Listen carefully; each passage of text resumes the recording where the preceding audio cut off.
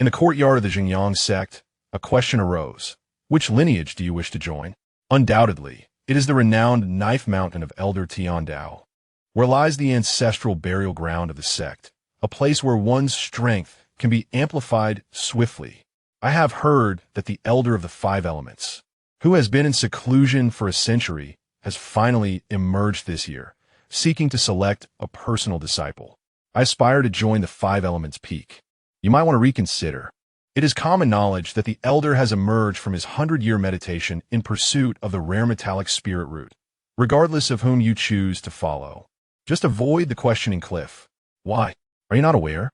The only inhabitant of the questioning cliff is the infamous wastrel, Li Xiuyuan, who remains the sole guardian of that place. Then I shall be cautious to steer clear of it. On the elevated platform of the courtyard, the elders of the Xinjiang sect settled in, preparing to commence the quinquennial initiation ceremony for new disciples. Among the assembly of ethereal and venerable elders, a strikingly handsome young man with long hair tied back stood out sharply. As he listened to the chattering of the surrounding disciples, Li Xiuyuan's gaze shifted. Having been granted a second chance at life, he now embodied the master of a prestigious sect in the North Sea realm, the Xinjiang sect.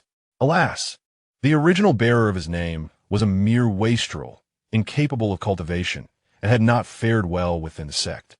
His master had not been able to assist him in unblocking his meridians and connecting him to the celestial fortunes before passing away unexpectedly. Consequently, he found himself, as the last remaining disciple on the questioning cliff, absurdly inheriting the position of elder. Upon hearing of his master's demise, many elders within the Xinjiang sect began to subtly and overtly ostracize the original Li Xiuyuan, seeking to seize the vast resources left behind by his master and monopolize the questioning cliff. Their actions bore no semblance of nostalgia. They even coerced the original Li Xiuyuan into an agreement, claiming it was for the greater good of the Xinjiang sect, stipulating that if he failed to find a disciple to carry on his legacy this year, he should relinquish the elder position and resources of the questioning cliff. They euphemistically named it fostering talented disciples. Yet, he perceived it as nothing short of moral coercion. This thought ignited a fury within him. In his previous life, he had been a victim of such moral manipulation, leading to his demise. In this life, as long as I cast aside morality, no one shall impose moral constraints upon me again. At that moment, a voice unexpectedly resonated in his ears. Ding! The system has detected the host's voluntary relinquishment of personal morality and awakened the Great Villain Development System. This system will identify suitable candidates for villainy in the vicinity, and upon successful apprenticeship, binding can occur. When a villain commits an act recognized by the system, the host will earn villain points, which can be used for lottery draws or purchasing items in the marketplace, with the disciple's cultivation being proportionally returned to the host. A novice gift pack will be issued upon the first binding of a villain. Upon hearing the emotionless voice in his mind, Li Xiuyuan was overcome with ecstasy. He knew that his golden opportunity had finally arrived. Very well, this time I shall become the most ruthless dark master. Boom! Boom! Boom! The sunlight filtered through the eaves of the pavilion, casting a warm glow upon the bluestone slabs of the square.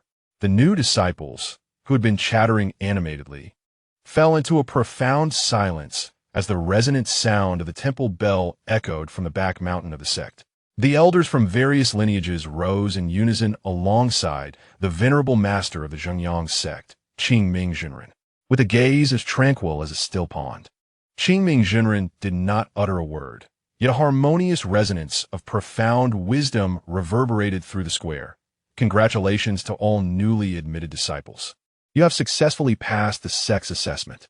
Next, the elders of various lineages will commence this year's disciple initiation ceremony, marking a new beginning on your path of cultivation. Upon hearing this, the disciples straightened their backs and aligned themselves more neatly. Among these new disciples, one young man stood out prominently, positioned at the forefront. This youth, tall and upright, exuded an extraordinary charisma. He was none other than Su Haoyan, the top-ranking new disciple in this assessment.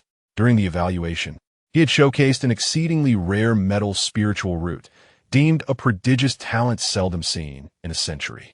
Even the elder of the five elements peak had been stirred from his seclusion due to this revelation, and now the attention of the entire sect was fixated upon him.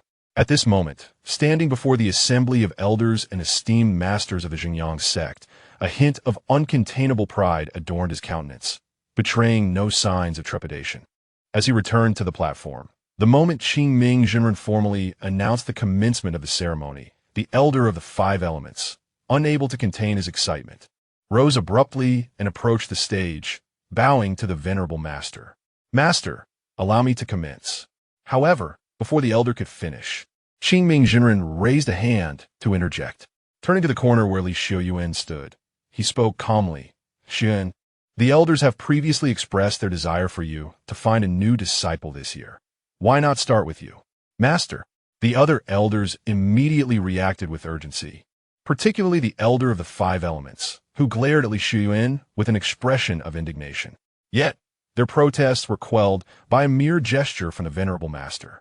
Li Xiuyuan understood that for all these years, it was due to his master's influence that the venerable master had chosen to overlook certain matters. Thus, he would not be so foolish as to disregard this opportunity. Ignoring their disapproving gazes, Li Xiuyuan stepped onto the stage. "Thank you, master.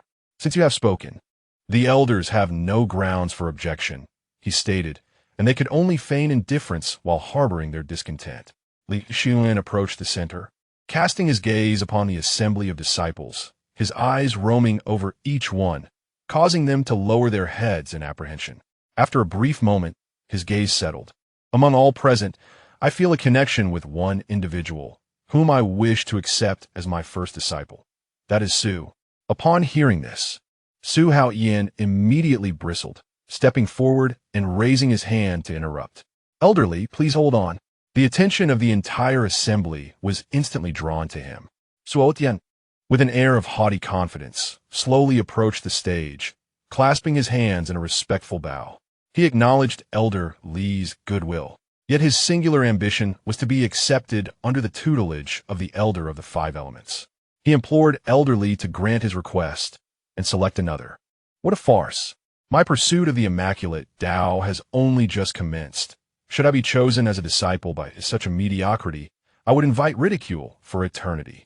Witnessing Su Haoyan audaciously leap forward to decline, the crowd turned their mocking gazes back to Li Xiuyuan on the stage, their eyes brimming with derision. Nevertheless, Li Xiuyuan remained composed, displaying no sign of distress.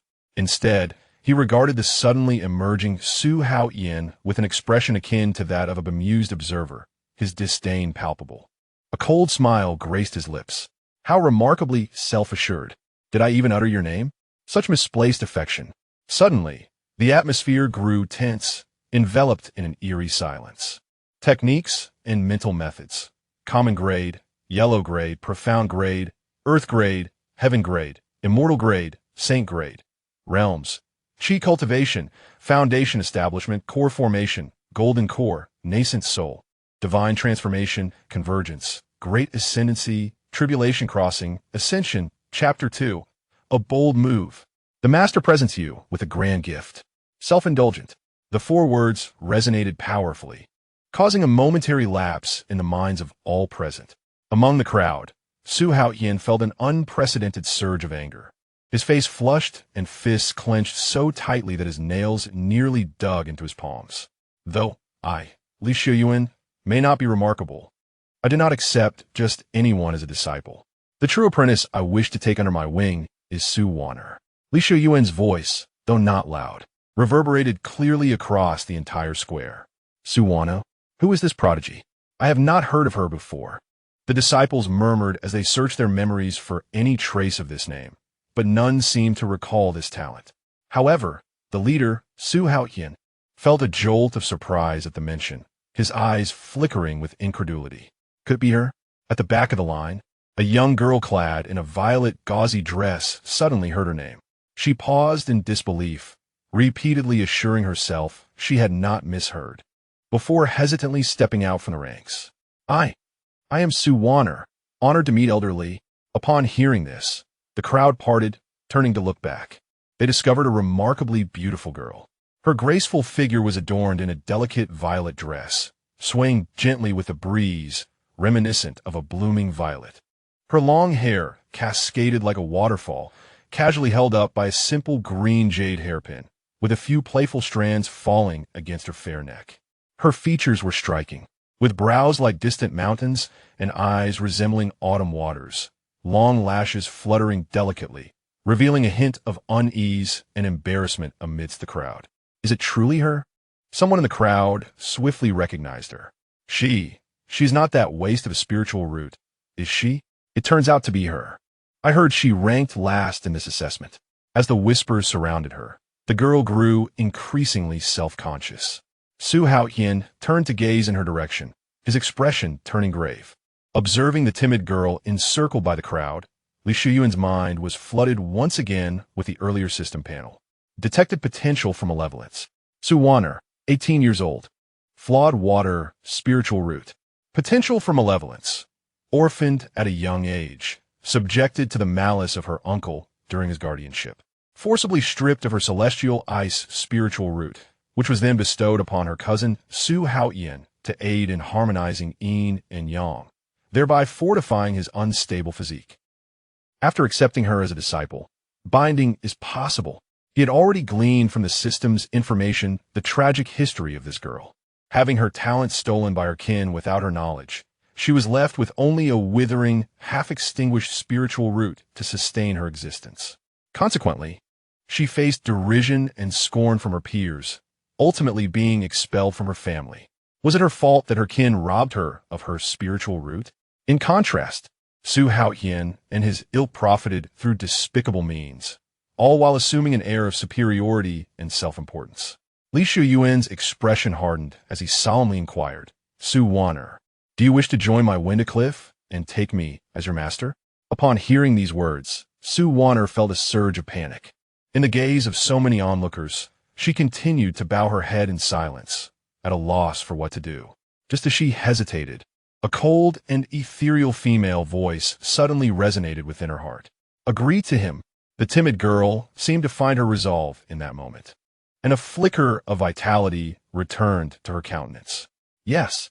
She then lifted her head, her eyes reflecting less of the earlier confusion and trepidation, and bowed towards the figure on the stage. I, Su Wan'er, wish to become a disciple under the teachings of the Wan'er, taking Elder Li as my master. Ding! Successfully bound the villain Su Wan'er. Received a beginner's gift pack. 1 Yuan Ing Realm Experience Card, 1,000 points of malevolence. Shop is now open. Triggered Su Wan'er's teaching task.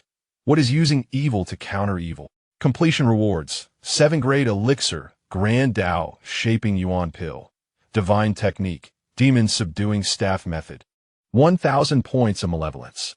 Upon hearing Su Wan'er's affirmation and the system's notification, Li Xiuyuan felt a surge of joy within his heart. He nodded and, with his hands clasped behind his back, proclaimed loudly, very well. Since you have chosen to become my disciple, from this moment forth, you shall be the senior sister of Wan'er. Yes, master. Seeing this, the elders who had previously made a wager with Li Xiuyuan exchanged awkward glances, their expressions somewhat strained. Their earlier plans had now unraveled. The elder of the 5 elements stroked his beard and congratulated him in a tone that lacked enthusiasm. Congratulations, Elder Li. On taking in a beloved disciple, Wan'er now has a successor. However, he added with a note of caution, but Elder Li, given the disparity in your cultivation, one must be wary not to mislead the youth. The others understood the underlying implications and fell silent. In response, Li Xiuyuan cast a cold glance at the elder of the 5 elements, who had spoken with veiled sarcasm, but chose not to reply. Old fool, seeking to defend your unworthy disciple? Just in time for me to settle accounts with your precious pupil. Wan'er, since you are my first disciple, I cannot be stingy. Allow me to present you with a token of our meeting. Shall I? A token of meeting? The crowd's curiosity was piqued. It was rumored that Li Xiuyuan possessed exclusive access to all the resources of Wan'er. What kind of gift would he bestow? Just as the audience speculated, Li Xiuyuan suddenly turned his gaze towards Su Haotian, who had been mentioned earlier. Su Haotian, how well are you managing my eldest disciple's ice spirit root? It is time to return it, don't you think? Su Haotian's face instantly registered shock. How could he possibly know? Before anyone could react, Li Xiuyuan swiftly activated the Yuan Ing Realm Experience card. A formidable aura erupted from within him, sweeping through the entire square like a tempest. His exposed energy surged from the Qi refinement stage, ascending rapidly, even reaching the terrifying realm of the Golden Core stage. Su Haoyan's pupils constricted as he discovered that his body had suddenly become immobile. A massive hand of spiritual energy materialized before his eyes, coalescing with an overwhelming and terrifying force, pressing towards him with alarming speed. The crowd gasped in astonishment. Stop! Upon witnessing the unfolding events, the Elder of the Five Elements, disregarding his initial astonishment, promptly called for a halt. In an instant, his figure vanished from the stage and reappeared before Su Haoyan, his palm emanating a layer of mysterious yellow light. The ethereal energy of the five elements surged forth, swiftly conjuring a formidable rock pillar from the ground, which steadfastly shielded the two individuals and intercepted the incoming strike. However, after a mere exchange, the Elder's expression shifted dramatically. Late stage of the Golden Core? No, this cannot be. You cannot block this. In the next moment, the spiritual aura enveloping Li Xiuyuan erupted once more, his presence surging to the initial stage of the nascent soul realm. The palm strike became increasingly solid, forcefully breaking through the Elder's defenses. With a crisp sound of shattering, the rock fractured, its cracks spreading like a web before ultimately exploding into countless fragments. Amidst the swirling smoke, the seemingly corporeal hand of spiritual energy ominously brushed past the Elder, and with the remnants of its dwindling power, it accurately struck Su Haoyan. A sudden gasp escaped as the icy spiritual root within Su Haoyan shattered, a torrent of blood erupting into the air, crystallizing into shards of ice as his body, akin to a kite severed from its string, was hurled backward, crashing heavily to the ground, rendering him unconscious. In a single decisive maneuver, the adversary was vanquished without hesitation, leaving all present utterly astonished. What transpired? How could this be possible? One Elder's eyes widened in disbelief, his visage reflecting sheer incredulity. Li Xiuyuan, was he not a waste? How could he suddenly unleash power rivaling that of the nascent soul realm? A disciple, who had previously mocked him, now trembled, his eyes filled with shock. Could it be that the cliff of inquiry truly concealed hidden talents? Meanwhile, Su Wan'er observed the scene with uncertainty in her eyes, as if she were lost in a reverie, attempting to recall something significant. Chapter 3, Breakthrough, the mysterious Su Wan'er. Before Su Wan'er, I overwhelmingly crush my rival, forcibly shattering the spiritual root that Su Haoyan had seized. Completed Su Wan'er's teaching task. What does it mean to combat evil with evil? Rewards obtained: 7th grade elixir, Great Tao Shaping Pill, Saint grade technique, Qitian Staff technique, 1,000 points of wickedness value. Current available wickedness value, 2,000 points. Initiated Su Wan'er's long-term teaching task. How is a villain cultivated? During this period, rewards will be randomly granted based on progress. Please hasten to transform Su Wan'er into a great villain. The settling voice echoed in his mind. Li Xiuyuan took a deep breath, feeling the surging power within him, flowing through his meridians like a tidal wave. The atmosphere on the scene had reached a peak of tension. No one anticipated that the legendary useless Elder would prove to be so formidable, capable of directly shattering Su Haoyan's spiritual root before the Five Elements Elder. The crowd, bewildered, wore expressions of shock, while a complex mixture of emotions surged within their hearts. Was there still time to question the Tao Cliff? In the first instance, the Five Elements Elder had employed superior techniques to protect Su Haoyan's heart meridian, but his expression darkened ominously, astonished that the greatest laughingstock of the sect could possess such strength. He stood, prepared to unleash his true prowess and continue the battle, but was halted by the old sect master. Seeing this, the Five Elements Elder immediately pointed an accusatory finger at Li Xiuyuan.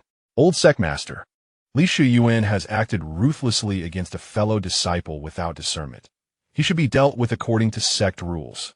Though Li Xiuyuan's experience card had expired, he remained unperturbed, facing the five elements elder with a cold smile. Su Haoyan's father seized my disciple's spiritual root and has refined it for years. Now that I have acted to shatter it, I am merely seeking justice.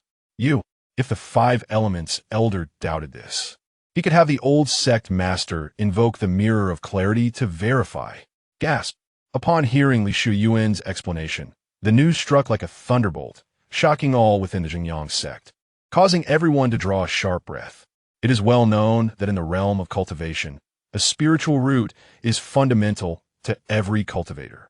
It is the bridge connecting them to the heavenly spiritual energy, the cornerstone of their cultivation journey. A cultivator's achievements largely hinge upon the quality of their spiritual root. To seize another's innate endowment is akin to the actions of a demonic cultivator. No wonder Wan'er, despite her exceptional comprehension, could pass the assessment, yet possessed a crippled spiritual root. The five elements elder, now seething with rage, glared fiercely at Li Xiuyuan, yet found himself powerless to act against him. The clear-minded real person cast a deep glance at Li Xiuyuan, then waved his whisk, and the resounding thunder of the great Tao echoed once more across the square. Enough, every cause has its effect, and thus the cycle is complete. This matter shall be judged by me. The rest will be left for these two juniors to settle. A month later, in the disciples' competition, let them engage in their own battle over the great Tao. The five elements elder, however, opposed vehemently. No, Su Haoyan is already my disciple of the five elements peak. How could I, as his master, allow this to be resolved so easily? Li Xiuyuan stood at the center of the crowd, his gaze unwavering. Faced with the relentless demands of the elder of the five elements, he inquired, "What do you desire?" The elder's expression darkened, and after a moment of silence, a glimmer of shrewdness flickered in his eyes. Let us agree upon a contest in a month's time. If Su Haoyan emerges victorious, then the resources of the Cliff of Inquiry must yield half to us, the five elements peak. Li Xiuyuan let out a cold chuckle and retorted, "And if you lose?" The elder inhaled deeply and replied, "If we lose, then the quota for the secret realm of the five elements peak shall be granted to you." How does that sound? Upon hearing this proposition, the disciples began to murmur amongst themselves. Curiosity piqued. What is the quota for the secret realm? The voice of Master Qing Ming, calm and steady, explained, "In the northern realm of Kanglin, a significant opportunity will soon arise, revealing an ancient secret realm. However, the fissures of the realm are unstable and can only be traversed by cultivators at the Qi refinement stage. The plan, aside from the Cliff of Inquiry, is to select the most outstanding disciple from each sect of the Xinjiang sect to enter the secret realm. Should you wish to obtain a quota for entry and seize this opportunity, diligent cultivation is imperative." With the mention of such a momentous opportunity, the disciples in attendance became increasingly agitated. Li Xiuyuan regarded the elder of the five elements with a hint of amusement.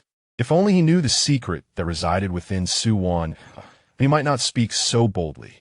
Nonetheless, the opportunity presented itself, and he would not let it slip away. "Very well, it is settled." After Li Xiuyuan's agreement, the elder departed, assigning a disciple to temporarily take charge of accepting new students, and he left in a huff with the injured Su Haoyan. Once matters settled, the old sect leader announced that the acceptance ceremony would continue as planned. At the Cliff of Inquiry, situated on the edge of a towering precipice, several caves had been carved out alongside a stone tablet. Typically, this place was exceedingly tranquil, only disturbed by the mountain winds and gentle rains. But today it buzzed with newfound vitality. It is quite serene here at the Cliff of Inquiry. This cave, rich in spiritual energy, shall be your home. Li Xiuyuan Ramarka. Walking alongside Su Wan'er and gesturing toward the well-prepared cave. Yet, Su Wan'er frequently cast furtive glances at Li Xiuyuan, hesitating to speak. After some contemplation, she finally mustered the courage to voice her thoughts. "Thank you, Master, for seeking justice for Wan'er. However, given Wan'er's mediocre talent, why would you engage in a wager with the elder of the five elements?" In Su Wan'er's eyes, her master was undoubtedly a modest and enlightened figure, who had discerned her years of humiliation at a glance and was willing to confront the elder on her behalf. This realization filled the girl, who had long endured disdain, with a novel sense of warmth. Yet, she worried that should Li Xiuyuan suffer a loss due to her, he would bear the burden of losing half of the Cliff of Inquiry's resources, an unbearable thought for her. However, Li Xiuyuan smiled mysteriously and replied, "It is because you saved the Cliff of Inquiry." What? The young girl blinked innocently, her face a canvas of confusion. Li Xiuyuan sat upon a green stone, gradually unfolding the tale.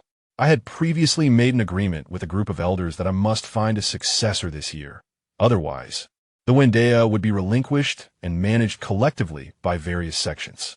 Had you not consented to join us at that time, our Wan'er would likely have been divided among other factions, and I might have faced expulsion from my own school.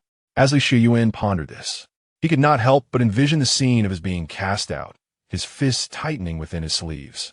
Yet, the young girl remained in a state of uncertainty, unwilling to disappoint Li Xiuyuan. Witnessing the innocent and kind-hearted Wan'er, Li Xiuyuan began to feel a pang of headache. "My disciple, at this rate, when shall I cultivate you into a formidable villain?" Suddenly, an idea struck him. He retrieved a crystal-clear pill from his sleeve, a reward previously bestowed by the system, and handed it to Wan'er. "Take this. It is a 7th-grade pill, the Taoist Shaping Essence pill. It can aid in the repair of your meridians and enhance your innate qualities. Thus, you need not worry about falling behind your peers."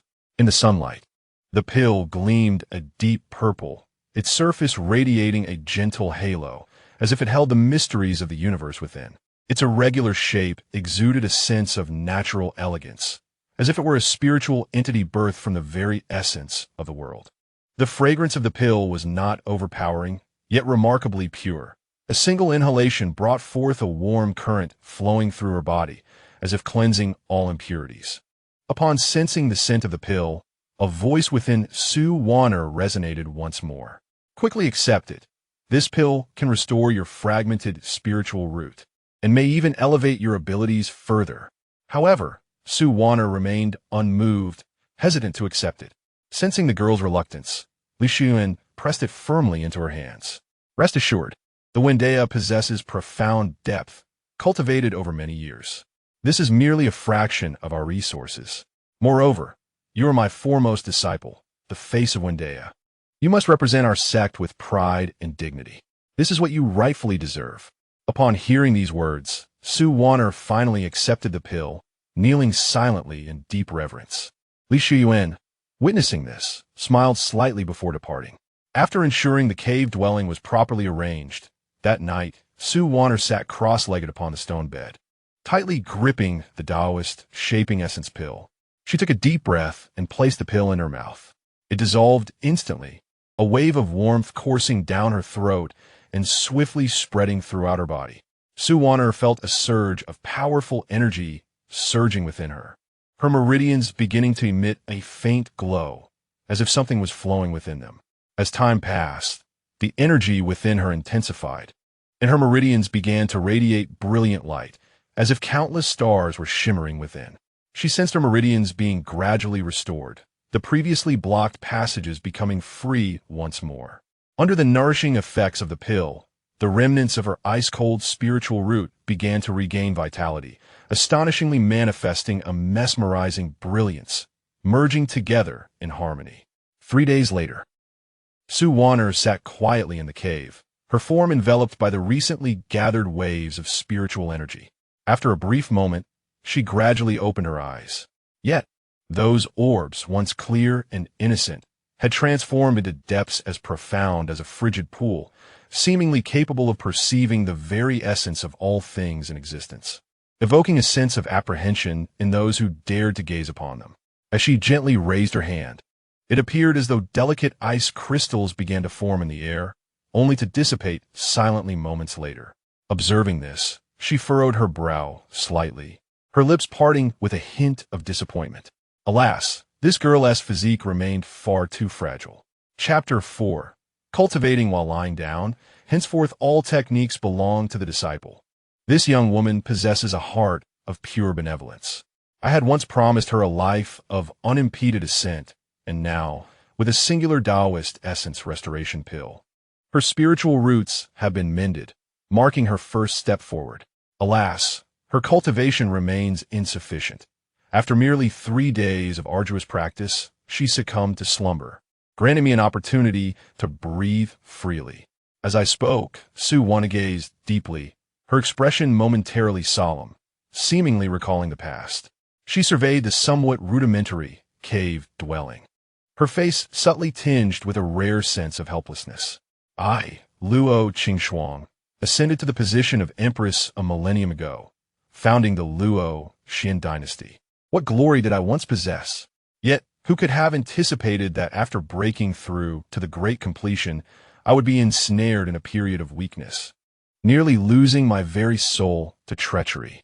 Drifting in the void for a millennium, I encountered this young woman on the brink of death after having her spiritual roots taken from her.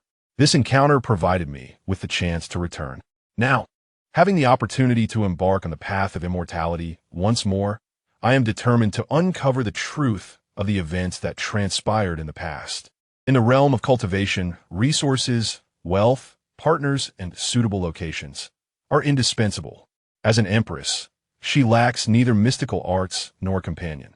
However, the resources that represent cultivation and the land that meets her needs are exceedingly scarce. Entering the Zhengyang sect is a pursuit of wealth, while becoming a disciple of Li Xiuyuan at the Winda Cliff serves the purpose of finding a suitable environment. After all, she harbors many secrets within her, and under the tutelage of a powerful cultivator, it is inevitable that they will be exposed. Presently, Luo Qingxuang finds herself quite content with her circumstances. A master with merely the cultivation of qi refinement, who garners little attention, suits my intentions perfectly. Though there were many doubts on that day, this young woman's spiritual roots have been restored. With my assistance, her future cultivation will accelerate tremendously. Thus, this unassuming master warrants no particular concern. Once I repay her kindness for recognizing me, we shall part ways. After considerable contemplation, Luo Qingxuang has formed a resolute plan. In her eyes, Li Xiuyuan is merely a transient figure in her long life. Though he bears the title of master, what wisdom could a qi refinement practitioner impart to an empress? The Winda Cliff is but a stepping stone for her, hardly deserving of her attention. Meanwhile, after a prolonged slumber, Wan'er awakens, reclaiming control of her body. Sister Luo? The chill in her gaze dissipates, replaced by the innocent shyness of a young girl. She senses the transformation within her spiritual roots, her eyes brightening with joy. The effects of the Taoist essence restoration pill are remarkable. Your half-frozen spiritual root has been restored, now even more formidable than before. Awakening at this juncture is fortuitous, as I can now guide your cultivation and assess the results. Wan'er's original frozen spiritual root was merely a variant of the water spiritual root. Though it was of heavenly grade, it was not particularly exceptional. Through this transformation, under the influence of the Taoist essence restoration pill, it has become even more extreme, successfully ascending to the pinnacle of heavenly spiritual roots. Luo Qingxuang's tone remained neutral. Having witnessed countless prodigious talents and saints, she regarded this change with indifference. Upon hearing this, Wan'er felt a surge of emotion within her heart. Clenching her fists, she resolutely declared, as a mere individual with a useless spiritual root, it is already a challenge to enter the Zhengyang sect. I fear that no one would ever wish to take on a discarded disciple such as myself. Yet, my master has graciously accepted me at the cliff of inquiry, avenging the grievance of my spiritual root being taken from me, and has bestowed upon me such precious elixirs to restore it. I must diligently cultivate and ensure that I do not bring shame to my master in the disciple competition a month from now. Although Luo Qingxuang did not entirely agree with Wan'er's sentiments, she refrained from rebuttal. After all, the girl's motivation to cultivate was beneficial in every aspect. Thus she decided, very well, I shall impart to you my heart's method, ice soul-cold frost. Yes. Meanwhile, Li Xiuyuan sat at the table, tapping his fingertips upon its surface. As he pondered, the system's cold, mechanical voice echoed in his mind. Ding! Detected that the eldest disciple Wan'er is cultivating, doubling the return on her cultivation. As pure spiritual energy poured into Li Xiuyuan's dantian, flowing through his meridians to invigorate his entire being. It felt as though mighty waves were ceaselessly washing over rocks, propelling his cultivation to new heights. From the first level of qi, refining to the third, and then to the sixth level. When the flow of spiritual energy within him finally stabilized, Li Xiuyuan was astonished to discover that he had ascended to the sixth level of qi refining. With Su Wan'er's continuous breakthroughs, Li Xiuyuan's strength soared alongside hers. The spiritual power coursing through him was relentless, filling him with an overwhelming force. Yet he felt no discomfort, as though it were his natural state. Before Li Xiuyuan could act, the system's prompt resounded in his mind once more. Detected that disciple Su Wan'er is comprehending the ice, soul, cold, frost method, triggering a critical hit. 100-fold return. A 100-fold critical hit? Li Xiuyuan was momentarily stunned, feeling an influx of insights flooding his mind.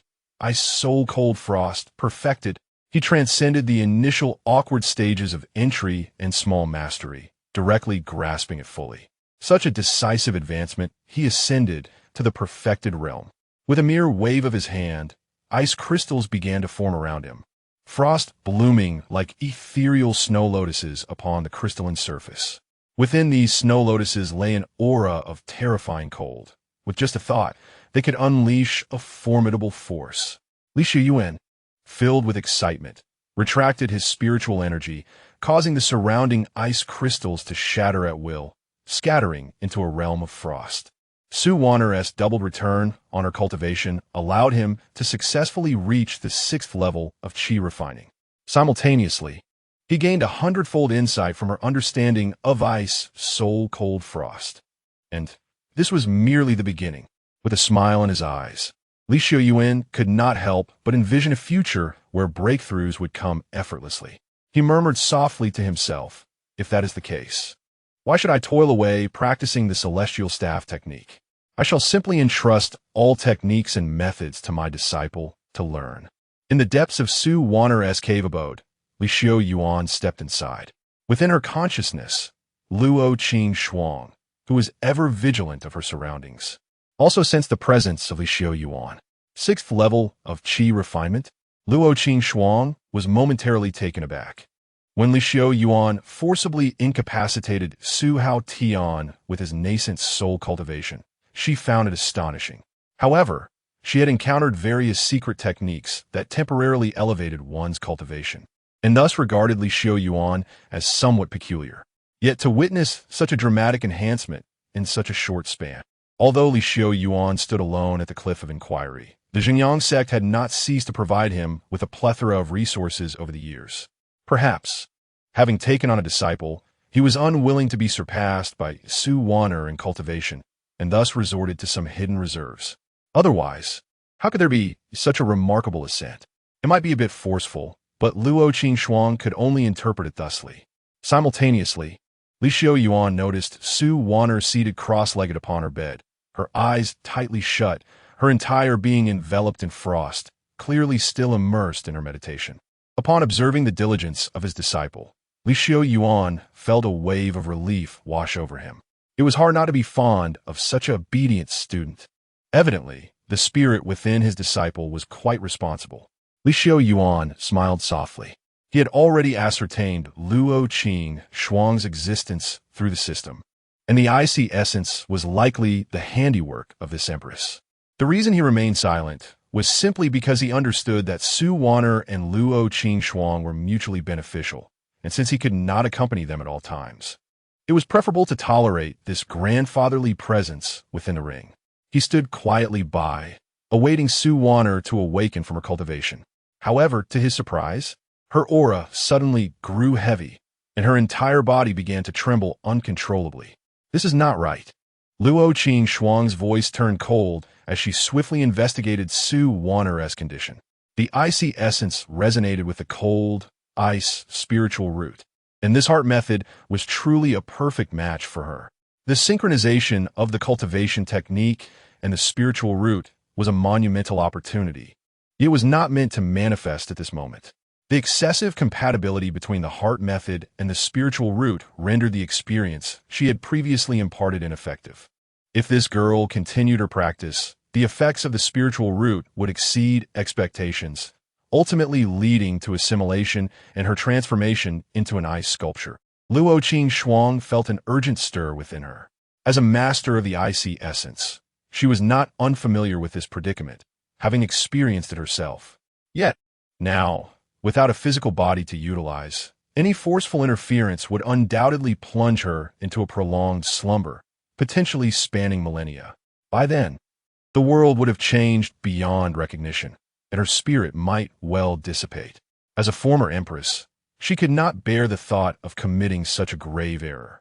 At this moment, Wan'er's skin was gradually being enveloped in frost, tiny ice crystals piercing her garments, steadily assimilating her. Her cultivation was indeed too feeble to withstand such terrifying chill. She had already lost consciousness from the freezing. Should no external force intervene, Wan'er was doomed. Alas, one cannot simply stand by and watch this girl perish. Upon finishing her words, Luo Qingxuan hesitated no more.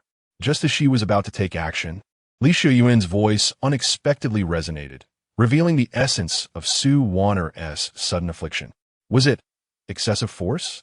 Luo Qingxuan was momentarily taken aback. As she observed Li Xiuyuan leisurely approach the bedside, his hand gracefully maneuvering around the ice crystal to rest upon Wan'er. In the next instant, he forcefully infused a spiritual energy, intrinsically linked to the same technique, into her meridians. This is disastrous. Luo Qingxuan's expression shifted from astonishment to terror. What are you doing? Do you not realize that this could lead to her demise?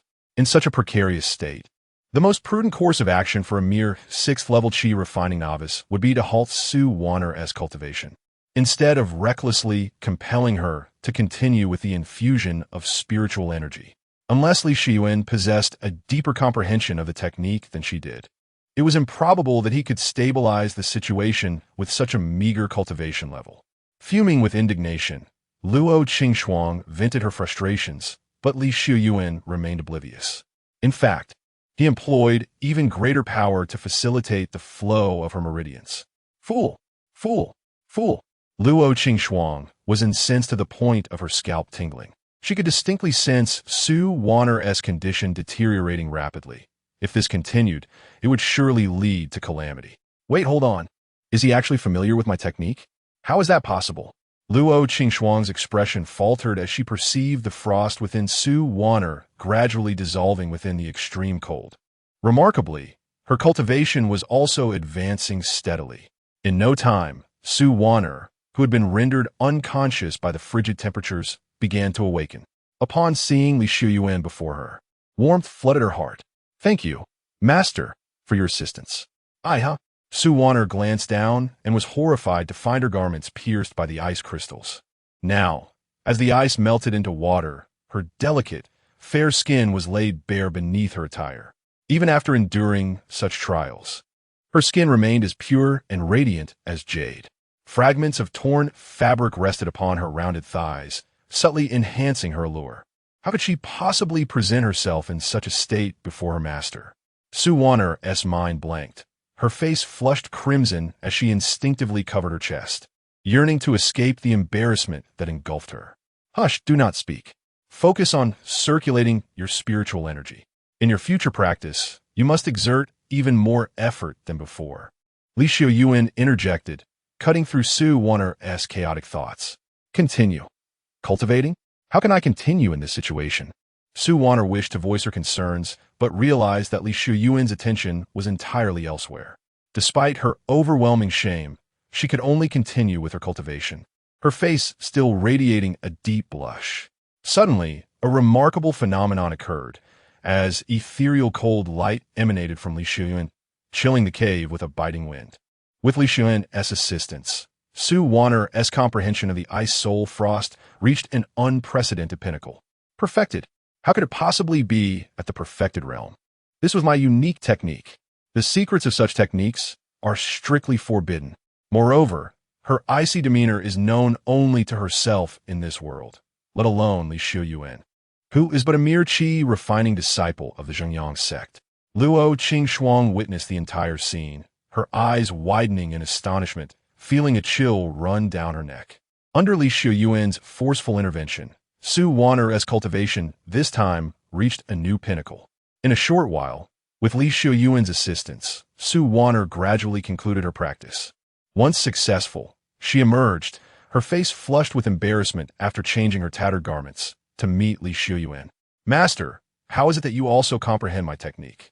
Your understanding seems to surpass mine." Li Xiuyuan chuckled softly, presenting his prepared explanation. "I do not possess this particular heart method. I merely found it intriguing and imitated it. Hardly anything profound. However, it appears that this heart method indeed possesses some unique aspects, having proven useful so swiftly. Disciple, you must pay heed to your cultivation in the future. Your master will not always be by your side." Su Wan'er believed this wholeheartedly. Her gaze towards Li Xiuyuan filled with admiration. To her, Li Xiuyuan had resolved her significant troubles on 2 occasions, making him seem like a fated benefactor. Such light-hearted remarks fell upon Luo Qingxuang's ears like a thunderclap. Imitating casually, merely dabbling? How could this be? Sigh, let it be. Reflecting upon her past, the arduous journey of her own cultivation, Luo Qingxuang's emotions fluctuated, ultimately culminating in a soft sigh, her tone tinged with indignation. She was acutely aware of the challenges inherent in her own practice. Without someone guiding her hand, even the threshold was insurmountable. Yet, it was undeniable that Li Xiuyuan's insights indeed surpassed hers. Facts speak louder than words.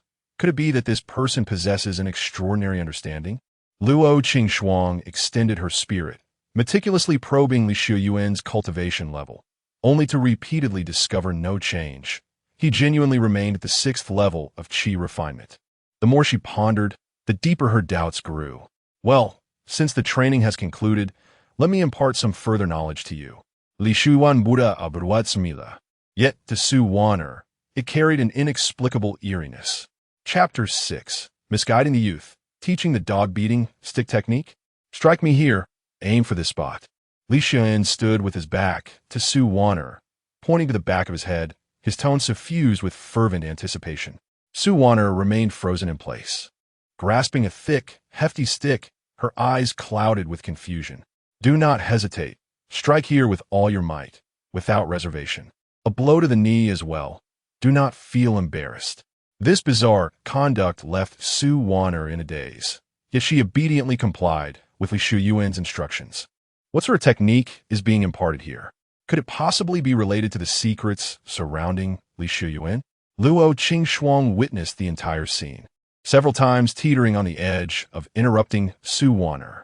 However, contemplating the potential revelations regarding Li Xiuyuan's mysteries, she ultimately stifled her urge. Though the Wan'er sect is not a prominent school of martial arts, its orthodox techniques possess their unique merits. Whether in tempering the young lady's character or cultivating a sense of righteousness, such training would undoubtedly benefit her in the future. To acquire more skills is, after all, a commendable pursuit. With this in mind, Luo Qingxuang patiently continued to observe. Following a series of tests, Li Xiuyuan nodded in satisfaction. At last, he had discerned the system's criteria for assessing malevolent actions. It is not solely through wrongdoing that one is deemed wicked. Unreasonable behavior also falls within the realm of malevolence. Thus, as long as one maintains the right balance, there is no need to fear expulsion from the Wan'er sect. Li Xiuyuan chuckled lightly before addressing Su Wan'er. "Good disciple, before I teach you the technique, let me first discuss the conduct guidelines of the Taoist cliff, so that you may possess clarity when faced with challenges and do not falter in your resolve." Su Wan'er nodded obediently, while Luo Qingxuang listened with keen interest. Li Xiuyuan raised a finger, shaking his head as he began his lecture.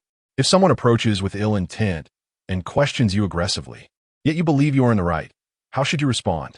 The disciple shall treat others kindly and persuade them with reason. Su Wan'er answered with confidence, and Luo Qingxuang subtly nodded, quite pleased with her response. To their surprise, Li Xiuyuan's expression turned grave as he corrected her wrong. "Utterly mistaken. If you encounter someone hostile and you have done no wrong, why should you tolerate their aggression, even if they wish to argue with you? They are unworthy of your explanation. In the face of such individuals, strike them down with 49 swords. If they remain unharmed and do not wish to retaliate, Only then may you address them as fellow cultivator, claiming that all was a misunderstanding. Strike with 49 swords and still hope for their safety? That is simply impossible. Luo Qingxuan felt as though she had been struck on the head, questioning whether this was truly an orthodox sect or some malevolent cult. Wan'er, too, gazed in bewilderment, as if a new world had been unveiled before her. Li Xiuyuan showed no signs of pausing, continuing with fervor. We are the righteous sect, and we do not easily make enemies. If enmity arises, it is because the other party has committed heinous acts. Thus, you must act on behalf of heaven, eradicating the root of the problem. Dig 3 feet deep, leaving no grass to grow. Split the earthworm in half. Ensure that the egg yolk is thoroughly shaken. If they leap off a cliff, even if the entire mountain is set ablaze, we must see their corpse, reducing it to dust, scattering the ashes into the sea. If they're already deceased, you must shatter their soul with your own hands, leaving no opportunity for them to return. His words grew increasingly outrageous, and Luo Qingxuan gazed at Li Xiuyuan, who spoke with such conviction, her expression a mixture of complexity and exasperation. She could hardly restrain herself from striking down this shameless rogue in order to eliminate the threat to the righteous path. Wan'er, unable to contain herself, retorted, "Master, what if we are unable to defeat them?" Upon hearing this, Li Xiuyuan's eyes gleamed with realization. This disciple possesses insight. She can think beyond the immediate. If we cannot win, we shall flee. Back to the Zhenyang sect. I shall support you. If our strengths are comparable, then we shall employ all means necessary. After elaborating on every detail and ensuring there were no loopholes left, he turned to Wan'er and declared, "These are the principles of the heart law of the Tao Cliff. I require you to swear an oath to the heavens, vowing to remember and uphold this throughout your life. Otherwise, our master-disciple bond shall cease, and I will intercede with the sect leader to have you placed under another elder's tutelage." For the first time, Wan'er witnessed Li Xiuyuan's grave demeanor, devoid of jest, and her heart fluttered with unease. No, absolutely not. What kind of righteous principles are these? They are clearly the doctrines of a heretic. Luo Qingxuan felt an overwhelming urge to leap from within Wan'er to tear apart this misguided mentor who led others astray. "Child, you must not take this oath of the great path. Otherwise, one day you will be led astray by this man, embarking on an irreversible journey." Even a formidable figure like Luo Qingxuan could not help but unleash a curse at Li Xiuyuan. "Master, I am willing to take the oath of the great path." As expected, despite some lingering resistance, Wan'er unhesitatingly consented. The gratitude for being recognized, the debt of vengeance, and the life-saving grace weighed heavily upon her. If she could not become the disciple of her master, how could she face the path of immortality? Without allowing Luo Qingxuan to speak again, she immediately swore the oath. A golden light flickered from her brow and soon dimmed. In that moment, the vow was sealed before the two women could breathe a sigh of relief. Li Xiuyuan presented the system's reward, the Qitian staff technique, into Wan'er's hands. Whether due to the ancient origin of the jade slip or other reasons, the characters inscribed upon it were indistinct, rendering them unreadable. "This is a treasured technique of mine, never to be shown before others. Cultivate it diligently, and remember to utilize it when others face you with their backs. Do not employ it in the presence of others. Wait until they are turned away from you." Luo Qingxuan found herself momentarily at a loss for words, uncertain of how to proceed.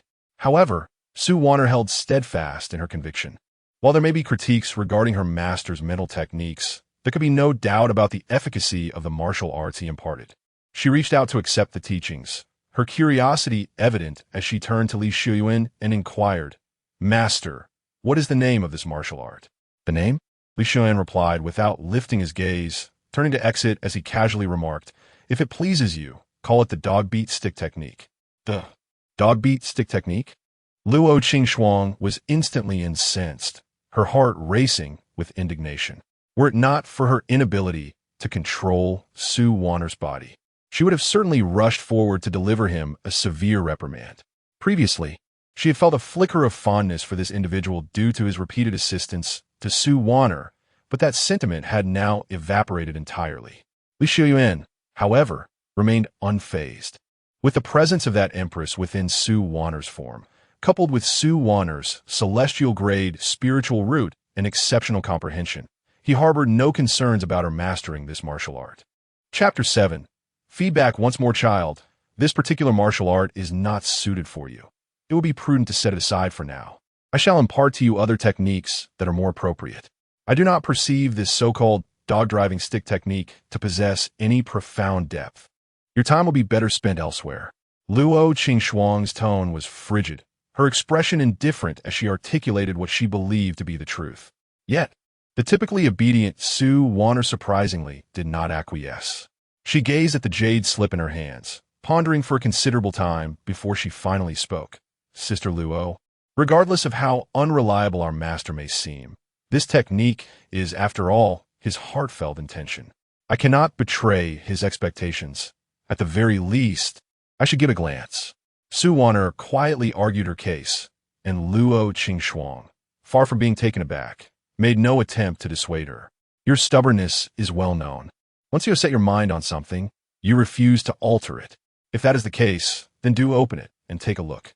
With that, Luo Qingxuang fell silent. Rather than persistently persuading, it seemed more prudent to allow her to examine this technique first, after which she could present a better one for comparison. In due time, Su Wan'er would surely discern the right choice. She harbored no belief that a technique superior to her own could possibly exist on this cliff of inquiry. Very well, Su Wan'er nodded, her delicate fingers lightly tapping the jade slip, which then unfurled slowly in her grasp. In the next moment, before the two women, a golden light burst forth from within the jade slip, and numerous characters transformed into flowing brilliance, revealing themselves before Su Wan'er. Through her shared experience with Su Wan'er, Luo Qingxuang raised her gaze slightly, absorbing every word inscribed upon the slip.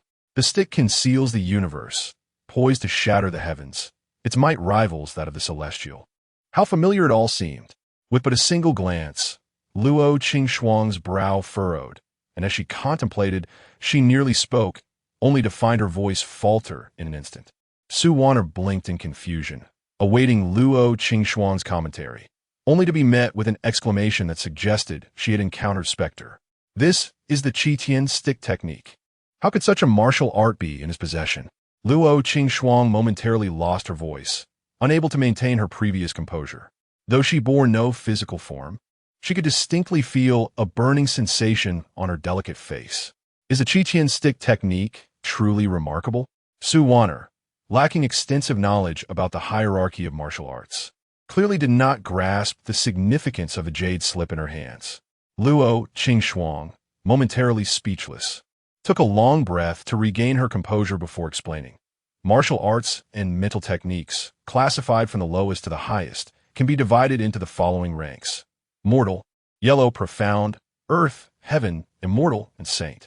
Each rank is further subdivided into upper, middle, and lower tiers, with those above the third tier referred to as supreme techniques.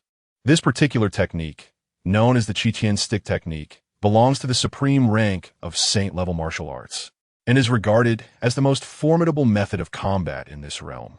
I had heard of its existence a millennium ago, and had even sought it out for a time, never imagining it would end up in the hands of the Winda Cliff of the Xinjiang sect. It became this so-called dog-whacking stick technique. Su Wan'er tilted her head in confusion, pondering for a moment before joyfully exclaiming, "Sister Luo, do you mean to say that the technique bestowed by Master is indeed formidable, and that I can learn it?" Luo Qingxuang instantly felt a wave of shame. This technique was not merely something to be learned. Once a supreme, sacred-level technique was revealed, it would not take half a day for the entire Xinjiang sect to be trampled by the cultivators flocking to seize it. Who exactly is this Li Xiuyuan? How could he so casually entrust such a powerful technique to Su Wan'er for cultivation? Luo Qingxuang took some time to calm her emotions before speaking. Ahem. I initially misjudged the situation.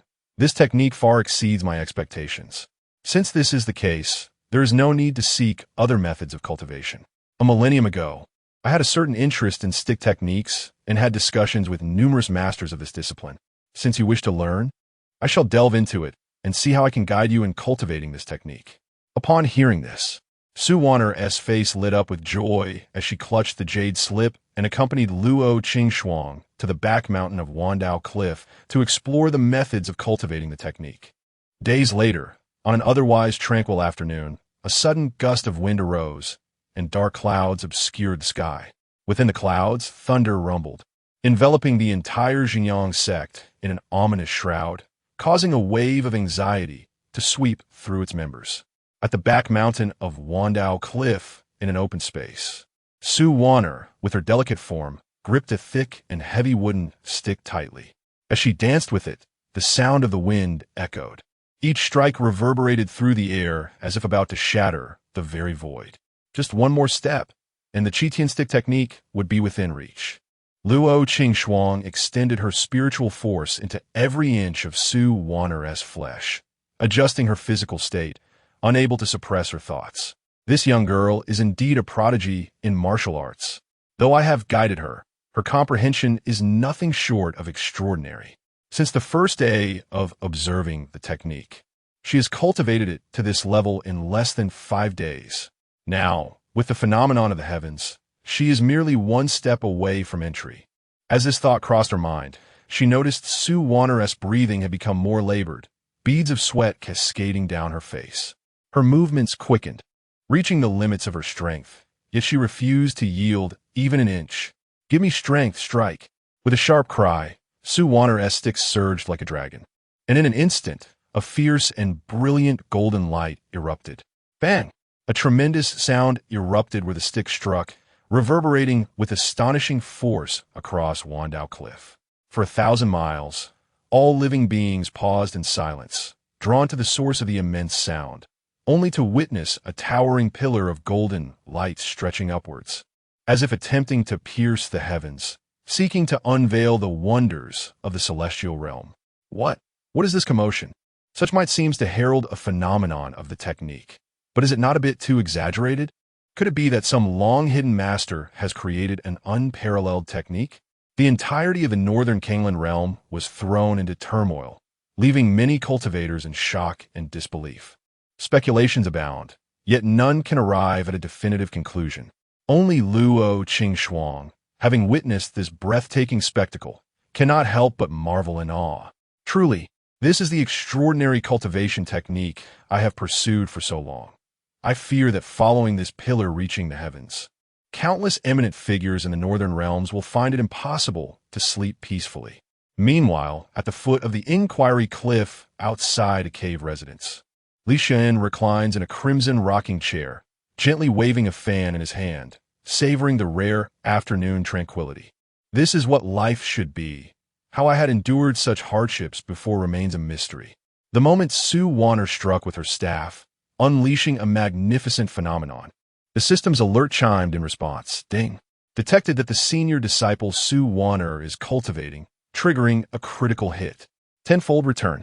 That familiar sensation surged forth again, a tempestuous flow of spiritual energy, sweeping through Li Xiuyuan's meridians and dantian. With Wan'er's cultivation results multiplied tenfold, once everything settled, Li Xiuyuan exhaled a breath of turbid air. His spiritual power brimmed throughout his body, and as the feedback concluded, he gradually advanced in his cultivation, ultimately stabilizing at the 8th level of qi refinement. Following closely was an enhancement in his technique. Detected that disciple Wan'er is practicing the Qitian staff technique, triggering a critical hit, 100-fold return, another 100-fold critical hit. Li Xiuyuan, exhilarated by the system's announcement, felt a surge of insights flooding his mind. As the image of the towering staff manifested in his consciousness, surpassing Wan'er's striking grandeur, he instinctively became enraptured. Entry, minor success, major success. Upon opening his eyes, Li Xiuyuan realized he was but a step away from comprehending the Qitian staff technique in its entirety. The system's rewards were indeed extraordinary. The 100-fold return had not propelled him directly to perfection. With eyes gleaming with joy, he sensed the transformations within his body, an impulse to take action rising within him. He gazed at the open space before him, closed his eyes, and allowed his thoughts to wander amidst his understanding of the staff technique. When he opened his eyes once more, a ferocious wind swept through, raising clouds of dust. Amidst the roiling dark clouds, a distant dragon's lament could be faintly heard. A golden light materialized in his grasp, and as he tightened his hold, it transformed into a long staff. Immediately thereafter, the heavens lamented, and a resplendent radiance pierced through a corner of the sky. The dazzling brilliance cascaded down, enveloping the entire Zhengyang sect. Countless individuals looked up in alarm, only to witness on Inquiry Cliff a figure, seemingly ethereal, laughing heartily, as if challenging the heavens themselves. Chapter 8. The Disciple's Ferocity, surprisingly without weaponry at this moment. Within the council hall of the Zhengyang sect, numerous elders had gathered, gazing at the extraordinary phenomena unfolding in the distant sky, their faces adorned with expressions of astonishment and suspicion. What could this commotion signify? Could it be that the disciple Li Xiuyuan took under his wing, after restoring her spiritual roots, possesses such extraordinary talent? If that were indeed the case, I must admit I misjudged the situation and failed to seize the opportunity to take her in first. One elder spoke up initially, a hint of envy flickering in his eyes. However, the elder of the 5 elements scoffed at the notion. In just a few days, even if Wan'er were exceptionally gifted, she could not have possibly cultivated her techniques to such a level. In my view, this is likely the result of Li Xiuyuan's relentless accumulation of resources. After all, although few reside at the Dao Inquiry Cliff, the resources have never dwindled. Supporting 2 qi refining practitioners is indeed a lavish endeavor.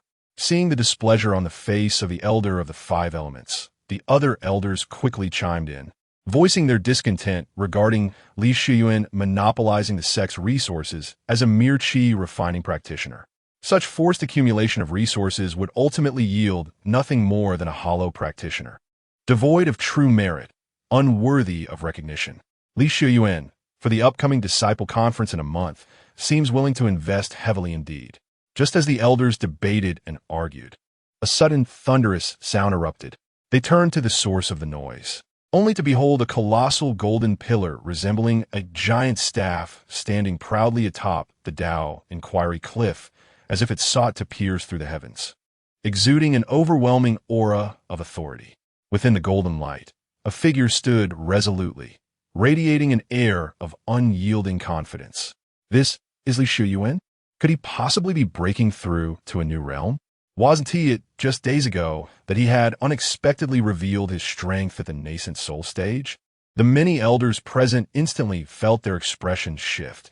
Such a display of power was beyond their capabilities, let alone that of Li Xiuyuan. Upon hearing this, the elder of the 5 elements suddenly recalled previous unpleasant matters, and his countenance darkened. The others began to murmur among themselves. At the head of the table, the old sect master raised his brow, his gaze directed towards the Dao Inquiry Cliff, a smile playing at the corners of his eyes. He gently lifted his hand, and a terrifying aura began to circulate within the council hall. In an instant, all the elders fell silent, refraining from further discussion on the matter. When the sound of a falling needle could be heard within the hall, the old sect master finally spoke in a slow and measured tone. Esteemed elders, the sect is burdened with numerous affairs. Rather than waste time here, it would be more prudent to disperse and attend to your respective matters. Elder of the 5 elements, you shall remain. I have matters to discuss with you. The elder of the 5 elements understood the sect master's intent, though he was reluctant. He complied and stayed behind. Upon hearing this, the remaining elders were puzzled, yet none dared voice any objections and gradually departed. Once the council hall was devoid of others, the old sect master, with a smile in his eyes, leisurely remarked, Elder of the 5 elements, given the frequent anomalies at Dao Inquiry Cliff today, it is fitting that someone investigate the underlying circumstances. How about you undertake this task for me? As soon as these words were uttered, the elder of the 5 elements discerned the intentions of the old clan leader. This was not merely a request for him to gather information. It was clearly an invitation to reconcile with Li Xiuyuan.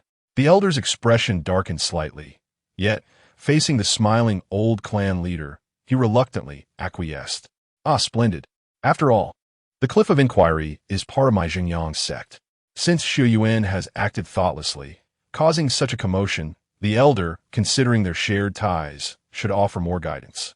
The old clan leader chuckled lightly, granting the elder due respect, and the elder took his leave. In the blink of an eye, more than 3 days had passed since the peculiar phenomenon. On the back mountain of the Cliff of Inquiry, Wan'er wielded her staff vigorously, her clothes soaked with sweat. The once delicate flower now bore faint outlines of newfound strength. Though she had become substantially more robust, she did not appear cumbersome. Rather, she exuded an air of competence and grace. Hey, ha, hey, ha, snap. Another branch had broken. With a resigned expression, Wan'er tossed aside the splintered twig. After several days of training, she had made significant progress in the Qi Tian staff technique. While she could not yet replicate the towering prowess of that day, her combat abilities had undeniably soared to new heights. Her cultivation also surged, having recently ascended to the 5th level of Qi refinement. Sister Luo, could you assist me in finding a more suitable weapon? It's quite bothersome to break a branch every time I practice. Upon hearing this, Luo Qingxuang was momentarily speechless. The path of cultivation is intricate, relying on method, wealth, companions, and environment. With Wan'er practicing the esteemed Qi Tian staff technique, and with the support of someone like her, a female emperor, the Cliff of Inquiry truly offered an undisturbed sanctuary. Yet, what she lacked most was wealth. Given your current cultivation and strength, ordinary items simply cannot withstand your spiritual energy. This is no ordinary branch. It is a unique blessing from the Cliff of Inquiry, which could even serve as commendable material for artifact crafting in the outside world. Even if you were to acquire some spiritual tools or treasures, they would hardly surpass this. Considering the current circumstances, you must make do for now. A few succinct words conveyed the hardships of a female emperor. Had she still been the sovereign of a millennium ago, there would be no need for Wan'er to endure such inconveniences. Suddenly, a figure flashed through Luo Qingxuang's mind, and she instinctively remarked, "Perhaps your enigmatic master might be able to procure some treasures for you." Though the Cliff of Inquiry is modest, it has a long-standing legacy, and it possesses some depth. Even the long-lost Qi Tian staff technique is present, so surely it would not lack a suitable weapon for you. Upon hearing this, Wan'er recalled her embarrassing state during her naked training that day, and her cheeks flushed. Then, she suddenly remembered something and spoke up, speaking of which, "My master hasn't sought me out much these past few days. Could it be that my actions that day led my master to believe my intentions were impure, causing displeasure?" Luo Qingxuang cast a helpless glance at Wan'er. This young girl is far too trusting of her rather dubious master. However, with Li Xiuyuan's several interventions, she had indeed been met with genuine surprises. Thus, she patiently reassured her, "Fear not, that lad didn't even bat an eyelash at the time. It's likely that his mind was wholly preoccupied, anticipating the moment after your training concludes to impart upon you those dubious and unorthodox teachings." Chapter 9. Mastery Achieved. Bestowing a great black staff upon my disciple meanwhile, Li Xiuyuan, who was being thought of by 2 women, lay leisurely in his cave abode, reveling in the joys of idleness. Ding! Detecting that the eldest disciple, Wan'er, is cultivating, currently receiving double the benefits of her cultivation. Once again, he felt that familiar sensation as spiritual energy continuously surged into his body, flowing unceasingly for 3 consecutive days and nights. Li Xiuyuan's cultivation level advanced to the 9th stage of Qi refinement. Indeed, I have not misjudged my disciple. She has swiftly elevated my cultivation to the pinnacle of the Qi refinement stage. If this progress continues, it won't be long before I can experience the joys of a foundation establishment practitioner myself. A smile crept upon Li Xiuyuan's lips as the enhancement of his techniques followed suit. Detecting that disciple Wan'er is comprehending the Qi Tian staff technique, currently receiving double the insights. As insights continuously emerged in his mind, Li Xiuyuan's understanding of this technique progressed at an astonishing pace. When Wan'er successfully reached a minor accomplishment, he, too, naturally attain perfection. After absorbing the insights gained, Li Xiuyuan slowly opened his eyes, a glimmer of joy flickering in their depths. The system truly delivers. This Qi Tian staff technique is undoubtedly an unparalleled martial art. With my current cultivation at the 9th stage of Qi refinement, combined with the perfected Qi Tian staff technique, I am confident in my ability to overpower foundation establishment practitioners. Even when facing core formation practitioners, should they show even a hint of disdain, a careless encounter with my staff could result in severed limbs and shattered bones, or worse, the scattering of their souls and complete annihilation. There is no argument to be made here. Regrettably, even the most formidable force cannot prevail if one cannot match the opponent's evasion speed or response time. Ultimately, one must succumb to regret. Fortunately, the system's rewards did not cease. The diligent instruction provided to Wan'er yielded the expected feedback. Congratulations, host, for completing Phase 1 of the long-term teaching task regarding how to cultivate a villain. Based on the task completion progress, rewards obtained: Supreme Magical Artifact, Demon Sealing Staff, Rare Spiritual Beast Meat, Ice Phoenix Jade Essence, 1,000 points, a malevolent value. As the rewards were credited, Li Xiuyuan could not help but exclaim, "My eldest disciple works so diligently. I am truly gratified as her master." Speaking of which, since the techniques can yield double insights, could my disciple's gains also be doubled in return?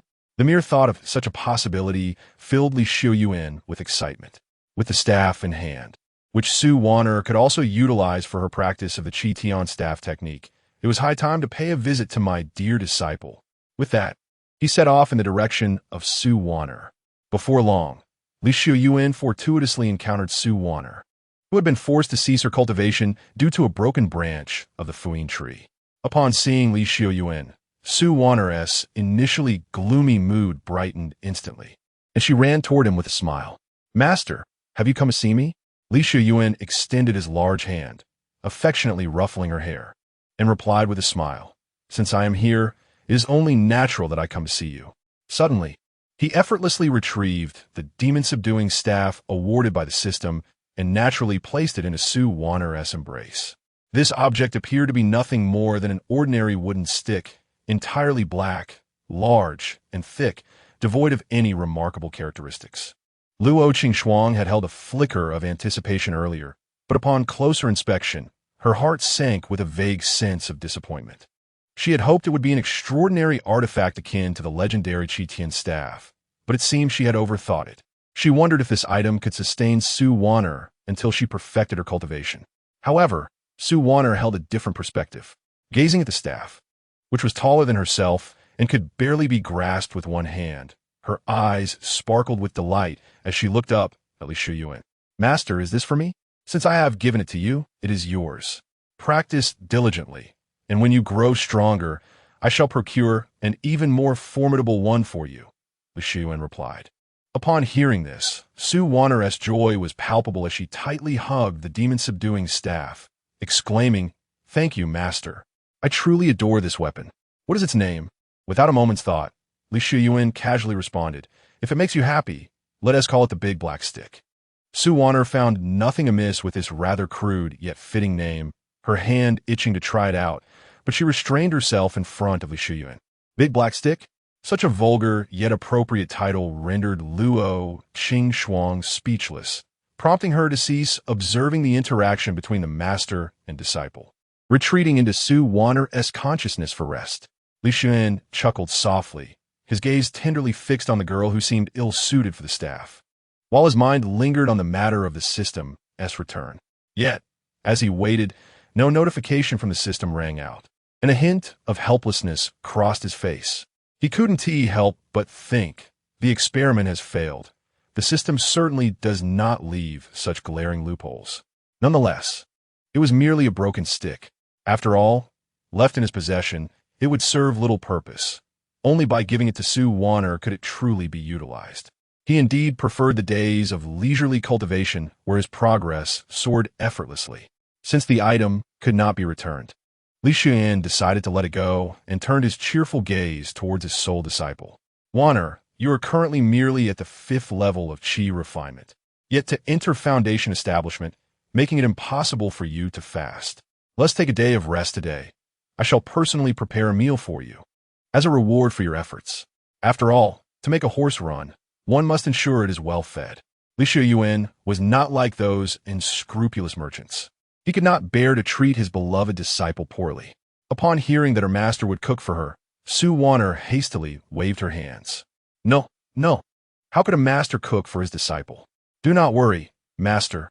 I can manage my meals.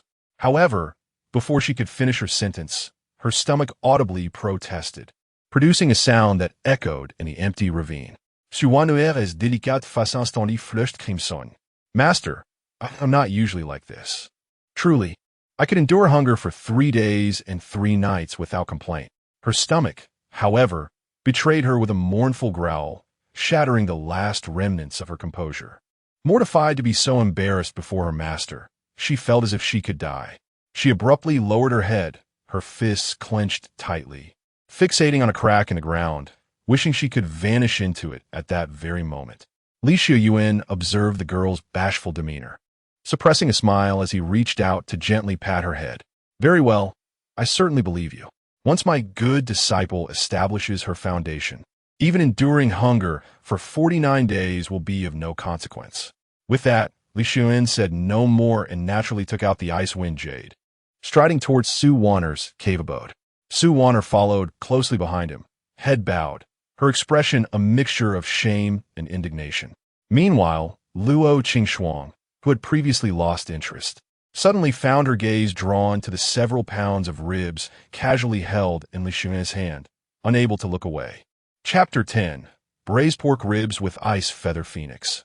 A culinary breakthrough upon a singular piece of jade marrow, a chill lingered, refusing to dissipate. It appeared to be the marrow of some frigid spiritual beast.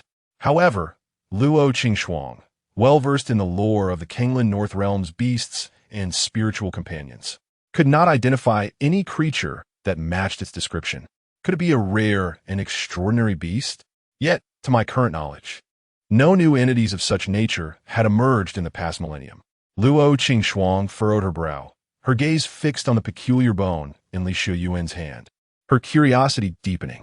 At that moment, Li Xiuyuan had already stepped into the kitchen. Wan'er, clutching her empty stomach, followed him with a heart full of intrigue.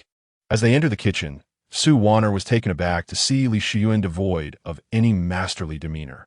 He gathered his flowing hair into an elegant updo and brandished a cleaver, embodying the image of a devoted husband as he stood before the stove. My dear disciple, remember this. Braising ribs is not as simple as it may seem. Each step requires heartfelt attention. With that, Li Xiuyuan maintained his composure, raising the cleaver to strike the bone.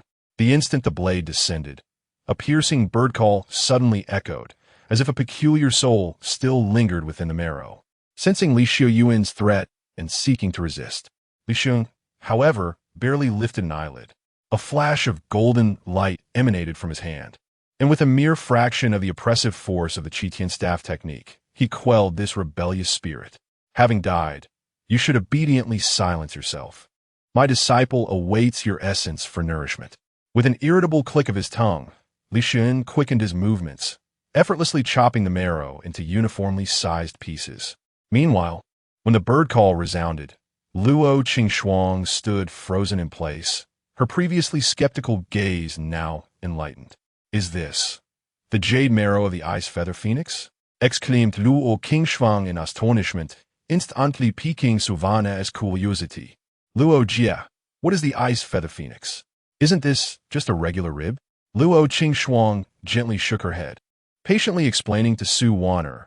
The jade marrow contained remnants of a beast's soul, and with the emergence of the bird call, I discerned that this is a unique ability of the long-extinct Phoenix clan, Rebirth.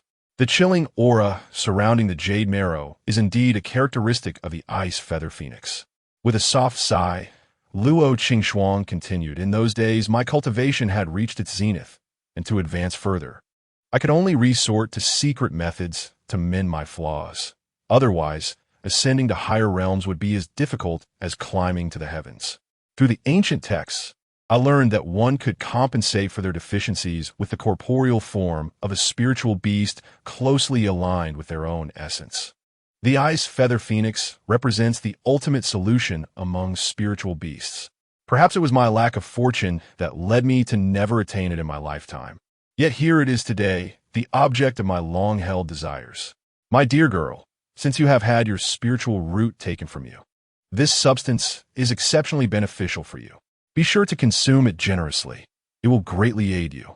Upon hearing this string of explanations, Wan'er was left in a state of astonishment, gazing at Li Xiuyuan with an added layer of admiration and emotion in her eyes.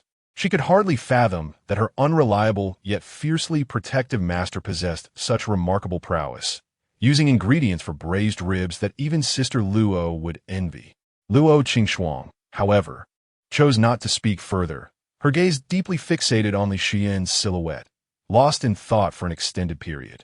The words exchanged earlier were merely the surface. There remained unspoken depths yet to be explored. The Phoenix clan, as the natural sovereign of all birds, is endowed with divine favor from the moment of their inception, possessing the cultivation of a golden core. The object in Li Xiuyuan's hands was unmistakably the mature ice feather phoenix jade marrow, which even a millennium ago would have required immense effort to obtain. This Li Xiuyuan surely harbored capabilities beyond his current display of power. How could I be unable to fathom him? Could it be that he remains the master of this insignificant Xinjiang sect's Tao cliff simply to keep himself hidden from the world? Such conjectures stirred a bewildering confusion within Luo Qingxuan, yet she could not arrive at a conclusion. Soon, however, her contemplation was interrupted. Wan'er was truly famished, and Luo Qingxuan shared her sentiment, both being incessantly besieged by hunger. After awakening, Luo Qingxuan often practiced alongside Wan'er, enduring hunger together. Yet, before them lingered an irresistible aroma that refused to dissipate. At that moment, Li Xiuyuan had thrown the ribs into a pot, coaxing the flames with spiritual energy, and continuously tossing an array of peculiar seasonings into the bubbling broth. The milky white liquid churned over the fire, with morsels of meat and seasonings floating within, while the top layer of grease exuded an enticing fragrance. A peculiar scent wafted from the broth, making Wan'er unable to suppress her saliva, her eyes sparkling with desire. Even the experienced Empress Luo Qingxuan found it difficult to maintain her composure, her thoughts momentarily flustered.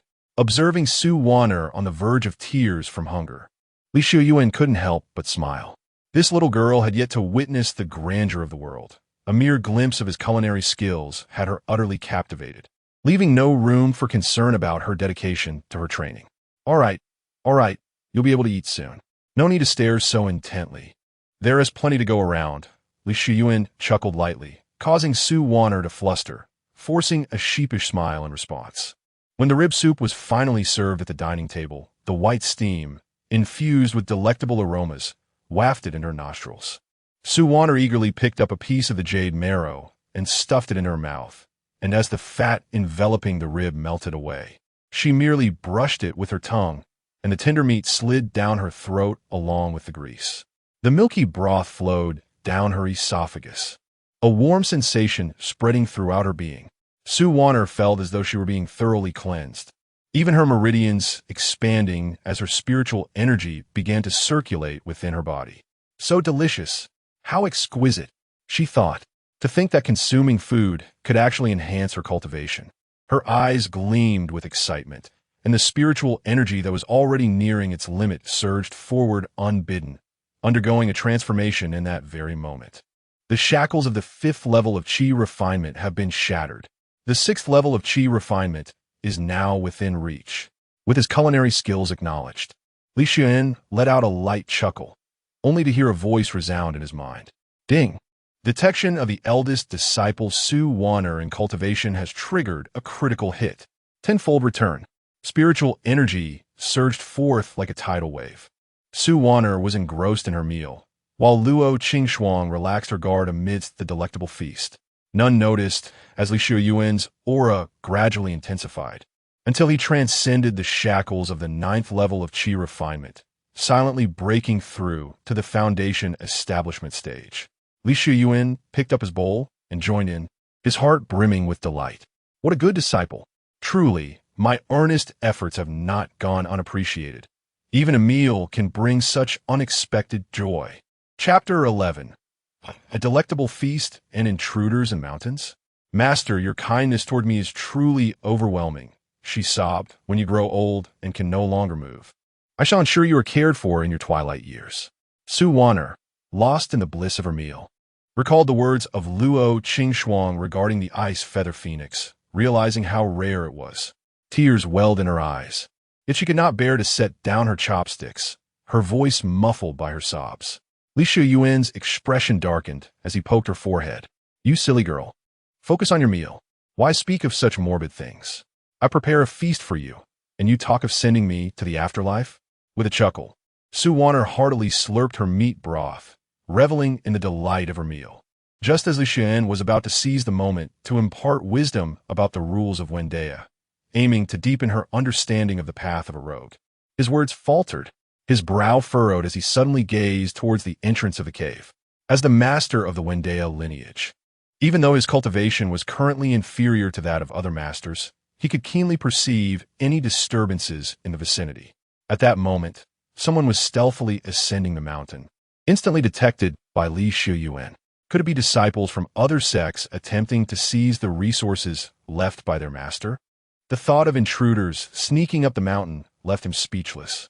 But then his eyes lit up as he looked at the girl voraciously digging into her bowl. Rather than stress over such trivial matters himself, it would be more prudent to delegate the task to his disciple, also serving as a test of her abilities. With this in mind, Li Xiuyuan smiled and halted Wan'er's actions. Good disciple, do you remember the teachings I imparted to you? Upon hearing this, Wan'er promptly swallowed her mouthful of savory meat and nodded obediently. Master's teachings, sworn upon the great Tao, are etched in my heart. I shall never forget Li Xiuyuan's Smiladapanat. Such an obedient disciple certainly alleviated much of his burden. In that case, there is a thief lurking near the foot of the Wan'er. I need you to handle this matter and do not disappoint me. Handle a thief? Wan'er blinked her sparkling eyes, curiosity evident in her inquiry. Master, those who can access the Wan'er must surely be our fellow disciples. Can they truly be considered thieves? What if I make a mistake? The elders would not let it go unpunished, would they? Luo Qingxuang had assumed that, given Wan'er's hesitance, Li Xiuyuan would show some leniency towards their fellow disciples. However, to her surprise, Li Xiuyuan waved his hand with a serious expression. Disciple, remember this. To survive in this world, one must maintain a constant skepticism towards all things. What of fellow disciples? What if they are masters or elders? Even brothers may turn against one another, and partners may engage in treachery. Your moment of hesitation could be your most fatal flaw, capable of costing you your life at any moment. As a rogue, one must maintain a skeptical attitude towards everything. To disregard the broader implications simply because they share a common lineage is utterly unwise. Li Xiuyuan's earnest admonition left Luo Qingxuang feeling rather helpless. However, this time, she chose not to voice any objections. In her unwavering skepticism towards others, her perspective aligned with that of Li Xiuyuan. Oh, very well, master. Do remember to save me some soup. Wan'er reluctantly set down her bowl and chopsticks as she made her way outside, still savoring the taste lingering on her palate. Meanwhile, on the mountain path leading to the cliff of Inquiry, a figure shrouded in stealth stealthily ascended. It was quite perplexing that Li Xiuyuan had occupied such a prime location for so long, while his cultivation remained so meager. Were it not for the sect leader's fondness for his master, it was hard to believe there would still be a place for him in the Xinjiang sect. Unable to suppress his grievances, the individual muttered under his breath. He was none other than the elder of the 5 elements, dispatched by the old sect leader. Reconciliation was out of the question. He could not lower himself to utter soft words to a junior of such low cultivation. After all, the old sect leader only required him to investigate the recent anomalies, so he intended to feign ignorance and complete the task to fulfill his duty. With this thought, the elder of the 5 elements felt a surge of satisfaction. Thankfully, this vast cliff of Inquiry housed only 2 residents, Otherwise, if his clandestine ascent were discovered, his reputation would be irreparably tarnished. Just as he prepared to proceed towards the back mountain, the site where the recent anomaly manifested, a sudden voice inquired. Elder of the Five Elements, what brings you here? Startled by the unexpected question, the Elder of the Five Elements shivered. He turned abruptly to find the petite and charming Wan'er, clutching a large black staff, her face adorned with displeasure. The sixth level of Qi refinement. Upon sensing Wan'er's aura, the Elder's eyes widened in surprise. Yet, reflecting on the resources available at the Cliff of Inquiry, he found it only natural. Oblivious to the precariousness of his situation, the Elder relaxed upon recognizing Wan'er. However, Wan'er frowned deeply. It was this very individual who had caused her to leave her meal unfinished in haste. She wondered if her master would indeed save her some soup. If not, she might not have another opportunity for quite some time. At that moment, the Elder of the Five Elements cleared his throat, adopting a serious demeanor as he deliberately posed with an air of authority before Wan'er. Ahem, if I recall correctly, you must be Wan'er, right? That day, the ruckus you caused at the Cliff of Inquiry. Do you have any idea the trouble you brought to the sect? Trouble? Isu vene a fool hiaplau. Gazing at the fierce-looking Elder with a calculating mind. The Elder, misinterpreting her silence as fear, pressed on. The Cliff of Inquiry is already bereft of talent. It cannot withstand such storms. We possess resources yet lack capable individuals. You occupy such a treasure trove without appreciation. And that rascal Li Xiuyuan has dragged you into his mischief. Today, should you fail to provide an explanation to everyone, I fear that the entire sect will not permit your continued presence upon the Wan'er. However, considering your tender age, I am reluctant to impose undue hardship upon you. If you could elucidate the matter regarding the extraordinary phenomenon that transpired that day, I shall gladly convey your explanation to the sect leader. Otherwise, you must carefully weigh the consequences you and your unfortunate master may face. After such a confrontation, any ordinary disciple would have been utterly terrified, reduced to tears while clinging desperately to their own limbs. The Elder of the Five Elements chuckled coldly to himself, unperturbed by the prospect of Wan'er remaining silent. Yet, when he turned to gaze at her, he was taken aback to find her expression had suddenly turned frigid, her eyes brimming with displeasure as they met his. Chapter 12. What kind of stick technique is this? Are you questioning me? I am a disciple of the Zhenyang sect, a person of righteousness. Why do you unjustly provoke me? Despite the Elder of the Five Elements' attempts to reason, Wan'er remained unfazed, her expression turning serious as she retorted. The Elder was momentarily taken aback, feeling utterly bewildered. What nonsense are you spouting? How can you claim I am attacking you? Why are you being so unreasonable? This is all. But before the Elder could elaborate, Wan'er suddenly covered her ears and shouted, If you are unkind to me, and I have done no wrong, then on what grounds do you confront me so aggressively? Even if you wish to debate, you are unworthy of my explanation. Since this matter has arisen, I must, regrettably, take action. As I currently lack a sword, I shall use this stick in its stead and strike you 49 times.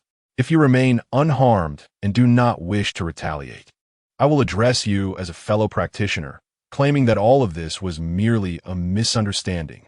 These are the exact words of my master. I never expected them to be so soon put to use. Excited by the prospect, Wan'er eagerly brandished her stick and lunged at the Elder. Having diligently practiced the Qi-Tian stick technique for quite some time, she had longed to personally test its profound intricacies. Was this absurd reasoning truly being utilized? Hidden within Wan'er's consciousness, Luo Qingxuang could hardly contain her amusement at Wan'er's audacity.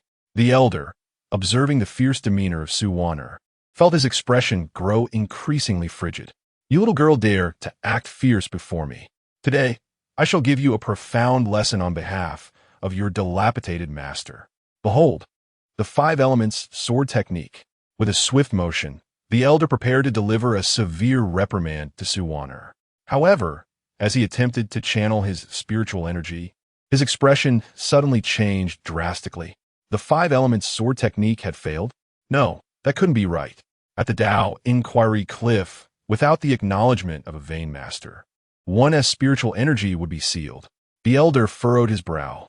If they believed themselves capable of confronting him without the use of spiritual energy, they were utterly underestimating him.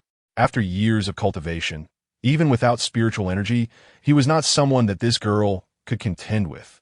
As he spoke, the elder let out a derisive laugh, spreading his hands to unleash his formidable physical prowess, his fingers transforming into claws as he lunged towards Wan'er. Yet unexpectedly, Wan'er's lips curled into a smile. She had been waiting for this moment. "Thief, receive my strike." The elder's expression hardened as he fixated on the momentum of Wan'er's staff. To his astonishment, she suddenly swept her foot, forcefully kicking the ground, and a cloud of dust erupted into the air. "You audacious girl," resorting to underhanded tactics. The elder's face turned pale with shock, unable to evade as dust filled his eyes, blurring his vision. "What moral principles can I discuss with a thief like you?" Wan'er's gaze was fierce, her eyes shimmering with golden light. The large black staff in her hand suddenly erupted with a dazzling radiance. In the instant the stick descended, a thunderous crash resonated, akin to the collapse of a mountain. Empowered by the demon-sealing stick, Wan'er's strength surged, surpassing her usual might by a third. The seemingly inconspicuous black rod proved to possess an unexpectedly formidable effect. This staff was, in fact, a supreme magical artifact. Li Xiuyuan's eyes brightened instantly. She had not anticipated misjudging it once more. Although she had encountered such high-tier artifacts in her past life, this particular supreme magical tool was a treasure that was rarely encountered, even for the Xinjiang sect. It appeared that the depths of the Wan'er were far more astonishing than she had imagined. "Oh dear, is this how you were taught, you little rascal Li Xiuyuan? How dare you lay hands on an elder of the same sect?" At that moment, amidst the swirling dust where the demon's sealing rod struck, the elder of the 5 elements lay prostrate on the ground, his vision filled with stars after being struck. The immense force had knocked him down, causing him to collide with a massive boulder. "You do not deserve an explanation from me." Having experienced the thrill of the rod striking flesh, Wan'er was entirely exhilarated.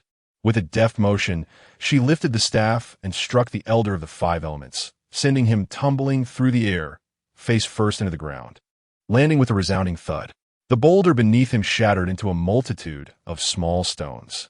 Had it not been for his profound cultivation and the resulting strength of his physique, that blow alone could have claimed his life. "Damn it, you little girl. If you dare strike me again, do not blame me for being ungracious." Dazed and infuriated after being bested by a younger generation, the elder of the 5 elements uttered such reckless words in his agitated state. Wan'er, however, merely scoffed in disdain. "Ungracious towards me? You must first be able to stand." Without further ado, she raised her hand, delivering one precise blow after another, each strike landing squarely on the back of his head with impeccable accuracy. What an excellent weapon! What splendid rod techniques! And what a superb human punching bag! The battle was exhilarating. The elder of the 5 elements howled in agony. Each attempt to rise was thwarted by Wan'er, rendering him unable to defend himself. In a short while, the back of his head had swollen significantly, resembling a grotesque growth. After delivering a total of 49 strikes, even the robust elder of the 5 elements, unable to summon his spiritual energy for protection, was rendered dazed and utterly incapable of resistance. Wan'er, slightly out of breath, felt her chest rise and fall rapidly. What was to follow after the 49 strikes? She gazed down, realizing that the elder of the 5 elements was clearly not in a state of well-being. Thus there was no need to exchange any words of misunderstanding. As he was a villain who had forged enmity with her, he deserved nothing less than to be utterly vanquished. However, given his tough exterior, she found herself unable to kill him. Wan'er, in a state of frustration, leaned on her staff, exhaling deeply, her heart filled with turmoil. Suddenly, an idea struck her. Since he was wicked and she could not eliminate him, she ought to inform others like herself to be wary of his potential misdeeds. Resolute in her decision, Wan'er seized the elder of the 5 elements by the collar and dragged him all the way to the foot of Wan'er, hanging him from a crooked tree. After completing these tasks, feeling a lingering sense of insufficiency, A wooden plaque inscribed with the words "This person is guilty" was hung around the neck of the elder of the five elements. At this point, a sense of satisfaction washed over, and with a cheerful disposition, one returned to the cave dwelling. Simultaneously, within Wan'er's cave, Li Xiuyuan was reheating the remaining pork rib soup when he sensed the presence of an outsider departing from the Cliff of Inquiry. At that moment, the system's notification echoed in his mind. Ding! Wan'er has committed an act of malice, fulfilling a long-term teaching task. How is a villain cultivated?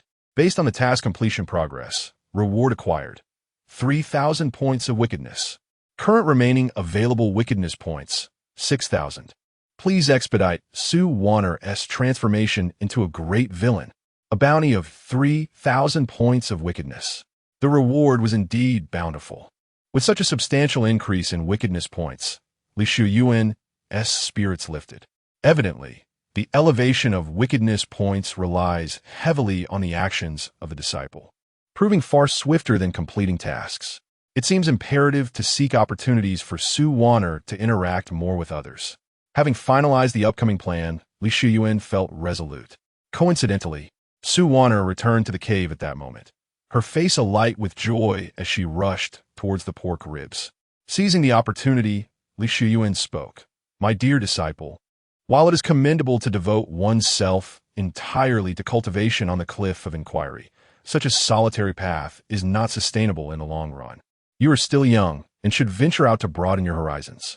Tomorrow, you shall participate in a trial at the sect's training grounds and witness the cultivation of your fellow disciples.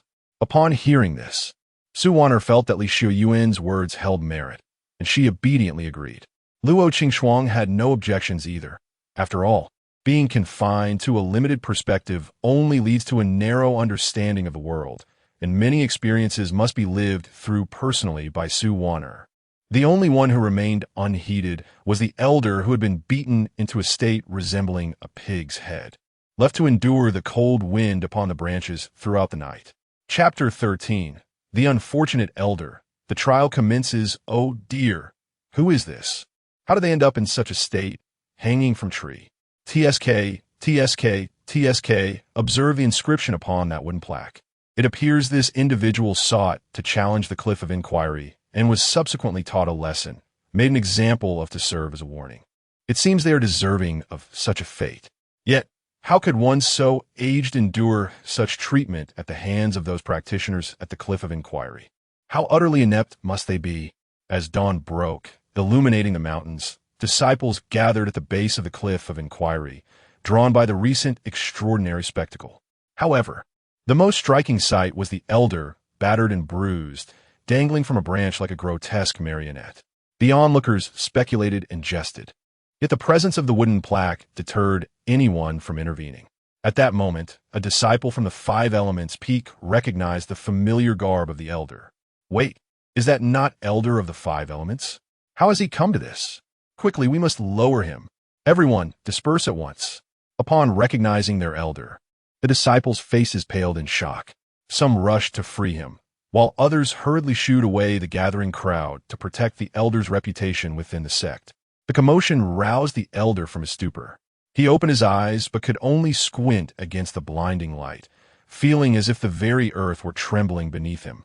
His body aching in disarray, resigned to the ministrations of his disciples. Elder, are you all right? Master, what has happened to you? Could he have been rendered senseless by the beating? He cannot even speak. The disciples murmured amongst themselves, casting sorrowful and pained glances at the elder who struggled to regain his composure. The events of the day would undoubtedly spread, and for the foreseeable future, Elder of the Five Elements would become a source of gossip, leaving all disciples of the Five Elements Peak unable to face others. Finally, as some clarity returned to his mind, the elder recalled the events of the previous night. Damn it, that accursed Cliff of Inquiry. That unreasonable, foolish girl. With a sweeping motion of his hand, he unleashed a surge of spiritual energy. Boom! The ground cracked beneath him, his formidable aura pushing the disciples back in alarm. The elder's countenance darkened, his gaze fixed furiously upon the Cliff of Inquiry, his chest heaving with indignation, longing to storm the cliff at that very moment. But as his eyes swept over the crowd of curious onlookers, he cursed under his breath. "Just wait, you old fool." With another wave of his hand, he summoned his flying sword and departed. The remaining disciples exchanged glances, unsure of how to respond. At the Cliff of Inquiry, the rare morning sun bathed the scene in warmth. A lovely young maiden stood before her abode, holding a pitch-black staff that seemed incongruous with her delicate figure. She lazily stretched, her serene and innocent face still bearing traces of drowsiness. After finishing her morning routine, Wan'er felt invigorated and hurriedly made her way to Li Xiuyuan's cave dwelling. Without even knocking, she boldly burst into the abode. Master, I am heading to the trial grounds now. Is there anything you wish to instruct me?" Standing before Li Xiuyuan's bed, she vigorously shook the figure lying there, her voice brimming with eagerness and anticipation. Suddenly disturbed from a pleasant dream, Li Xiuyuan, with his disheveled hair resembling a bird's nest, gazed at the girl before him with a look of utter exasperation, momentarily at a loss for words. "If you wish to participate in the trials, then go ahead," he exclaimed. This audacious girl, her courage is truly growing by the day. Daring to interrupt my sleep today? What will she do next? Demolish the Cliff of Inquiry? However, he soon retrieved a jade talisman from his robe and handed it to Wan'er. "This is a communication talisman. If you encounter any uncertainties, feel free to consult me. But do not call for me unnecessarily." Though Wan'er was obedient, she often hesitated in her actions.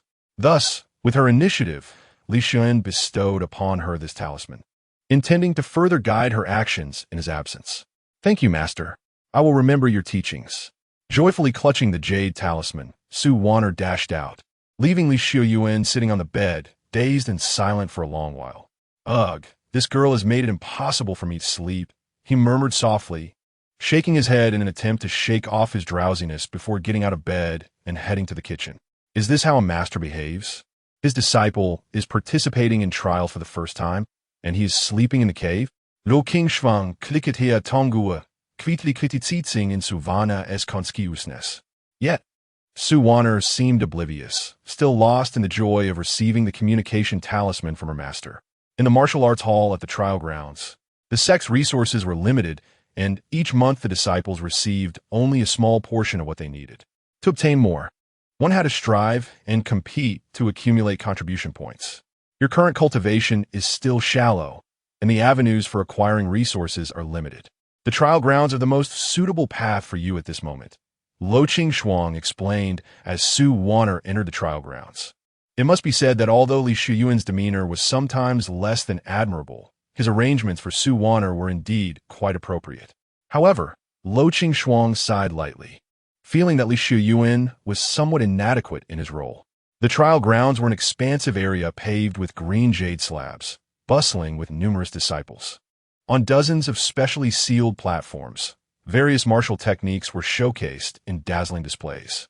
As Wan'er navigated through the crowd, she quickly attracted the attention of onlookers. Upon recognizing her as the infamous disciple with a waste spirit root from the Cliff of Inquiry, malicious comments began to surface. "Isn't this the one from the Cliff of Inquiry, the pill-popping prodigy? My, has she reached the 6th level of chi refinement so quickly? Surely, she must be treating pills like meals. Veo tifuli ambroidarat pillo, dat servas no real purposa." This little girl is hardly taller than a stick. Can she really make a difference? Laughter, mockery, and malicious glances filled the air as the number of disciples surrounding them increased, creating an atmosphere of palpable tension. Someone is deliberately trying to provoke me into action. Wan'er keenly sensed this and glanced around, only to discover a group of disciples from the 5 elements peak gathered together, snickering at her. Lo, I feel a surge of anger. May I retaliate against them?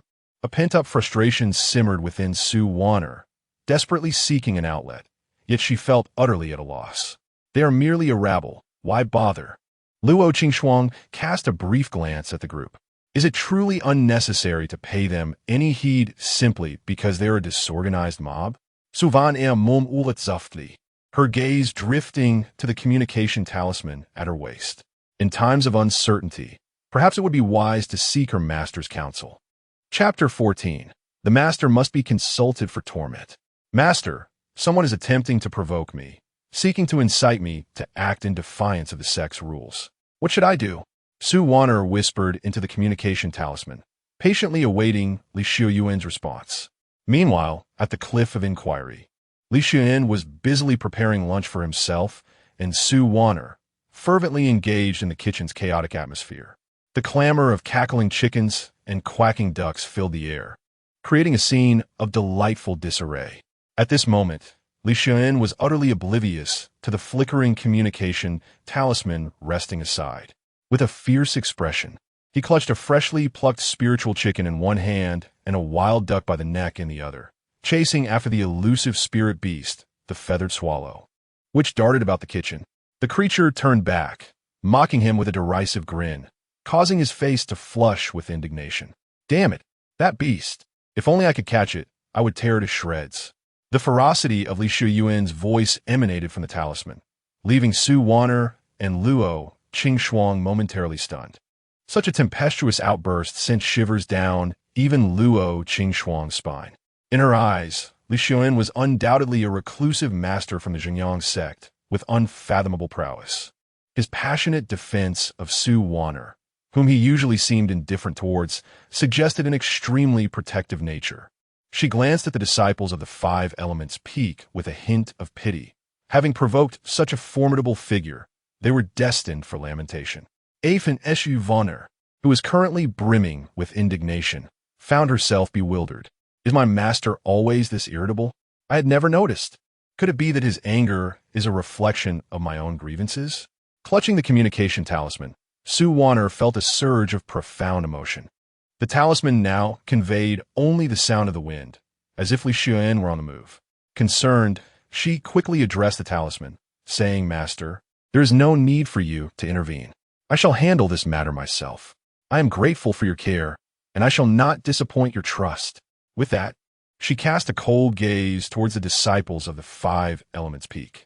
Her master had already done enough for her. If he were to annihilate these individuals on her behalf, it would surely lead to endless trouble at the Cliff of Inquiry. This situation is best left for me to resolve. With this thought, Wan'er suppressed her simmering anger and withdrew the spiritual energy from the talisman, causing it to dim. The sounds from the other end abruptly ceasing. She then stepped forward toward the supervising elder. At the same time, Li Xiuyuan could no longer endure the chaos. In the kitchen, he summoned his spiritual energy, effortlessly capturing the wretched spirit beast. The feathered swallow displayed a look of sheer terror, flapping its wings in a futile attempt to escape. Now no fear? Alas, it is far too late. With that, Li Xiuyuan suddenly turned his peculiar gaze towards the communication talisman behind him. It seems that someone has just spoken to me, but was it merely an illusion? Never mind. I shall first slay this beast and prepare roasted meat for my beloved disciple. No thought can surpass the delight of a hearty feast. With the fire kindled, let the roasting begin. Meanwhile, my disciple Wan'er expressed her desire to participate in the trial. Before the supervising elder, Wan'er clasped her fists in respect. The elder glanced at her and casually tossed a wooden token into her embrace. In the arena trials, the sect will draw upon your spiritual essence to engage in combat. You may exert your full strength without concern for physical harm. Even in death, it merely results in a damaged consciousness, which will recover in a few days. You may attack first, then defend. If the arena is unoccupied, you may take to the stage to defend. The more victories you secure, the greater your contributions to the sect will be. Now go forth. Upon hearing the elder's instructions, Wan'er looked at the wooden token inscribed with the number 14 and turned to depart. Soon, she found her designated position among the arenas. Coincidentally, the previous battle on the 14th stage had just concluded, leaving both combatants battered and the arena vacant. As Wan'er ascended the platform, her physical form remained outside, and what took to the stage was a fragment of her consciousness. The 14th arena instantly shifted to a defensive state, open for any challenger. Meanwhile, the disciples of the Five Elements Peak below were eager, their anticipation palpable. Oh my! This prodigy of alchemy dares to defend the arena. Surely, She does not believe that battling with her spiritual essence will come without consequences. They scoffed. Once we confront her, we shall tear her apart in retribution for our master, who will surely reward us handsomely. Such a naive young girl, easily deceived. With just a few words, she has been lured to defend the arena. Since Su Haotian is absent, allow me to take the lead and set an example for my fellow disciples. Amidst the banter, one disciple, with a cunning smile, stepped onto the stage, eager to make a mark. Upon his arrival, he leered at Su Wan'er, his intentions clearly not limited to mere victory. You must be Su Wan'er. I am Yu San from the Five Elements Peak. Simply call me Brother Yu. I have cultivated to the 7th level of Qi refinement, surpassing you by a small realm. You cannot possibly defeat me. Why not surrender and join me under the banner of the Five Elements Peak? I shall protect your cultivation, he proposed. Otherwise, with your pitiful master, you will never find success in the Xinjiang sect. At this, Su Wan'er's gaze turned icy. His words were laced with disdain, belittling her sect and attempting to manipulate her thoughts. Such a transgression was utterly vile. Even her master, with all his meticulous teachings, had not foreseen such a scenario. Instinctively, Su Wan'er retrieved a communication talisman, infusing it with spiritual power to contact Li Xiuyuan once more. Master, this scoundrel named you is insufferably wicked. It feels too lenient to simply strike him down. Is there a more satisfying way to deal with him? Li Xiuyuan was in the kitchen, a large hand firmly pressing down on a wriggling fish on the cutting board, his mind preoccupied with how to prepare sashimi. Suddenly, he heard the sound of a communication talisman. Fish? What fish? Could it be that this troublesome girl encountered some aquatic beast on her outing? Surely, it must be brought back to enhance the meal. At that moment, Li Xiuyuan found the ordinary fresh fish on the cutting board less appealing. Without raising his head, he replied, "Then you shall first skin it, extract its tendons, and after eviscerating it, remember to remove the bones. Above all, ensure that it does not die prematurely. The fresher it is, the better." Su Wan'er. Skinning, tendon extraction, evisceration, and bone removal, all while ensuring it remains alive? Truly, he is a master. Following such a meticulous process would undoubtedly be satisfying. Without a second thought, Su Wan'er lifted her gaze, her eyes sparkling with excitement and anticipation as she looked at the fish. Chapter 15. The Clever Little White Flower. Skinning and dislocating, could it be that Li Xiuyuan is truly an undercover agent sent by the malevolent sect to corrupt the righteous path? Although it had long been apparent that Li Xiuyuan was somewhat at odds with the entire Xinjiang sect, hearing him candidly articulate such cruel methods left Luo Qingxuang unable to suppress her disdainful retort. I don't know, but this is what Master said, and this time I will heed Master's words. Su Wan'er exclaimed with excitement, her entire being trembling with anticipation as if she had unlocked some peculiar switch. She could hardly wait. Upon witnessing this, Yu San assumed that Su Wan'er was frightened and could not help but let out a derisive chuckle, his amusement growing. He. If you're scared, just surrender. It's not too late. Su Wan'er, however, did not respond but turned her gaze toward the supervising elder. The elder, understanding her intent, slightly parted his lips, his voice resonating like thunder. On the arena, 5 elements Peak Yu San challenges Su Wan'er commence. The moment the command was given, Su Wan'er propelled herself off the ground, resembling a cannonball as she shot toward Yu San in the blink of an eye. Yu San, initially prepared to deliver some trash talk, was taken aback by Su Wan'er's sudden appearance, instinctively raising his sword to block her. Su Wan'er shouted fiercely, wielding the demon-sealing staff with tremendous force aimed directly at Yu San's head. In an instant, golden light danced along the dark staff. Clang! The sword clashed with the staff, and Yu San's expression shifted dramatically.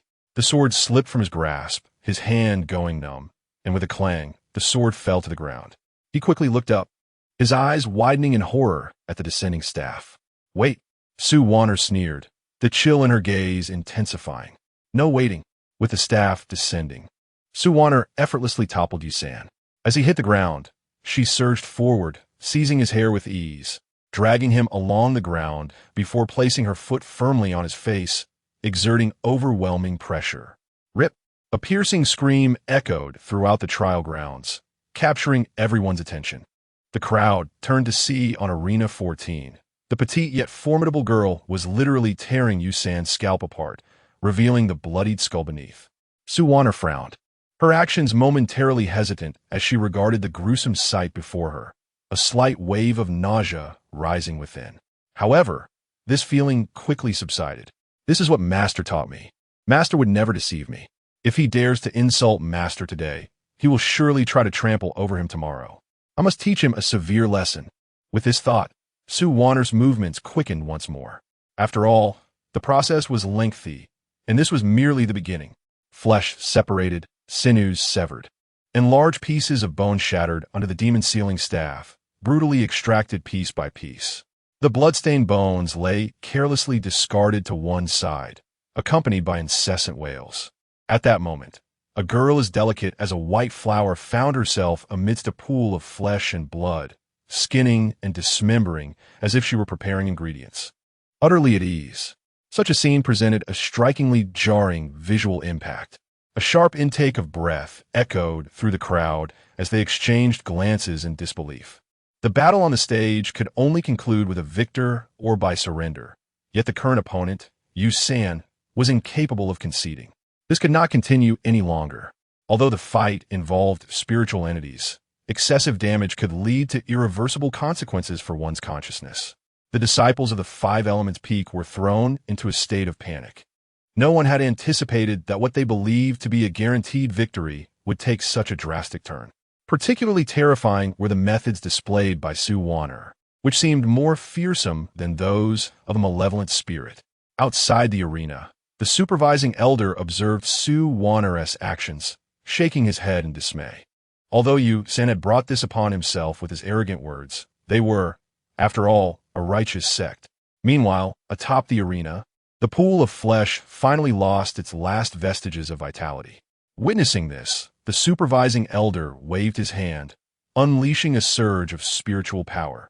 A fierce wind erupted on the stage, abruptly pulling Wan'er away just as she was delicately prying apart Yusan's skull. The battle concluded with Wan'er emerging victorious. After uttering this, the elder gestured, and in an instant, the chaotic sounds faded, leaving only the twitching remains of Yusan on the ground, who was soon restored to his original state. Wan'er regarded him with an air of indifference. Yusan trembled, suddenly recalling everything that had transpired. Instinctively, he knelt on the ground, his eyes wide, murmuring in terror as he gazed at Wan'er before him. I was wrong. Spare me, please." The once arrogant figure now prostrated himself in abject supplication. Wan'er merely curled her lip, stretching her limbs atop the platform with a tranquil expression. Her master had spoken the truth. Dealing with such a contemptible individual required a simple and brutal approach.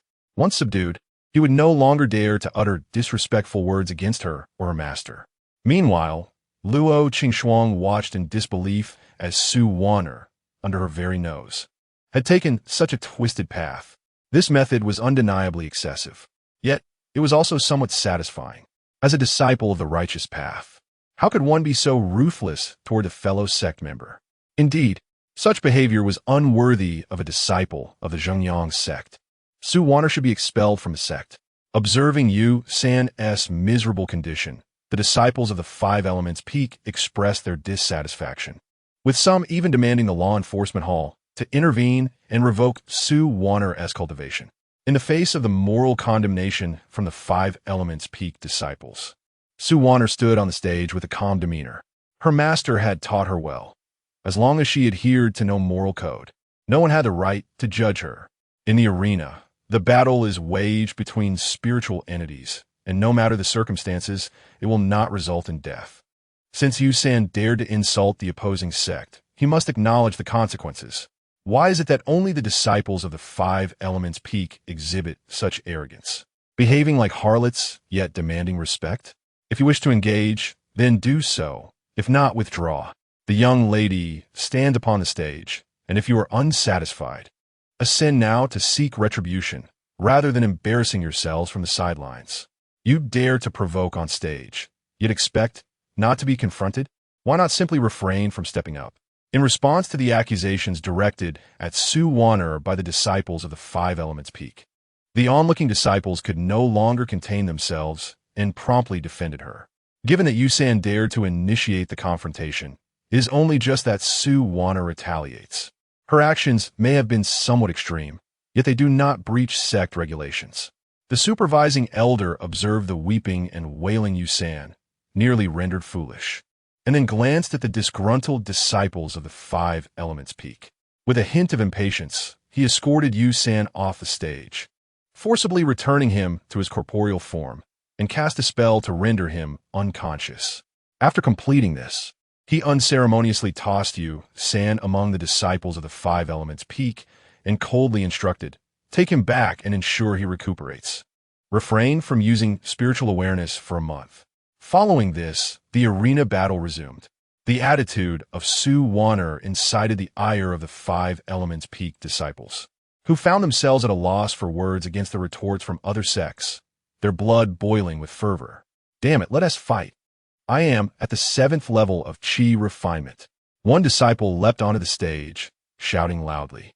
Wan'er immediately brandished her staff. Bang! 8th level of Qi refinement. Bang! Bang!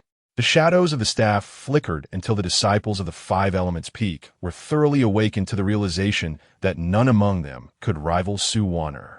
The battle on the 14th platform gradually began to subside. Chapter 16. The Unbeaten Legend of the Arena. The Elder's Reflections upon the Arena. The disciples of the Five Elements Peak took turns to challenge Wan'er, attempting to exhaust her through relentless combat. After all, even the mightiest of human strength has its limits. Once they depleted her energy, victory would ultimately be theirs. However, this notion lasted no longer than a single incense stick's burning time. When the last disciple of the Five Elements Peak was sent flying, his spirit heavily crashing back into his corporeal form, the supervising elder gazed upon the scattered forms of the defeated disciples and then at Wan'er, who remained unperturbed atop the arena, her breathing steady. The elder's initially calm expression gradually shifted from indifference to astonishment. Before the gathered crowd, the elder raised a hand to stop Wan'er, who had repeatedly disregarded warnings and continued to mercilessly subdue her opponents. He then quietly announced the outcome of the battle. In the 10th match, Wan'er emerged victorious. In a succession of 10 grueling bouts, she faced each opponent as an uphill challenge, including the strongest among them, who had only just broken through to the 9th level of Qi refinement. The disciples below the arena looked up at the petite figure of the girl, her demeanor serene, yet her demon-sealing rod stained with blood, exuding a palpable aura of menace. Each felt a shiver of trepidation in their hearts. Is she truly human? Such formidable combat prowess, enduring 10 consecutive matches without rest, could easily be likened to that of a vengeful spirit.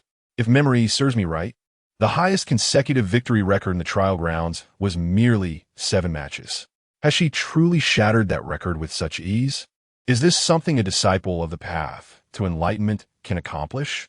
As whispers circulated among the crowd, Wan'er stood on the arena, counting the defeated disciples who had previously attempted to provoke her, feeling a sense of satisfaction as her pent-up frustrations were finally released.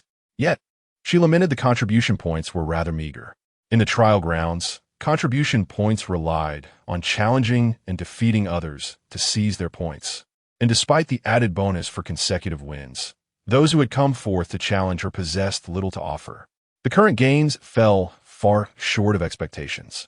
She needed to engage in a few more battles to suffice. After deliberating in her heart, Wan'er beamed down at the audience, adopting an innocent and gentle demeanor as she called out, "Now, is there anyone else who wishes to challenge me? I promise to go easy on you." However, from the perspective of the onlookers, her sweet countenance was smeared with the blood of her opponents, rendering her seemingly innocent smile grotesque in its ferocity. Despite the barrier of the arena separating them, the crowd below trembled, feeling an unsettling chill. This girl, having tormented so many disciples of the Five Elements Peak, still felt unsatisfied and sought to lure them up for further retribution. "Run, quickly flee. If we don't escape, she'll come down and seize us." The crowd scattered in all directions, leaving Wan'er atop the arena, bewildered. Don't run. I've fought 10 matches already. I'm exhausted and can't fight you all. Damn it. This woman actually resorts to deceit. Consequently, the crowd hastens their escape, none daring to confront Wan'er. The rumors surrounding her prowess at the trial grounds, defeating 10 opponents single-handedly while feigning weakness to lure others onto the stage, spread like wildfire. In the hall of the sect leader of the Xinjiang sect, an elder disciple approaches. Sect leader, you previously instructed me to keep a close watch on the developments at the trial grounds. There are now some new circumstances. Do you have a moment to listen? Within the simple yet elegant hall, the elder sect leader gestures lightly. The disciple outside respectfully places a jade slip beside the elder and, after bowing, quietly exits the room. The trial grounds? The disciple had wished to inquire of his master, who seemed particularly invested in the affairs of the trial grounds. Seated opposite the elder, a figure adorned in delicate white silk, resembling a celestial being descended to earth, stands gracefully. Her refined and exquisite visage, highlighted by almond-shaped eyes that sparkle like stars, possesses a beauty that inspires no wicked thoughts. This is Jiang Qingyu, the sect leader's cherished disciple, who has just returned from her travels. Upon hearing the mention of the trial grounds, the elder sect leader gazes at his grown disciple, stroking his grizzled goatee, a glimmer of nostalgia flashing in his eyes. The trial grounds. The revered master Wentian, known for his ascetic lifestyle, has never sought contention within the sect. I have endeavored to cultivate the trial grounds to flourish, yet he has left behind only the arduous path of Li Xiuyuan, claiming it merely resonated with him. Everyone perceives the trial grounds as resource-rich yet lacking utility. But who knows that, aside from some essentials for daily life and Li Xiuyuan's own cultivation, Master Wentian has contributed the rest to support the sect? As these thoughts linger, a bittersweet sensation fills the elder's heart. Understanding the circumstances, Jiang Qingyu remains silent for a moment before smiling gently at the elder. It is no wonder, then. She had previously thought her master favored the trial grounds without reason. But now she sees the underlying cause. The elder dismisses the misunderstanding with a wave of his hand, clearly not troubled by it. This time, it seems Li Xiuyuan has stirred up some new commotion. In a few days, I shall enter seclusion for cultivation once more. I will assist him again, and thereafter, you shall oversee the sect's affairs. Should the trial grounds face any difficulties, remember to extend a helping hand. After all, with more mouths to feed, there will inevitably be a need for sustenance. After issuing his instructions, Jiang Qingyu nods slightly. The elder then lifts the jade slip from the table and gazes at its contents. The trial grounds, Wan'er.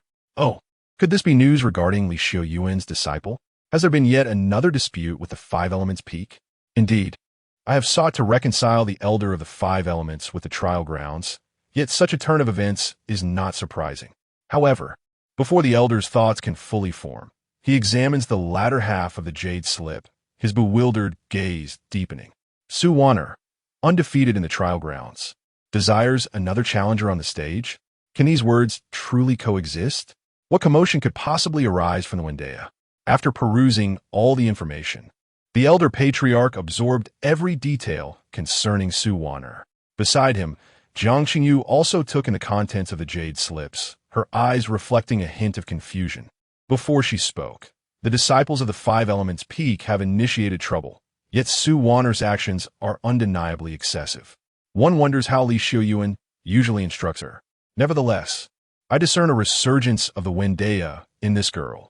Upon hearing this, the elder patriarch's gaze flickered, and after a brief moment of contemplation, he reached a resolution.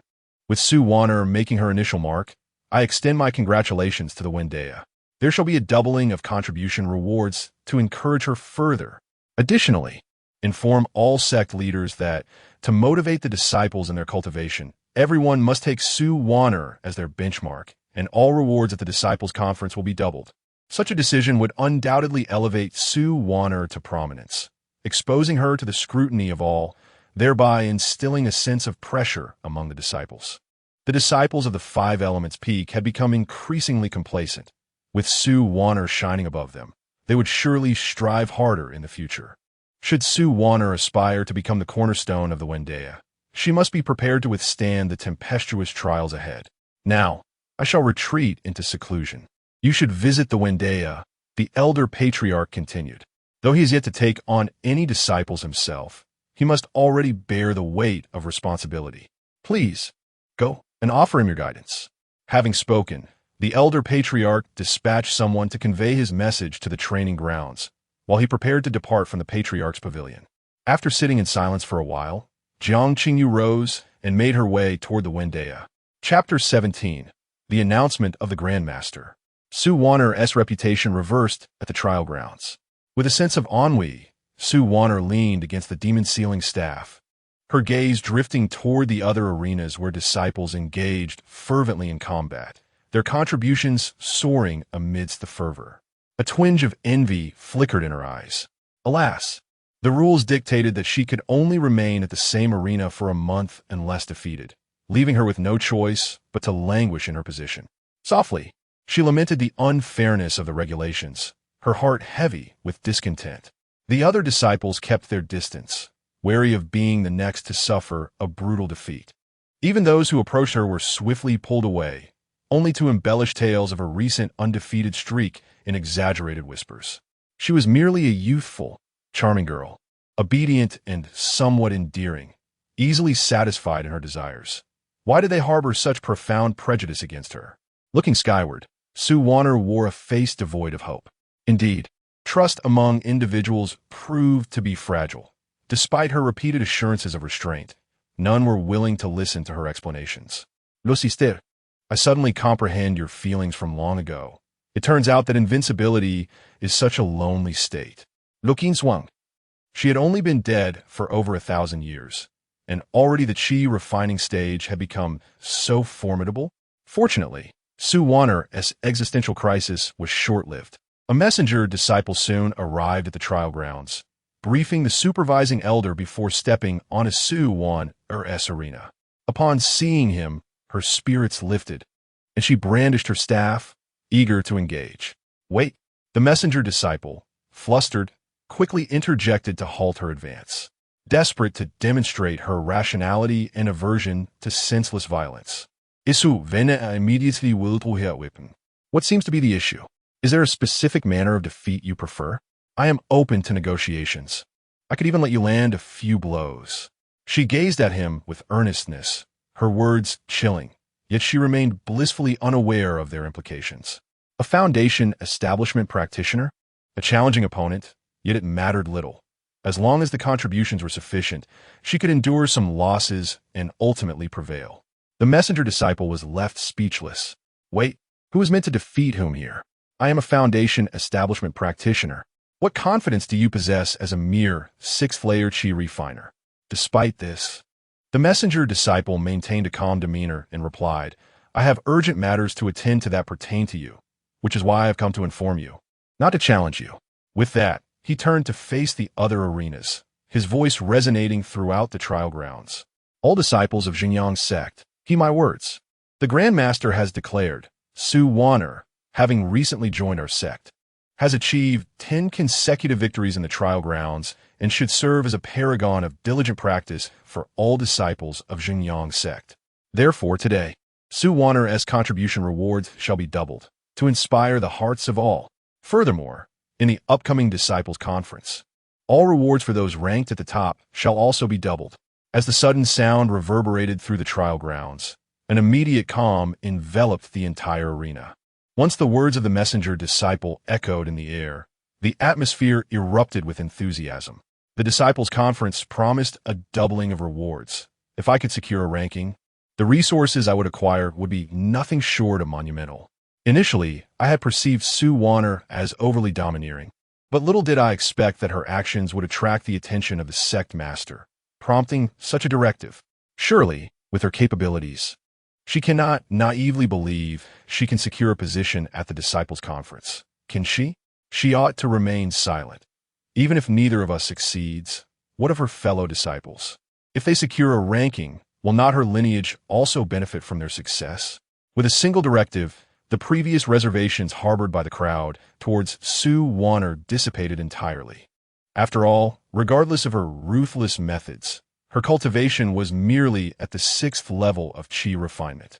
Even if she were to shine at the Disciples' Conference, it would only grant her a modest foothold, while the majority of opportunities would remain tangible benefits for others. The messenger disciple, having completed his task, turned to face Wan'er, verified her contribution token, and promptly presented her with a doubled contribution value. Once intent on redeeming her reputation through the messenger disciple, Wan'er now beamed with joy, abandoning any thoughts of confrontation. Wow, contribution values doubled. With a contribution token in her hands, her eyes sparkled with delight, her heart rejoicing in exhilaration. The messenger disciple, witnessing her exuberance, could not help but chuckle softly. Having gathered information along the way, he learned that many refer to this young girl as a manifestation of the god of death, known for her ruthless tactics. Yet at this moment, she appeared merely as an innocent and kind-hearted girl. In light of this, those from 5 Elements Peak had indeed overstepped their bounds, provoking such wrath from a young girl. The disciples, who had previously kept their distance, now gathered around, eager to uncover any underlying secrets. Observing Wan'er's innocent demeanor, their suspicions solidified. This young girl could not possibly be malevolent. Her cultivation techniques were expansive and straightforward, embodying an honorable style of combat. Surely, her earlier actions were incited by her master. It seemed evident that if this girl received proper guidance, she would undoubtedly become a pillar of strength for her sect in the future. As the murmurs of speculation grew louder, Wan'er, having amassed her contribution values, clutched her token with determination, turning away from the arena, her heart brimming with joy as she danced towards the exchange center. Greetings, Elder. I wish to redeem items. With all her tokens piled high, even the seasoned elder at the exchange center was taken aback. Wan'er, what do you wish to redeem? In response to the inquiry, Wan'er decisively stated, I wish to exchange all of these for the sect's specialty, the soul-nourishing liquid. The soul-nourishing liquid? The exchange elder was momentarily at a loss for words and advised, Wan'er, the total contribution values you possess can procure resources sufficient for you to cultivate to the foundation establishment stage. Why would you choose to exchange for those items?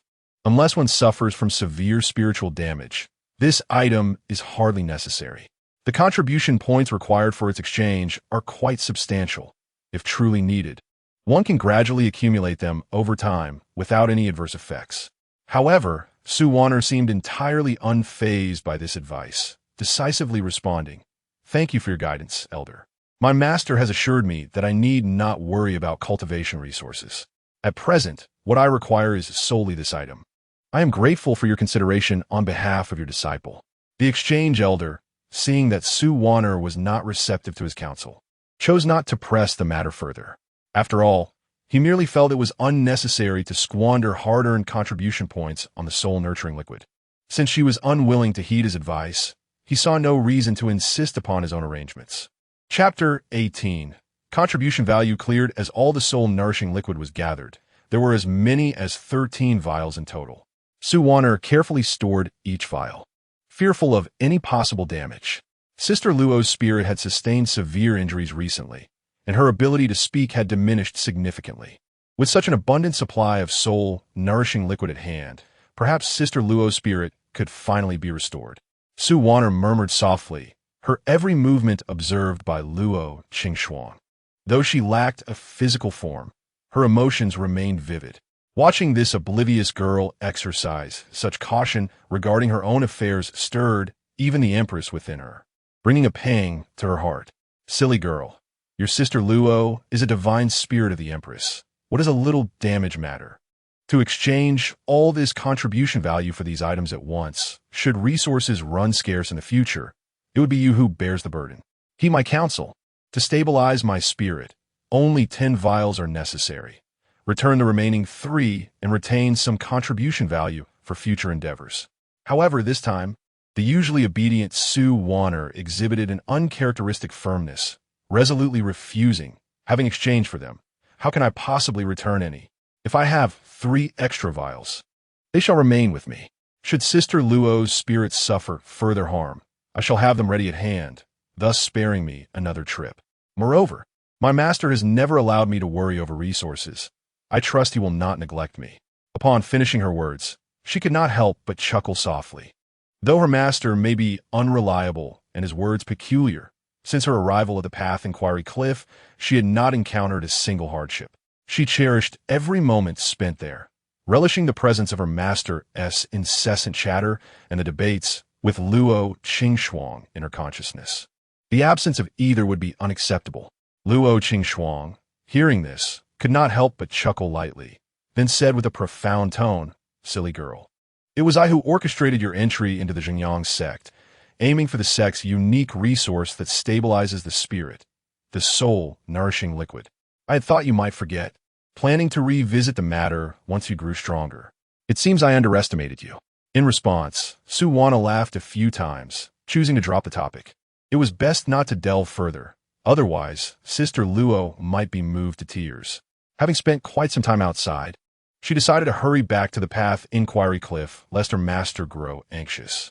Luo Qingxuan gave a soft hum, her heart stirred by inexplicable emotions. Once, the Empress had been resplendent, exalted above all, yet betrayed by those she trusted. Surprisingly, in her current plight, she found someone who genuinely cared for her. Though her cultivation was, indeed, lacking, her Wan'er was ever so sensible and understanding. At the Path Inquiry Cliff, Li Xiuyuan reclined in a rocking chair outside his cave, basking in the sunlight, eyes closed in serene contemplation, utterly content and at ease. Simultaneously, a notification echoed in his ear. Ding! Wan'er has consecutively battled 10 opponents in the trial arena, achieving maximum malevolence and completing her long-term teaching task. How is a villain forged? Based on task completion progress, you have received a reward. 10,000 points of malevolence. Current available malevolence points, 16,000. Please expedite Wan'er's transformation into a formidable villain. Upon hearing this, Li Xiuyuan's eyes widened in astonishment. How much? 10,000 points of malevolence? This little girl, no. She ought to be regarded as a little fortunate star. To think that a mere trip to the trial arena could yield such bountiful rewards. Truly, this is splendid. With a disciple of such caliber, he need not fret about his own ascension to immortality. However, Li Xiuyuan furrowed his brow, murmuring in confusion, "Wasn't she out fishing? How did she end up in the trial arena? I recall giving her a message talisman, but there hasn't been any response." It matters not. He was already well fed, and that fish could wait for the next meal. The sun was glorious. To forego a nap would be a travesty. With that, Li Xiuyuan casually picked up a nearby fan and covered his face, gently rocking in his chair, lulling himself into slumber. His disciple merely needed to diligently cultivate and engage in mischief. As for him, the master, he had to contend daily in his dreams with ancient powers, battling in a perilous game where a single misstep would awaken him to start anew. Indeed, this world is fraught with crises. Being a master is no easy endeavor. At the Asking Dao Cliff, Jiang Qingyu gazed at the towering peak before her, reflecting on the past. Her master had often recounted the glory of the Asking Dao lineage within the Xinjiang sect. Yet, time has passed, leaving only this solitary pair of master and disciple. This marked her first visit to the Asking Dao Cliff. With determination, she stepped forward. The restrictions of the cliff posed no challenge for her. A direct disciple of the sect leader, with a mere thought, she floated effortlessly, traversing the cliff unimpeded. However, she chose to proceed slowly, taking in the scenery of every blade of grass and every tree. Her own disciple was so diligent. Undoubtedly, Li Xiuyuan had put in considerable effort as well. Observing Wan'er's performance, she surmised that he must be engaged in intense cultivation. Jiang Qingyu mused, her imagination spiraling with thoughts about Li Xiuyuan, until she reached the summit, and upon seeing the remnants of meals scattered across the table before Li Xiuyuan's cave, alongside the sight of him sprawled on a rocking chair, fast asleep, her daydreams shattered in an instant. Jiang Qingyu's eyes widened in disbelief at the scene before her, thinking perhaps she had been seeing things. Yet, after rubbing her eyes for a long moment, the vision remained unchanged, jolting her into realization. The last remaining master-disciple pair of the asking Tao, cliff, displayed such a stark contrast. The sun was already high in the sky, yet Li Xiuyuan lay there like a lump of clay, idling upon the mountain. How amusing! I truly overestimated my own affections, believing this individual to be diligent, hard-working, and wholeheartedly devoted to the path.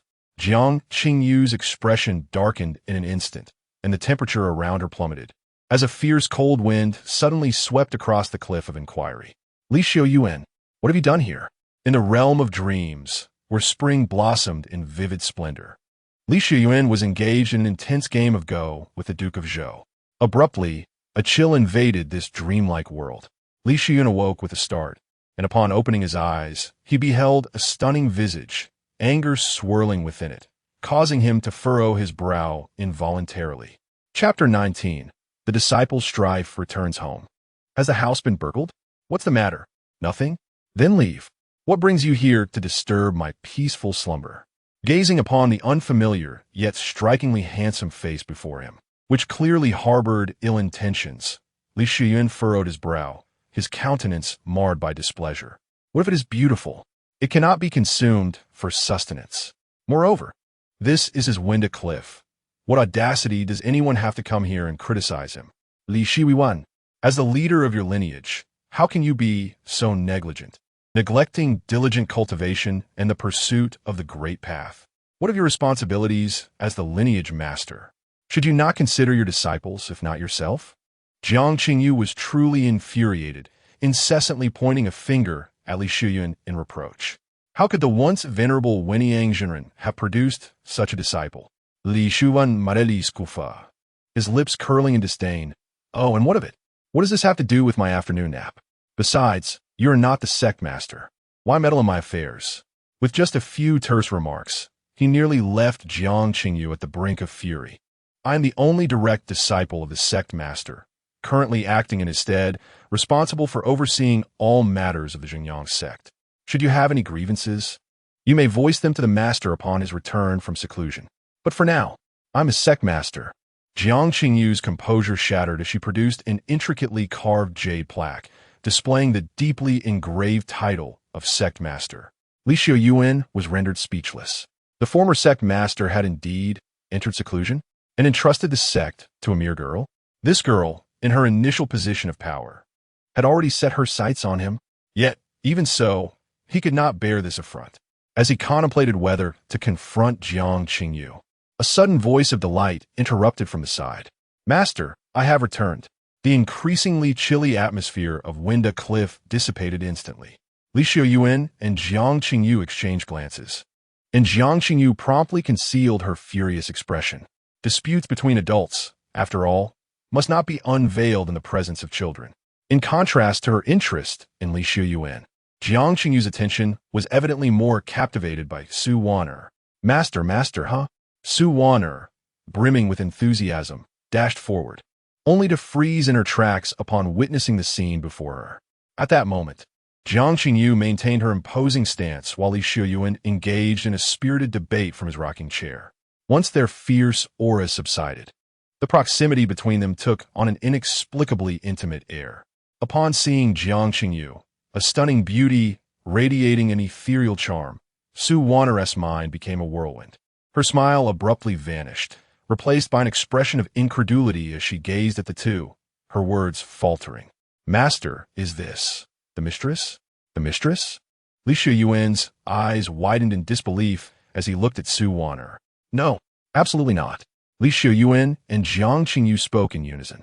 Jiang Qingyu hastily retreated, maintaining a distance from Li Xiuyuan, who stood up from his rocking chair, his expression one of silent exasperation. Isn't it? Wan'er gazed at the two with evident suspicion. While Li Xiuyuan remained composed, Jiang Qingyu instinctively avoided Wan'er's gaze, feeling misunderstood. This only served to reinforce Wan'er's conjectures, leaving her mind in disarray. The Winda Cliff was a place solely occupied by the two of them, and she often ventured out. Wan'er dared not imagine the profound loneliness her master must feel in her absence. Initially, she had intended to raise some spiritual beasts to keep her master company during her training. Little did she expect Her master had proven to be far more capable than she had anticipated, having found such a beautiful mistress. Yet, the thought that her master would no longer be solely hers brought her no joy. No, no, this is indeed a good thing. I should feel happy for my master. How can I harbor such sentiments? Wan'er forcefully cast aside her tumultuous thoughts and presented a beaming smile to the two. As the misunderstanding deepened, Jiang Qingyu cleared her throat twice. Ahem, I am a direct disciple of the Zhengyang sect's master. I am currently acting in his stead to assess the situation at Wintercliff. There is nothing more to it. Nothing more? Surely, there must be more than that. These two were clearly concealing something from her. Could it be? A sudden realization illuminated Wan'er's mind. The closeness between her parents, which she had once inadvertently interrupted, mirrored the current behavior of the two before her. With this understanding, a broad smile spread across her face. It's all right. It's all right. Mistress, next time you wish to be close to Master, just let me know, and I promise I won't interrupt your delightful moments. I'm no longer a child. I understand these things. Who wants to be close to him? Jiang Qingyu's beautiful eyes widened in disbelief. But upon seeing Wan'er's innocent and understanding expression, she felt an overwhelming sense of frustration. Turning to Li Xiuyuan, she hoped he would clarify their relationship, only to find him looking away, seemingly indifferent, gazing at the sky. Jiang Qingyu's hands instinctively clutched her chest in exasperation. The outside world spoke of Wan'er's pure-hearted nature, attributing her somewhat excessive behaviors to Li Xiuyuan's inadequate guidance. It seemed the rumors were indeed true. Meanwhile, Wan'er observed their subtle exchanges and couldn't help but murmur inwardly. What's going on? Could it be that Master and Mistress are unhappy because of my interruption? She pondered. Master should really try to appease Mistress. If she were to leave in anger, he would be left all alone at Wintercliff. Sighing, she concluded that it was indeed up to her to intervene. With this thought, Wan'er stepped forward, disregarding everything else. As Jiang Qingyu sat alone, stewing in her own frustration, she suddenly felt a tug at the corner of her garment. Disregarding her quarrel with Li Xiuyuan, she turned to see Wan'er gazing at her with a pitiful expression, her eyes brimming with a sense of grievance that instantly melted Jiang Qingyu's heart. What is it? Jiang Qingyu's tone softened as she instinctively reached out to pat the girl's head. Pouting, Wan'er replied with a woeful look, Master, please don't be angry with Father. Okay. Jiang Qingyu found herself momentarily at a loss for words, unable to resist the girl's plea. I'm truly not your master, she stammered, looking down at Wan'er, preparing to offer a proper explanation. However, she was suddenly struck by an unusual, captivating fragrance. Is this soul-nourishing liquid? The aroma was so intense that it suggested a considerable quantity. Jiang Qingyu furrowed her brows, her beautiful eyes widening as her consciousness delved into Wan'er's arm, seeking to uncover the source. Chapter 20, Cross-Server Chat. A surprising conversation. In the blink of an eye, Wan'er found herself completely exposed before Jiang Qingyu. Yet she was astonished to discover that her spirit remained unscathed, even surpassing that of an ordinary person by several folds. In the Zhengyang sect, she had no friends, and the only kin, Xiuyuan, bore a deep-seated grudge against her. With her spirit intact and her consciousness clear, what could possibly motivate her to exchange such a vast quantity of soul-nurturing liquid? Could it be that it was for Li Xiuyuan's sake? Jiang Qingyu turned her gaze toward the listless Li Xiuyuan, a flicker of suspicion crossing her features. Indeed, her master had once mentioned that when the enlightened one passed away, he had failed to guide Li Xiuyuan along the path of immortality. Yet, he evidently possessed some level of cultivation now. The only plausible explanation was that Li Xiuyuan had sought various means to forge his own path to immortality, albeit at the cost of severe damage to his spirit. Even if he wished to cultivate, he would invariably feel fatigued, which explained the scene before her. Everything suddenly fell into place. Jiang Qingyu's expression softened as she regarded Li Xiuyuan. This gaze instantly put Li Xiuyuan on high alert, sending shivers down his spine. What was this woman staring at him for? Could it be that Wan'er, incessantly calling her master's wife, had evoked some maternal instincts in her? This girl, why was she making such a fuss? He cleared his throat, interrupting Su Wan'er as she attempted to console Jiang Qingyu, redirecting the attention of both women. Wan'er, do not trouble her. She is burdened with numerous responsibilities as the acting sect leader. If you cause her to miss any critical matters, we can never repay the debt to Winnicliff. Come here, to your master. Upon hearing this, Su Wan'er reluctantly released Jiang Qingyu's garment. Stupid master, what are you doing? She was clearly trying to win back your master's wife's heart. If only we had a master with both beauty and strength, and such a high status to protect us. How would they dare to humiliate you in the trial grounds today? Jiang Qingyu observed the hand that Su Wan'er had just let go of, feeling a pang of sorrow for the young girl who bore the weight of both herself and Li Xiuyuan. It was no wonder that before her master entered seclusion, he had specifically instructed her to look after Winnicliff. In such circumstances, how could a compassionate person turn a blind eye? Reining in her emotions, Jiang Qingyu forced a smile and turned to Su Wan'er, who had approached Li Xiuyuan. I previously misjudged you. I have come today to discuss Su Wan'er's condition. Her cultivation is quite solid, yet there are some glaring issues with her temperament. Li Xiuyuan, I understand you have your own challenges, but you ought to pay more attention to the changes in Su Wan'er's disposition. Should you encounter any insurmountable problems, feel free to seek me out at the sect leader's pavilion. Farewell. With that, Jiang Qingyu turned and departed, leaving the bewildered master and disciple standing in place. What was misjudged? Su Wan'er inquired with curiosity, gazing at Li Xiuyuan. Master, what did my master mean about my temperament? Did the mistress feel that I was not obedient enough, which made her angry?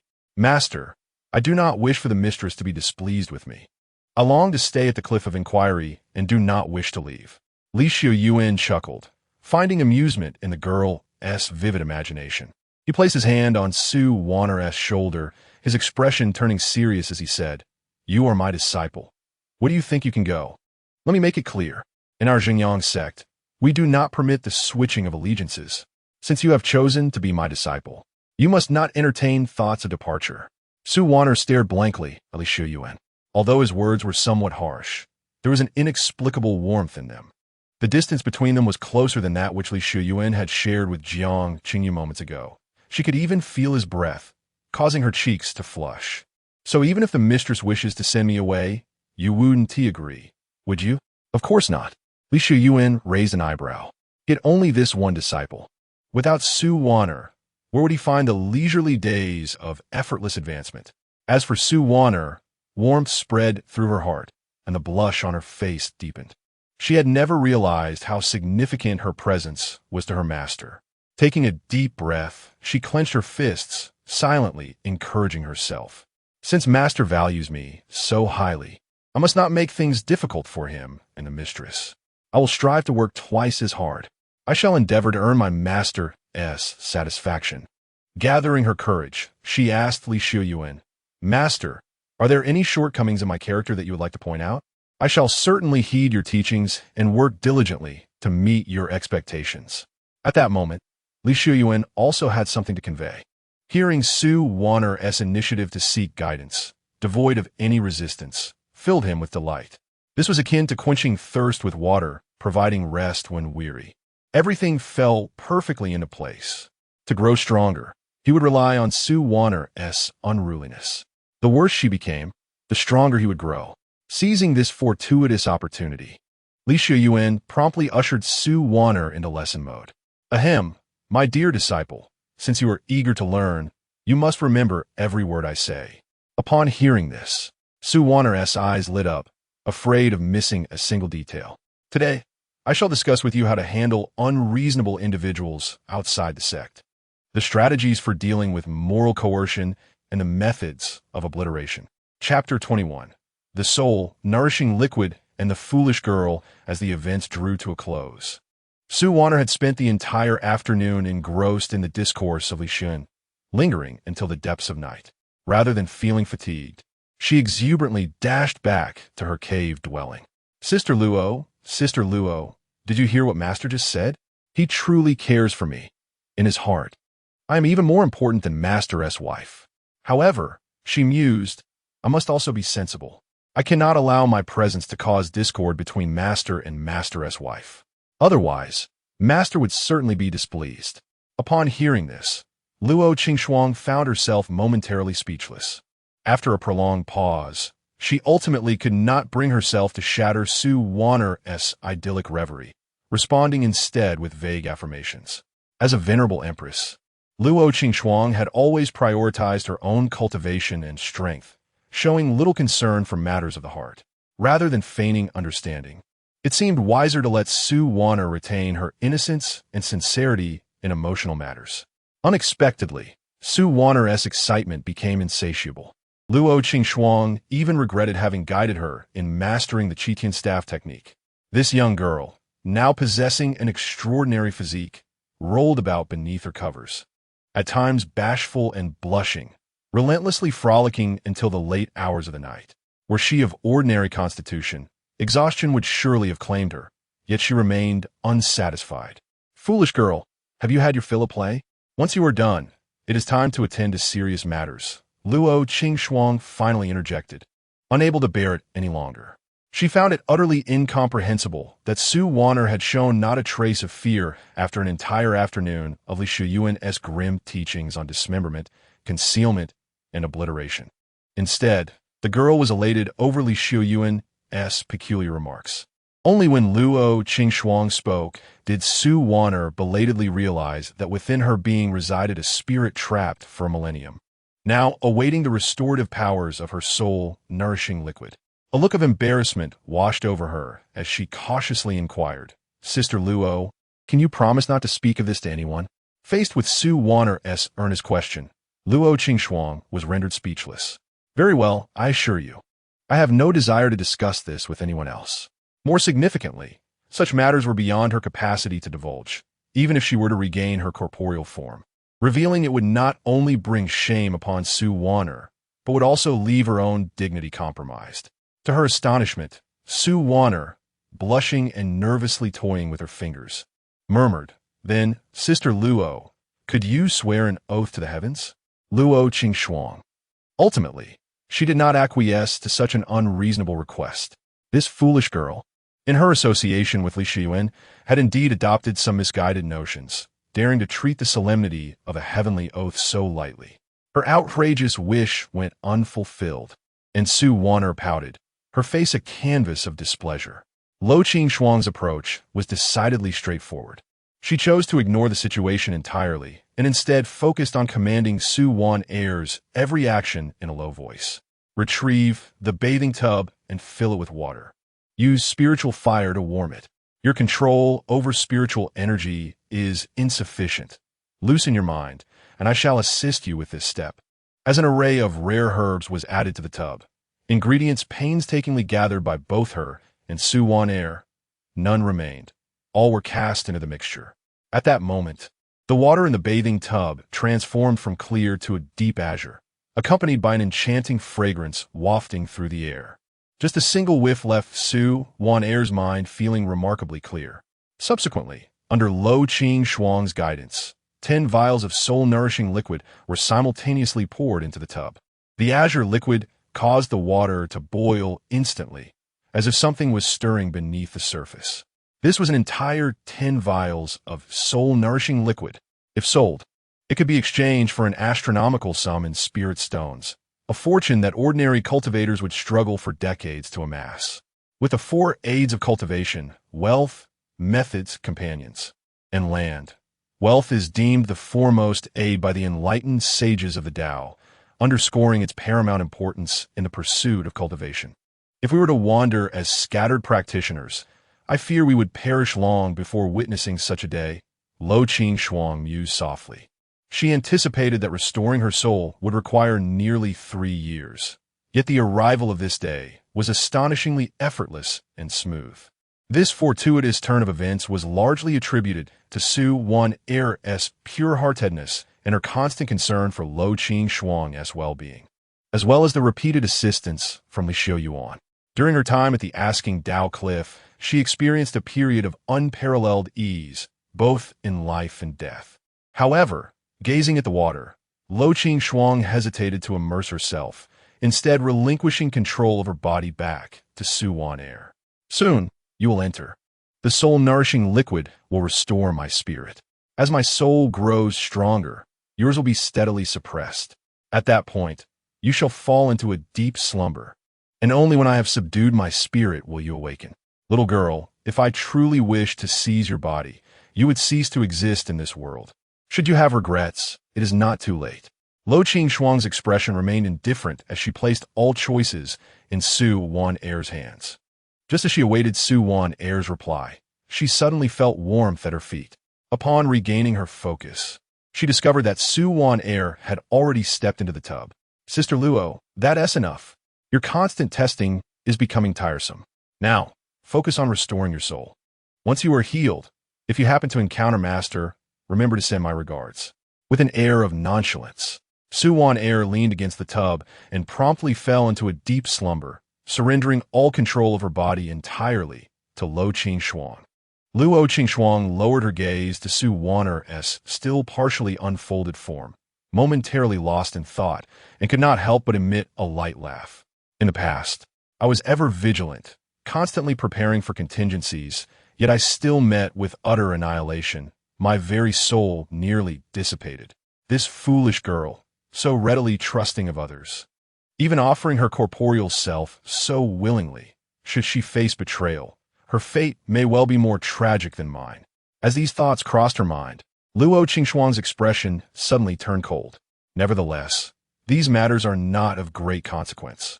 Silly girl, if one day I manage to restore my body and exact my vengeance, I shall ensure your safety for this lifetime. With that resolve, Li Xiuyuan no longer hesitated and indeed submerged herself within the wooden tub, wholeheartedly absorbing the soul-nourishing elixir, hastening the restoration of her spirit. Chapter 22. The Restoration of the Soul, a rather irregular lottery in the tranquil abode of Wan'er. Gentle sunlight filtered through the paper-covered windows, casting a warm glow upon the ground and illuminating the swirling dust motes. On this ordinary yet particularly delightful dawn, Li Xiuyuan slowly emerged from the wooden tub, her petite form appearing weary yet resilient, her naked body cloaked in a thick layer of dark ash. The once deep waters of the bath had long since evaporated, leaving behind a substantial puddle of fine, coal-like dust.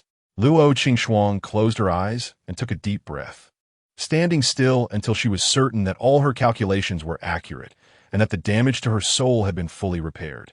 Only then did she allow herself to relax.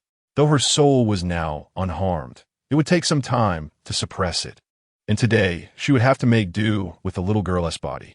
She had not betrayed Wan'er's trust. In fact, as an empress, she had always scorned such petty tactics. However, since she occupied the girl's form, she must see through the matters at hand to avoid exposing herself in front of Li Xiuyuan. Murmuring softly to herself, Li Xiuyuan washed away the ash and, as per usual, made her way outside her dwelling. Meanwhile, within the confines of Li Xiuyuan's cave at the Cliff of Inquiry, the system's notification echoed in his mind. Ding! Remaining available evil points, 16,000. Gazing at his evil points, Li Xiuyuan fell into contemplation. This was the fruit of his labor, painstakingly accumulated through the exploitation of Wan'er. After such a long period of accumulation, it was time to test his luck. A faint smile graced his lips as he summoned the system panel, perusing the array of rewards in the system store and briefly reviewing the lottery rules. Single system lottery requires 100 evil points. 10th consecutive system lottery requires 1,000 evil points. This store's lottery system offers excellent value and is entirely trustworthy. With his current stock of evil points, he could partake in the lottery a total of 160 times. Li Xiuyuan was equally curious about what treasures he might obtain from the system's draws. Ding! The host spends 1,000 evil points to draw it 10 times. Immediately, a flash of unremarkable white light swept across, and Li Xiuyuan promptly skipped the effects, revealing the rewards before him. Rewards obtained: bewildering sand, spirit recovery pill. Reward description: bewildering sand. When scattered upon the visage of an enemy below the core formation stage, it obscures all their sensory perceptions. Reward description: spirit recovery pill. Restores one's depleted spiritual energy, free from pill toxicity and side effects. scattering it upon foes to obscure their senses? Li Xiuyuan pondered the reward descriptions for a moment, soon formulating a method of use. However, the cliff of inquiry lacked suitable test subjects to experiment with the bewildering sand. Thus he had to temporarily set it aside. Ding! The host spends 1,000 evil points to draw it 10 times. A blue radiance enveloped Li Xiuyuan's vision. Upon receiving the rewards of Jiang Qingyu's intimate garments and the recovery pill, Li Xiuyuan found himself momentarily perplexed. The notification on the system panel demanded his attention, prompting him to rub his eyes in disbelief. His finger inadvertently pressed on the item extraction option, and with a sudden puff, a delicate blue garment materialized before him, gently landing in his palm. Instinctively, he grasped it, feeling a lingering warmth emanating from the fabric. Could this be forcibly stripped from that deceased woman? Surely, the system harbors no peculiar inclinations. Gazing at the soft material, Li Xiuyuan felt a twitch at the corner of his eye, initially intending to discard this item without a second thought. Yet, the panel's suggestion of potential other uses lingered in his mind. After a prolonged moment of hesitation, he ultimately decided to stow the fabric within his storage ring. Perhaps it was prudent to heed the system's warning. One never knows when it might prove invaluable in a crucial moment.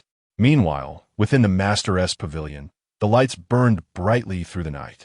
Jiang Qingyu surveyed the mountains of unresolved matters before her, unable to suppress a gesture of weariness as she pressed her fingers to her temples.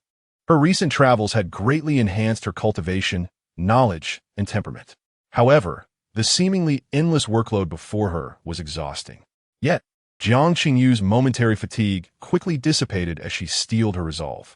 Suddenly, she felt an inexplicable lightness, as if some unseen barrier, which had hindered her connection to nature, had abruptly vanished.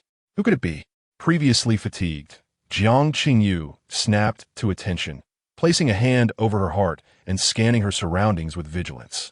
Her consciousness swept across her environment, yet she detected no anomalies, plunging her into a state of confusion. On the other side, the lottery continued. Ding! The host spends 1,000 points of malevolence to draw 10 consecutive times.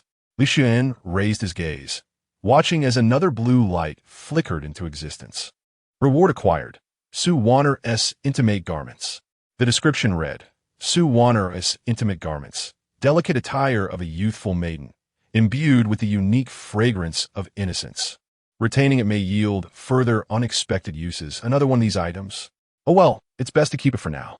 Li Xiuyuan once again stored it away for potential future needs. Meanwhile, at the back mountain of the Winded Cliff, Luo Qingxuang's expression was icy as she wielded her dark magic staff with unyielding strength. As a millennium-old empress well-versed in staff techniques, her mastery of the same celestial staff art as Wan'er bore a distinct elegance in her hands. This is the exceptional quality that stems from profound experience, something that cannot be attained through mere fleeting practice. Luo Qingxuang lowered her gaze, softly murmuring, "The young girl has already gained a deep understanding of the martial arts. To progress further, she must rely on her body's instincts to internalize everything. Today, I shall practice with her a few times, and in the future, she will gradually correct her deficiencies through instinct." At that moment, as she whispered, Luo Qingxuang suddenly felt a chilling sensation at her chest, a wave of cold sweat breaking out all over her. Who is nearby? What kind of person could stealthily retrieve her undergarment without her awareness? Luo Qingxuang's eyes widened, her gaze fierce as she scanned her surroundings, yet she could not pinpoint the source of the disturbance. It was as if everything had transpired out of thin air. This is truly eerie. Luo Qingxuang furrowed her brow. At this moment, she had just concluded her training, her clothes soaked with sweat, clinging tightly to her still unexpanded form. Left momentarily speechless, she could only cover her chest tightly and hurriedly retreat to Wan'er's abode. Chapter 23. Lottery Draw. Hurry to find the precious disciple. Ding. The host spends 1,000 points of malevolence to draw 10 times. Current rewards are as follows. Bone Transformation Liquid, Illusory Form Talisman, Soft Bone Powder. Reward Explanation. Bone Transformation Liquid, when poured over a corpse, It can turn all flesh and bone into blue smoke, leaving no trace behind. Reward explanation. Illusory form talisman. Below the core formation stage. It can alter one's appearance and physique, rendering it unrecognizable to the naked eye. Reward explanation. Soft bone powder. Below the core formation stage, when ingested, inhaled, or contacted through the skin, it can incapacitate a living being in an instant. In the blink of an eye, 15,000 points of malevolence have been lavishly spent, and a series of white lights flickered as various items emerged. Mysterious sand, bone transformation liquid, illusory form talisman. Li Xiuyuan gazed at the lottery warehouse, which was brimming with an array of items. These objects were quite impressive, if used at the right moment. Their effects would far exceed expectations. However, for him, they held little significance. After all, with Wan'er around, he would naturally delegate tasks that he could easily entrust to his disciple. Moreover, many of the rewards were essential elixirs, which would adequately supplement both Wan'er's and his own daily needs. Overall, he was quite satisfied with the rewards obtained from the lottery. With a nonchalant expression, Li Xiuyuan gathered all the items, categorizing them into two portions, a smaller portion for his own future research, and a larger portion reserved for Wan'er's future use. After all, he remained at the Wandao cliff, seldom venturing beyond his abode. It was Wan'er who was the true core of their endeavors. Having completed everything, Li Xiuyuan decided to spend his last remaining points of malevolence. Ding! The host spends 1,000 points of malevolence to draw 10 times. Current rewards are as follows. Supreme Technique of the Celestial Level Heavenly Step, Spirit Recovery Pill. Reward Explanation. Heavenly Step, a supreme technique of the celestial level.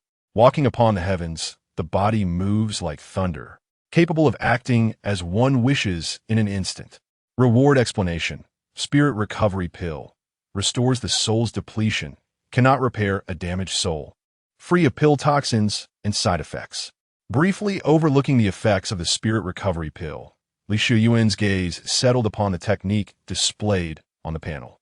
A supreme technique of the celestial level? Judging by the description, this appeared to belong to the category of evasion techniques. Although the celestial level supreme technique could be considered neither too high nor too low, it was certainly better than nothing. Currently, with his mastery of the Qi Tian staff technique, his destructive power was already quite formidable. Pairing it with this evasion technique would be perfectly fitting. However, the notion of cultivating the technique himself was utterly out of the question. After all, he had just taken on a disciple. How could he possibly engage in such practices? Li Xiuyuan chuckled lightly.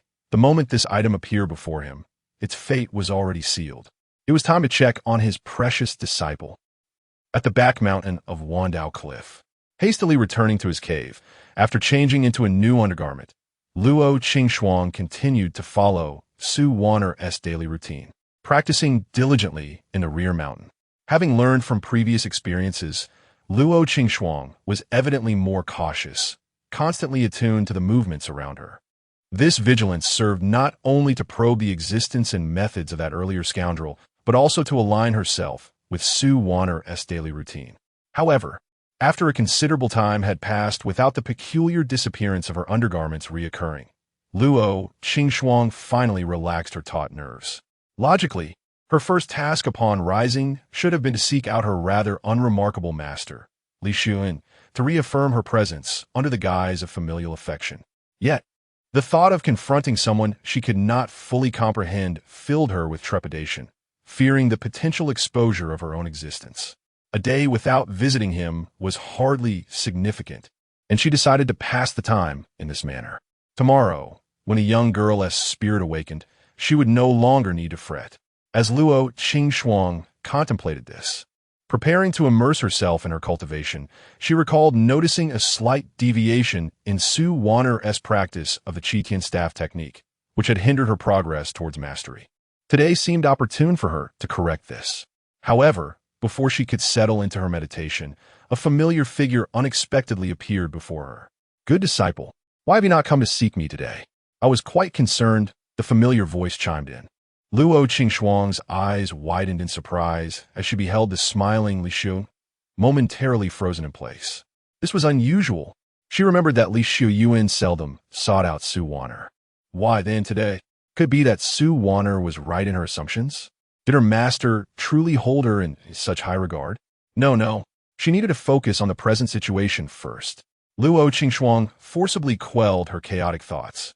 Raising her gaze to Li Xiuyuan, she felt an inexplicable flutter in her heart. Almost taken aback, she realized that her previous perceptions had been somewhat shallow. To her astonishment, the physical presence of this young man elicited such a strange reaction within her, merely from glance. Suppressing the peculiar feelings rising within her, she addressed Li Xiuyuan, who was thousands of years her junior, with a hint of awkwardness. "I greet you, Master. I momentarily forgot to pay my respects. I hope you will not hold it against me." The expression Luo Qingxuang wore did not go unnoticed by Li Xiuyuan, who raised an eyebrow, a smile playing at the corners of his lips. With hands clasped behind his back, he maintained an air of indifference, as usual. Speaking in a calm tone, "No matter, I do not harbor any grievances. I merely had some matters to discuss with you today, and, since you did not come, I took the initiative to seek you out." Luo Qingxuang furrowed her brow, unsure of Li Xiuyuan's intentions. Yet, she endeavored to mimic Wan'er's demeanor in her actions, and it seemed Li Xiuyuan did not perceive her inner turmoil, causing her anxiety to dissipate instantly. "What matters do you wish to discuss, Master?" she inquired. Li Xiuyuan waved his hand nonchalantly. "Why the rush? In these recent days, your efforts have not gone unnoticed by me, and today, you shall accompany me for a day as a means of relaxation." "Accompany you for a day?" Luo Qingxuang furrowed her brows even tighter. However, at this moment, she was embodying the persona of Wan'er. If Wan'er were to hear Li Xiuyuan's invitation to her company, she would undoubtedly be overjoyed, eagerly accepting the offer. Yet, Luo Qingxuang found it impossible to adopt such a demeanor, and could only force a smile. Responding, "Disciple acknowledges the command. Thank you for your concern, Master." Observing this, Li Xiuyuan slightly nodded and then remarked, Enough. Why do you speak so formally today? Between us, as teacher and student, there is no need for such politeness. Gulme, walk with me. I have some matters to discuss with you." Luo Qingxuang, feeling utterly helpless, nodded in agreement and followed her master Li Xiuyuan, acutely aware of her own discomfort. Chapter 24. The Empress of Pua let her stew 2 pounds of ribs upon returning to his cave abode. Li Xiuyuan reclined his rocking chair as per his usual custom, while Luo Qingxuang trailed silently behind him, her head bowed in contemplation. The less one speaks and acts, the fewer mistakes one makes.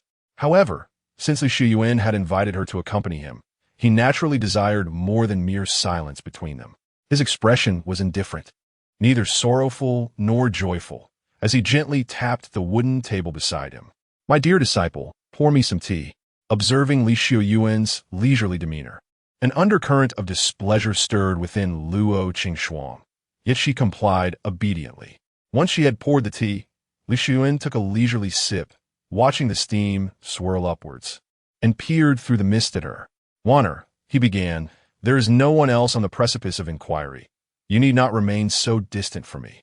I summoned you today to seek your thoughts on certain matters. If you have any insights, feel free to share them candidly." Luo Qingxuang resolutely shook her head, striving to recall Wan'er's perspective on Li Xiuyuan. Subsequently, she felt somewhat at a loss for words. The fact that her master had taken Wan'er as a disciple was already a tremendous kindness. The disciple held no grievances against her master. As she spoke, her gaze was devoid of warmth, resembling a machine devoid of emotion. After all, these were merely Wan'er's views, of no concern to her.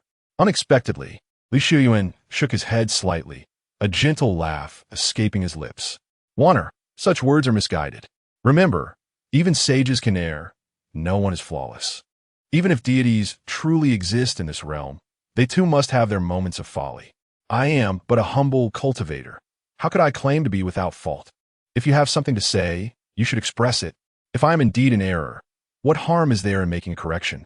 As Li Xiuyuan spoke, his demeanor appeared relaxed, yet his eyes radiated a steadfast determination, clearly demonstrating his unwavering belief in his own words. Sages can err? At this proclamation, even Luo Qingxuang could not help but raise an eyebrow, a flicker of surprise illuminating her gaze. No one had ever witnessed a true sage. Yet all believed that a sage's words represented the ultimate truth. To assert that even sages could err was a sentiment scarcely uttered throughout history. To her astonishment, Wan'er's seemingly indolent master dared to voice such audacious words. It seemed her understanding of the man before her had been rather superficial. Initially, she had only intended to masquerade as Wan'er to navigate through the day. Now, with Wan'er's spirit in slumber and unaware of the world beyond, it appeared that Li Xiuyuan had broached the subject. Contemplating this, Li Xiuyuan hesitated momentarily, confirming that Li Xiuyuan was indeed listening, before she boldly spoke. "Master, I believe that the principles you impart seem to somewhat distort the notion of righteousness. The Zhenyang sect is a legitimate sect of the righteous path. Yet your teachings lean towards excessive cruelty. You advocate an unreasonable approach, using malice to counter malice, and are willing to resort to any means necessary to intimidate wrongdoers. While every instance may seem justified from Wan'er's perspective, your methods appear to lack compassion."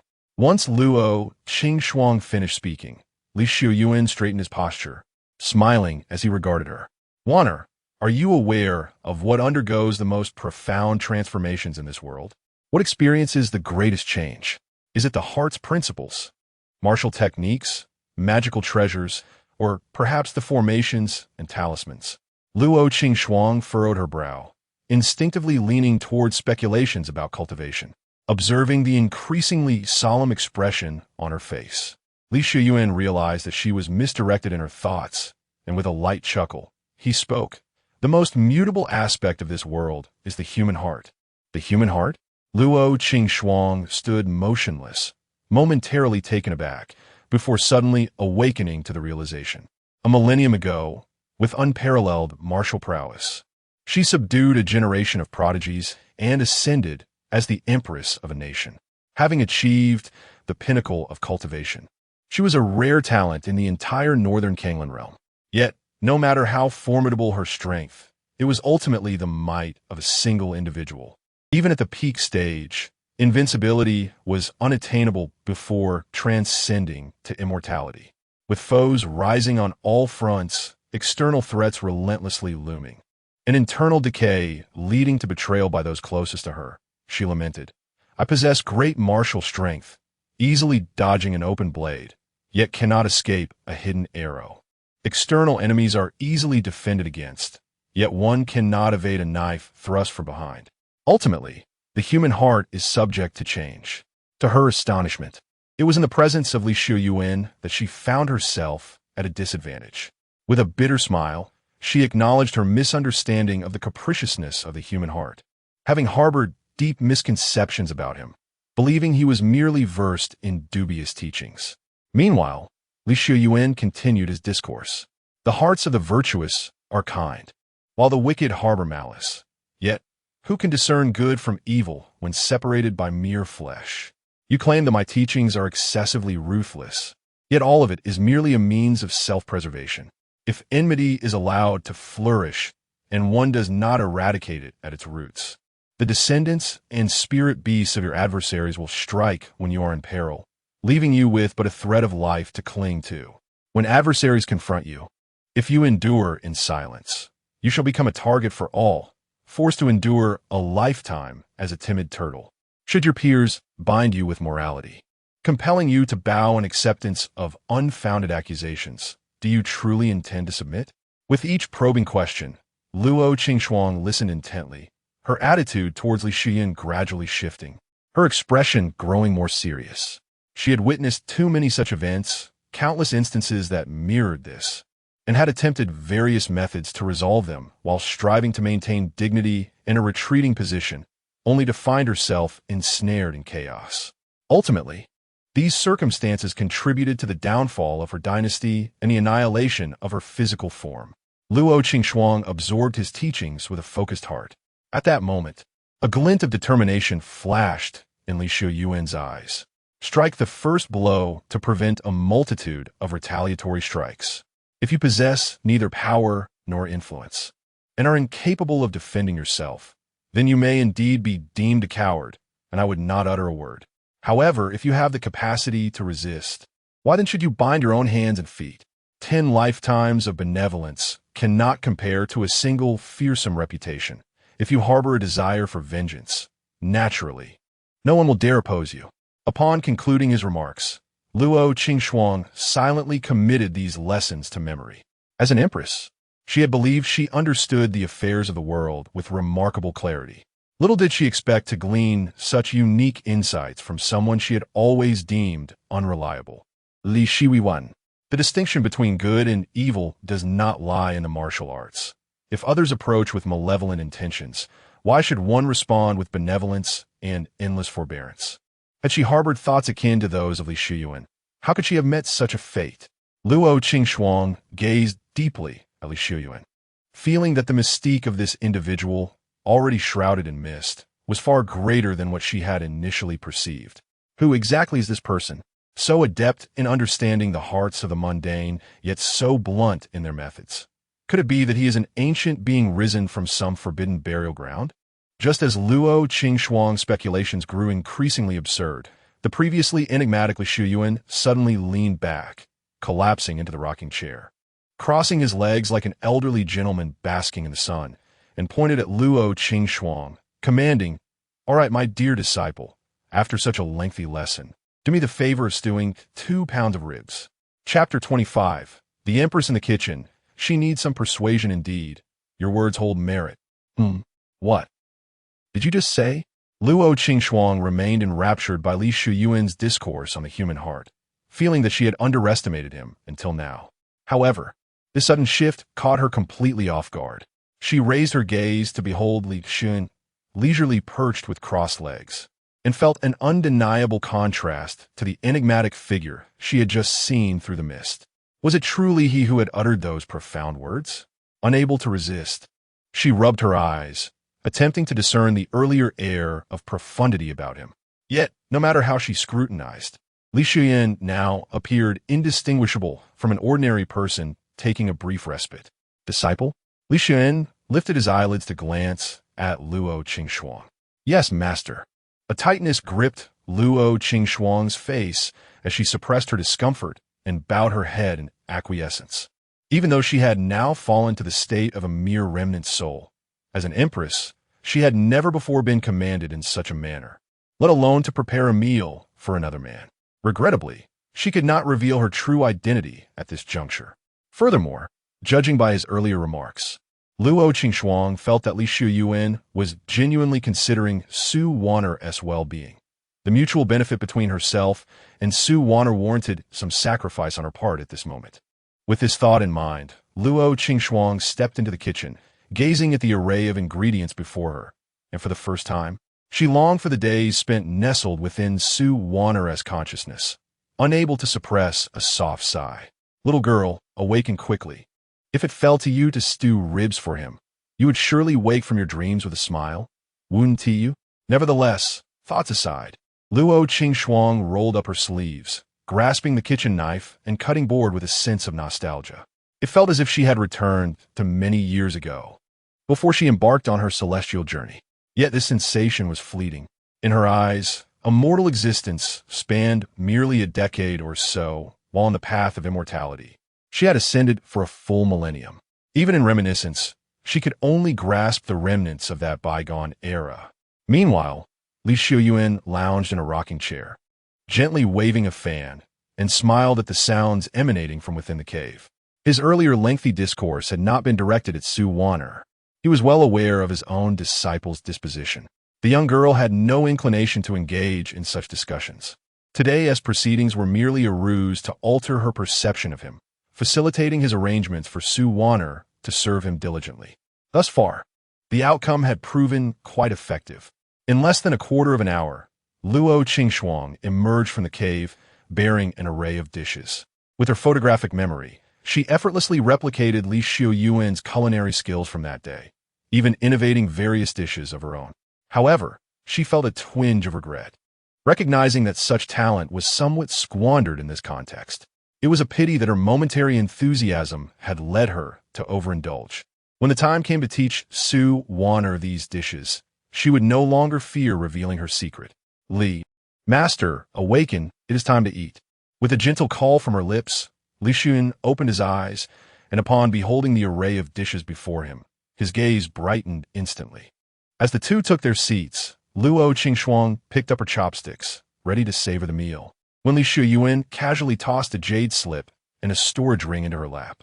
She set the storage ring aside, her attention fixated on the jade slip, her eyes devoid of the usual haughtiness.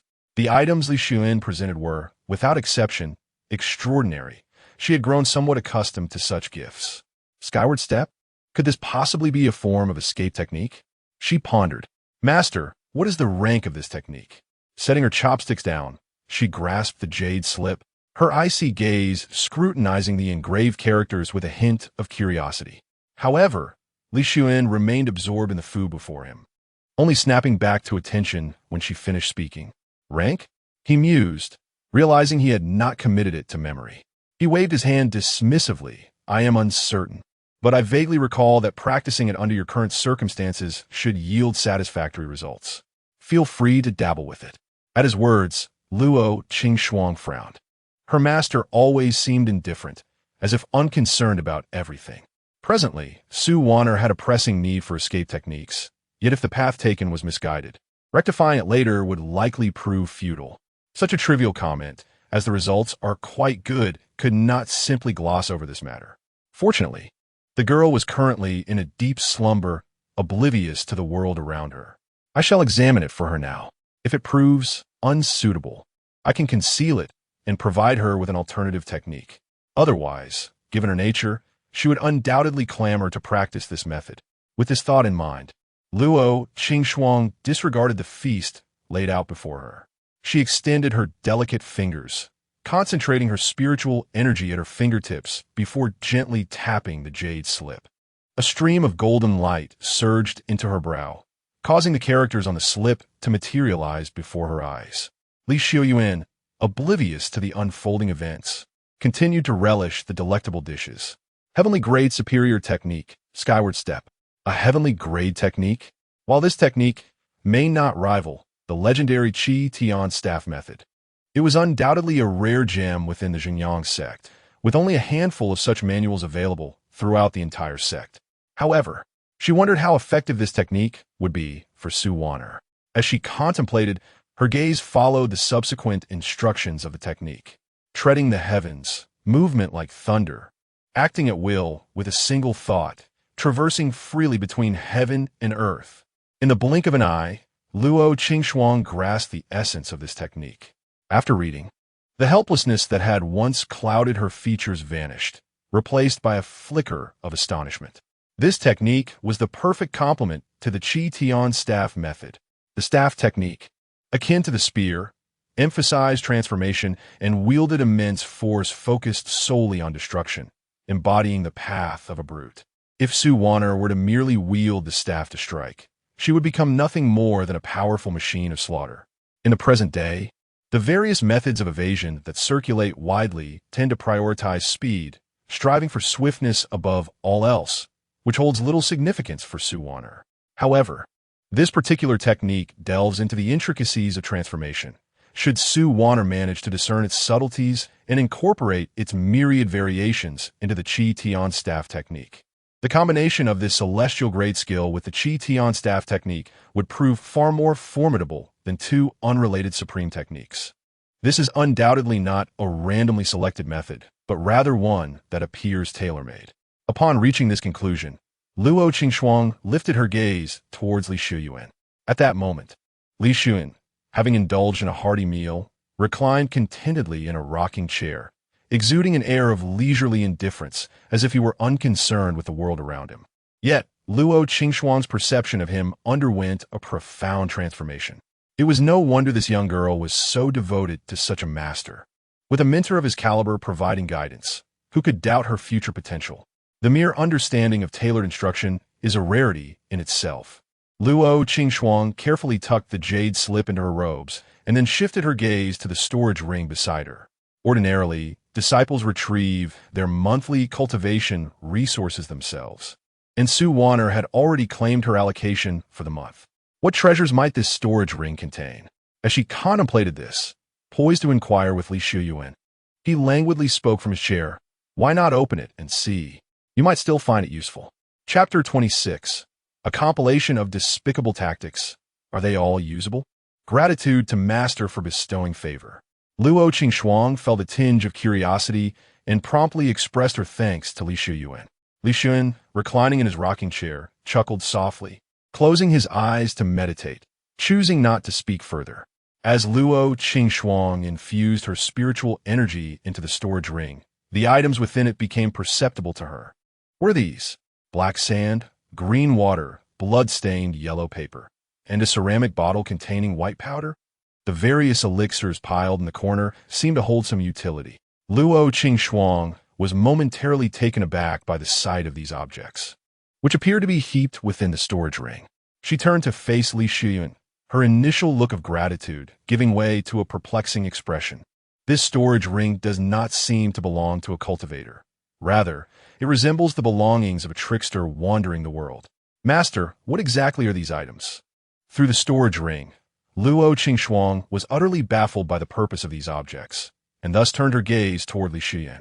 Li Xiuyuan regarded her calmly and replied matter-of-factly, "These are merely essential travel items. Observe that black sand. When thrown, it will obscure vision, allowing you to launch a surprise attack. And that water can dissolve corpses. If you wish to erase traces, simply pour out a vial, and it will disintegrate them. Furthermore, you could sprinkle this water upon an enemy, and it would surely melt away their flesh." As Li Xiuyuan began to elucidate each item, Luo Qingxuang found herself unable to endure any further. "Master, I am deeply grateful for your bestowed treasures. I have recently acquired a new technique and am eager to retreat to the back mountain to practice. I shall take my leave." This was hardly a scene of bestowing treasures. It was, in fact, a compilation of the nefarious tactics employed by worldly bullies. Without hesitation, Luo Qingxuang excused herself. Not even tasting the meal she had painstakingly prepared. Seeing her depart, Li Xiuyuan called out from behind, "Remember, when confronted by an enemy, hurl those items at their face without hesitation." "Yes, I understand." With her back turned to Li Xiuyuan, Luo Qingxuang's expression darkened slightly. Had it not been for Li Xiuyuan's keen interest in Wan'er's cultivation and the genuine utility of those elixirs, she might have cast the storage ring aside entirely. TSK, they say the young lack patience, yet the elderly seem equally restless. Li Xiuyuan watched Luo Qingxuang's retreating figure, chuckling as he shook his head and reclined back into his rocking chair, indulging in leisure. After parting ways with Li Xiuyuan, Luo Qingxuang returned to the back mountain of the Ask the Tao cliff, dedicating time to rectify the final threads of hidden peril in Wan'er's Qi Tian staff technique. Simultaneously, she committed the principles of the sky-treading steps to memory. Once she re-entered Wan'er's consciousness, she would meticulously study this technique to facilitate teaching it to Wan'er in the future. Within the confines of the storage ring, all the elixirs had been meticulously repackaged into another ring, distinctly separated from the peculiar items. As for those oddities, Luo Qingxuang took a deep breath, contemplating the idea of casting them into the abyss of the back mountain. However, she reminded herself that she was not Wan'er. It was prudent to leave the decision regarding these items to her. After all, even if she were to carry them all, it would merely amount to an additional storage ring, which was hardly a bother, perhaps just a slight eyesore. Having resolved all matters, Luo Qingxuang stood atop the back mountain, gazing silently at the Xinjiang sect. As the night deepened, the full moon ascended while the sun dipped in the west. Within her consciousness, a vague yet familiar voice arose. Sister Luo, where's this? Why is it so dark?" Hearing the playful tone laced with confusion, a smile graced Luo Qingxuang's lips as her cool voice emerged from her throat. "Currently, you are the spirit residing within me. With but a thought, you can share in all 5 senses." In response, Wan'er complied, and suddenly the world before her brightened, revealing what Luo Qingxuang perceived within her consciousness. "Sister Luo, why does the scene appear so blurred? It is because your spirit is too weak. In time, as your cultivation grows, this will improve. Luo Qingxuang replied casually before adopting a serious tone. Soon, I will integrate my spirit into your consciousness. With my suppression lifted, your spirit will once again reclaim your corporeal form. Remember, do not resist. Su Wan'er softly acknowledged her with a hum. Luo Qingxuang closed her eyes, allowing her mind to detach from her brain, gradually advancing towards her consciousness. Su Wan'er felt as if she were being gently pulled away from her awareness, slowly expanding to her surroundings. After a while, a clear voice resonated within Su Wan'er's consciousness. Done. Upon opening her eyes, the once solitary and elegant gaze was instantly replaced by a pair of eyes brimming with joy. She looked down at her body, feeling as though she had merely awakened from a deep slumber, completely devoid of discomfort. If one were to insist on a remark, it was that her control over her body felt remarkably more effortless. Remember this sensation, although it will not enhance your cultivation. It is an unparalleled experience in mastering your physical form, Luo Qingxuang instructed, to which Su Wan'er eagerly nodded in agreement. Subsequently, Luo Qingxuang recounted the day's events, and Su Wan'er listened attentively. Once Luo Qingxuang finished her tale, Su Wan'er could hardly contain her excitement. Wow, Master actually asked me to cook for him. He even gifted me something new. Where is the gift, Sister Luo? Please tell me quickly. Su Wan'er urged impatiently, leaving Luo Qingxuang momentarily speechless. This mischievous girl, I have only just restored my spirit, and instead of inquiring about your sister Luo, your thoughts are solely on your master? Am I of lesser importance in your heart? Upon hearing this, Su Wan'er awkwardly stuck out her tongue and then, with a playful tone, turned to Luo Qingxuang and said, How could that be, Sister Luo? Wan'er naturally cares for you. However, my master is also very important to me. In response, Luo Qingxuang let out a light laugh. Perhaps it was due to her bold encounter with the outside world. Although she was utilizing Su Wan'er's body, her mood had evidently improved significantly. Under ordinary circumstances, she would likely have responded with a stoic expression and offered only a few terse replies. Wouldn't she? All right, I know you tend to lean towards the outside, she remarked, glancing at her left hand, where a storage ring lay. Luo Qingxuang reminded her, and Su Wan'er immediately looked down at her hand, discovering the additional storage ring. Just as she reached for it, Luo Qingxuang suddenly recalled something and was about to offer a warning. However, she witnessed a burst of black sand erupt from Su Wan'er's call, surging directly towards her face. Ah, my eyes. Chapter 27, The Enigmatic Trinket. A treasure for the shadows. Ah, sand, so much black sand. Sister Luo, save me. This sand surrounds me, and I cannot see anything. In Su Wan'er's eyes, the overwhelming black sand enveloped her, creating layers of thick confusion. Although she remained unscathed within it, she was utterly incapable of perceiving the external world through any means. Within her consciousness, she pondered, where does this black sand originate? Luo Qingxuang observed Su Wan'er frantically waving her hands as if attempting to push away the air before her, yet repeatedly entangled by some unseen force, stirring her curiosity. She noticed that after the black sand splattered across Su Wan'er's face, it suddenly descended to the ground, indistinguishable from ordinary sand. However, Su Wan'er's reaction was clearly not feigned.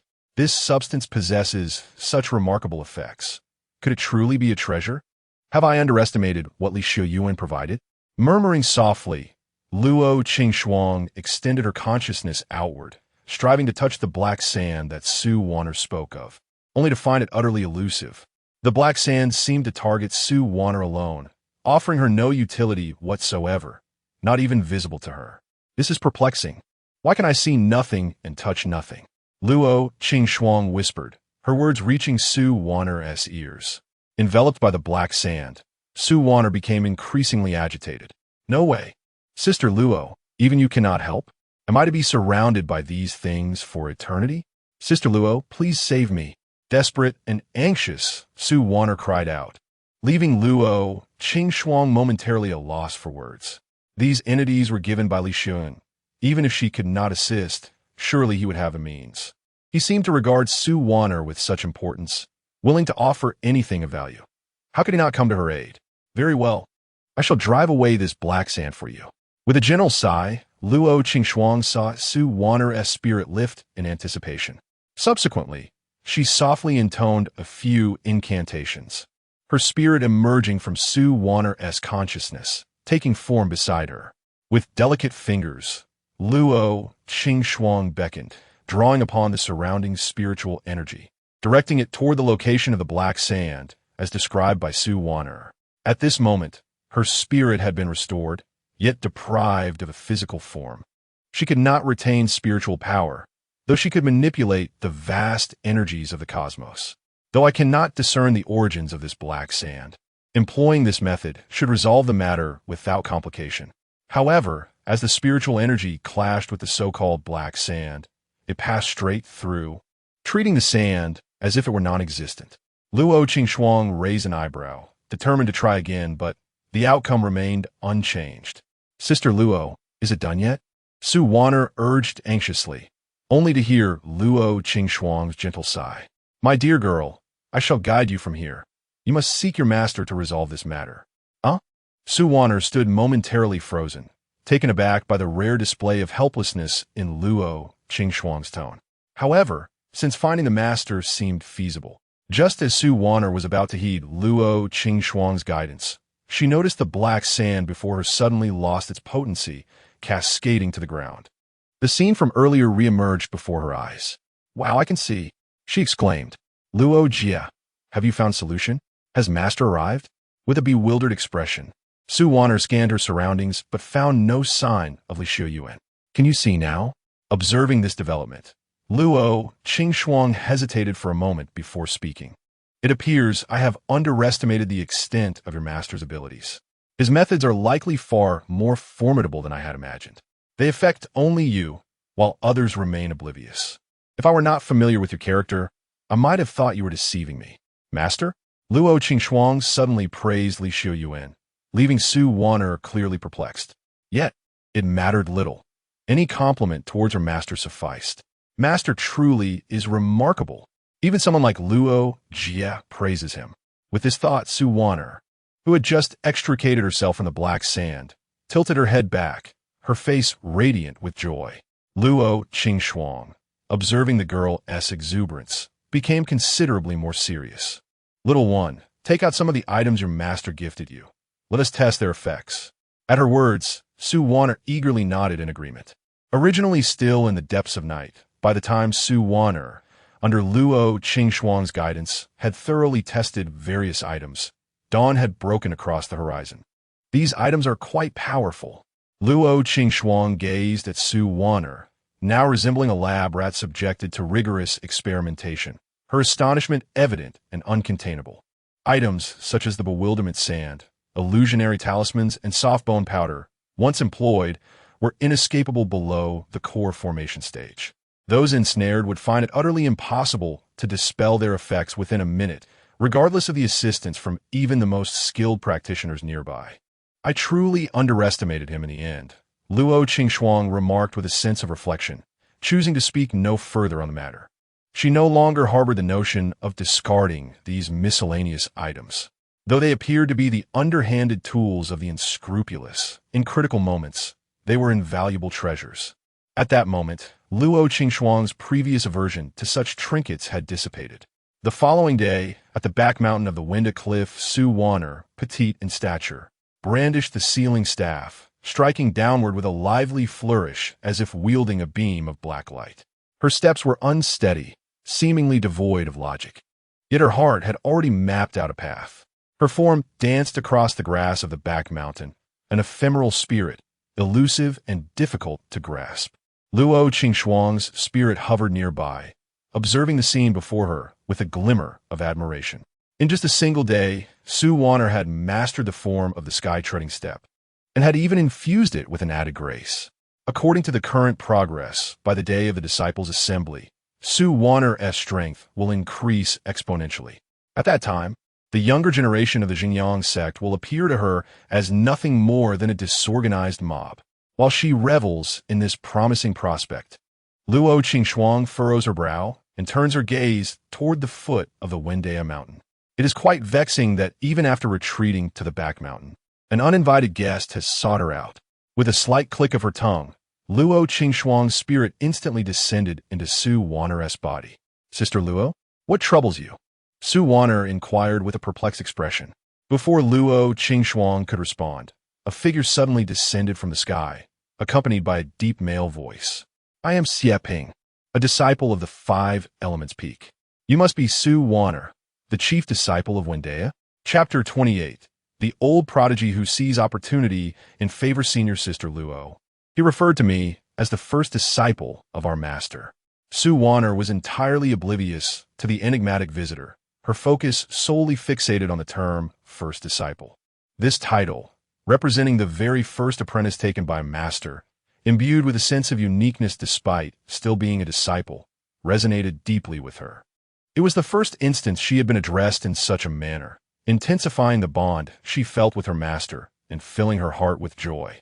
For a fleeting moment, she even subconsciously disregarded the malice in the visitor's words, reveling in her newfound delight, her countenance brightening with happiness. Yet, Luo Qingxuang remained silent, her gaze drifting to the distance, clearly preoccupied with matters beyond the two individuals before her.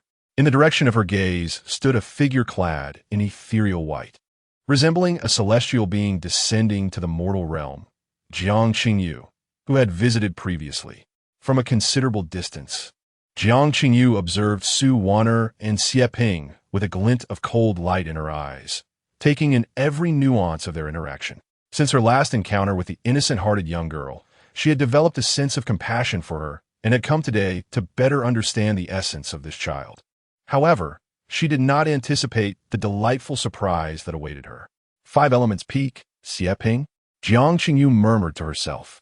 As the acting sect leader, she felt a pressing need to familiarize herself with the inner workings of the sect after her previous visit to the Cliff of Inquiry. Thus, she dedicated several days to garnering knowledge of the various events within the sect. With her remarkable memory, she soon recalled having encountered Xie Ping's name during her inquiries about incidents at Five Elements Peak. Before Su Haoyan joined the sect, he had been the only prodigy with a celestial root, effortlessly progressing in his cultivation, and despite joining late, he had ranked among the top 3 in the recent disciple competition, exceeding the age limit to participate. Regrettably, although this young man possessed exceptional talent, his pride was equally lofty, having grown accustomed to the favoritism of the elders at Five Elements Peak. Now, with the elders favoring Su Haoyan, it was likely he felt a sense of grievance and sought to use Su Wan'er to validate his worth. Curiously, the restrictions at the Cliff of Inquiry seemed ineffective against Xie Ping, indicating that Li Xiuyuan had deliberately allowed it. This arrangement would facilitate her observation of the young girl's character. In matters of temperament, no amount of discourse could replace the clarity gained from first-hand observation. Especially for cultivators, it is within the competition that one can discern the subtleties. In her musings, Jiang Qingyu turned her curious gaze towards Li Xiuyuan's dwelling. At that moment, he appeared unchanged since their last meeting, reclining in a rocking chair, engrossed in a book unrelated to cultivation, seemingly indifferent to his surroundings. Jiang Qingyu felt a throbbing headache. Were it not for her understanding that Li Xiuyuan, as the lineage master, possessed awareness of every blade of grass and tree at the Cliff of Inquiry, she might have thought him oblivious to the affairs of the rear mountain. Yet, all occurrences stemmed from a reason. Recalling that moment, the rich fragrance of the soul-nurturing elixir emanating from Su Wan'er made Jiang Qingyu refrain from further interference, redirecting her attention to the mountains behind. At that moment, Xie Ping stood tall, hands clasped behind his back before Su Wan'er, exuding an air of pride. If not for the faint hint of agitation etched upon his brow, he might have appeared ethereal. His presence today was not solely to reclaim the recently lost dignity of the Five Elements Peak, but more importantly, to prove to the elders of Five Elements that he was worthy of the resources and teachings bestowed upon him, asserting that his presence alone sufficed for the peak. However, the prolonged silence from the elders had begun to vex him. His brow furrowed, his expression darkening as he prepared to reprimand those who disregarded etiquette, wondering how such rustic individuals had dared to intrude. Yet, upon catching sight of Su Wan'er, Xie Ping found himself momentarily stunned, his irritation dissipating significantly. Dressed in a simple training attire, Wan'er could not conceal her budding yet still immature figure. Holding a magic sealing staff taller than herself, she appeared delicate and endearing, evoking a sense of tenderness. Her youthful visage, still untouched by the world, added a touch of charm, hinting at her future beauty that could captivate nations. Enveloped in the joy of advancing in her studies with her master, her countenance radiated delight. She resembled an innocent and pure beauty, devoid of malice. Just a glance ignited a stirring within Xie, stirring desires he struggled to suppress. When Wan'er turned to face him, she was met with Xieping's infatuated expression, causing her to instinctively take a step back. However, recalling that he had just referred to her as the first disciple of Wan'er, she ultimately managed to maintain her composure, clasping her hands and inquiring, "Oh, I almost forgot you were here. May I ask what brings you to Wan'er?" This was the rear mountain. If he sought her master, he would need to go to the front mountain's cave. Although Xieping's tone had been unkind upon his arrival, his words were still courteous, momentarily bringing joy to Wan'er. Such individuals often teetered between hypocrisy and the ordinary. As her master had yet to teach her how to respond, Wan'er replied in her own manner. Observing Wan'er, Xieping could hardly reconcile her demeanor with the rumored ruthless personage, believing instead that the tales had been exaggerated. Nonetheless, he was determined to reclaim his dignity. "I did not come to seek Li Xiuyuan. I have come in search of you." Li Xiuyuan? Wan'er's brow furrowed slightly. As a junior, how could she dare to address her senior by name? Given her lack of respect towards her elder, there was no need for civility. The faint goodwill she had previously felt evaporated, and her expression grew increasingly frigid. In the distance, Jiang Qingyu could not help but frown. Although Li Xiuyuan lacked convincing prowess, he was ultimately the master of the Zhengyang lineage. How could a mere junior dare to call him by his name? To intrude upon another's territory with such arrogance, regardless of one's innate talent, rendered one merely a troublemaker beyond the sect. However, I am uncertain whether Wan'er can confront this individual.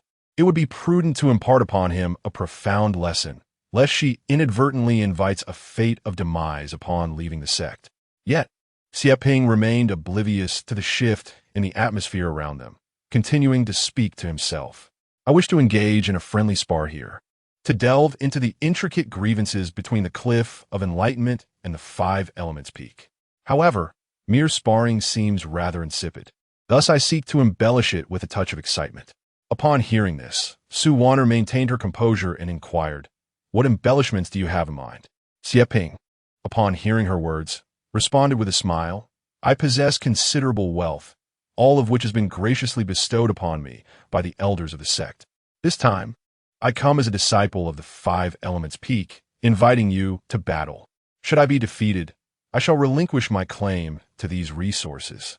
However, if I emerge victorious, it would not be necessary for you to offer equivalent resources. A mere promise from you regarding a single condition would suffice." Chapter 29. 3 opportunities, yet you still take both victory and spoils the outcome is merely a matter of words. He has suffered many losses on the cliff of inquiry at Five Elements Peak, losing far too many individuals. Even if he were to triumph over Wan'er once, what significance would that hold? Could the reputation of Five Elements Peak truly be salvaged? Xieping understood well that restoring Elder Wu Xing's honor would require more than just a solitary victory. However, what if he could bring Wan'er back to Five Elements Peak as a partner in the Dao after defeating her? Wan'er's beauty and talent are rare treasures in this world. If he were to unite with her in the bonds of Dao, the benefits would be immeasurable. Moreover, returning with a disciple of the Cliff of Inquiry, who bears a grudge against Five Elements Peak, would further attest to his own allure. At that moment, not only would Five Elements Peak acknowledge him, but the entire Zhengyang sect would likely commend him in hushed tones. In such a scenario, how could a mere Su Haoyan ever compare to him? This would be akin to hitting multiple targets with a single arrow. Xieping's mind lingered on this notion, and a smile involuntarily graced his lips, igniting a sense of anticipation within him. Unfortunately, he became so engrossed in his thoughts that he overlooked his own demeanor. The smirk in his gaze continuously scrutinizing Wan'er painted a rather lascivious picture. He merely wished for a chance to engage with Wan'er. Yet his expression conveyed an entirely different message. From a distance, Jiang Qingyu observed this scene, and his fists clenched in anger. What ambition did that little rascal harbor if he were to win? Was there any semblance of a righteous person left in him? Little Wan'er, quickly, defeat him. Put an end to this immediately.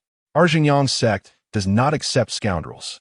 It was no wonder that people claimed Wan'er possessed a fierce temperament. If the disciples of Five Elements Peak were all like this, even she would likely surpass him in audacity, even after years of cultivating his demeanor. Jiang Qingyu's chest heaved in frustration at the sight before him. Yet, amidst his fury, a deeper concern began to swell. Despite Xie Ping's lackluster display, which undeniably suggested ulterior motives, he was now at the 9th level of qi refinement, having recently approached the foundation establishment stage. In contrast, Wan'er had only just entered the 6th level of qi refinement. Qi refinement primarily revolve around the mastery of qi, drawing in spiritual essence to refine it within the dantian while honing the physical body. Ultimately, regardless of how powerful one becomes in qi refinement, one remains constrained by human limitations. Foundation establishment, on the other hand, marks a definitive departure from these confines, signifying the first step towards the path of immortality. At present, Xie Ping had already reached the threshold of foundation establishment. His physical body had been refined to its utmost limits, merely awaiting the right opportunity to enter the Tao. In comparison, the disparity between the two was akin to that of clouds to mud. Not only was Wan'er at a disadvantage, but even Jiang Qingyu himself, at the 6th level of qi refinement, would find it impossible to contend with Xie Ping. This Xie Ping was undoubtedly a far cry from the disciples of Five Elements Peak encountered during the trial. Should Wan'er truly falter, would she not fall prey to this scoundrel? Perhaps he should intervene to halt this unfolding situation? Should the two alter their approach to sparring? Jiang Qingyu's mind was a whirlwind of thoughts. Several times she contemplated stepping in to halt the proceedings, yet doubts held her back, leading her gaze instinctively towards Li Xiuyuan. It was a mistake to look, for upon doing so, Jiang Qingyu felt a surge of indignation. At that moment, Li Xiuyuan was engrossed in the book in his hands, seemingly amused by whatever he was reading, a smile gracing his lips. Did he truly remain oblivious to the trials his disciple was enduring? Anger flared within Jiang Qingyu, and she was poised to intervene when suddenly, the voice of Wan'er echoed from the back mountain. Very well, I agree. Wan'er's tone was frigid. Although it lacked the previous carefree innocence, it now exuded the aloofness of an ice-cold beauty. How could she acquiesce to this? Jiang Qingyu furrowed her brow. Xie Ping was clearly intent on bullying the weak, and given the current circumstances, even if Wan'er refused, outsiders would have nothing to say. She had envisioned numerous scenarios, yet could not fathom that Wan'er would consent to such a seemingly futile wager. Why had Li Xiuyuan not intervened? What was he contemplating? Could it be that he was so confident that half-step foundation establishment Xie Ping posed no threat to Wan'er? Or was it possible that this entire situation was a deliberate scheme orchestrated by Li Xiuyuan, aiming to sacrifice Wan'er as happiness in exchange for a truce between the Winda Cliff and the Five Elements Peak? Jiang Qingyu felt her mind spinning in chaos. Yet with matters as they stood, she could only watch in frustration. She agreed so readily? Upon witnessing Wan'er's decisive acceptance, Xie Ping was taken aback. Aren't you even going to inquire about the conditions I require for your agreement? He asked curiously, only to see Wan'er gently shake her head. No need. I am indifferent to the conditions you present. At present, my thoughts are quite simple. The remainder of her sentence remained unspoken. In that moment, her sole desire was to deliver a thorough beating to her opponent, imparting the lesson of the consequences of disrespecting her master. As for her opponent's strength, it was of no consequence. When he dared to address her master by name, there could only be one victor standing in the back mountain today. Hearing this, Xie Ping regarded the petite figure of Wan'er, whose cultivation barely reached the 6th level of qi refinement, and suddenly grasped the situation. Her calm acceptance of his conditions suggested that, regardless of the outcome, she did not believe she would be at a disadvantage. If Wan'er emerged victorious, The resources he possessed would allow her to gain immensely. Conversely, should she lose and become his Dao partner, she could then escape the burdensome Winda Cliff and accompany him to reside at the Five Elements Peak, thereby enjoying its myriad privileges. Forming a Dao partnership was one of the few methods by which disciples of the Xinjiang sect could enjoy the benefits of another lineage without transferring their allegiance. Xie Ping had initially thought that the notion of becoming partners was merely his own fanciful idea, only to discover that both he and Su Wan'er shared mutual feelings, transforming this sparring match into a courtship endeavor. Thus, he naturally felt compelled to make his own gestures in kind. Xie Ping, with a sweeping gesture, believed he was fully displaying his masculine prowess as he addressed Su Wan'er. Wan'er, my cultivation exceeds yours. In this spar, I shall allow you 3 moves. Within those 3 moves, I shall neither evade nor dodge. Should I contravene this promise, then I shall concede defeat. Who the hell do you think you are to call me Wan'er? Such a term might suffice for a master or a close acquaintance, but what right do you have? Su Wan'er maintained a stoic expression, her grip tightening around the demon's sealing staff as she suddenly advanced. Just as Xie Ping was about to speak, a sudden sound of slicing air pierced his ears. He looked up to see a striking figure hurtling towards him. In the blink of an eye, Su Wan'er had closed the distance, standing before him. A large, dark, and formidable demon's sealing staff was thrust towards him, held aloft by a single hand. Such astonishing speed. However, I am now at the threshold of Foundation establishment. This level of force is insufficient to deter me, Xie Ping confidently declared, preparing to block the impending attack. In his eyes, Su Wan'er, despite being at the 6th level of Qi refinement, was fundamentally different from him. Yet, he could never have anticipated what was about to unfold. With a sharp crack, the instant his palm made contact with the demon's sealing staff, a resounding sound echoed through the mountain's rear. Agonizing pain surged through his palm, and Xie Ping's expression shifted dramatically as he instinctively attempted to evade. However, Su Wan'er suddenly curled her lips into a chilling smile. If I let you escape, my children will take their surname from the master. Why should the children take their surname from the master? This peculiar thought flickered through Xie Ping's mind. But before he could unravel its implications, a cloud of black sand was hurled towards his face. Chapter 30. The long staff strikes the licentious one. Li Xiuyuan earns a fortune in evil deeds with a single-handed thrust. The long staff shattered Xie Ping's wrist bone with a resounding crack. Yet, the flesh of a half-step Foundation cultivator proved to be remarkably more resilient than anticipated. Su Wan'er gazed at Xie Ping's foul mouth, her eyes filled with regret. She had intended to utilize the Qitian staff technique to cleanse his teeth. However, this was of little consequence. As the black sand enveloped Xie Ping, it swarmed around him like a horde of insects, binding him tightly. Despite his frantic flailing, he found himself unable to make contact, and he soon descended into a state of disorientation. The sudden turn of events startled him into shouting in confusion. What is this? What have you done to me? Wan'er, Su Wan'er, stop this at once. Darn it, 5 elements palm. Seeing that Su Wan'er offered no response, Xie Ping swiftly flipped his hand and unleashed a barrage of palm strikes, channeling his spiritual energy to create an impenetrable barrier around himself. Truly, he was a favored disciple of the 5 Elements Peak. Each palm strike exuded tremendous force. With Su Wan'er's current physique, even a mere graze would inflict injury, and a solid hit could render him utterly incapable of resistance. Step of the heavens. Su Wan'er, observing the situation, immediately executed the evasion technique she had just mastered, deftly maneuvering amidst the myriad palm strikes surrounding Xie Ping. Luo Qingxuang watched with a glimmer of admiration in her eyes. Thanks to the various ingenious tools provided by Li Xiuyuan, Su Wan'er found it exceedingly simple to take on this elite adversary without sustaining harm. Yet, an over-reliance on such methods would undoubtedly impede her cultivation in the long run, leading her to become overly enamored with these unconventional paths. Using an unseen and unheard Xie Ping to hone her own techniques was a risky yet swift method of advancing her abilities. As Su Wan'er circled around Xie Ping, she initially struggled with her newfound skill, facing numerous perilous moments. However, it wasn't long before her movements became increasingly fluid.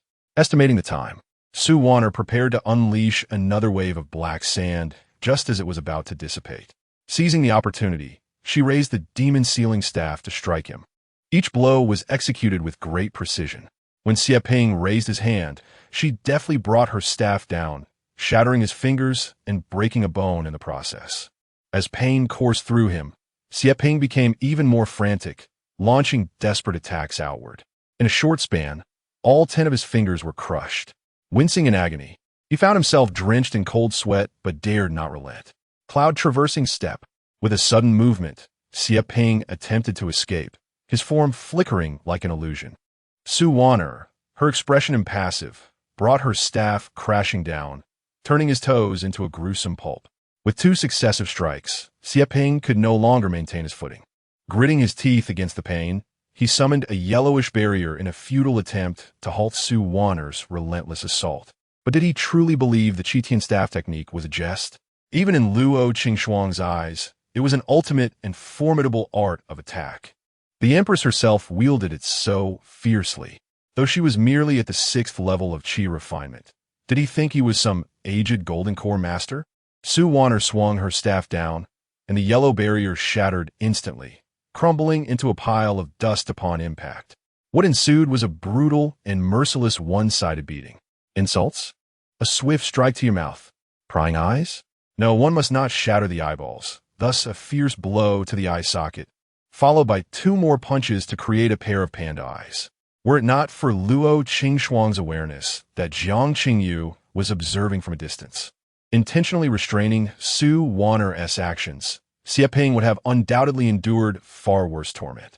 After enduring the relentless 49 strikes, Sigh lay unconscious on the ground, his face a swollen mess akin to a heap of mud, devoid of the previous arrogance he once displayed. It was only then that Wan'er took a deep breath, feeling an unprecedented sense of relief, and began to drag Sigh step by step toward the base of the Wendea mountain.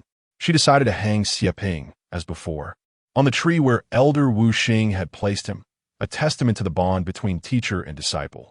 After a moment's contemplation, Wan'er resolved that this time, she could not inscribe the label of guilt upon him. A new term was warranted.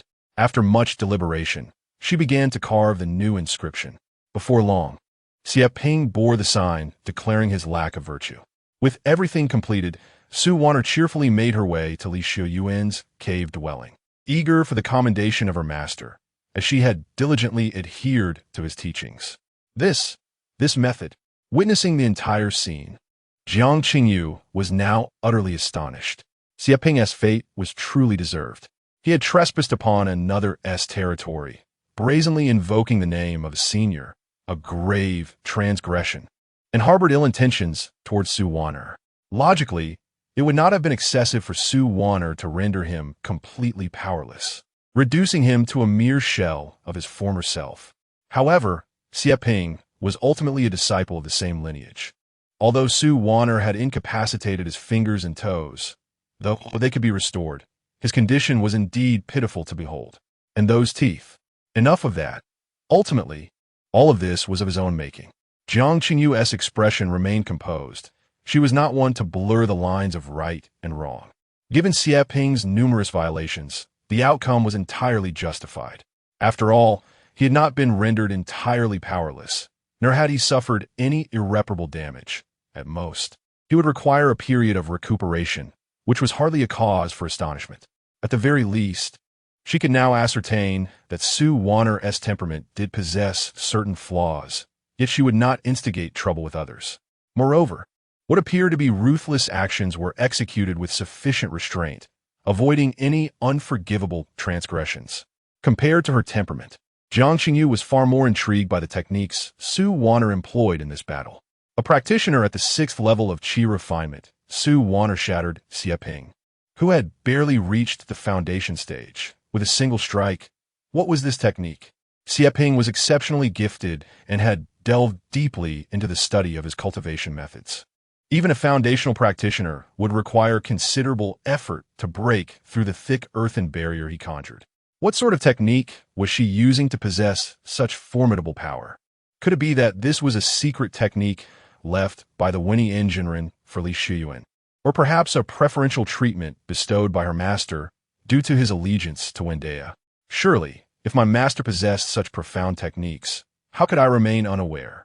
Jiang Qingyu gazed at the petite figure of Su Wan'er, his heart and eyes brimming with curiosity, disregarding the formidable and unknown prowess of her staff techniques. The teleportation method she employed was astoundingly intricate.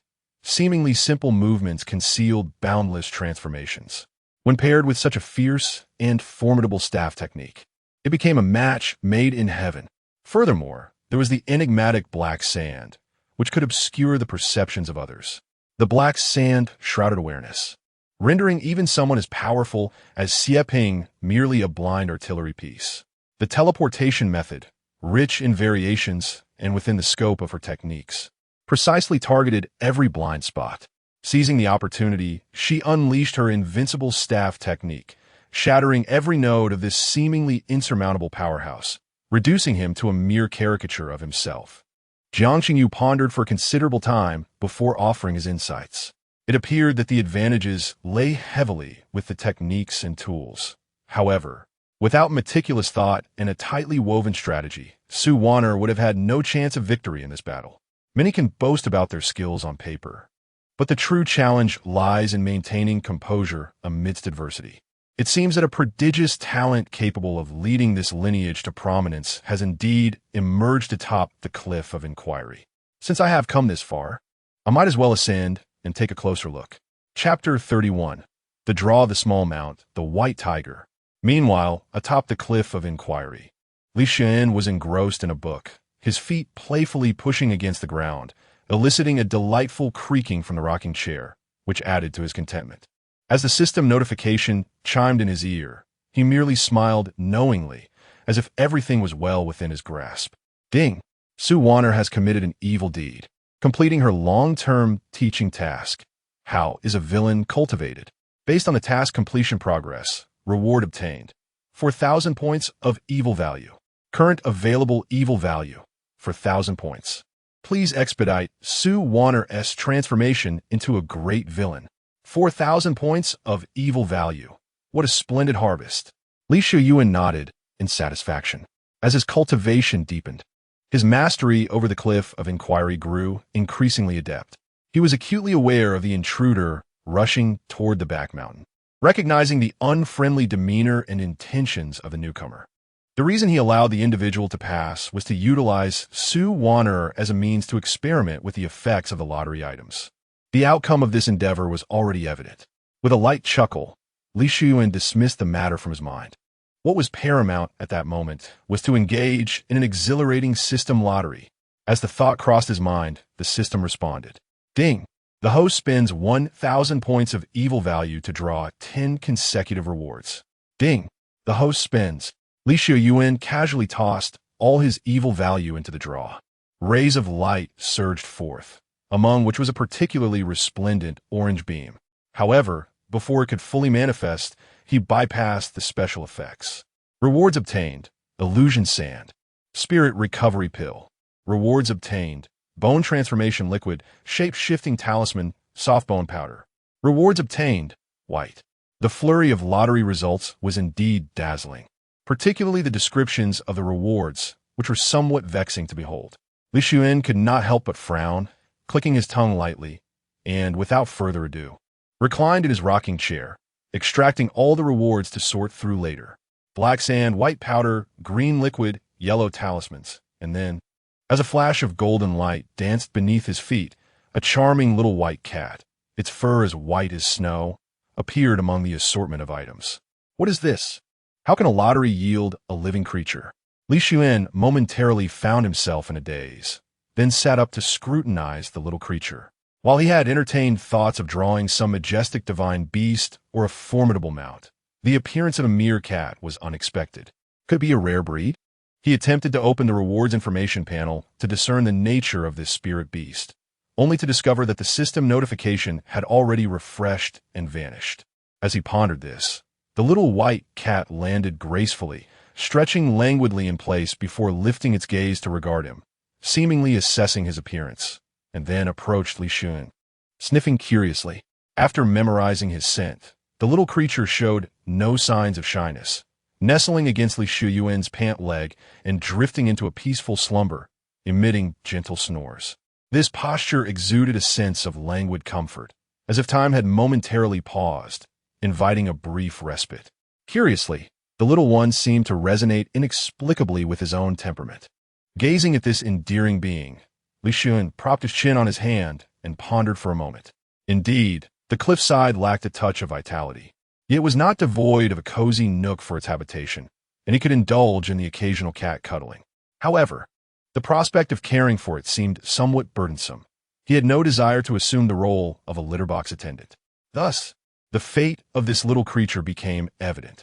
When faced with uncertainty, let the disciple take charge. He resolved to entrust it to Wan'er, reaping the benefits while she tended to it. Now, he awaited her return. With this thought, Li Xiuyuan reclined contentedly, resuming his match against Morpheus in the rocking chair. Meanwhile, after his gaze shifted away, the little white cat fell into a deep sleep, and amidst its rhythmic breathing, faint flashes of thunder-like energy danced within its fur, hinting at its extraordinary nature. Simultaneously, within a celestial abode on 5 Elements Peak, Xiuyuan, who was once believed to have lost his spiritual roots and thus his path to immortality, now sat cross-legged upon a stone platform, with his heart directed skyward.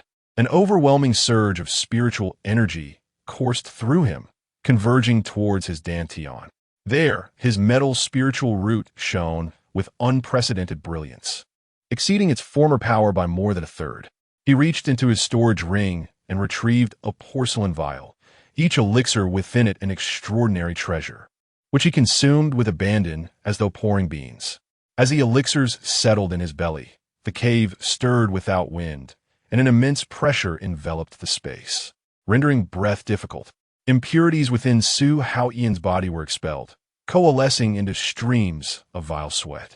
When his internal spiritual energy reached its zenith, and he could no longer absorb more, Xiuyuan abruptly opened his eyes. "Break for me," he bellowed, and a powerful force erupted forth. With a resounding crash, the long-suppressed bottleneck shattered, causing the stone platform beneath him to crumble. Xiuyuan felt a sudden lightness wash over him, prompting a faint smile to grace his lips. Just then, 2 disciples who had entered the sect alongside him stepped into the cave.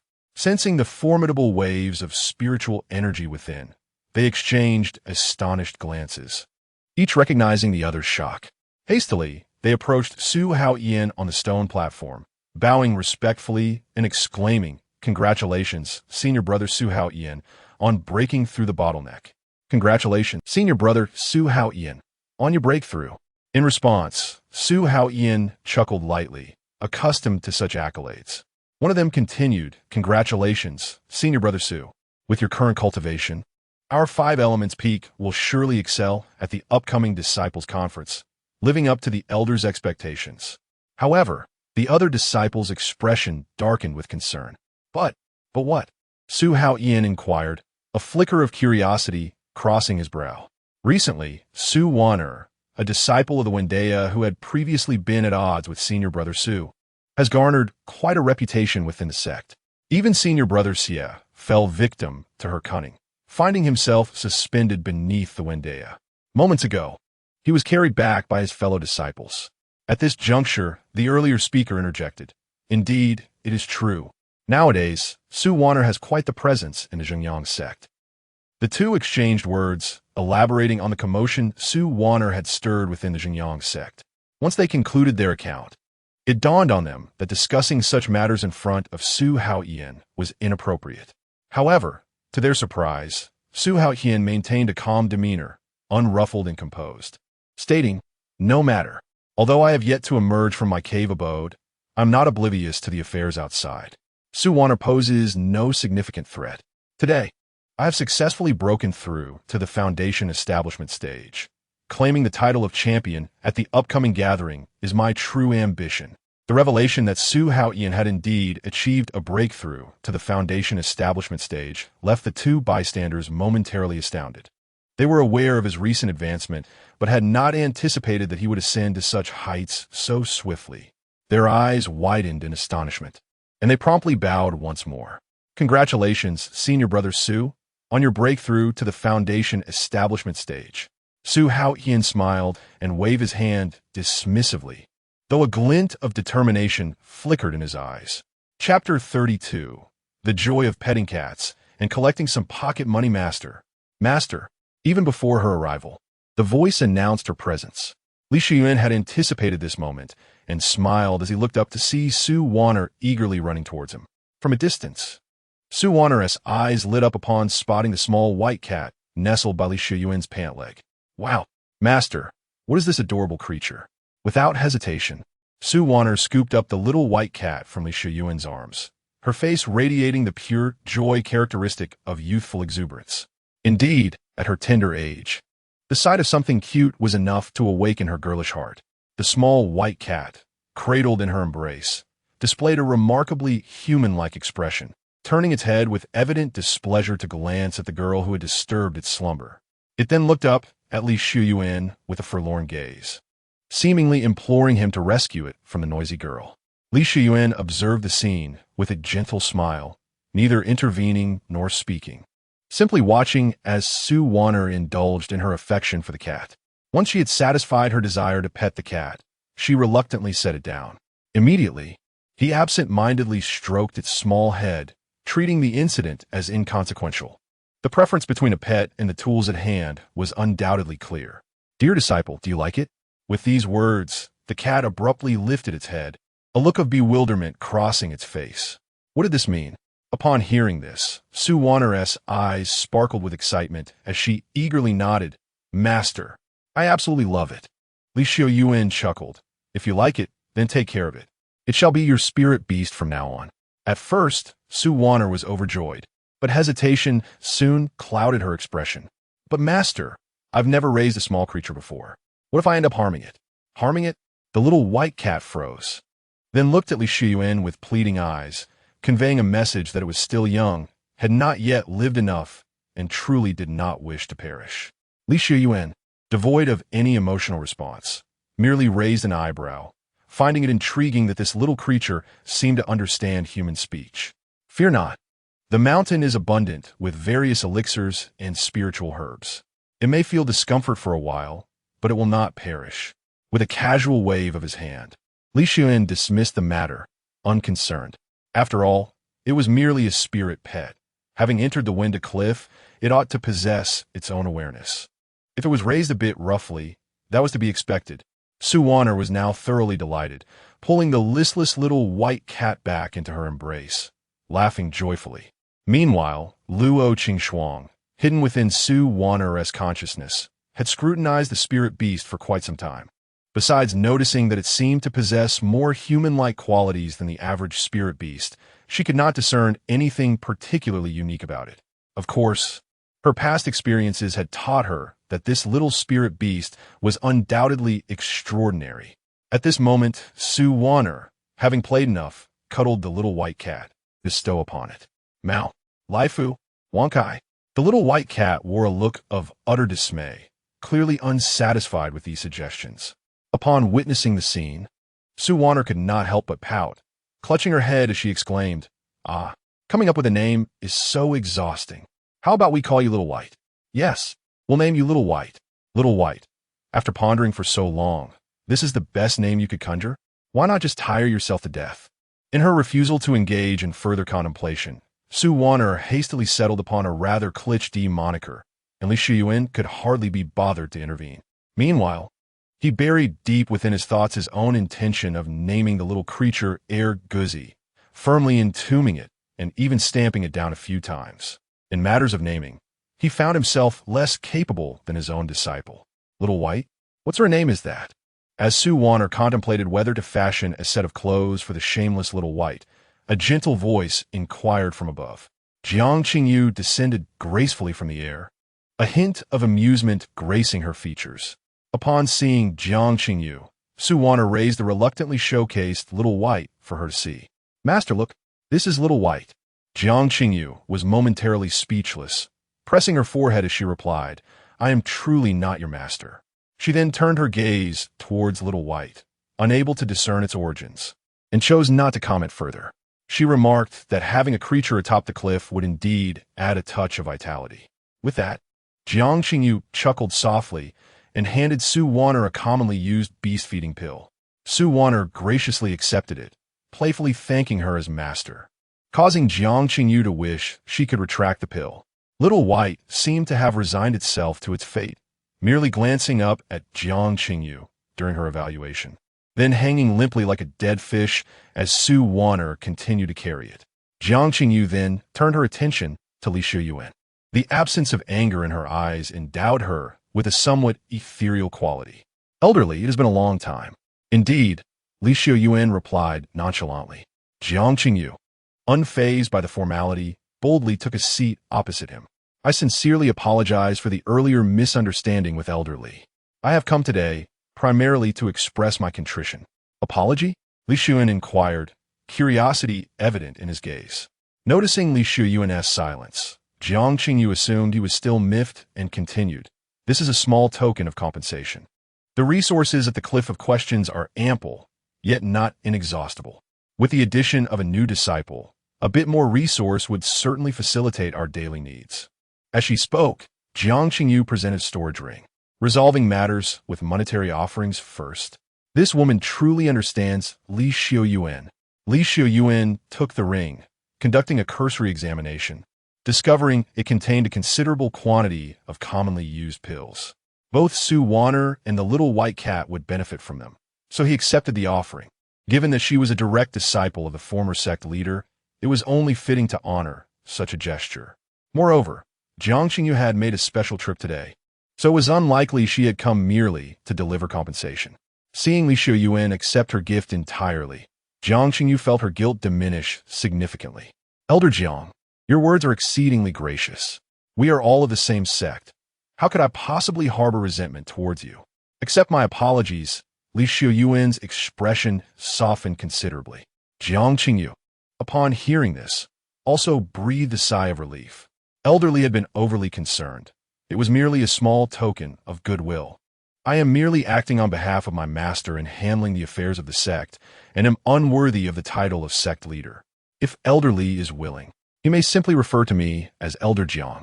Li Xiuyuan slightly nodded in acquiescence. With this, Jiang Qingyu felt reassured enough to speak freely, conveying the purpose of his visit.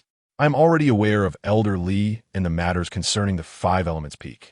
This wager is exceedingly unfair to the Winda Cliff. I intend to request Elder of the Five Elements to visit Winda Cliff and render this wager null and void. Chapter 33. Little Bai remarked, it is all a ruse. She gazed at Li Xiuyuan with hopeful anticipation, only to find him wearing an expression of utter bewilderment. A wager? What wager? Who is the Elder of the Five Elements? Oh, after a moment of hesitation, Li Xiuyuan suddenly recalled. Indeed, there seemed to be such a matter. He promptly waved his hands repeatedly, saying, Elder Jiang, you need not worry. Since this agreement has been established, there is no reason to retract it. If Wan'er were to lose, it would merely mean relinquishing half of the resources from the Asking Dao Cliff, which is inconsequential. Although he spoke in this manner, Li Xiuyuan harbored a different thought deep within. The wager could not possibly be annulled. He was eagerly awaiting Su Wan'er to deliver a resounding defeat to Su Haoyan, thus amassing a considerable amount of malevolent merit for himself. This matter was non-negotiable. Upon witnessing Li Xiuyuan's firm resolve, Jiang Qingyu was momentarily taken aback, and then she furrowed her brows tightly, saying, Elderly, I must confess that I had a profound misunderstanding of you earlier. I did not expect you to possess such determination. I truly admire it. However, to my knowledge, Su Haoyan has made significant progress, and the gap between his cultivation and Su Wan'er's has widened considerably. At present, Su Wan'er is unequivocally not his match. If Elderly has any contingency plans, I would appreciate your sharing them, so that I may have a clearer understanding. Li Xiuyuan, upon hearing this, once again dismissed her with a wave of his hand. There is no need for a backup plan. Wan'er will naturally not lose to him. His words exuded confidence, yet carried an air of nonchalance, as if he were not particularly troubled by the matter. As a mention of Su Haoyan's name drew Su Wan'er, who had been playing with a cat, closer to the conversation, Her previously settled mind was suddenly thrown into turmoil upon hearing of Su Haoyan's terrifying advancements. If she were to lose without ever having fought, not only would she tarnish her master's reputation, but she would also forfeit half of the resources from the Asking Dao Cliff. What a predicament that would be. However, Li Xiuyuan's subsequent words immediately calmed Su Wan'er. Although she was uncertain of Su Haoyan's current strength, she knew her master would never deceive her. If he claimed she could win, then she would undoubtedly prevail. Silently, she turned her head away. Though she remained mute, her heart was already brimming with joy. With her master's unwavering trust in her, how could she possibly disappoint him? Indeed, she resolved to strive even harder, promising herself a week of all-night cultivation as a reward upon her return. Yet, Jiang Qingyu was not the naive girl that Su Wan'er was and was not easily swayed by such sentiments. She was immediately incensed by Li Xiuyuan's apparent flippancy, although she initially hesitated to continue persuading him, recognizing that the Asking Dao Cliff held no significance for her. The sight of the carefree Su Wan'er stirred her compassion for the child's future. She thus fixed a cold gaze upon Li Xiuyuan and declared, "Elder Li, your actions seem to show a lack of regard for Su Wan'er's future." Li Xiuyuan responded, "I have faith in her, and that is all. Her future need not be a concern for others." Jiang Qingyu, infuriated to the point of laughter, clearly unconvinced, retorted coldly, "Since you are so resolute, let us establish a wager. Should Su Wan'er falter at the disciples' conference, I would intervene to safeguard her life. However, I would simultaneously petition the sect to allow her to train alongside me within the Master's pavilion henceforth. From that moment, I shall assume responsibility for all her affairs and guide her moral character. If I were to lose, I would submit entirely to Elder Li's discretion. Allow her to take Su Wan'er away? That is simply unacceptable." As my words fell, Li Xiuyuan furrowed his brow, pondering how to decline, yet Su Wan'er stepped forward first. The young girl, her cheeks flushed, nearly suffocated the white tiger cub clutched in her arms with her fierce grip, her short legs bouncing restlessly. "No, please. Regardless of victory or defeat, I wish to remain on the path of Inquiry Cliff alongside my master." It was evident that uttering these words required not only immense courage, but also considerable effort. Li Xiuyuan gazed at the two girls before him, utterly bewildered, feeling as if he were witnessing a couple on the verge of divorce, with their daughter clutching a doll, suddenly declaring that she would follow her father regardless of the outcome. It was quite exasperating. Nonetheless, this woman certainly needed some correction. Otherwise, she would continue to disturb the peace on the path of Inquiry Cliff, driving one to distraction. After a momentous reflection, Li Xiuyuan formulated a plan and spoke. "Establishing a wager is acceptable, but I find no need for Elder Zhang's intervention. The path of Inquiry Cliff has recently been rather lively, with uninvited guests frequently intruding. I have been contemplating whether to appoint someone to guard the mountain gate. Should Elder Zhang lose, perhaps she could undertake this task, preventing those rogues from disturbing our tranquility." Li Xiuyuan intended to subtly inform Jiang Qingyu that she was the most bothersome of all. Yet, Jiang Qingyu misconstrued his words, thinking he was alluding to the previously sneaky elder of the five elements, and Xieping. Without a moment's hesitation, she decisively replied, "In that case, a gentleman's word is his bond. I shall not intrude further today. After the disciples' conference, I shall see from whence Elder Li derives his confidence." With that, Jiang Qingyu rose, her demeanor radiating resentment, and departed from the path of Inquiry Cliff without a backward glance, leaving behind a young girl and a nearly suffocated, tearful white kitten. "Master, it's all Wan'er's fault for causing discord between you and Mistress," Su Wan'er lamented, lowering her head after Jiang Qingyu's figure vanished from sight. "Master, if you have such faith in me, what will become of you if I fail?" Upon hearing this, Li Xiuyuan transformed his earlier indifference into a warm smile directed at Su Wan'er. "Silly girl, losing is merely losing. The resources of the path of Inquiry Cliff are abundant. We are not lacking in trifles. Once you grow stronger, we shall reclaim what is rightfully ours." Moved by his words, Su Wan'er found herself at a loss for words, merely wiping her tear-stained eyes with her sleeve. Clenching her fists with determination, she declared, "Rest assured, Master, I shall exert myself twice as hard in my training and will never allow that Su Haoqian to best me. Thus, Li Xiuyuan's smile blossomed even more. The interruption by Jiang Qingyu was not entirely fruitless. At the very least, it invigorated Wan'er. Now, he felt all the more at ease reclining in his rocking chair. Soon, Wan'er finally relinquished her hold on Xiaobai. She turned and made her way toward the back mountain, continuously engaging in a mental dialogue with Luo Qing regarding their forthcoming training plans. Observing the girl's resolute silhouette, Li Xiuyuan chuckled softly from his chair, then reclined further back, experiencing an unparalleled sense of comfort. Meanwhile, Xiaobai, who had finally found a moment of peace to indulge in a leisurely slumber, gazed at him with a hint of bewilderment. The breeze at the cliff was just right, yet it inexplicably caught a whiff of something reminiscent of a cunning scheme. Chapter 34. Frightening the Messenger, Disciple. The disciple gathering is set for tomorrow. Ever since Li Xiuyuan made a wager with Jiang Qingyu, his days have surprisingly settled into a mundane rhythm. Wan'er visits him daily, but beyond those brief encounters, she dedicates most of her time to diligent cultivation on the back mountain of the Wan'er, rarely venturing out. Were it not for the system's cultivation prompts echoing in his mind, Li Xiuyuan might have suspected that the young girl was frolicking in the mountains. This clearly illustrates the immense pressure Su Haoqian has placed upon her. Jiang Qingyu occasionally visits the Wan'er to inform Li Xiuyuan of Su Haoqian's rapid advancements in cultivation, attempting to instill a sense of caution in him. Yet, each time, her efforts yield no results. Life on the Wan'er continues as usual. As dawn breaks through the clouds, on the flat ground atop the mountain, beneath a perennial tree, there stands a table and a rocking chair.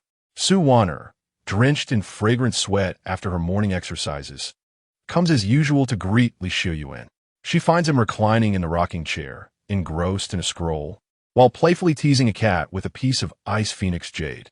Little by circles around a piece of rib, desperate yet unable to reach it, growing increasingly agitated and inclined to express its displeasure vocally. Though slightly at odds with the cat, Wan'er is utterly captivated, wishing to witness such a scene every day. "Master, good morning," she calls, breaking her reverie and running to Li Xiuyuan with a light laugh. He responds with a gentle hum, smiling as he sits up and tosses the rib to Little Bai. As the cat clutches the rib, munching contentedly, he reaches out to pat Wan'er on the head. She relishes the affection, while Luo Qing cannot help but furrow her brow. Has he forgotten to wash his hands? However, seeing Wan'er so pleased, she refrains from voicing her concerns. "You have worked hard lately. If you are tired, take a day or half a day to rest. It will not hinder your progress." Li Xiuyuan suggests kindly, but Wan'er shakes her head in refusal. "No, disciple is not weary. I fear I am not diligent enough and will disappoint Master's expectations." Having said this, Wan'er prepares to take her leave and head to the back mountain for cultivation. Suddenly, Li Xiuyuan raises an eyebrow, then chuckles softly. "Do not rush into your cultivation.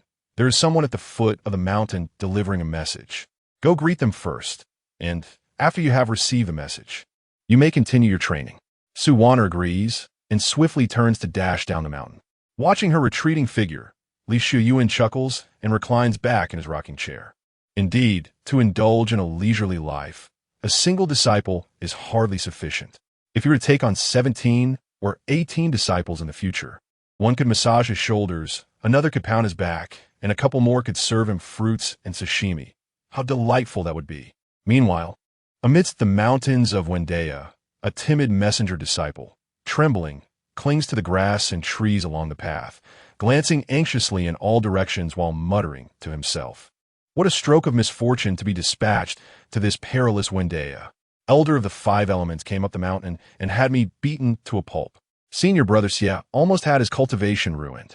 Well, my, you ask? The moment I ascended the mountain, my cultivation was sealed. If I were to be struck down, I fear I might lose half a life. No, in truth, with my current state, I might not have a life to spare. Despite this, I must continue my ascent. Should there be even the slightest disturbance along this path, I would undoubtedly flee at once. To glance back even once would cost me half my soul. Just as I was relieved that nothing untoward had occurred thus far, A sudden, soft gasp pierced the air beside me. Are you the one delivering the message? The messenger disciple instantly felt his legs weaken, nearly rolling his eyes back, yet his mouth continued to plead loudly. Ah, evil spirits begone. I have elders to serve and kin to care for. I must keep my life intact. Spare me, spare me. Behind him, Wan'er observed his momentary speechlessness. Just as she gathered herself to inquire about the situation, the messenger disciple dared not lift his head, hastily presenting the letter in his hand before scurrying down the mountain as if fleeing. The term scurry here is indeed a verb. What was referred to as a letter was, in fact, a jade talisman, intricately carved with dragons and phoenixes, adorned with the distinctive sun crown markings of the Jingyang sect. Looking resplendently beautiful, bewildered, Wan'er accepted the jade talisman, watching the messenger disciple vanish without a trace, and had no choice but to resign herself to the moment. Just as she turned to ascend the mountain, the talisman seemed to sense her presence and suddenly transformed. A strand of spiritual energy shot forth from the talisman, coalescing into a golden curtain before her. Inscribed upon it were the words, "The disciple assembly is about to commence. Participants should prepare themselves to join the observing elders and proceed to the trial grounds for the martial arts platform tomorrow." Wan'er stood frozen, suddenly recalling the arduous training that had made her oblivious to the passage of time. A month had flown by so swiftly, yet the reassurance from Li Xiuyuan had barely calmed her nerves, and a sense of dread began to swell within her. Her entire demeanor weakened, and she trudged up the mountain with a heavy heart. "Sister Luo, do you think I can win?" Wan'er murmured softly, forgetting that they could communicate through thought. Luo Qingxuang, with a resigned expression, replied, "Do not worry. You cannot lose. Just wait for the victory to be yours." However, she added, "They say Su Haoyan has already broken through to the foundation establishment stage. Just be careful, and don't let him kill you," came the warning. "Oh, I shall do my utmost to preserve my life." Luo Qingxuang fell silent, unsure of how to respond. Approaching Li Xiuyuan's cave dwelling, Wan'er halted, rubbing her face vigorously, forcing a smile, and then called out, "Master, I have returned." As she yelled, she dashed towards Li Xiuyuan. He was deep in slumber, and though she had refrained from disturbing him in recent days, an overwhelming surge of emotion suddenly flooded her. The little girl, emboldened by a surge of courage, leapt into his embrace, crashing into him wholeheartedly. "Oh dear, this mischievous girl. Have you lost your mind?" Li Xiuyuan exclaimed in surprise, not because it hurt, but purely startled by such a bold action. Wan'er tumbled into his embrace, chuckling softly before succumbing to the urge to hug him. "Master, tomorrow is the disciples' conference," she announced. Li Xiuyuan, with an indifferent expression, replied, "Oh, and then what? You disturb my slumber for this trivial matter?" This disciple certainly possesses a hint of rebelliousness. However, from a vantage point unseen by Li Xiuyuan, Wan'er clenched her fists tightly, her face betraying no sign of anxiety as she assured him, "I will not lose at the disciples' conference." With that, the spirited girl propelled herself off the rocking chair, landing gracefully before darting toward the back mountain, fearful that Li Xiuyuan might catch a glimpse of her flushed face. Left perplexed, Li Xiuyuan exchanged glances with the little white cat beside him. Furrowing his brow, he couldn't help but murmur to himself on the rocking chair, "That impudent girl." Chapter 35, A Night of Rigorous Training. Preparing for the disciple conference to claim that one is not anxious would be a blatant falsehood. Yet, faced with the circumstances, Wan'er could only grit her teeth and muster her resolve. Thus, the young girl chose to spend the entire night in solitary cultivation at the back mountain of the Asking Dao Cliff, remaining awake through the long hours. Under the guidance of Luo Qingxuang, Wan'er felt the surge of spiritual energy within her, flowing in harmony with the Ice Heart Frost method. The overwhelming spiritual essence surrounding her seemed to plunge into an unfathomable abyss, akin to a stone ox sinking into the sea, seamlessly absorbed into Wan'er's dantian without causing a ripple. Throughout the night, her cultivation, staff technique, and evasion methods all progressed significantly. However, Wan'er remained restless, feeling her efforts were still insufficient. Meanwhile, within the cave dwelling, the slumbering Li Xiuyuan was stirred by the system's notification sound. Ding! detecting that the eldest disciple Wan'er is cultivating, triggering a critical strike. Cultivation returned 100-fold. Li Xiuyuan instantly opened his eyes, letting out a soft exclamation. 100-fold return on cultivation? Was it not a technique? A smile spread across his face. In that fleeting moment, an uncanny stillness enveloped the Asking Dao cliff, and all the spiritual energy in the vicinity was suddenly drawn into a void. The astonishing surge of spiritual energy rushed into Li Xiuyuan's limbs and bones with relentless force, washing over every inch of his flesh and marrow like water. If someone were to observe, they would witness him cloaked in a dense, milky white radiance, as if undergoing a profound transformation. Yet, this transformation transpired in mere moments.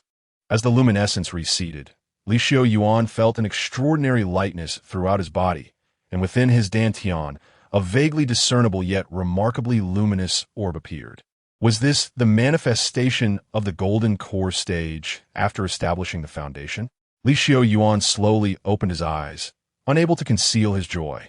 He had not anticipated that during these days of Wan'er's cultivation, his own cultivation would ascend to the golden core stage. The effort required for each subsequent realm would be exponentially greater, requiring countless times the dedication. This little girl truly had bestowed upon him a delightful surprise. But the revelations were not yet complete. Detecting that disciple Wan'er is comprehending the sky treading step technique, triggering a critical strike. 100-fold return. With a flood of insights washing over him, Li Xiuyuan's understanding of this technique transcended that of his predecessors. From minor success to grand accomplishment, ultimately reaching perfection, what would typically require centuries or even millennia of effort was condensed into the blink of an eye. As the feedback gradually subsided, Li Xiuyuan found his sleepiness dissipating. With a light chuckle, he rose from his bed. He had forgotten that the Asking Dao cliff was not solely inhabited by him and Wan'er. At that moment, on the windowsill, Wan'er had placed a cushion stuffed with scraps of fabric, creating a cozy nest for Bai. The moonlight illuminated the space, casting gentle rays that silently drifted into Bai's form. Yet, at that instant, it gazed at Li Xiuyuan with wide eyes, disbelief etched across its face. Coincidentally, Li Xiuyuan also noticed Bai's presence. He squinted and tilted his head to gaze over, while Bai quickly turned her head away, feigning deep slumber. However, her toes remained tightly curled, revealing her lack of acting prowess. Li Xiuyuan pondered for a moment, lost in thought, yet ultimately chose to disregard the matter, allowing Bai to relax considerably. The following day, before the sun had risen, the Xinjiang sect was already bustling with activity. After a night of arduous cultivation, Wan'er, drenched in fragrant sweat, bathed and changed before seeking out Li Xiuyuan. At that moment, she donned a delicate purple gauze dress, reminiscent of her appearance when she first encountered him. Despite having acquired a plethora of unorthodox teachings from Li Xiuyuan at the Cliff of Inquiry, she still retained her original innocent spirit. However, as the disciple conference approached, a veil of unease shrouded her playful demeanor. "Let's go," Li Xiuyuan said with an air of nonchalance, seemingly indifferent to the day's events. Wan'er promptly complied, and the two made their way towards the martial arts arena. Foundation establishment stage? Luo Qing mused, her gaze lingering on Li Xiuyuan before a self-deprecating smile graced her lips. Having spent considerable time at the Cliff of Inquiry, her perspective on Li Xiuyuan had evolved significantly. This fellow was quite the rogue. Those who underestimated him by treating him as merely a foundation establishment cultivator might very well find themselves at a disadvantage. In no time, Li Xiuyuan and Wan'er arrived at the vicinity of the martial arts arena. Upon entering, Wan'er quickly noticed that the arena was teeming with people. It was far from chaotic. Instead, it exhibited a remarkable sense of order. The arena itself was situated at a lower elevation, with several platforms constructed within, where newly initiated disciples flocked to compete in the upcoming matches. Surrounding the arena, a circular stone platform had been erected, tiered in height, with non-participating spectators seated in the lower areas, while numerous elders and officials occupied the higher seats. As for Li Xiuyuan, he stood apart from the rest. Wan'er intended to greet him once more before heading to the competition, but upon glancing back, she found Li Xiuyuan already following a guiding disciple towards a cloud ascension platform. The leaders and sect masters were positioned above the martial arts arena, amidst a misty cloud, observing the splendid scene below. Throughout this journey, the gazes of those elders from various sects who could not ascend to the cloud ascension platform fell upon Li Xiuyuan. Their expressions a mix of dissatisfaction and derision. Is this really the Li Xiuyuan from the Cliff of Inquiry? He looks so unfamiliar. Indeed, how could he not appear so? He had always been solitary at the Cliff of Inquiry, having never participated in prior disciple conferences, opting instead for a leisurely existence. If I were him, I would never have taken on disciples during the initiation ceremony. It would be embarrassing enough to have low cultivation myself. Why risk further humiliation by training a disciple that could tarnish the reputation of the Cliff of Inquiry? Such sentiments were numerous, clearly revealing their contempt for Li Xiuyuan. Even though Wan'er was notorious within the Zhengyang sect, it did little to deter their intent to mock Li Xiuyuan. In response, Li Xiuyuan chose to disregard the situation, ascending the ascending cloud platform and joining the other sect leaders amidst the ethereal mist. Within Wan'er's consciousness, Luo Qingxuang regarded this with disdain as an empress. She had long become accustomed to the facades of these individuals, not allowing their behavior to trouble her mind. However, Wan'er observed all of this with keen eyes, her fists clenched in frustration, wishing she could unleash her fury right there. A group of blind fools, having lived for so many years, could only judge by appearances. No wonder my master imparted so many lessons so that I would not tread the same path as him in the future. If I were to lose today, what face would I have to claim to be my master's disciple? Resolutely, she turned and made her way into the crowd, heading towards the martial arts platform. Chapter 36. The competition commences above the clouds. Li Xiuyuan approached with an air of calm, yet before he could take a seat, a voice filled with surprise reached his ears. "Oh, is that not Elder Li from the Cliff of Inquiry? What a rare visitor indeed." Turning to investigate, Li Xiuyuan noticed that he did not recognize the speaker, who sneered contemptuously, the implications of which were abundantly clear. Others were drawn to the commotion, casting glances in Li Xiuyuan's direction. They had presumed that Elder Li would be diligently engrossed in his cultivation on the Cliff of Inquiry, and were taken aback by his unexpected appearance. This is fortuitous, they thought, as it saves me the trouble of having to extend an invitation. Elder of the Five Elements, as the head of the Five Elements peak, was also present. He gazed intently at Li Xiuyuan, a smirk gracing his lips, exuding an air of confidence, as if he had already envisioned the outcome of their impending contest. This old fellow must have spent considerable time imagining the scenes of his victory, mused Li Xiuyuan. Yet, who is Li Xiuyuan? Would he allow himself to succumb to such indignities? Maintaining an expression of indifference, he suddenly uttered, "I certainly cannot allow Elder of the Five Elements to extend an invitation. My disciple has been rather overzealous lately, and I fear he may err in judgment." Upon hearing this, the Elder of the Five Elements' countenance darkened, and he turned away in silence. Others were somewhat aware of the situation and wisely chose not to address the matter further. Above the clouds, a serene quietude descended, though it was short-lived.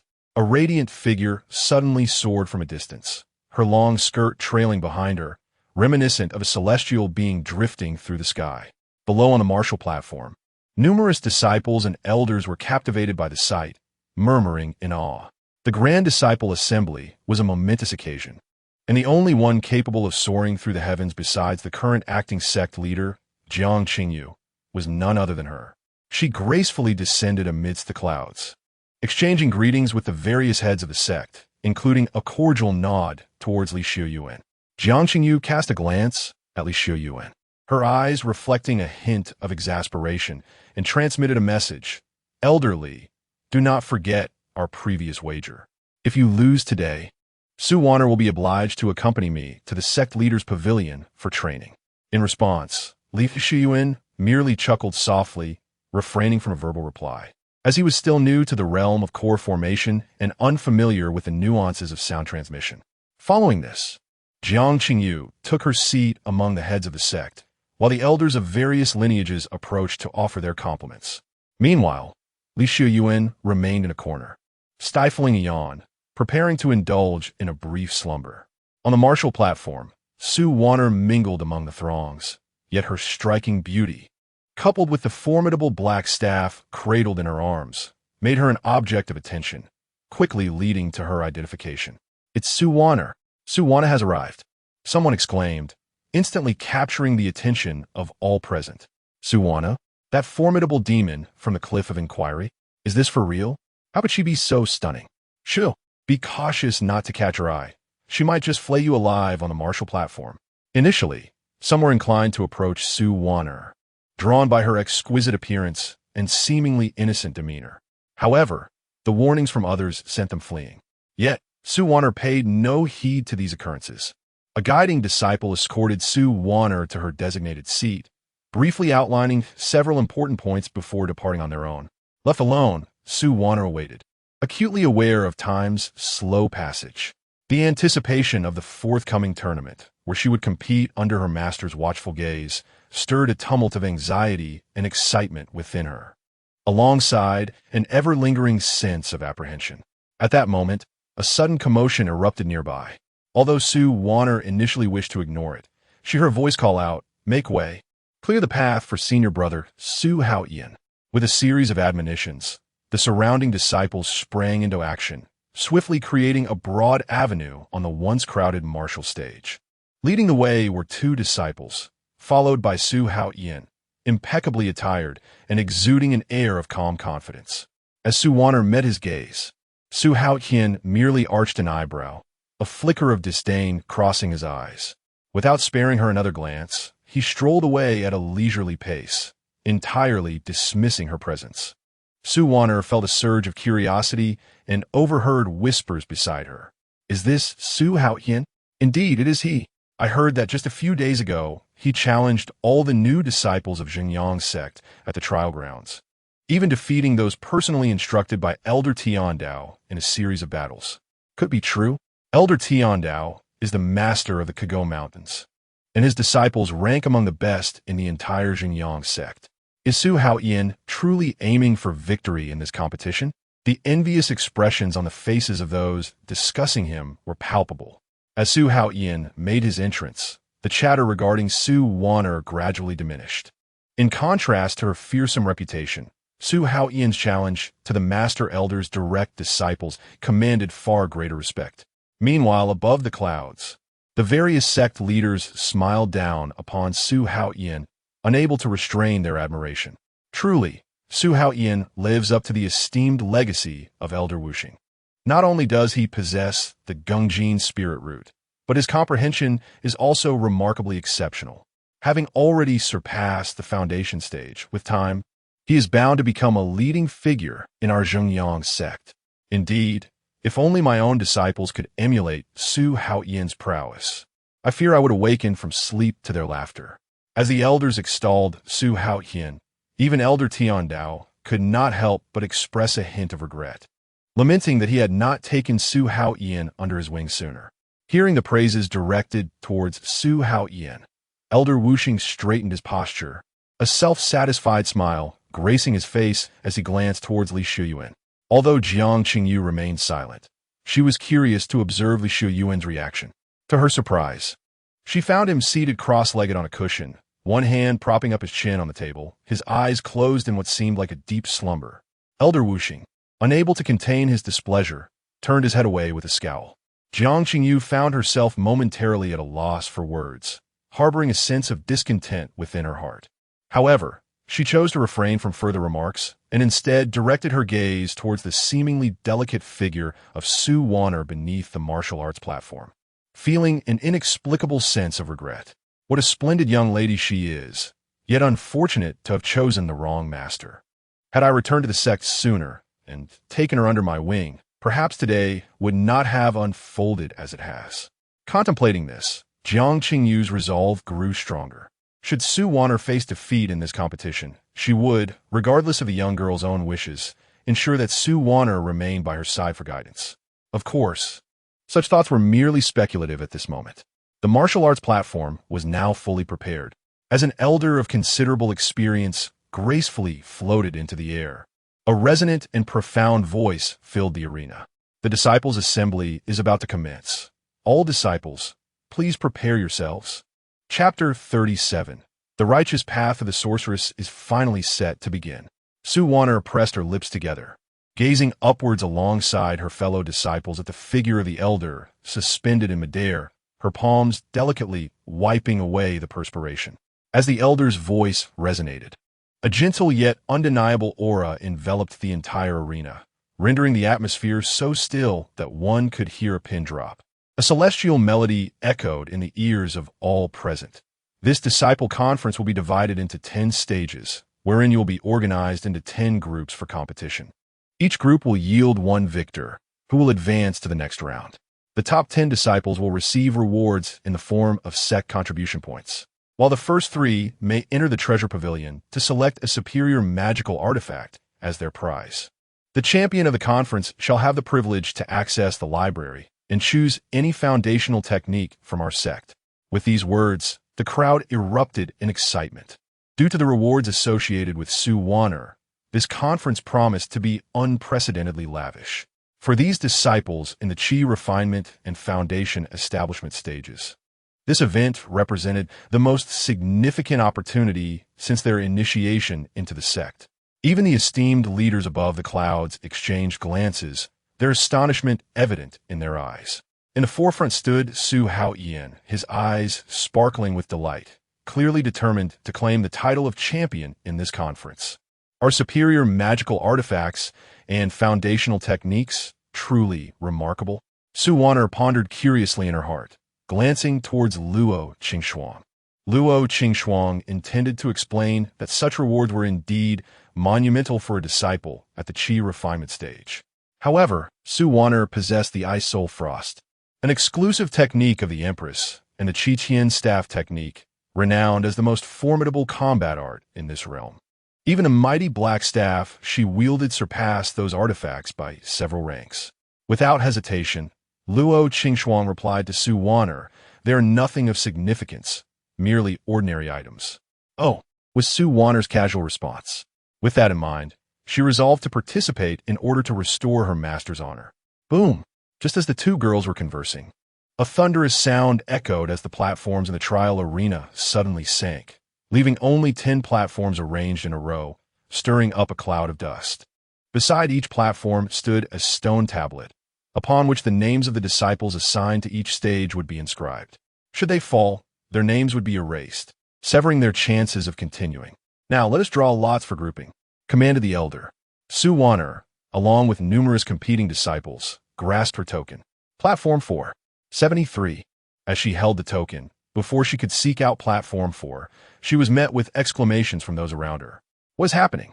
How can there be so many powerful disciples at Platform 4? My goodness, the frontrunners for the championship are all at Platform 4? For the Carving Blade Mountain, Duan Hong. From the Fairy Peak, Miao Ruyu. From the Five Elements Peak, Su Haoyan.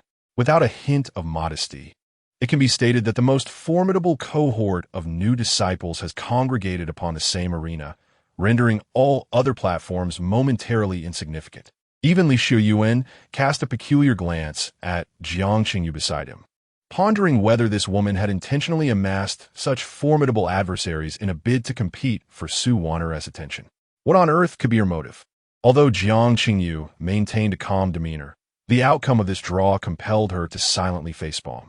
She had no hand in this chaotic arrangement. It was simply the will of fate. Consequently, a commotion ensued at the scene, as the disciples on the 4th arena wore expressions of despair. What was the point of even fighting? Surrendering would spare them a beating. Yet, having reached this juncture, they could only brace themselves for the inevitable. Once the drawing concluded, every disciple received their respective tokens. A mystical sound echoed once more, heralding the formal commencement of the disciple assembly. On the arena, fierce battles erupted, as the presence of spiritual entities alleviated the participants' underlying trepidations, instantly elevating the atmosphere of combat to a crescendo. Particularly on the 4th arena, the confrontations were exceptionally brutal, with an array of techniques and strategies unfolding that left spectators in awe at the knowledge being imparted. Before long, it was Wan'er's turn to ascend the stage. The moment the elder called her name, The audience erupted in a fervor. Wan'er had recently garnered considerable renown, and while many harbored negative sentiments toward her, there were those who deemed her actions justifiable, thus paying her significant attention. As she took the stage, her already impeccable beauty was accentuated by the youthful innocence she exuded, capturing the hearts of many disciples who were merely captivated by appearances. Who would have thought that disciple Su possesses quite a bit of clout? A hearty laugh echoed as a robust young man, a spirit of considerable stature, leaped gracefully onto the platform. In stark contrast to the typical long-haired, gentlemanly demeanor of other men, this individual sported a short, practical haircut, clearly indicating a dedication to physical cultivation. Was it possible that the righteous sorceress was pitted against Brother Duanhong? If so, she was in for a rough time. Brother Duan specialized in physical techniques and was practically invincible among the new disciples of Xinjiang's sect, with ordinary techniques failing to penetrate his formidable vitality. It was rumored he was preparing to establish his foundation through his vitality, a method particularly devastating against spellcasters. The crowd collectively shook their heads, clearly lacking faith in Wan'er's chances. Her slender frame stood in stark contrast to the robust figure of Duanhong. Yet the young woman exhibited no trace of fear, gripping her demon-sealing staff tightly while softly murmuring to herself, "I must prevail, my master awaits." At that moment, the overseeing elder proclaimed, "Begin." To everyone's astonishment, despite the prevailing skepticism, Wan'er was the first to strike. Skyward step. Before Duanhong could react, the dazzling figure of Wan'er abruptly vanished from his sight. In the next instant, a long, thick black staff was hurtling towards him. Duanhong's expression shifted to one of horror as he instinctively reached for his blade, only to realize it was too late. Before he could even raise a hand to defend himself, bang! A tremendous sound erupted from the fourth arena, drowning out all other noises within the venue. All eyes turned towards the source, witnessing the swift disintegration of Duanhong's spiritual form under the force of a single strike. A sharp crack resonated, followed by a piercing scream. In an instant, the spiritual body shattered. Below the stage, Duanhong's physical form violently expelled a mouthful of blood, collapsing into unconsciousness. The atmosphere fell into a profound silence. Here stood the new generation's most formidable talent from Knife Mountain, unable to withstand even this single maneuver, succumbing so effortlessly. Amidst the hushed crowd, only Li Xiuyuan, perched above the clouds, remained composed, casting a casual glance downward as if offering an offhand remark. Not bad. Chapter 38. The two celestial beings, a seemingly casual remark rendered all the masters of the vein speechless. Most of them wore grim expressions, unable to bear the sight of Winda Cliff overshadowing them. It was more painful than their own losses.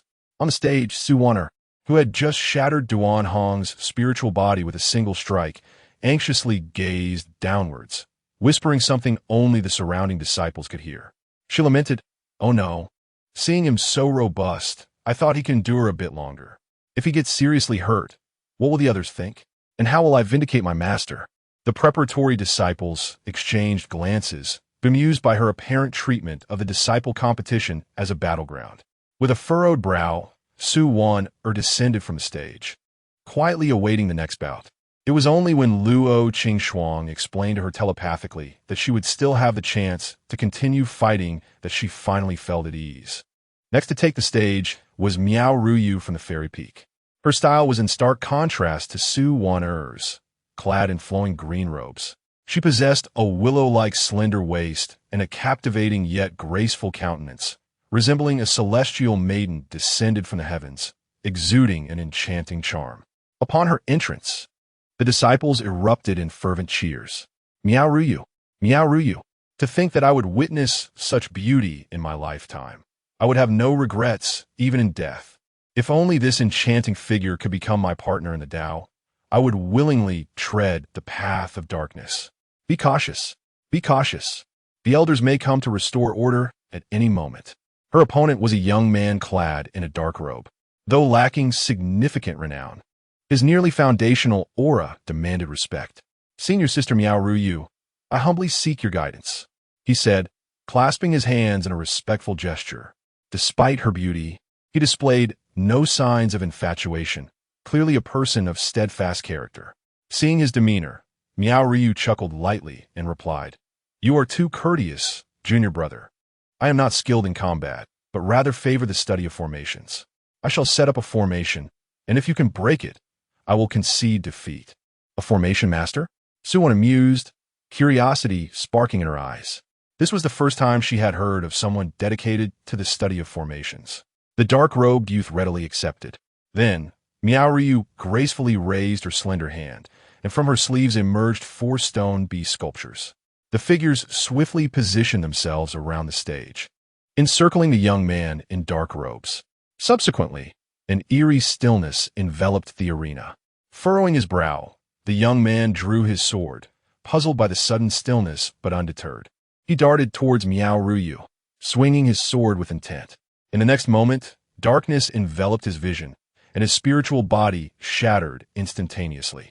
When he regained consciousness, he found his awareness had inexplicably returned to his own body. While on stage, his spiritual form lay decapitated, and Miao Ryu stood in her original position, a smile gracing her lips. That sword strike had landed squarely upon his neck. What is this? A mirage formation? Understanding the situation, he could only offer a wry smile, conceding defeat. So, this is the prowess of a formation master? The unexpected defeat struck the disciples with a sense of astonishment. Clearly, the prowess of Miao Ryu surpassed their wildest imaginations. Soon, Su Haoyan was to take the stage, facing none other than Xie Ping, the one who had provoked him at the Cliff of Inquiry and had nearly been bested by Su Wan'er. "Brother Xie, who would have thought our first encounter would be here?"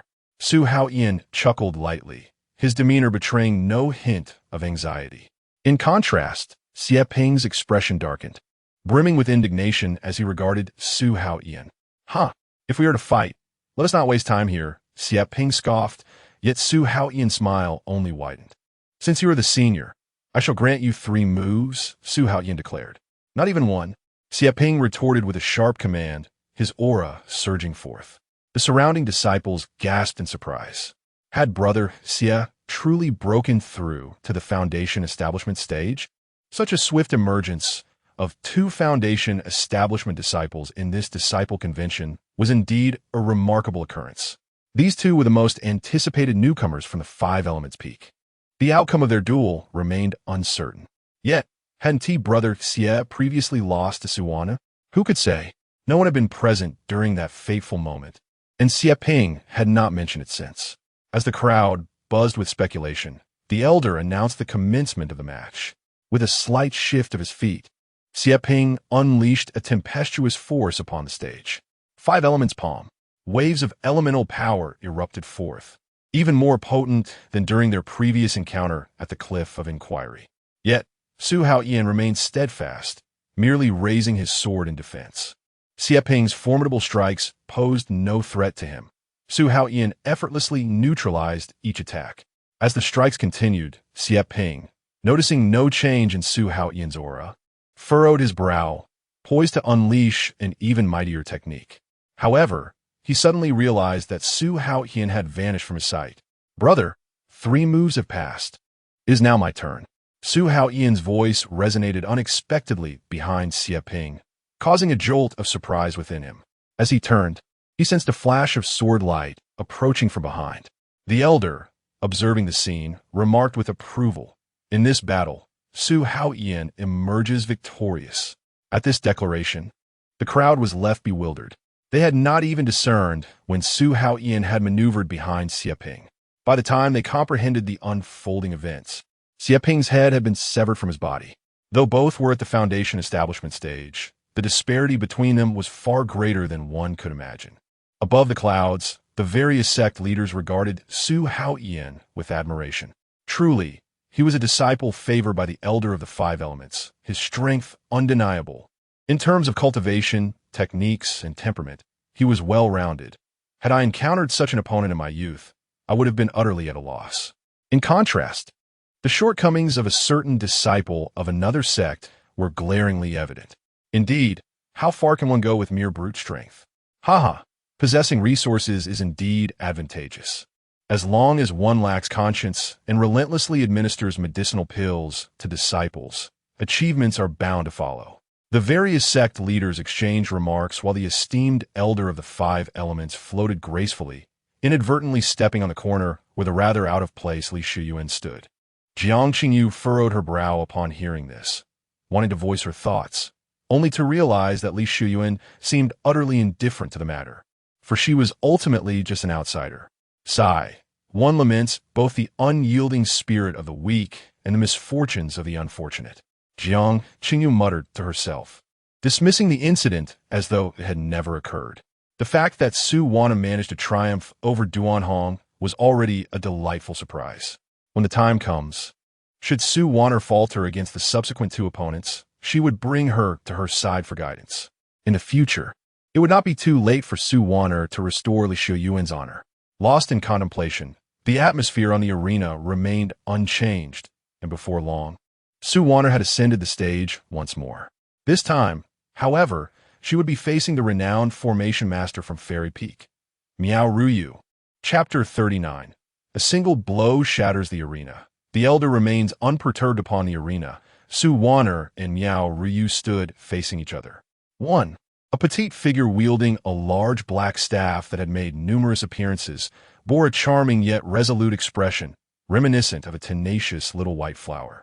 Were it not for the notorious ferocity of her strikes, Su Wan'er would undoubtedly enjoy considerable popularity within the Zhengyang sect.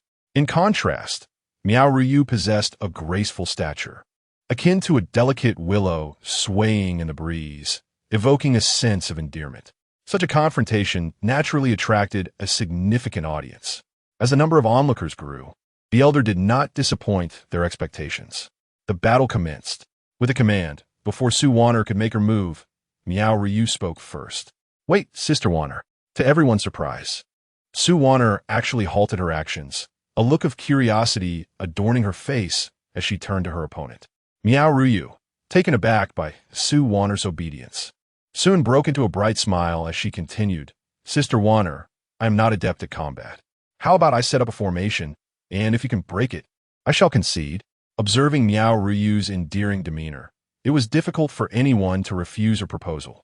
However, Su Wan'er, with a troubled expression, replied, "That is acceptable. But my master has instructed that you must first endure my 49 strikes before any negotiations can take place." 49 strikes? The crowd was momentarily speechless. Duan Hong, renowned for his physical prowess, had failed to withstand even a single blow, let alone Miao Ruyu. Indeed, Su Wan'er's current predicament was a consequence of her master, Li Xiuyuan. Without further ado, Su Wan'er disregarded the conversation and advanced with her staff in hand.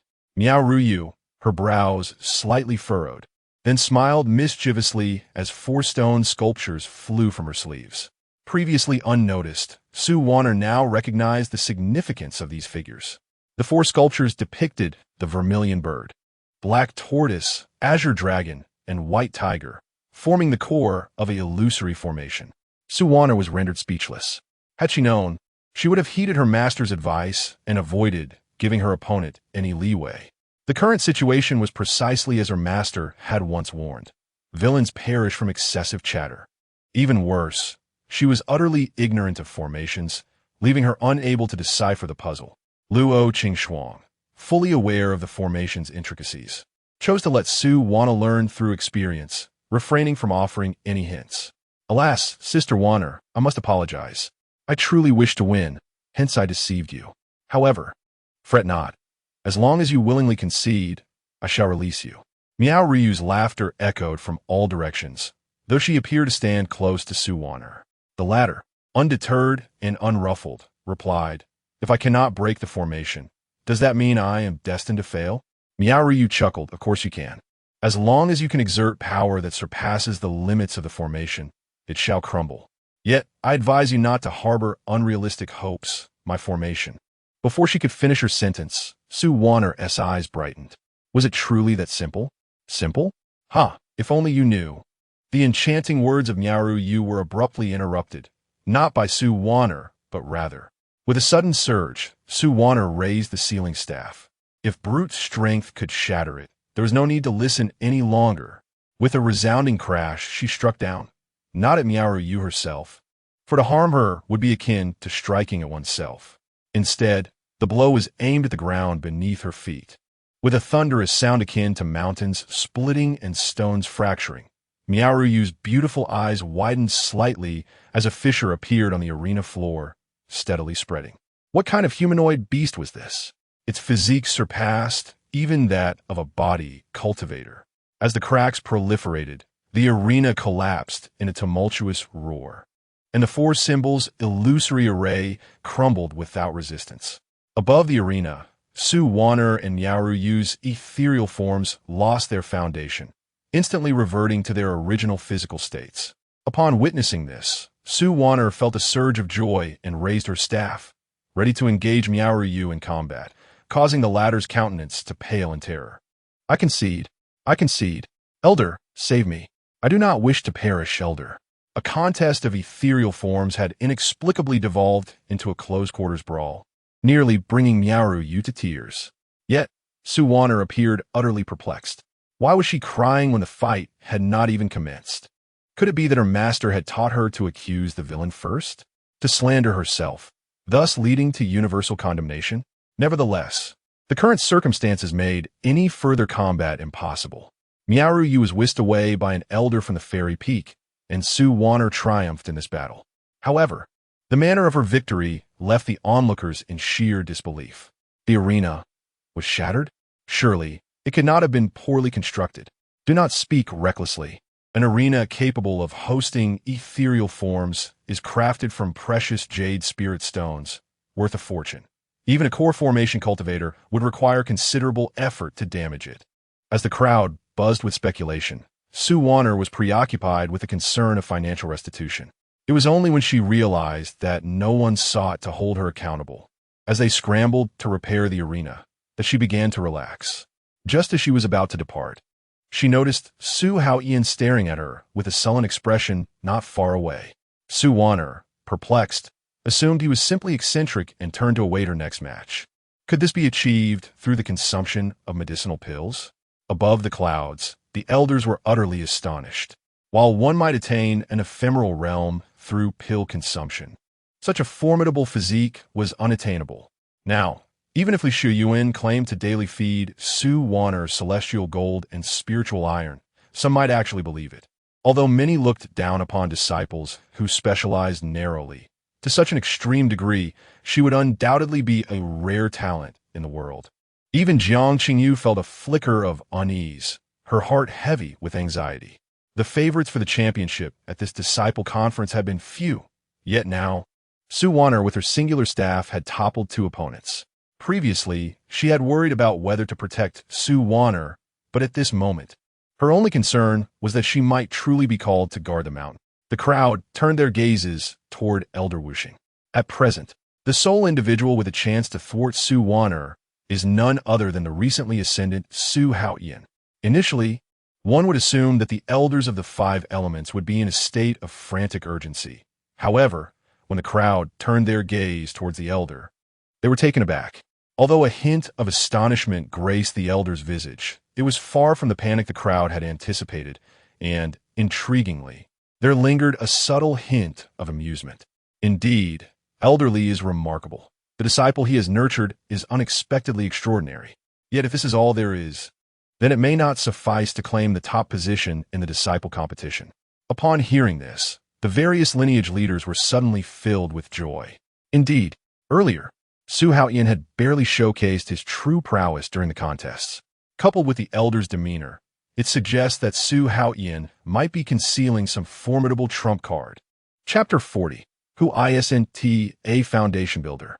Upon the arena, disciples engaged in relentless combat. Wan'er sat quietly beneath the stage, awaiting her forthcoming duel. Seizing a moment of leisure, she cast her gaze around, only to lock eyes with Xiuyuan from afar. Their imminent clash loomed. Suvana es fingas cud tightly, not out of anxiety, but rather exhilaration.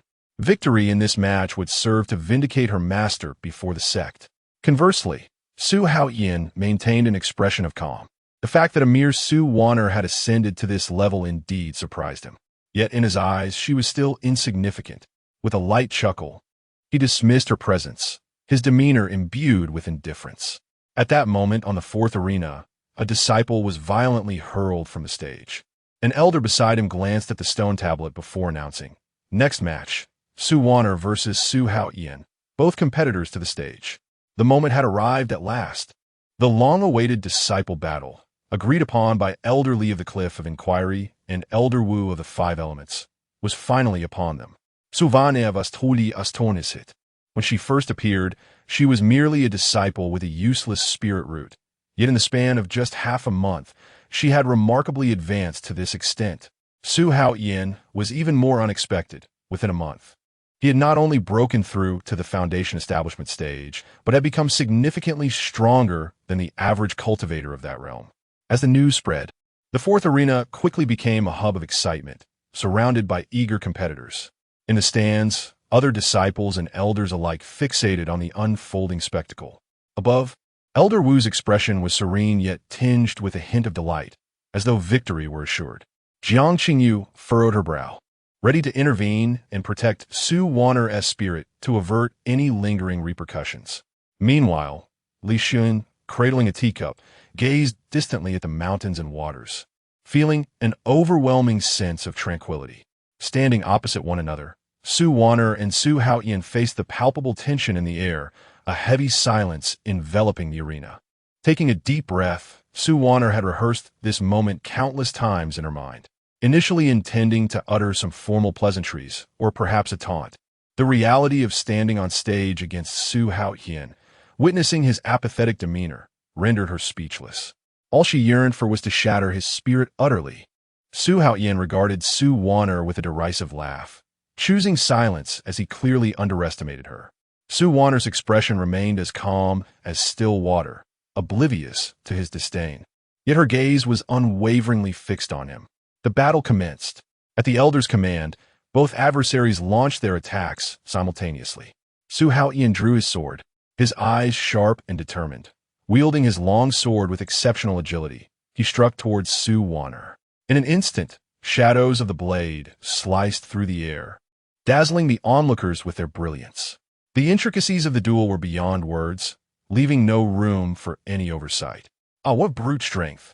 It was but the mark of a mere fool.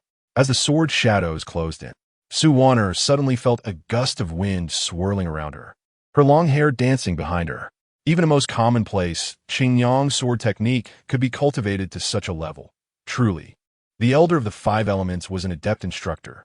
Just as the usual praises from the clouds began to echo, a soft exclamation emerged from beside her. The crowd turned their gaze, only to witness a dramatic shift in the arena. Faced with the impenetrable wall of sword energy, Wan'er stood her ground, raising the demon sealing staff in her hand, and uttered a soft command. "Rise."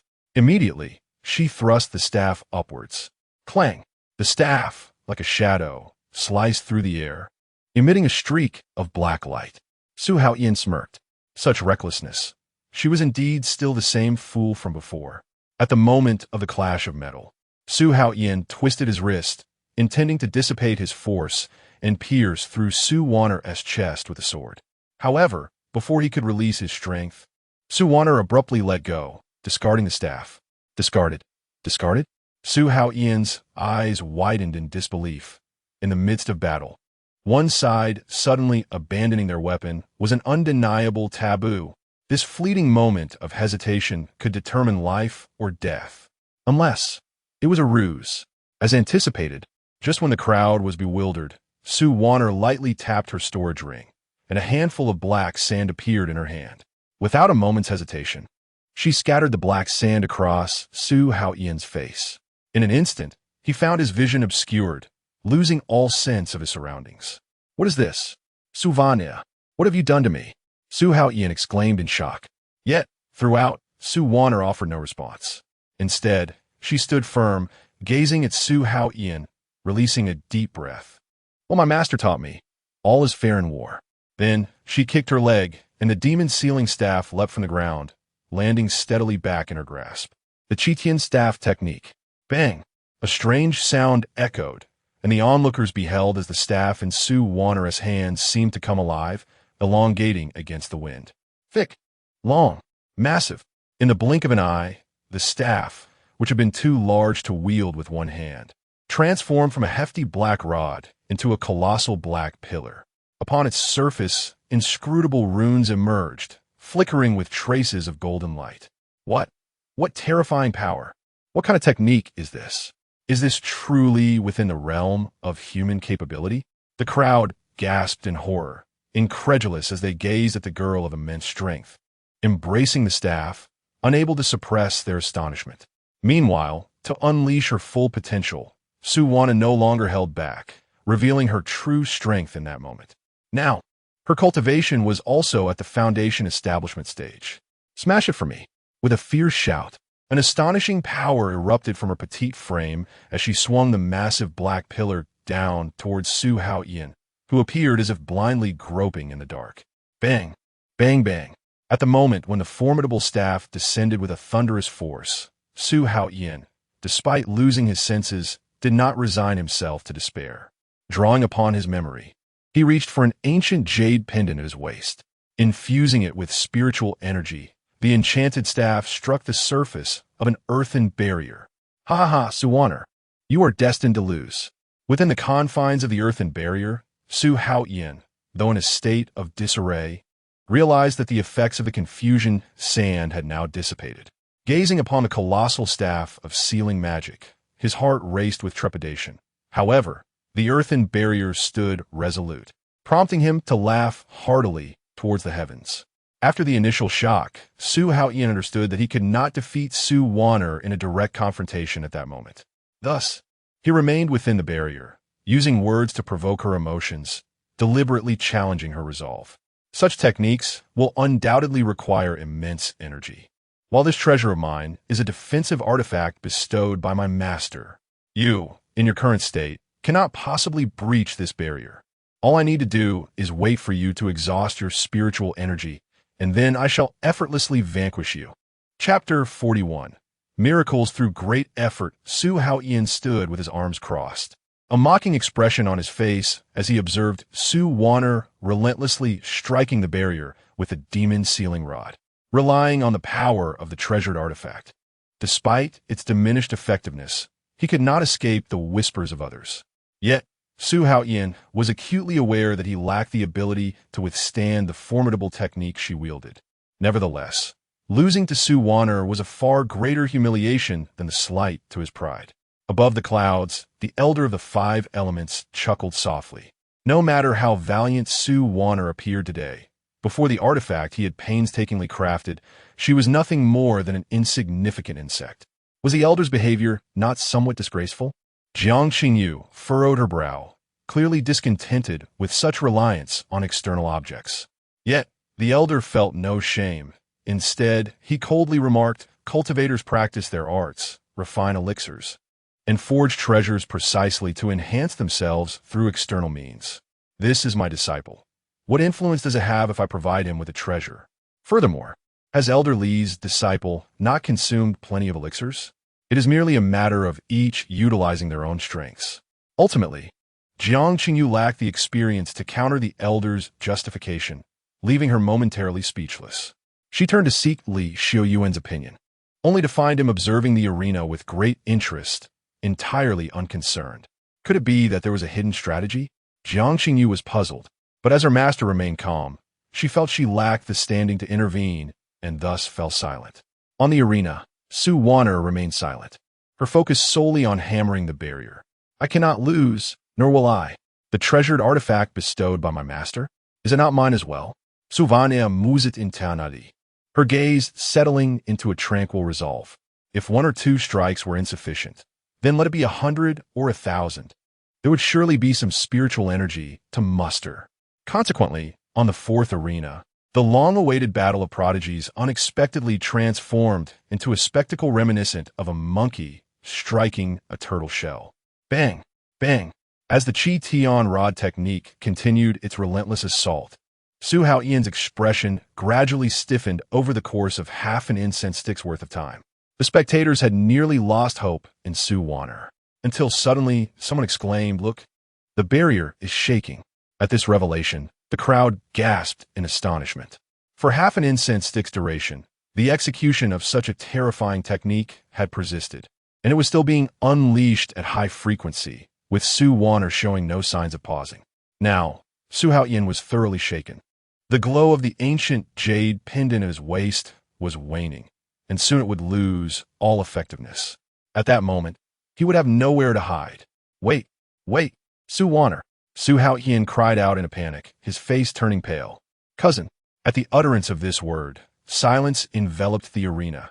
Even Wan'er paused her actions, her expression devoid of emotion as she turned to face Yin. In that moment, Yin bore an expression of someone who had narrowly escaped disaster. His gaze fixed in dread upon the jade pendant at his waist, now marred with cracks, his heart filled with trepidation. He swallowed hard, unable to withstand the weakness that coursed through his legs, and collapsed onto the ground. To his astonishment, before Wan'er could exhaust her spiritual energy, he was the first to falter. Taking a moment to gather his composure, Yin feigned a pitiful demeanor and continued, Cousin, did you not promise Uncle that you would take good care of me? You once even offered your spiritual root to me. Why now do you treat me so harshly? How can you face Uncle's spirit in the afterlife with such actions? If you concede now and allow me to advance, I assure you that upon my return to the Su family ancestral hall, I shall honor Uncle with the respect he deserves, providing you with a sense of closure. At his words, everyone held their breath, anxiously observing the expressionless Wan'er. Shameless, depraved, despicable. The disciples' assembly revered strength above all. Yet Yin attempted to manipulate Wan'er into submission through the bonds of kinship. This was a blatant affront to the dignity of the entire Five Elements peak. Even Jiang Qingyu stood frozen, taken aback by the utter audacity of the young man. Would Wan'er truly fall for such a ploy? To invoke familial ties at such a moment, to coerce her into submission, was nothing short of reprehensible. Wan'er remained silent on the stage for a considerable time, her gaze fixed on Yin. He breathed a sigh of relief, unable to suppress his internal glee. Indeed, wherever Wan'er was, she perpetually exuded an air of mediocrity. His gamble had seemingly paid off as she had paused. He discreetly deactivated his jade pendant to conserve his spiritual energy, forcing a hint of smile. He cared not for his own reputation. Victory was all that mattered, even if it came with a modicum of disgrace. Winning was his sole objective, even if it meant achieving a humiliating triumph. However, as Yin sought to leverage emotional ties, he suddenly noticed a glimmer of a smile on Wan'er's face. When your family is utterly extinguished, I shall certainly yield to you. Before the last word escaped his lips, Yin's expression shifted dramatically, but in that moment, it was too late to activate his jade pendant. Bang! In the final instant, a flash of darkness surged before Yin, accompanied by a thunderous crash. The arena shattered once more. Under the relentless assault, his spirit was completely crushed into a puddle of blood. With that singular strike, Wan'er expended her entire strength, and after the blow, her magic staff reverted to its original size, which she stowed away in her storage ring. Rather than descending from the arena immediately, she lifted her gaze towards the clouds above. At that moment, the many clan leaders hovering in the mist were rendered speechless by shock. The elder of the Five Elements wore a grim expression, akin to one who had suffered prolonged constipation. Jiang Qingyu covered her mouth, her emotions in turmoil, unsure whether to rejoice for Wan'er or lament her own loss in the wager. Only Li Xiuyuan maintained a serene demeanor, tinged with a hint of cynical amusement, as if he had steadfastly believed from the outset that Wan'er would emerge victorious. Master, I have triumphed, Wan'er exclaimed, unable to restrain the tears that welled in her eyes as she wiped them away. For an entire month, the immense pressure bore down upon her like a colossal mountain, nearly overwhelming her spirit. Fortunately, she did not betray her master's expectations. Ultimately, she not only preserved her master's reputation, but also secured her place at the cliff of inquiry, forcefully countering all disdainful gazes directed toward it. Meanwhile, above the clouds, Li Xiuyuan, perpetually adorned with a courteous smile, listened to Wan'er's fervent cries. Yet a flicker of perplexity crossed his features. Is it not rather commonplace to triumph over Su Haotian? The complete shattering of Su Haotian's spiritual body left him vulnerable, and the elder who stepped forward to protect him, whether by design or chance, failed to intervene in a timely manner. Su Haotian's soul was gravely damaged. Unlike the physical injuries to his spiritual roots, he would require several years in his foundational stage to fully recuperate. Subsequently, Wan'er relentlessly advanced, effortlessly claiming the title of champion at the Disciples' Conference. After all, none dared to withstand the formidable might of that towering, obsidian pillar in her presence. Chapter 42. The Desolate Town's Prison Body. The Disciple Conference has finally reached its conclusion. Above the clouds, Jiang Qingyu inhaled deeply, casting a glance toward the Five Elements Elder and Li Xiuyuan beside her. According to their wager, the quota for the secret realm of Five Elements Peak will be replaced by the summit of Wan'er. Five Elements Elder, you should go check on Su Haotian. Although the battle was merely a contest of spiritual bodies, the injuries sustained are still considerable and require proper recuperation. After a brief hesitation, she continued in daily practice. Do not solely focus on the disciples' cultivation levels. It is also essential to temper their character. He has consumed a fair amount of elixirs this month, so please keep a close watch on him. It is often said that Su Wan'er's prowess is merely the result of relying on elixirs. Yet today, she has proven herself. Her physical strength is formidable, and her foundation solid, all achieved through rigorous training.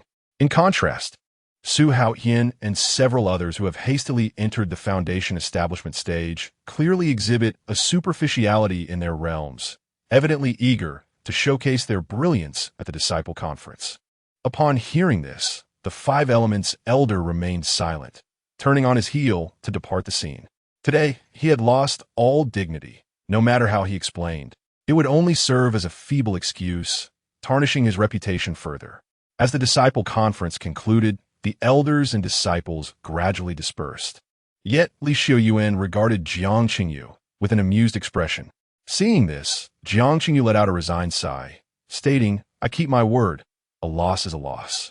Today, I shall arrange matters, and tomorrow go to Wan'er to guard the mountain for you." As she spoke the final words, she articulated each syllable with clarity. Li Xiuyuan chuckled lightly, turning to lead Su Wan'er back to the summit of Wan'er. This arrangement not only freed him from the interruptions caused by Jiang Qingyu's frequent visits that disturbed his sleep, but also granted him a guardian for the mountain. A most gratifying outcome.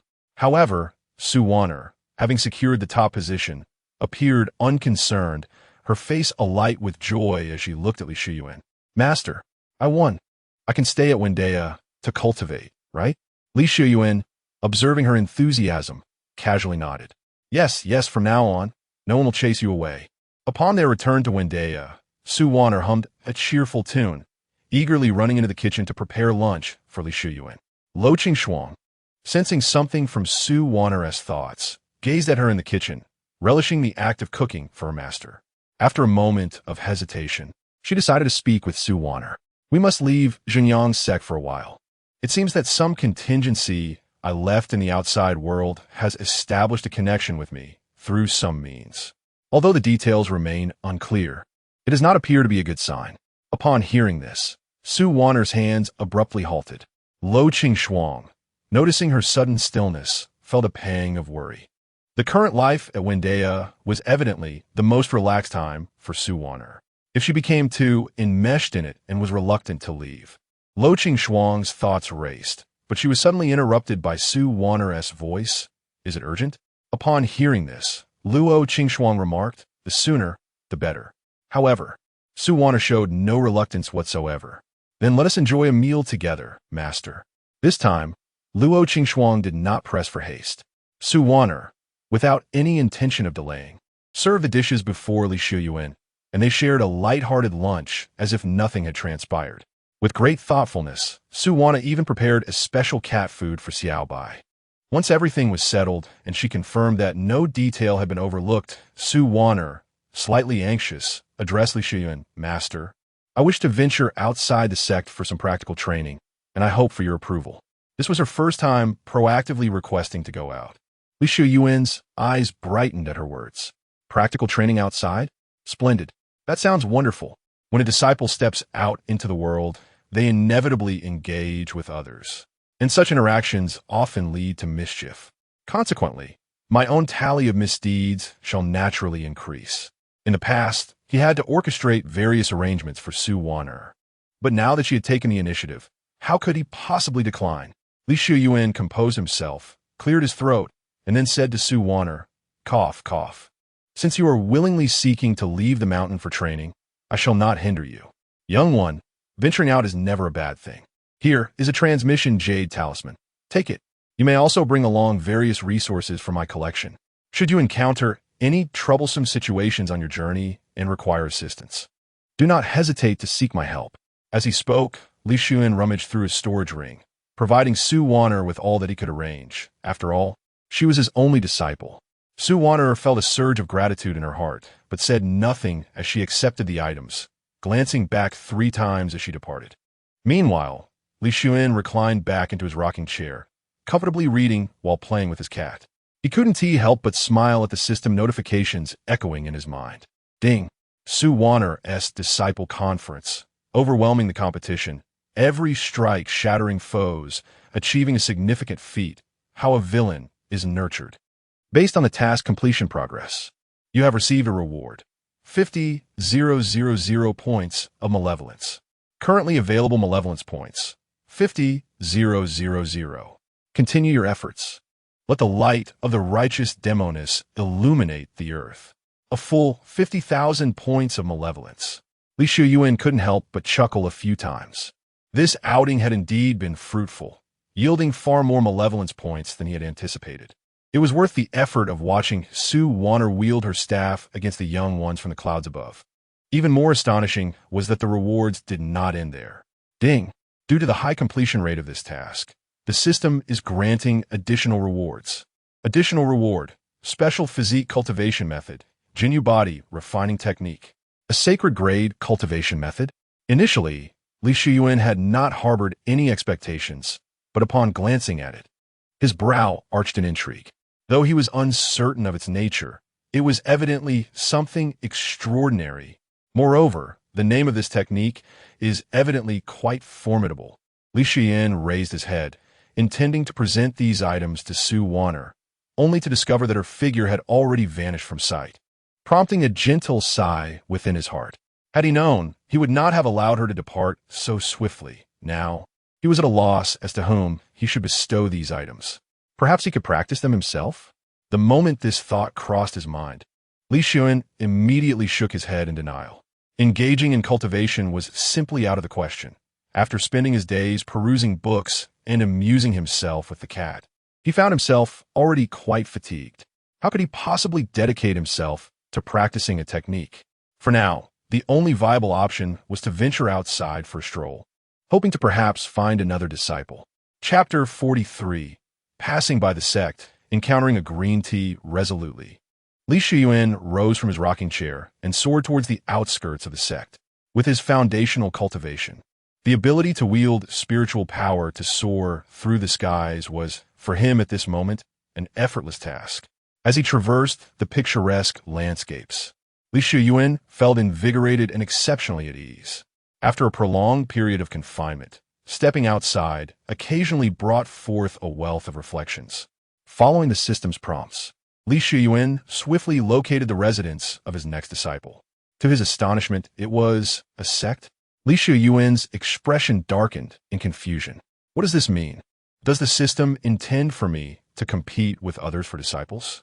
Just as he contemplated this, he heard a commotion erupt from the sect beneath him.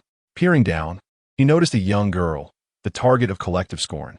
Dressed in a flowing emerald gown, her appearance was haggard, her attire marred by bloodstains from countless cuts, clearly indicating she had recently endured a fierce battle. At this moment, she appeared utterly exhausted, her once breathtaking beauty obscured by the dust that clung to her face, rendering her a pitiful sight. Before her stood a youthful chi refining practitioner, his countenance twisted with resentment and his gaze malevolent, directing his vitriol towards the girl as though she had violated some celestial law. Senior Sister Shen, if you truly desire that precious spiritual herb, You could simply discuss it with junior sister Lu. Why resort to theft? She had already offered you the herb, yet you acted with such cruelty, even injuring her. You have utterly disappointed me. The girl stood frozen, gazing at the youthful figure before her, her eyes filled with desperation. No, that is not it. I gathered this spiritual herb to aid Master in recovering from his injuries. Junior brother Moron, how could you treat me this way? The more she pleaded, the more the boy's fury intensified, clearly unconvinced by her words. Li Xiuyuan raised an eyebrow, then gracefully settled into a meditative posture, concealing his form and aura, akin to a spectator savoring a performance while casually munching on seeds. Ha, senior sister Shen, your brother has merely been in seclusion for a short while, and you have turned so envious. Can you not bear to see junior sister Lu in favor? The speaker was a handsome young cultivator standing beside the boy, his once charming visage now marred by a mocking expression that pierced through Shen Linxue's heart like needles. No, senior brother, please listen to my explanation. The spiritual herb truly is mine, not something I seized from junior sister Lu. Tears brimmed in Shen Linxue's eyes as she desperately continued to clarify. Senior sister Shen, if you wish to claim the credit for retrieving the spiritual herb for our master, I shall grant it to you. You have injured me, but I bear you no ill will. However, when you took the herb, you also deprived me of the only keepsake my mother left me. I kindly ask that you return it to me. Hiding behind the young cultivator, junior sister Lu's sorrowful gaze evoked instant sympathy from all who beheld her. However, the glimmer in her eyes revealed a calculative nature, and although her garments were tattered, they were worn with a deliberate intent that did not conceal her beauty, but rather accentuated her form, adding an alluring quality. It was evident that she was a seasoned manipulator. As expected, when Sister Lu spoke, the young man before her instantly darkened, his gaze towards Shen Linxue now tinged with disdain and displeasure. The youth, brimming with impatience and lacking discernment, pointed an accusatory finger at Shen Linxue, declaring, Sister Shen, if you have taken it, return the relic and the spiritual medicine to Sister Lu and let this matter rest. Otherwise, you shall no longer be worthy of calling yourself my senior sister. The young cultivator sighed softly and added, Shen Linxue, return the items to Sister Lu. I shall plead your case to our master later. Your moral compass has strayed, and I share in the blame. Although it appeared he was defending Shen Linxue, in truth, he was solidifying her guilt. Shen Linxue was rendered speechless, her heart brimming with indignation, eager to retort. Above them, Li Xiuyuan furrowed her brow in confusion, questioning how someone of Shen Linxue's evident prowess could lack any intention of resistance and instead attempt to justify herself with words. Just as the contentious dispute among the individuals below reached a fever pitch, a figure suddenly soared out from within the sect. Master, sect leader, the four present voiced in unison, and upon seeing the newcomer, Shen Linxue exhaled a sigh of relief. The visitor, clad in a white robe and bearing a stern countenance, seemed untouched by the world, yet when they spoke, their voice was chilling. Shen Linxue, is this how you, as the senior sister, care for your junior? Shen Linxue's eyes widened, her earlier composure shattered, and her heart raced. Master, it is not like this. Enough. As the senior sister, you have treated your fellow disciples with such cruelty. Today, I shall strip you of your cultivation.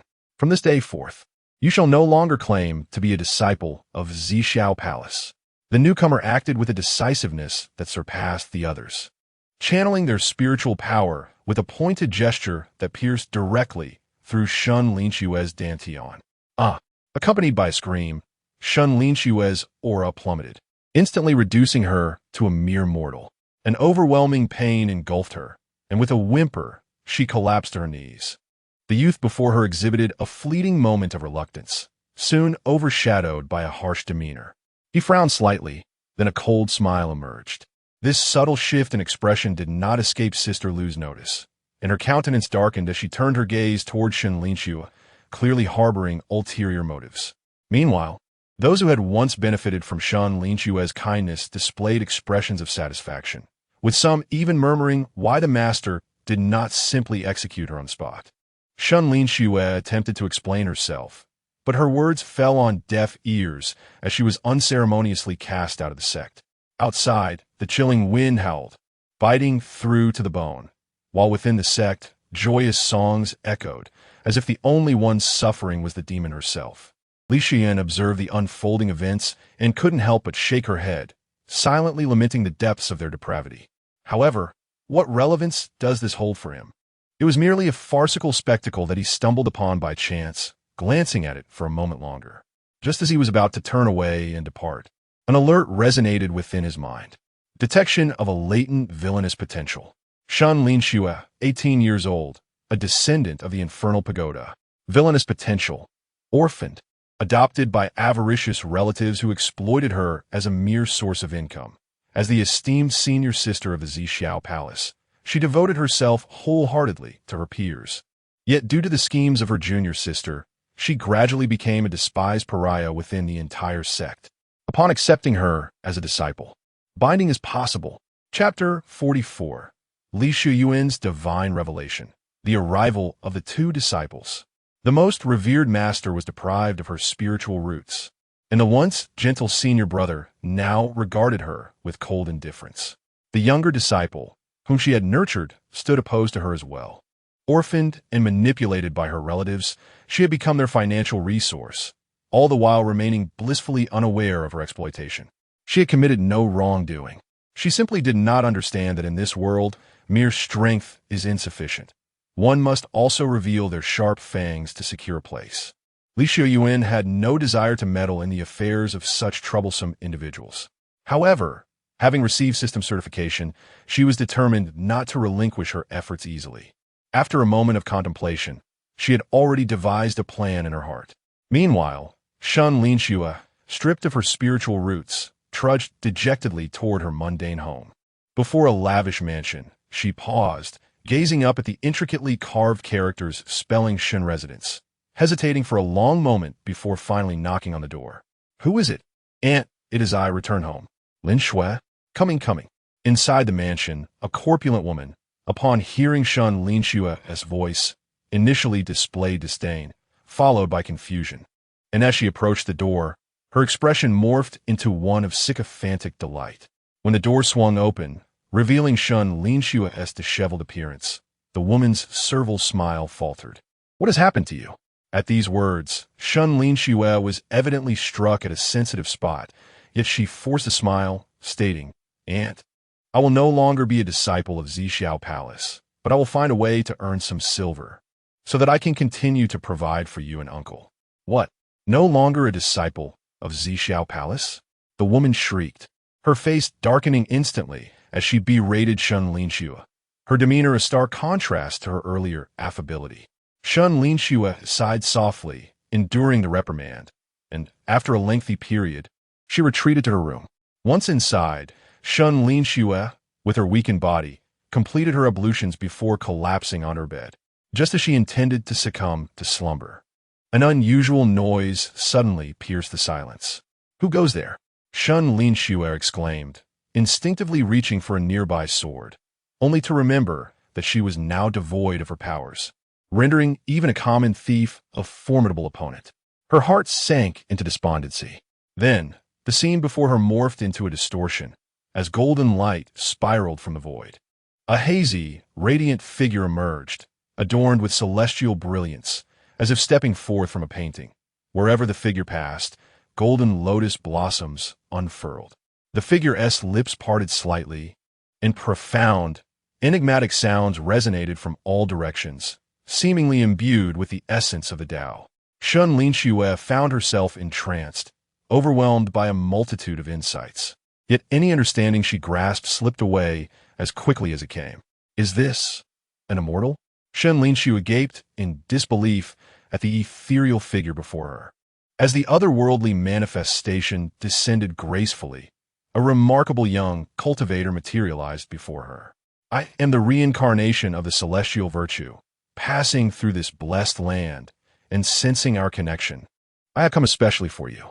Do you consent to take me as your master, forsaking your corporeal form and essence, solely to strive for a sliver of hope for the myriad beings of the world?"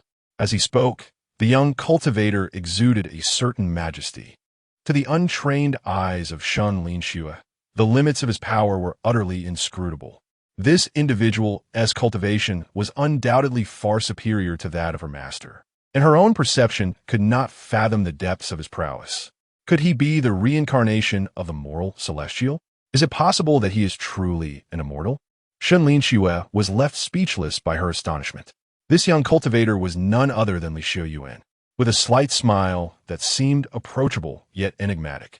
He appeared as though he transcended the mundane world. At that moment, Shen Linxue's heart was a tumultuous mess. Had she truly encountered an immortal, who now wished to take her, a seemingly worthless individual, as a disciple?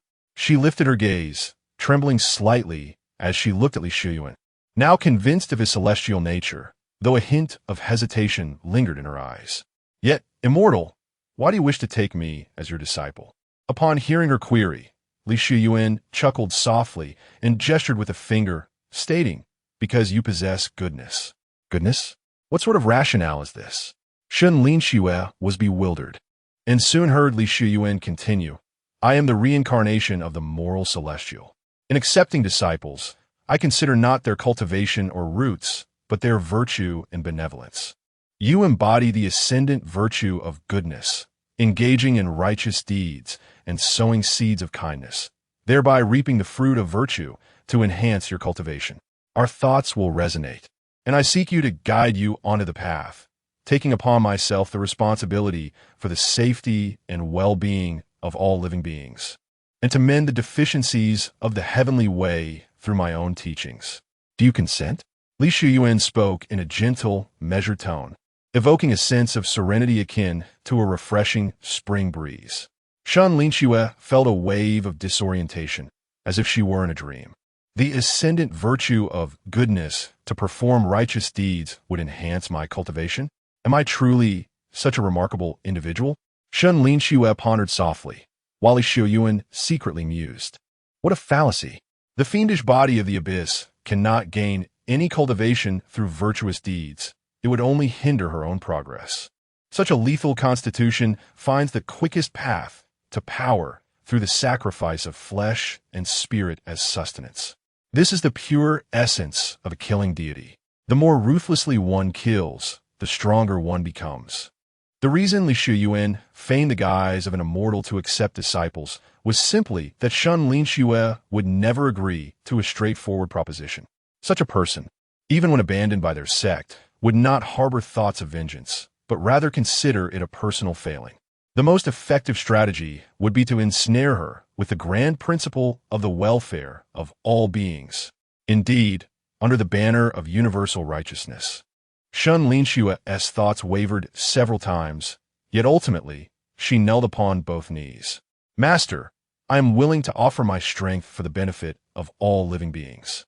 However, she lamented, yet, alas, my current cultivation is utterly destroyed. I fear I may never ascend the path to immortality again. As she spoke, Shen Linxue glanced at her dantian, unable to suppress a bitter smile. Suddenly, a voice from above interrupted her reverie. The destruction of your spiritual root is but a minor setback. Take this elixir, consume it first, and after refining it, your spiritual root shall naturally be restored. As he spoke, Li Xiuyuan raised his hand and presented a Taoist essence pill. Remarkably, this was the very elixir bestowed upon him by the system when he first accepted Wan'er. Initially, he had presumed its use would be singular, yet here it was, re-emerging once more. Shen Linxue accepted the pill with both hands, her eyes glistening with unshed tears, her heart stirred with tumultuous emotions. Remember, one reaps what one sows. By consuming this pill, you shall cultivate here for a time. Before I formally escort you from this place, it is imperative to sever your karmic ties. For without doing so, your mind shall remain unsettled and your spirit restless, forever haunted by potential repercussions. Upon concluding his words, Li Xiuyuan discreetly left behind the Jinyu body refinement technique and vanished from sight. Hearing this, Shen Linxue knelt on the ground, unable to rise. Yet a bitter smile played upon her lips. Severing karmic ties, indeed? Chapter 45.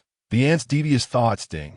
Successfully bound the villain, Shen Linxue, received the disciple gift package, exquisite magic weapon, blazing purple lightning hammer, 3,000 points of malevolence. Triggered Shen Linxue's teaching task, an eye for an eye, blood for blood. Upon completion, rewards include Ancient Witch Clan Essence Blood-Tinged Elixir. As the system's notification echoed in his mind, Li Xiuyuan, soaring above the mansion, chuckled softly. A second disciple, splendid. As for the system's rewards, they were undoubtedly meant for his promising apprentice. However, as he retrieved the blazing purple lightning hammer, an idea sparked in his mind, and he raised his hand to inscribe the characters de Li upon it. Nodding slightly, he deemed it befitting of his identity as the virtuous heavenly sovereign. Meanwhile, within her chamber, Shen Linxue seized the opportunity to embark on her celestial journey, promptly consuming the elixir. In mere moments, she felt a wave of warmth emanating from her dantian.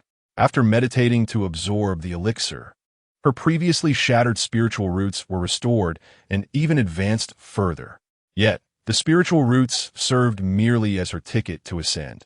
Far more crucial was her extraordinary constitution. Refining the elixir posed no challenge for her, and within half a day, she concluded the task. Subsequently, she began to practice the cultivation techniques left by Li Xiuyuan.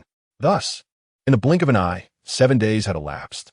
On this particular day, Li Xiuyuan observed as the disciple from the Purple Cloud Palace, Sister Lu, stealthily entered the Shen residence. After a brief conversation with Shen Linxue's plump aunt inside the mansion, she hurriedly departed. That wretched girl. She actually returned after being stripped of her cultivation by the Purple Cloud Palace. Shen's aunt fumed. No wonder the Purple Cloud Palace has ceased to bestow us with riches. Here I was, graciously hosting her, only to discover I had been nurturing a parasite. If not for the kind reminder from Fairy Lu, I would have remained oblivious. Standing in her chamber, Shen's aunt muttered curses under her breath, clutching a bulging little pouch in her hand, evidently having accepted benefits from Sister Lu. Heh, you poor girl. Do not blame your aunt for her ruthlessness. Blame your own beguiling looks, which have ensnared even your uncle and have offended Fairy Lu. I am merely acting in the interest of the Shen family's lineage. I can only impose this indignity upon you. As she spoke, Shen's aunt exited her room and made her way to the back entrance of the county office, where she quietly conferred with a group of officers before hastily returning to the mansion. Back in her own room, she reluctantly retrieved a jar of exquisite tea leaves, yet only selected 3 or 4 strands to brew. Casting furtive glances around to ensure no one was watching, she poured a white powder, wrapped in yellow paper, into her cup. Once the powder dissolved, she contentedly made her way towards Shen Linxue's chamber with the tea. Li Xiuyuan witnessed the entire scene, unable to suppress a cold snort within. He then raised his hand in a subtle gesture. Unbeknownst to Shen's aunt, the tea in her cup was silently transformed into ordinary tea. Still immersed in dreams of prosperity and wealth, she hurried to the door of Shen Linxue's room. Just as she raised her foot to kick it open, her gaze fell upon the teacup in her hand. With a quick shift of thought, she smiled and withdrew her leg, instead knocking gently on the door. Linxue, are you there? Annie, what brings you here? Inside the room, Shen Linxue, who had been meditating in silence, concluded her practice and opened the door. Shen Annie stepped inside with a broad smile, looking at Shen Linxue. There is a matter I wish to discuss with you. Please drink this cup of tea first, and then I shall explain. Without waiting for a reply, she pressed the teacup into Shen Linxue's hands, her eyes glimmering with anticipation. Unaware of any ulterior motives, Shen Linxue felt a sense of helplessness as she accepted the tea and drank it down. As the last drop disappeared, Shen Auntie's chubby face blossomed into a radiant smile, and she began to speak. Recently, our county has been plagued by bandits, and the local officials have gone out to confront them, resulting in many injuries. Our county has a shortage of doctors, and they cannot treat so many people. Given that you have practiced at the Zhixiao Palace, you must possess some healing abilities. I would like to ask you to assist them. If you can heal their wounds, it would be a contribution to our county, and you would earn a fine reputation in return. Healing injuries? Shen Linxue pondered for a moment. Her knowledge in this area was rather limited, and she was about to decline when she heard the voice of Li Xiuyuan in her mind. Healing them is indeed a noble deed. You should agree. Your master has ways to assist you. With those words, Shen Linxue no longer hesitated. Since her master intended to intervene, she acquiesced. Very well, if you are willing, that is sufficient. They are waiting outside. I shall call them in. Upon hearing this, Shen Auntie smiled broadly as she exited the room, summoning the officials from the back courtyard to Shen Linxue's chamber. While conversing with the officials, she whispered to them, "Hurry, hurry. If the medicinal effect wears off, this opportunity will be lost. Today's affair is arranged by the fairy of Zixiao Palace. If it goes awry, none of you shall escape unscathed." The officials chuckled at her words. In this small place, who did not know of Shen Linxue's name?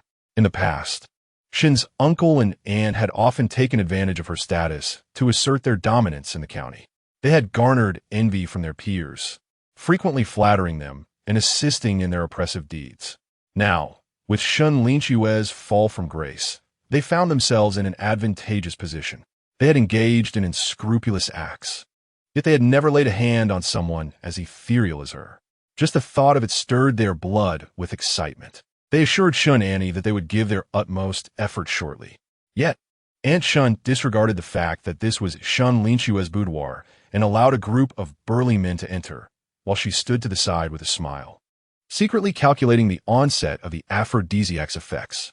Today, she intended to witness her niece perish in bitterness right before her eyes. Shen Linxue, unsuspecting, thought little of her aunt's questionable morals and her penchant for dubious dealings, believing that familial ties warranted trust. Moreover, she considered it an act of charity, firmly resolved not to refuse. However, as she turned to fetch some healing remedies from her room, she remained oblivious to the lecherous grins and lecherous gazes that scrutinized her every move within the chamber. Chapter 46. Deceiving the second disciple. Why hasn't the master emerged yet? Shen Linxue stood beside the bed, retrieving a meager supply of healing elixirs from her belongings, unable to suppress a soft sigh within her heart. After such an extended period of cultivation at the Zixiao Palace, the scant resources she had managed to bring out amounted to little more than this. Each use diminished her supply. Nonetheless, perhaps it was for the best. Given the circumstances, she had little desire to entangle herself further with them. With this thought, she turned to address the others, ready to distribute the healing elixirs. However, she was suddenly taken aback to find a robust man of higher rank than the other officials standing behind her with wide eyes, his expression fraught with impatience, his breath quickening. Such peculiar behavior prompted Shen Linxue to furrow her brow slightly. "Please wait a moment. I will distribute the elixirs to you. Later, take them with warm water, and your injuries will surely improve." Yet the man displayed no interest in the elixirs in her hands, instead scoffing derisively. "Injuries? What injuries? I did not come here for these trifles." As he spoke, he suddenly lunged forward, attempting to push Shen Linxue onto the bed. But, his powerful hands pressed down on Shen Linxue's shoulders, exerting all his strength, yet she remained completely unmoved. In fact, Shen Linxue gazed at him with a look of utter confusion, not comprehending his intentions at all. The official, provoked by her gaze, which seemed to taunt him, felt his already brazen confidence wane. His expression darkened as he reached to tear at her garments. However, before he could act, Li Xiuyuan intervened. "Freeze!" At that single command, an eerie silence enveloped the room. Apart from Shen Linxue, everyone else was engulfed by a suffocating pressure. The air around them felt as unyielding as iron, constricting against their every inch of skin. This was not a technique to immobilize. Rather, it was a minor additional ability possessed by a core formation cultivator when facing mortals. Aunt Shen and the officials, sensing the shift, were left dumbfounded, their eyes filled with regret, yet unable to utter a word, even a plead for mercy. Shen Linxue, caught off guard, was just about to call them over for the healing elixirs when she heard Li Xiuyuan's voice in her mind. "Disciple, do you intend to use these elixirs to heal them?" Shen Linxue looked up, her eyes filled with confusion. "Master, how can one heal without the elixirs?" Li Xiuyuan chuckled lightly in response. "Healing elixirs can only alleviate their physical suffering, but in this corrupt world, they are perpetually enduring torment. You have taken me as your master. How can you concern yourself solely with their physical pain while neglecting the anguish within their hearts? The anguish within their hearts? Though Li Xiuyuan was communicating with Shen Linxue, he made no effort to conceal his words, and everyone in the room heard his discourse. The astonishment reflected in each person's eyes upon hearing Li Xiuyuan's voice without seeing his form was palpable. Evidently, although Shen Linxue had been expelled from the Zixiao Palace, she was still accompanied by celestial masters. Upon hearing that the conversation primarily revolved around healing, a collective sigh of relief escaped everyone present. A look of guilt crossed Shen Linxue's face, yet within her heart, a deep admiration for Li Xiuyuan began to flourish. Her master, truly a reincarnation of the moral celestial venerable, possessed an extraordinary perspective on matters. Contemplating this, she pondered the suffering of humanity. What purpose did her healing elixir serve?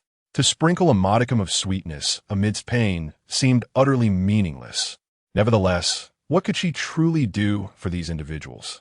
As she gazed at the crowd before her, a fleeting sense of confusion swept through her mind. Master, I acknowledge my shortcomings. I wish for all living beings to attain genuine healing, free from the tribulations of the mundane world. Yet what can I do for them? In the midst of her thoughts, she carefully stowed the elixirs away, earnestly awaiting Li Xiuyuan's guidance. Witnessing this scene, Li Xiuyuan smiled gently, offering reassurance. There is no need for self-reproach. You have only recently entered my tutelage. Your experiences are still limited, and it is natural to be clouded by worldly views. Since I have chosen to intervene, I shall illuminate your path. As he spoke, he suddenly waved his hand, and before Shen Linxue's eyes, golden lotuses began to bloom, accompanied by ethereal, celestial melodies. Today, I shall share with you. He began, however, all beings ultimately wither and must descend into the 18 layers of hell to endure punishment, facing unspeakable horrors. Li Xiuyuan's description was profoundly unsettling, causing Shen Linxue to tremble involuntarily, her lips pressed together in unease. The officials and Aunt Shen, upon hearing the mention of hell, were gripped by fear, their legs quaking. Sensing the opportune moment, Li Xiuyuan deftly shifted the conversation away from hell, instead speaking of the so-called Celestial Palace. In stark contrast to the realm of suffering, the Celestial Palace was a place of countless celestial towers and palaces, where immortals and mortals coexisted harmoniously, free from aging, illness, and separation. When Shen Linxue learned that in the Celestial Palace, everyone treated each other with sincerity, devoid of wrongful accusations and grievances, her heart resonated deeply, and she could not help but feel a yearning ignite within her. The trial she faced in the Zixiao Palace had left her spirit wounded. Yet Li Xiuyuan observed her carefully, recognizing that his earlier descriptions were merely a means to evoke her empathy. Even the others could not suppress their inner anticipation for the existence of the Celestial Palace. Once Li Xiuyuan concluded his narration, Shen Linxue was moved to heartfelt reflection. Master, does such a beautiful place truly exist in this world? Li Xiuyuan nodded softly, responding, Indeed, it exists. I am from there. Upon hearing this, Shen Linxue sighed softly. If such a place exists, how might one journey there? Li Xiuyuan chuckled lightly, saying, My dear disciple, you are the key to the Celestial Palace. Shen Linxue was momentarily taken aback, and then, as realization dawned upon her, she asked, My unique constitution is the key? Child, your perspective is too narrow. You fail to see the cycles of karma and virtue. Fortunately, I possess a pair of merit hammers, Li Xiuyuan replied, producing the blazing purple lightning hammers and tossing them downward. Before Shen Linxue stood two beams of light, one red and one purple, which flashed before her eyes. Instinctively, she reached out her hand and suddenly found herself holding two enormous hammers, each nearly her height. Despite her robust physique, wielding them proved to be quite a challenge. Gazing at the characters Li engraved upon the hammers, Shen Linxue felt a wave of confusion wash over her. Li Xiuyuan patiently elucidated, living beings carry karmic burdens. And with your unique constitution, by meting out punishment to these beings, you can cleanse them of their afflictions. Consequently, when their burdens are lifted, they shall naturally ascend to the celestial realm, free from the torment of reincarnation. This is the essence of guiding sentient beings. In midair, Li Xiuyuan let out a light chuckle. To punish living beings is to guide them. Shen Linxue hesitated for a long moment, contemplating the pair of hammers in her grasp. Rather than doubting Li Xiuyuan's explanation, she found herself elated at the realization of her own remarkable nature. The mere thought of the celestial realm described by Li Xiuyuan filled her with genuine joy for those before her. Although Li Xiuyuan communicated through thought, he made no effort to conceal his words, and everyone in the room heard his account. Yet, the others did not share her sentiment. They gazed at the red and purple hammers, their eyes filled with terror, wishing to kneel and plead for Shen Linxue's mercy. Unfortunately for them, Li Xiuyuan had no intention of granting them an opportunity for supplication, leaving them immobilized in their place. At that moment, Shen Linxue took a deep breath, raised her hands, and swung the hammers down with tremendous force upon the official who had just placed a hand on her shoulder. Chapter 47. Frequent Rewards. Bang, bang, bang.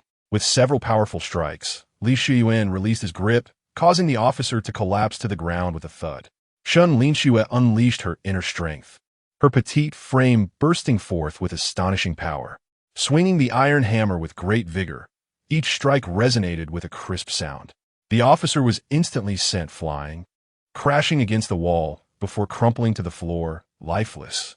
Though his exterior appeared unscathed, Li Xiuyuan knew instantly that the man's internal organs, even his very marrow, had been shattered beyond repair. He had passed away peacefully, with no trace of struggle. The remaining officers and Aunt Shen were thrown into disarray at the sight. They finally understood that the heavenly palace was merely a deceitful illusion, a ruse meant to lead them to their demise at Shen Linxue's hands.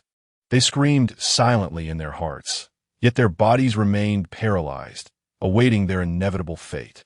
What manner of fiend was this, capable of such cruelty?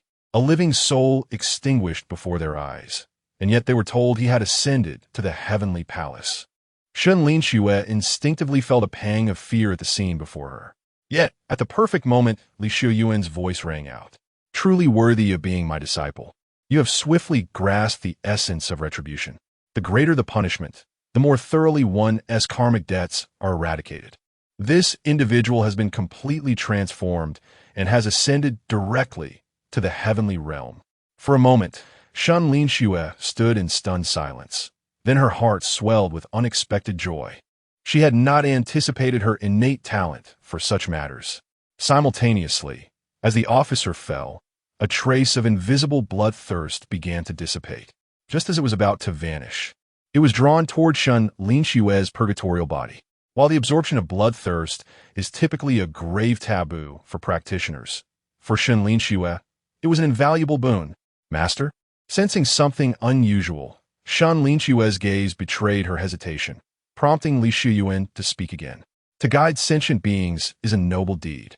Leading them to the heavenly palace is the mission of your unique constitution. As long as you continue to accumulate virtue, you shall gain even greater power. But remember, with great power comes great responsibility. Upon hearing this, Shen Linxue wholeheartedly agreed, her gaze steadily firming as she turned to the remaining onlookers.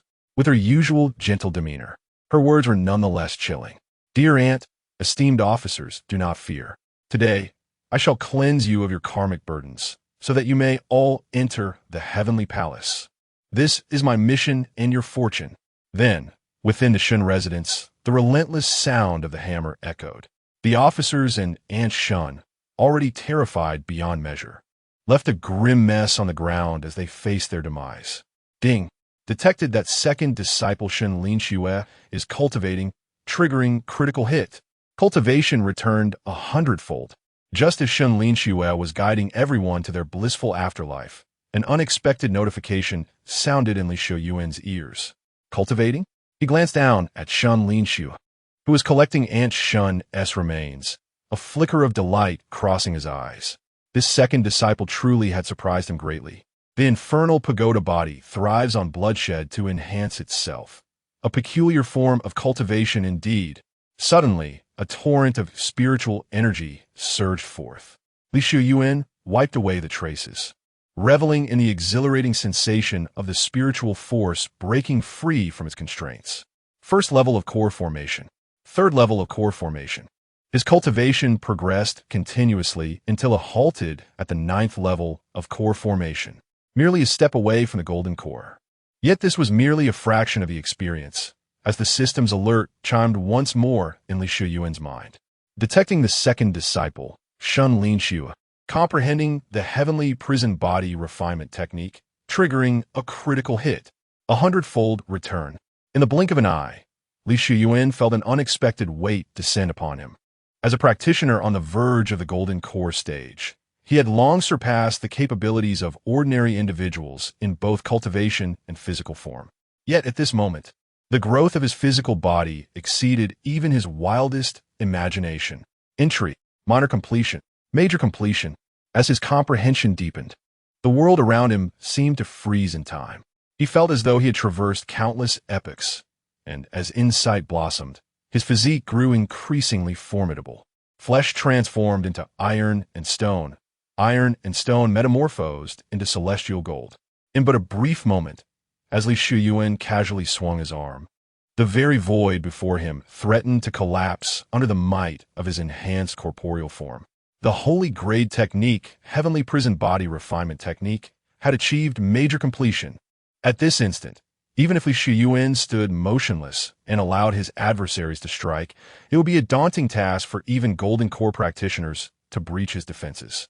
Coupled with the celestial staff technique, he resembled a human armored vehicle. The quality of the system's offerings continued to rise exponentially. Ding!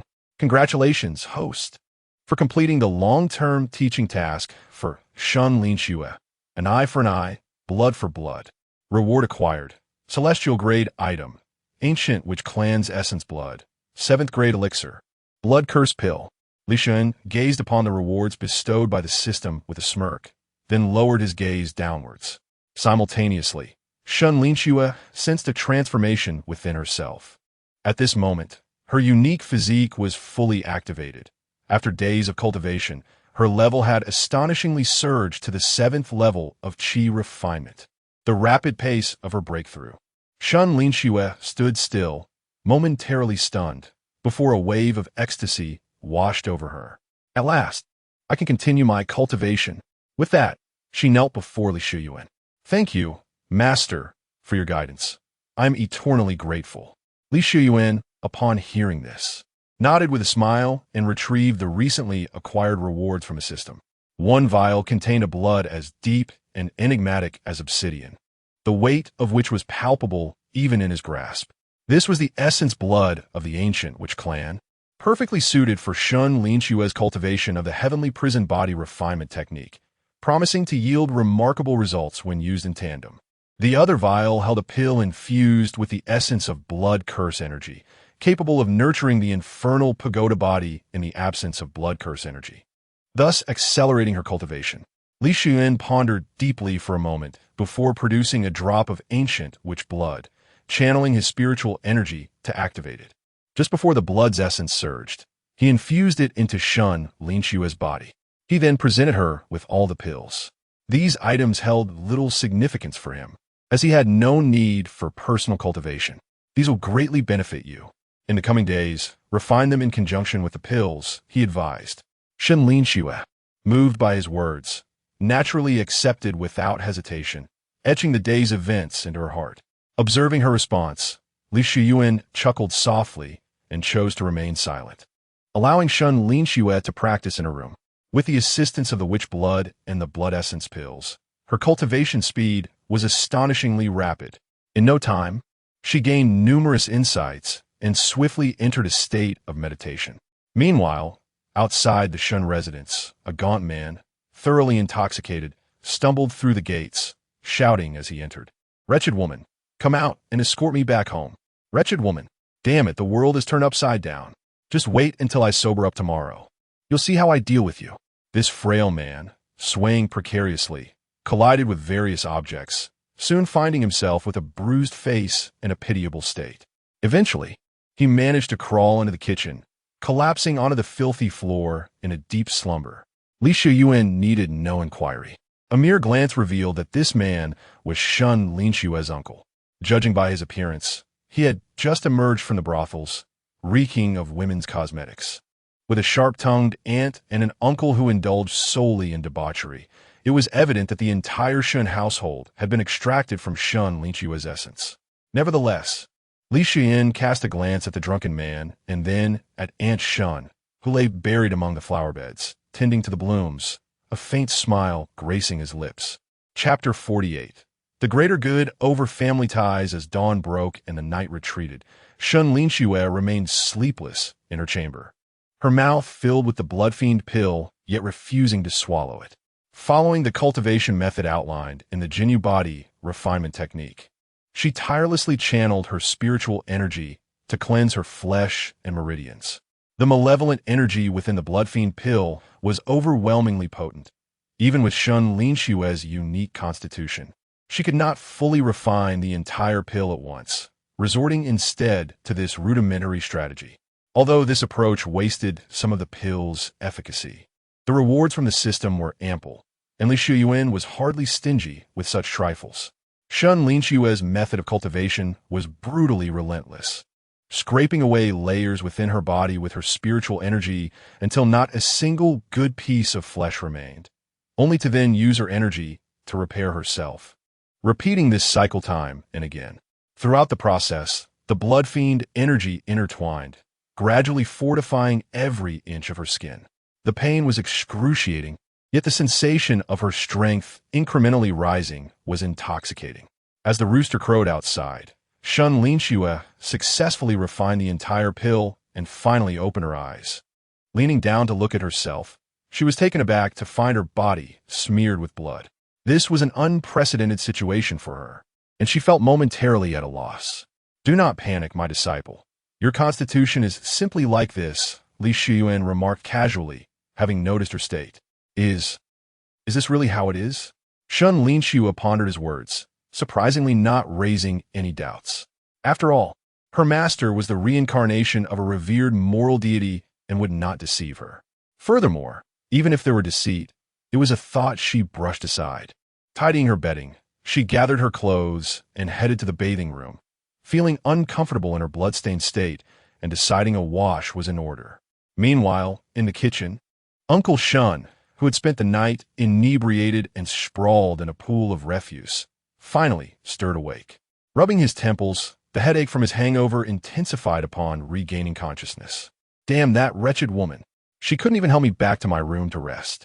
He cursed vehemently, still seated on the floor, only to suddenly realize he was sitting in a heap of spoiled vegetables and rancid oil, which made his face flush with anger, prompting another round of profanities. Once he had exhausted his curses, he mustered the strength to rise and began searching the Shen residence for Aunt Shen. However, he failed to notice the freshly turned mound of yellow clay in the flower bed. Instead, he heard the sound of water softly splashing from the bathing room. "That wretched woman. I haven't had my bath yet, and she is already in there." His brow furrowed, and his expression darkened as he prepared to kick the door down. But then he caught sight of Shen Linxue's door wide open next to the bathing room. Uncle Shen was momentarily stunned, then suddenly realized. That filthy woman would often go days without bathing. How could she be so diligent this early in the morning? Could it be that it was Shen Linxue in there? The moment the thought crossed his mind, Uncle Shen felt his heart skip a beat, and a flicker of joy illuminated his face. Years ago, when Shen Linxue's parents succumbed to a cruel illness, he and that wretched woman had taken advantage of the situation, moving into the illustrious Shen residence under the pretense of guardianship. Initially, his plan was to secretly usurp Shen Linxue's inheritance and subsequently expel her from the manor. However, to his surprise, the girl blossomed into a beauty that even stirred within him inappropriate thoughts, particularly since that vile woman, upon entering the Shen household, had indulged herself shamelessly, growing ever more corpulent, leaving him disinterested. Had it not been for her watchful eye, he would have acted long ago. He had hoped that as long as she remained in the manor, he would eventually seize an opportunity. Yet to his dismay, she entered the Zixiao palace and became a celestial being, leaving him with no chance at all. Once leveraging the assets of the Shen family, he reveled in debauchery outside, But today he returned with news that Shen Linxue had been expelled from the Zhixiao Palace and stripped of her powers, now reduced to the status of an ordinary person. His opportunity had finally arrived. Uncle Shen's eyes narrowed, his gaze becoming sly as he swallowed hard, unable to suppress the urge to rub his hands together. Fortune was finally within his grasp, especially since that detestable woman was absent today. With that thought, Uncle Shen reached for the door, deliberately calling out loudly, "Who is it?" Bathing in the washroom so early in the morning. As he advanced, his eyes glimmered with anticipation, his mind already conjuring lascivious images. However, just as his hand approached the door, it creaked open before him. Uncle Shen's expression stiffened as he looked up to see Shen Linxue, impeccably dressed, standing before him. In comparison to her, his already slightly stooped figure made him appear almost dwarfish. "Uncle Shen, what are you doing here?" Shen Linxue furrowed her brow. Her eyes filled with suspicion as she scrutinized the man before her, engaging in her cultivation of the Jinyu body refinement technique and activating her infernal pagoda body. She was unaware that a subtle aura of menace now enveloped her. Though invisible to the naked eye, it emanated an intimidating presence, instilling a sense of dread within those who dared to meet her gaze. Caught off guard by her stare, Uncle Shen felt a jolt of fear course through him. But quickly, he regained his composure. The Shen Linxue before him was no longer the celestial being of the Zhixiao Palace. Why should he fear her? Thus, emboldened by malice, he smirked. "What do you think I'm doing here? What else could I possibly be doing?" Despite his hunched stature, he was still a man, inherently stronger than a woman. He reached out, intent on shoving Shen Linxue into the washroom, his mind already racing with fantasies. However, the moment he exerted his strength, he felt as if he had collided with an iron wall. The pain shot through him as he made contact with Shen Linxue's fingers. "Ouch!" Uncle Shen cried out, a look of agony etched across his face. Shen Linxue was momentarily bewildered, but soon felt an uncanny familiarity with the scene before her. Then, she heard the voice of Li Xiuyuan. "Disciple, your aunt has ascended to the heavenly realm, yet your uncle remains in the mortal world, enduring suffering. Can you bear to witness your uncle's torment in the purgatory that lies ahead?" Upon hearing this, Shen Linxue nodded slightly, ceasing further words.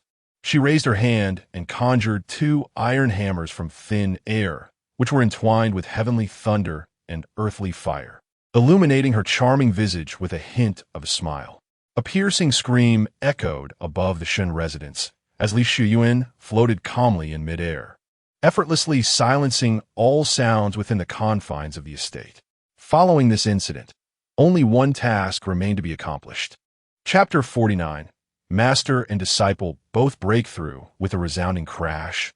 Uncle Shen met his demise, and Shen Linxue absorbed the blood mist emanating from his body. Gradually, she entered a profound state. This malevolent energy flowed through her meridians, ultimately arriving at her dantian, which became suffused with a blood mist before fully merging into her core. At that moment, her power began to ascend. A surge of overwhelming malevolence erupted around her, accompanied by a tempestuous wind. She had broken through to the 9th level of Qi refinement. Shen Linxue felt the surge of strength coursing through her, her eyes filled with disbelief. Ding! Detection of the second disciple, Shen Linxue's cultivation breakthrough. Critical hit triggered.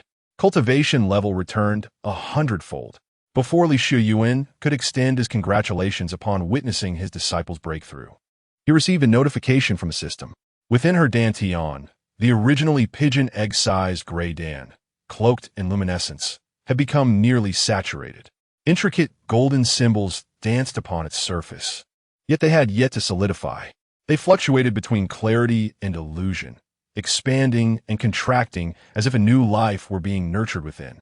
Eventually, tiny fissures appeared, and upon their emergence, the Dan began to voraciously absorb the spiritual energy from Li Xiuyuan's body, creating an overwhelming sensation of depletion. Buzz. Following a resonant hum from the dantian, the once gray Dan manifested a barrier radiating resplendent golden light. This golden glow intertwined and penetrated the Dan, solidifying its essence. Ultimately, tranquility returned, and the Dan had fully formed. Remarkably, he had broken through to the golden core stage. This second disciple truly knew how to astonish him. While others toiled in diligent cultivation, she merely needed to engage in relentless slaughter. After breaking through to the golden core, he felt his spiritual awareness intensify. The previously sparse spiritual energy within him transformed into a vast lake. The 8 extraordinary meridians flowed outward, with the dantian serving as the boundless source. Closing his eyes, he felt the rotation of the golden core within his dantian. At that moment, he sensed that he could command this realm with every gesture. Ding! Congratulations, host, on breaking through to golden core strength. The system presents you with a special opportunity for 100 consecutive draws. A guaranteed acquisition of a supreme technique. What? Such fortune? He had previously tried the 10 consecutive draws, only to be met with tears over the meager chances of obtaining a divine artifact. However, 100 consecutive draws with a guaranteed technique was worth a try. Ding! Host spends 10,000 points of malevolent value to proceed with 100 consecutive draws. Rewards being read. This marked his first attempt at 100 consecutive draws, leaving him uncertain about the number of guaranteed opportunities he might receive. Spirit Gathering Pill, Spirit Transformation Experience Card, half an hour, X2. Supreme Technique, Battle Soul Unmatched. Battle Soul Unmatched requires the refinement of the battle soul. The stronger the soul body, the more potent the potential unleashed, must endure the excruciating pain of skinning and bone carving to cultivate. Divided into 9 levels. Achieving great success renders the battle soul unmatched, making one invincible within the same realm and capable of defeating opponents of higher levels without defeat. Battle soul unmatched? Was this not a gift prepared for his beloved little disciple? Upon witnessing this reward, Li Xiuyuan lost all interest in the other accolades. After all, the light that emerged was merely white, hardly worthy of further attention. Master, I have made a breakthrough. Just as Li Xiuyuan reveled in his own delight, Shen Linxue, recovering from her astonishment at her own achievement, was nearly leaping with joy. Indeed, the child is teachable. Li Xiuyuan fainata sulim damiano. Nodding slightly before tossing the newly acquired technique to Shen Linxue. Master, this is... Shen Linxue caught the technique with both hands, not in haste to examine it, but first looking reverently at her master. This is a reward from me to you. In the days to come, focus on your cultivation. Combined with your physique, it shall aid you significantly. Li Xiuyuan offered a brief explanation, his tone nonchalant. Thank you, master. Shen Linxue knelt in gratitude, her youthful face radiating respect. In that moment, she regarded Li Xiuyuan as a second parent. Once a hopeless individual, she had found not only a supreme technique under his tutelage, but also an understanding of life's profound truths, transcending the conventional bounds of a master-disciple relationship. Take these as well. They may save your life in critical moments, Li Xiuyuan stated, presenting her with a collection of treasures he had just obtained, including the elusive misty sand. Master, I feel unworthy to receive this. Shen Linxue gazed at the various gifts, somewhat overwhelmed. Ordinarily, a disciple would only receive rewards from their master after achieving merit or making contributions, which was to be expected, as it had been in the Zixiao Palace. This is a recognition of your diligent progress.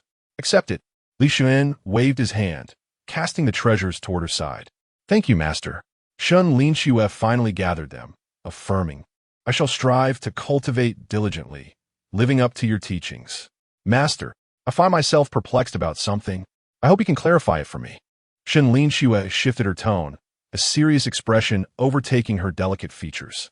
Oh, what troubles you? Li Xiuyuan inquired, his curiosity piqued as he focused on her. Master, I have noticed an overwhelming amount of malevolent energy surrounding me. Will this hinder my cultivation? Shen Linxue's innocent eyes looked towards Li Xiuyuan. My child, this stems from an obstacle within your heart, one you have yet to overcome. Do you understand? The masses are ignorant. They do not realize that we are meant to guide them toward the blissful realm. Li Xiuyuan spoke with an air of righteousness, a powerful aura emanating from him. Your actions, though they may appear ruthless, are, in truth, a means of salvation for these common folk. By doing so, you uphold the balance of the world. This is the accumulation of virtue, which shall benefit your ascent to the heavenly court. Upon hearing this, a hint of confusion lingered in Shen Linxue's eyes. Master, will I not lose control as a result? Not at all. The technique I have bestowed upon you is designed to resolve all negative consequences. As long as you commit to your practice, you will surely master this power in due time. As Li Xiuyuan spoke, his expression grew increasingly solemn. Only then can you attain the great path. Thank you for your guidance, Master. Understand. Upon hearing his words, Shen Linxue's confusion dissipated. She respectfully knelt on the ground and bowed 3 times. Remember, our actions are solely to enlighten these ignorant beings, to spare them from the hardships of the mortal world, so they may soon bask in the true goodness and beauty of the heavenly realms. They will be grateful to us, not resentful. Li Xiuyuan, aware of her thoughts, added one final remark. Indeed, Master, I shall remember this. At this moment, Shen Linxue's eyes brimmed with reverence. She held unwavering faith in Li Xiuyuan's words. Excellent. A teachable child. Follow me. Chapter 50. Please do not misunderstand. I am here to enlighten you all. Li Xiuyuan promptly took Shen Linxue away to the back courtyard. You may concentrate on cultivating this technique. When the time is ripe, I shall take you to another place. Yes, Master, Shen Linxue replied, remaining in the courtyard to immerse herself in the cultivation of the battle soul unmatched technique. Meanwhile, Li Xiuyuan wandered leisurely through the marketplace. As evening approached, he decided to visit a garden, ordering some pastries and tea, and began to enjoy a performance. Beep.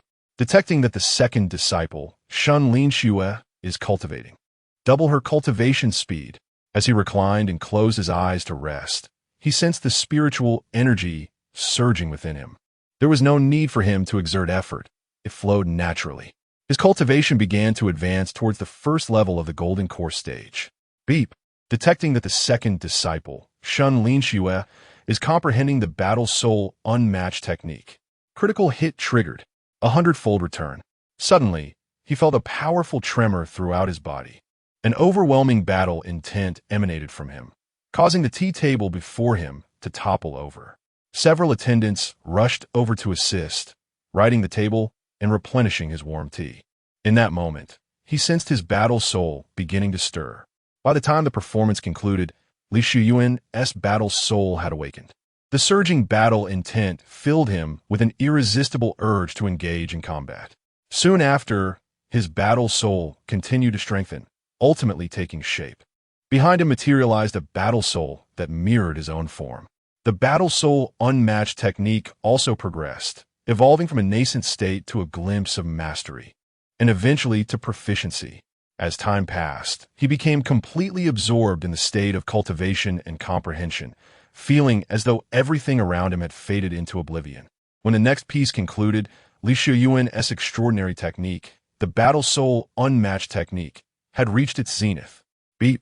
Detecting that the second disciple is deeply engaged in cultivation. Critical hit triggered. 20-fold return on cultivation. Beep. Detecting an increase in the second disciple's comprehension. Critical hit triggered. 100-fold return on cultivation. Can the practice and comprehension of this technique be considered cultivation? Indeed. Li Xiuyuan felt a surge of delight as he sensed that his battle soul had reached full maturity, a smile spreading across his face. As Shen Linxue continued her relentless cultivation, her strength surged correspondingly.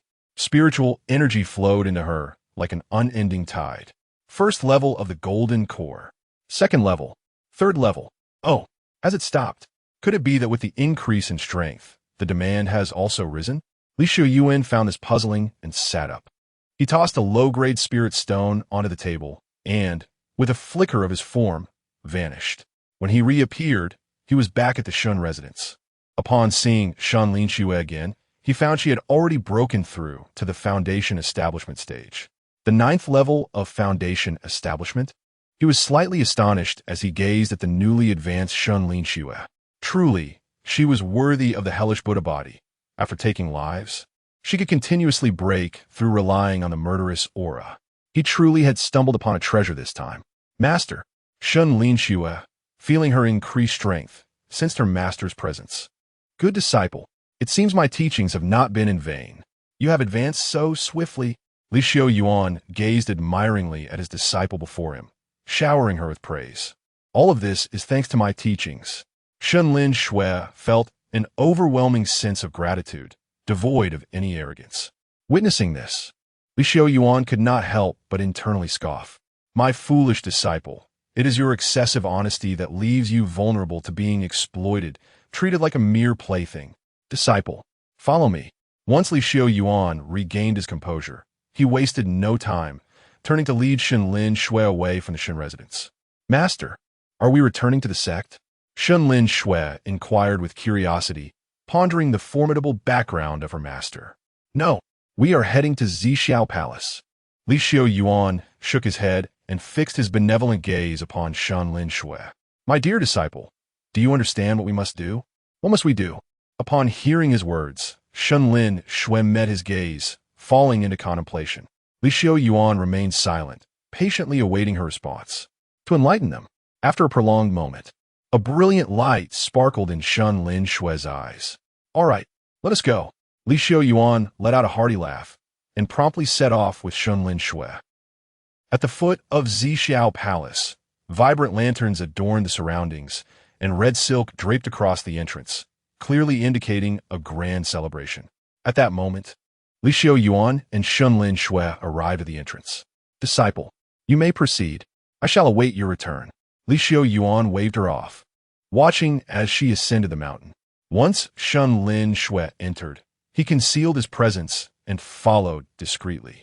Shen Linxue's reappearance at the sect attracted the attention of many disciples. Isn't that the senior sister? How dare she return? Could it be that she has come to congratulate the junior sister? Senior sister, do not stir up trouble. Today is the day the junior sister is conferred the title of saintess. The group of senior brothers and sisters grew wary upon seeing Shen Linxue. Saintess? The mention of this title caused Shen Linxue to pause in thought. Hadn't the sect leader promised her the identity of a saintess? Yet it mattered not. With her master by her side, she felt sufficiently fortified. Such trifles could be set aside. Hey, don't think that just because we owe you a debt of gratitude, you can act with impunity. Indeed, you're no longer a part of Zixiao Palace. Leave at once.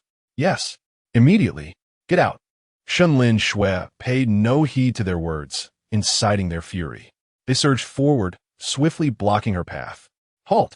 At that moment, a strikingly handsome young man stepped forward, obstructing her way. Junior brother, have you come to welcome your senior sister? Shen Linxue's expression softened upon seeing her beloved junior brother. Senior sister, how could you, on this joyous occasion, return to cause trouble? The junior disciple, with an arched neck, glared at her with palpable anger. Junior sister, you have misunderstood. I have not returned to cause trouble, she exclaimed. I have come back to assist you.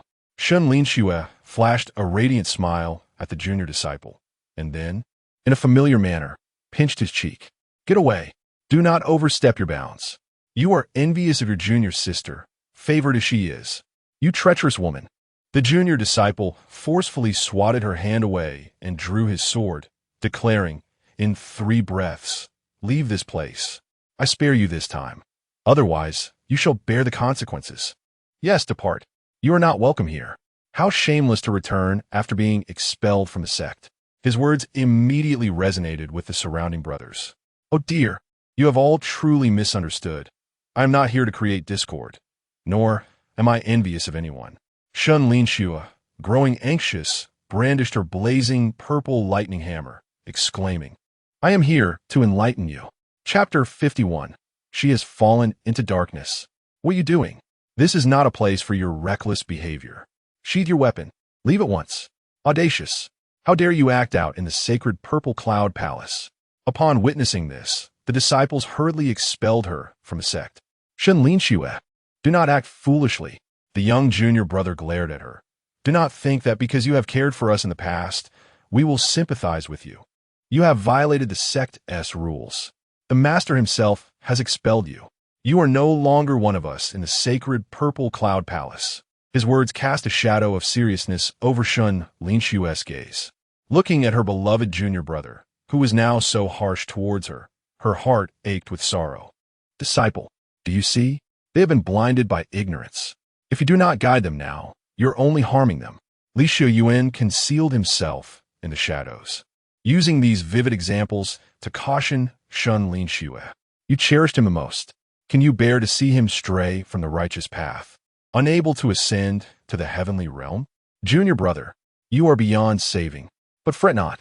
Your senior sister has a way to bring you back to the right path.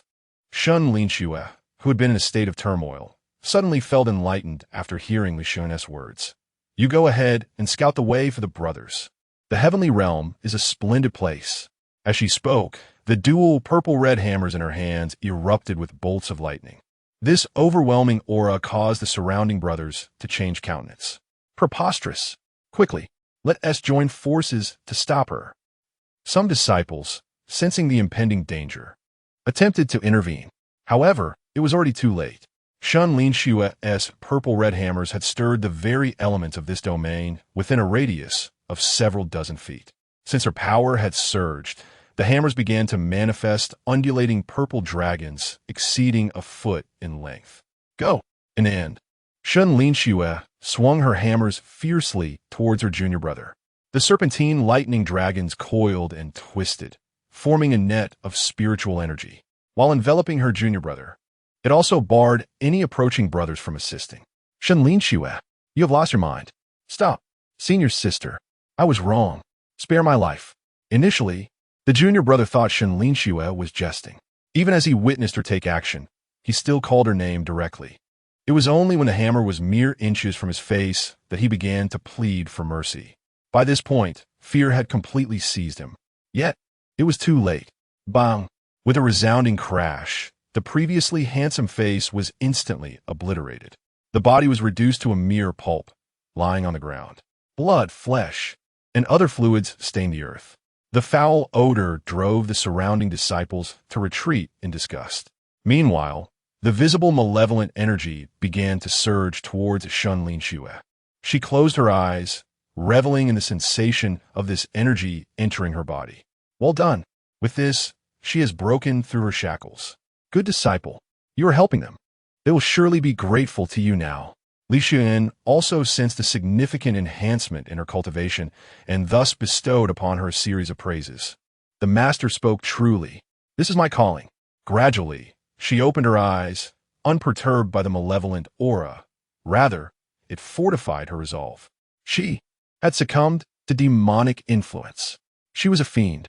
Everyone be cautious. The master was right to expel her from the sect. Indeed, she is not of our kind. Her fellow disciples stood on guard, pointing and whispering amongst themselves. Shen Linxue, cease this at once. At that moment, Lu Shimi hurried through the crowd. Today, she donned resplendent attire, radiating brilliance. Particularly, her long brocade robe flowed gracefully, accompanied by the ethereal energies of heaven and earth, clearly a rare treasure. Standing there, she resembled a crane among chickens, her picturesque features rendering the surrounding disciples dim in comparison. Her presence exuded an aura of sanctity. In stark contrast, Shen Linxue appeared fierce and menacing. This must be your junior sister. Such a delightful person. It is indeed a pity she does not ascend to the celestial realm. Let her unite with the junior brother. As Li Xiuyuan observed Lu Shimi approaching, she continued, look at her attire. She has been blinded by worldly vanity. She must recognize the truth to attain liberation. Junior sister, you arrived just in time. I was about to seek you out. Shen Linxue's countenance brightened upon seeing Lu Shimi. The master has expelled you from the sect. What are you doing here? Lu Shimi's vigilant eyes scrutinized her. I understand. You're not here to usurp my position as the saintess, are you? To be frank, I never intended for you to be the saintess from the very beginning. Abandon that hope. TSK, TSK, TSK. She is already beyond salvation. Disciple, enlighten her. Help her see the reality and attain liberation. Li Xiuyuan sighed, shaking her head repeatedly. Saintess? I have no such aspirations. Junior sister, do not misunderstand. I have more pressing matters to attend to. This endeavor can lead us all to a realm of utmost bliss. Shen Linxue initially shook her head, then fixed her earnest gaze upon the gathered individuals. Please, everyone. Believe me. You truly do amuse me. The bliss you speak of, does it resemble this? Lu Shimmy scoffed, pointing at the mud on the ground. You were rendered powerless, harboring resentment. You clearly seek revenge. Brothers and sisters, let us expel her together. Get out. We do not welcome you. The disciples rallied in response to her call, commencing to drive Shen Linxue away. However, throughout the entire ordeal, none dared approach her to carry out the expulsion. After witnessing the recent bloody scene, no one wished to be struck by her wrath. No, my mission has only just begun. I will not leave you. You need me, and I need you. Shen Linxue resolutely shook her head, adopting a serious demeanor. Junior sister, the elder sister has always cared for you the most. Now that you are here, let us commence with you. Do not fret. The senior sister's strikes are quite forceful. You shall feel nothing at all. It will be akin to a fleeting dream. When you awaken, you will express gratitude to the senior sister. Nonsense. Following her words, a sharp rebuke echoed from behind the crowd. Senior brother, the great senior brother, someone has the capability to handle this fiend. Upon seeing the great senior brother's arrival, the crowd sighed in relief. Senior brother, your timing is impeccable. The junior apprentice has been struck down, and yet he insists it is all for our benefit. Junior sister Lu, upon recognizing her ally, hastily drew him closer, pointing at Shen Linxue. This sorceress has succumbed to madness. This exemplifies a failure to recognize oneself. They are the ones who have lost their way, yet they accuse you of being deranged. Disciple, clarify your intentions to them. Guide them toward enlightenment. Li Xiuyuan had remained by her side, subtly reminding her, you are here to assist them in their liberation. I have not lost my mind. Do not misunderstand. Shen Linxue shook her head vehemently, then gazed earnestly at the great senior brother. I am here to enlighten you. We have long existed within a flawed reality. Now, I wish to transport you to the realm spoken of by our master.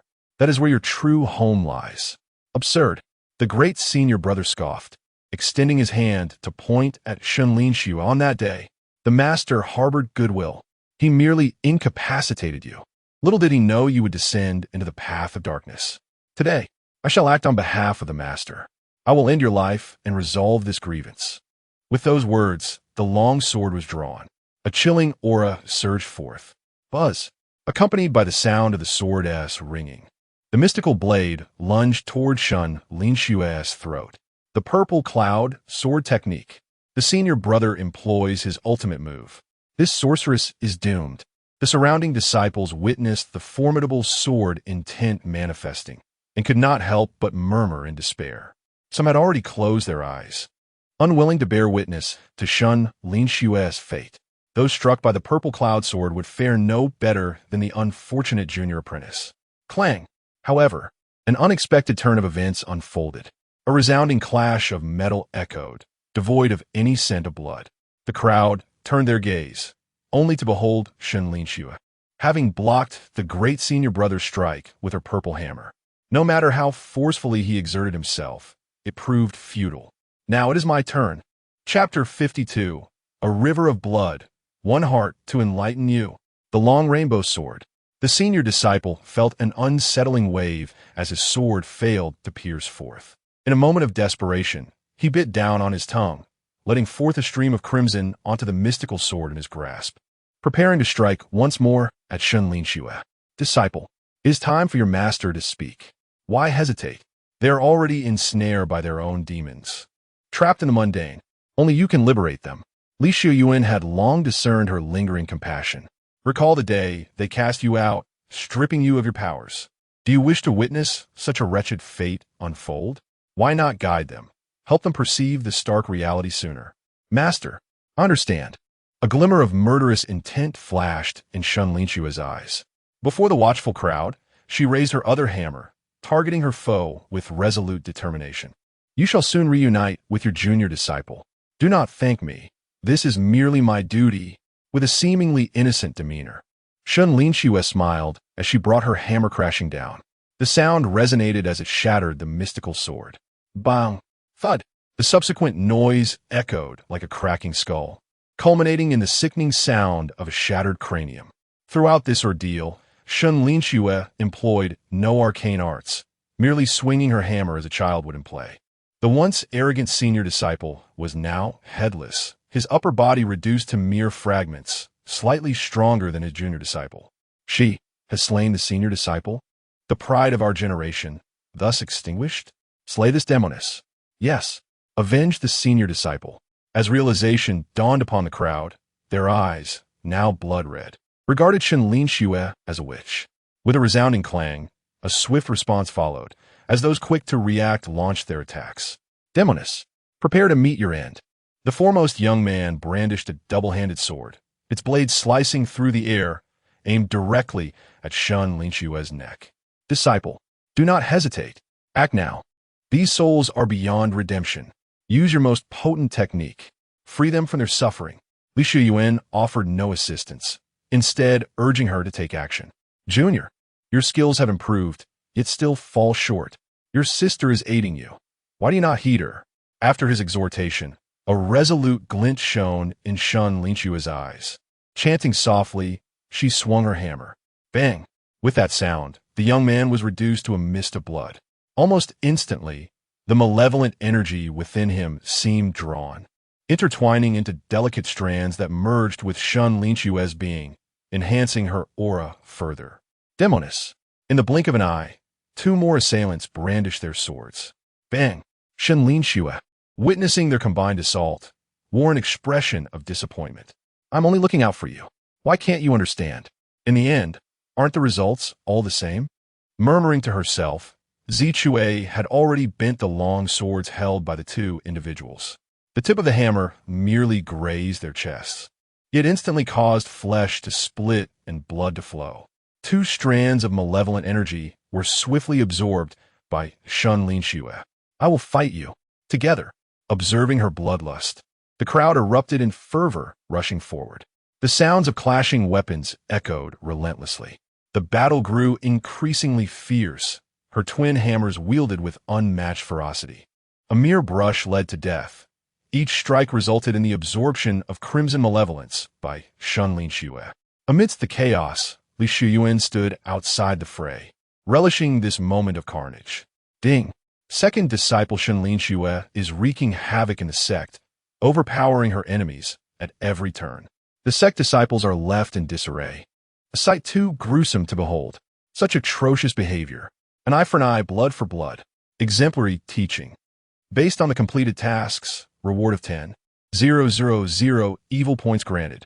Hasten to ensure Shen Linxue fulfills her mission. Li Xiuyuan couldn't help but smile at the system's notifications.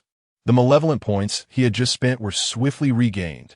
Truly, a fortuitous turn of events. Detected that second disciple, Shen Linxue, is enhancing her purgatory Buddha body. Critical hit triggered. Cultivation returned 100-fold. In that moment, she felt her strength surge once more. Golden Core, 4th level. Golden Core, 5th level. Has it stopped? Just as Li Xiuyuan prepared for a breakthrough to the pinnacle of the Golden Core, the advancement abruptly ceased. Good disciple, do not force yourself. Utilize the treasures I bestowed upon you. We must employ our intellect to enlighten them, rather than exhaust ourselves. Sensing Shen Linxue's waning energy, he reminded her to use the tools he had provided. At that moment, Shen Linxue, indeed, resembled his thoughts. Breathing heavily, her body, face, and weapons were smeared with thick blood. The ground within a radius of several meters was littered with corpses, the earth stained crimson. Every individual lying there had long since succumbed to death, not a single breath remaining. Unconcerned with her appearance, Shen Linxue wiped the blood from her face with her garments and cast her gaze toward the distant, pale-faced Li Xiuyuan. Junior sister, why did you not join in earlier? Do you not wish to be enlightened alongside them? Coming back to her senses, Shen Linxue questioned as she approached Li Xiuyuan. You are a demon, not human. Li Xiuyuan attempted to flee, only to find her legs unresponsive, as if they had turned to overcooked noodles, utterly weak. The once haughty gaze of hers watched helplessly as Shen Linxue drew nearer, her body collapsing to the ground, trembling like a leaf in the wind. She is your inner demon. Enlighten her. It will be a twofold victory. Li Xiuyuan narrowed his eyes, observing Li Xiuyuan, and solemnly advised. Shen Linxue nodded subtly at Li Xiuyuan behind her, and then continued to walk forward. Do not come any closer. Spare me. I realize my mistakes. Sister Lu, standing before her, pleaded while shedding her brocade robe. This is for you. I no longer desire it. Sister, in public, how unbecoming it is for you to undress. Quickly, put back on. Shen Linxue waved her hand, allowing her to don her attire. If, after being enlightened, you encounter our brothers, how will you justify yourself? Sister, I do not wish to die. Please do not kill me. No matter how Shen Linxue implored, Sister Lu appeared as though her soul had departed, utterly unresponsive to her words. Her eyes became vacant, murmuring incessantly. Alas, Master was correct. It seems you are beyond saving. I have articulated my thoughts so clearly, yet you remain oblivious. Shen Linxue sighed deeply, her expression tinged with disappointment. Sister, do not fret. You will soon understand the heartfelt intentions of your elder sister. Ultimately, she resolved to take action. Only by swiftly granting her release could the truth of her heart be revealed. Shen Linxue, she is the saintess of our Zixiao Palace. You cannot harm her. Release her. Otherwise, Master will not spare you. Around them, a few fortunate souls who had hidden away earlier could no longer remain silent upon witnessing her intent to harm the saintess. They rushed forth to urge her to cease. It appears you truly do not comprehend. Shen Linxue observed the anxious expressions on their faces, her disappointment deepening. Why is there not a single person who understands her? She sought only to enlighten them, yet they harbored such resentment towards her. Nevertheless, it matters not. Master has said that when they eventually grasp the truth, they will undoubtedly be grateful to her. Do not kill me. In the midst of her contemplation, the purple hammer descended upon Sister Lu's crown. Chapter 53. The furious decapitation of the saintess stop. Damn it, who will put an end to this fiend? The disciples of the Zixiao Palace yearned to intervene, yet they were woefully outmatched. Disciple, well done. Do not harbor any guilt. What you have done is entirely justified. Li Xiuyuan encouraged as he observed Shen Linxue preparing to strike. At that moment, Shen Linxue's twin hammers descended with a resounding thud. A sickening sound echoed as flesh and bone shattered. The onlookers dared not gaze upon the horrific scene unfolding before them. In a fit of fury, Shen Linxue reduced her fellow disciple, Lu, to a mere puddle of flesh. As she withdrew her hammers, a blood-red blossom materialized upon the ground. The blood transformed into petals, while the dismembered remains became a flower ready for admiration and plucking. Master, I have succeeded, Shen Linxue exclaimed joyously, her eyes glimmering with a crimson hue after absorbing Lu's malevolent energy. The intensity of the malice had heightened her state. For any other, it would lead to madness. However, as a natural embodiment of the Purgatory Buddha, such harmful energies became a source of great fortification for her.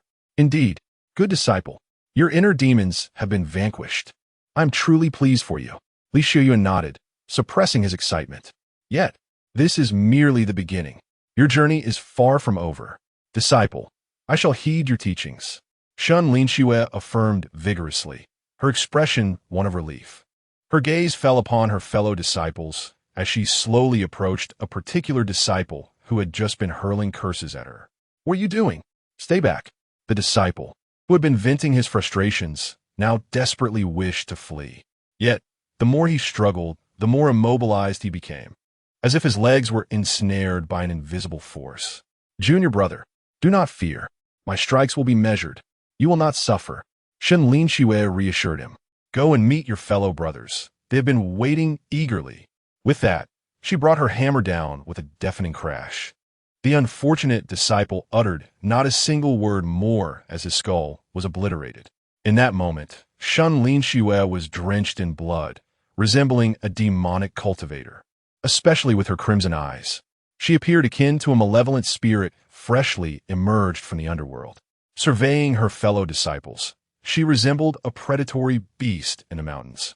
Eyeing its prey, the hunt was about to commence once more. Unholy wretch, cease at once. Just then, amidst the palpable dread of the gathered crowd, A commanding voice resonated from the ethereal palace atop the mountain. Following this, an elder, embodying the essence of immortality as he rode a flying sword, approached with grace. Li Xiuyuan, drawn by the voice, turned to look. Is that not her master, the sect leader of Zhixiao Palace? Disciple, your greatest karmic challenge has arrived. This is the final barrier to your enlightenment. Only by slaying him can you restore the celestial order with your own path. He shall ascend to the realm of immortals and will be grateful for your act. Li Xiuyuan was deeply concerned that Shen Linxue might falter at this critical juncture. Thus, before her master descended the mountain, he took the initiative. Let your master be completely liberated. May his corporeal suffering dissipate entirely. Ascend to the realm of bliss. Yes, master, your disciple shall heed your teachings. Shen Linxue, her countenance brimming with respect, felt her eyes begin to clear. She gazed ahead, awaiting the descent of her former master for a face-to-face confrontation.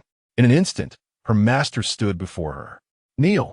The head of the Zhixiao Palace glared at Shen Linxue with a stern expression, his long face as unyielding as ever. I grant you 3 breaths. Should you fail, I shall personally erase you. Master, you have finally arrived. You were the last piece I needed. I implore you for one favor. Allow me to end your life, will you? Only in slaying you can I send you to the celestial realm. It is a place we cultivators yearn for. Facing her master's reprimand, Shen Linxue displayed no trace of trepidation. Instead, she spoke with fervor. Simultaneously, her eyes fixed upon her master, emanating a soothing aura. Master, the world is rife with malevolence. There is refuge in turning back. Grant me this, please. Her every movement exuded a sense of righteous indignation. Her formidable presence akin to a radiant rainbow that permeated the very air around her. Observing the dauntless Shen Linxue, the head of Zhixiao Palace began to harbor doubts. Could it be that she had uncovered some truth? Surely not. Master, kill her. Spare not a moment for idle talk. She is a fiend, responsible for the deaths of so many of our brethren. As unease settled within the master's heart, the surrounding disciples began to step forward, mistakenly believing that he was reluctant to act due to lingering sentiments. Disciple, it appears they have all suffered greatly. They know nothing of the celestial realm's splendor. Do not concern yourself with the lesser ones. Capture the leader first. Killing her will earn you merit on your path. Li Xiuyuan observed the head of Zhixiao Palace with keen insight. While he feigned an air of celestial grace and amiability, he was acutely aware of the turmoil within. Master, your disciple is coming. Shen Linxue's words to Li Xiuyuan sparked a misunderstanding in the head of Zhixiao Palace. You dare call me master? Having a disciple like you is my greatest disgrace. Master, I understand that you have been tainted by the mundane world, but fear not.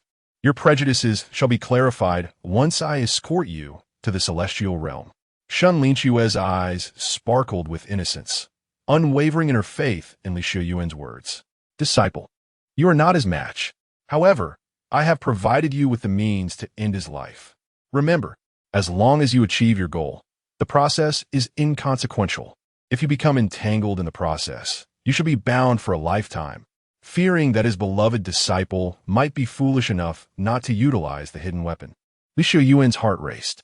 Upon hearing his counsel, Shen Linxue's mind whirred with possibilities. With a flick of her sleeve, the mystifying sand fell into her palm. Good, good, good.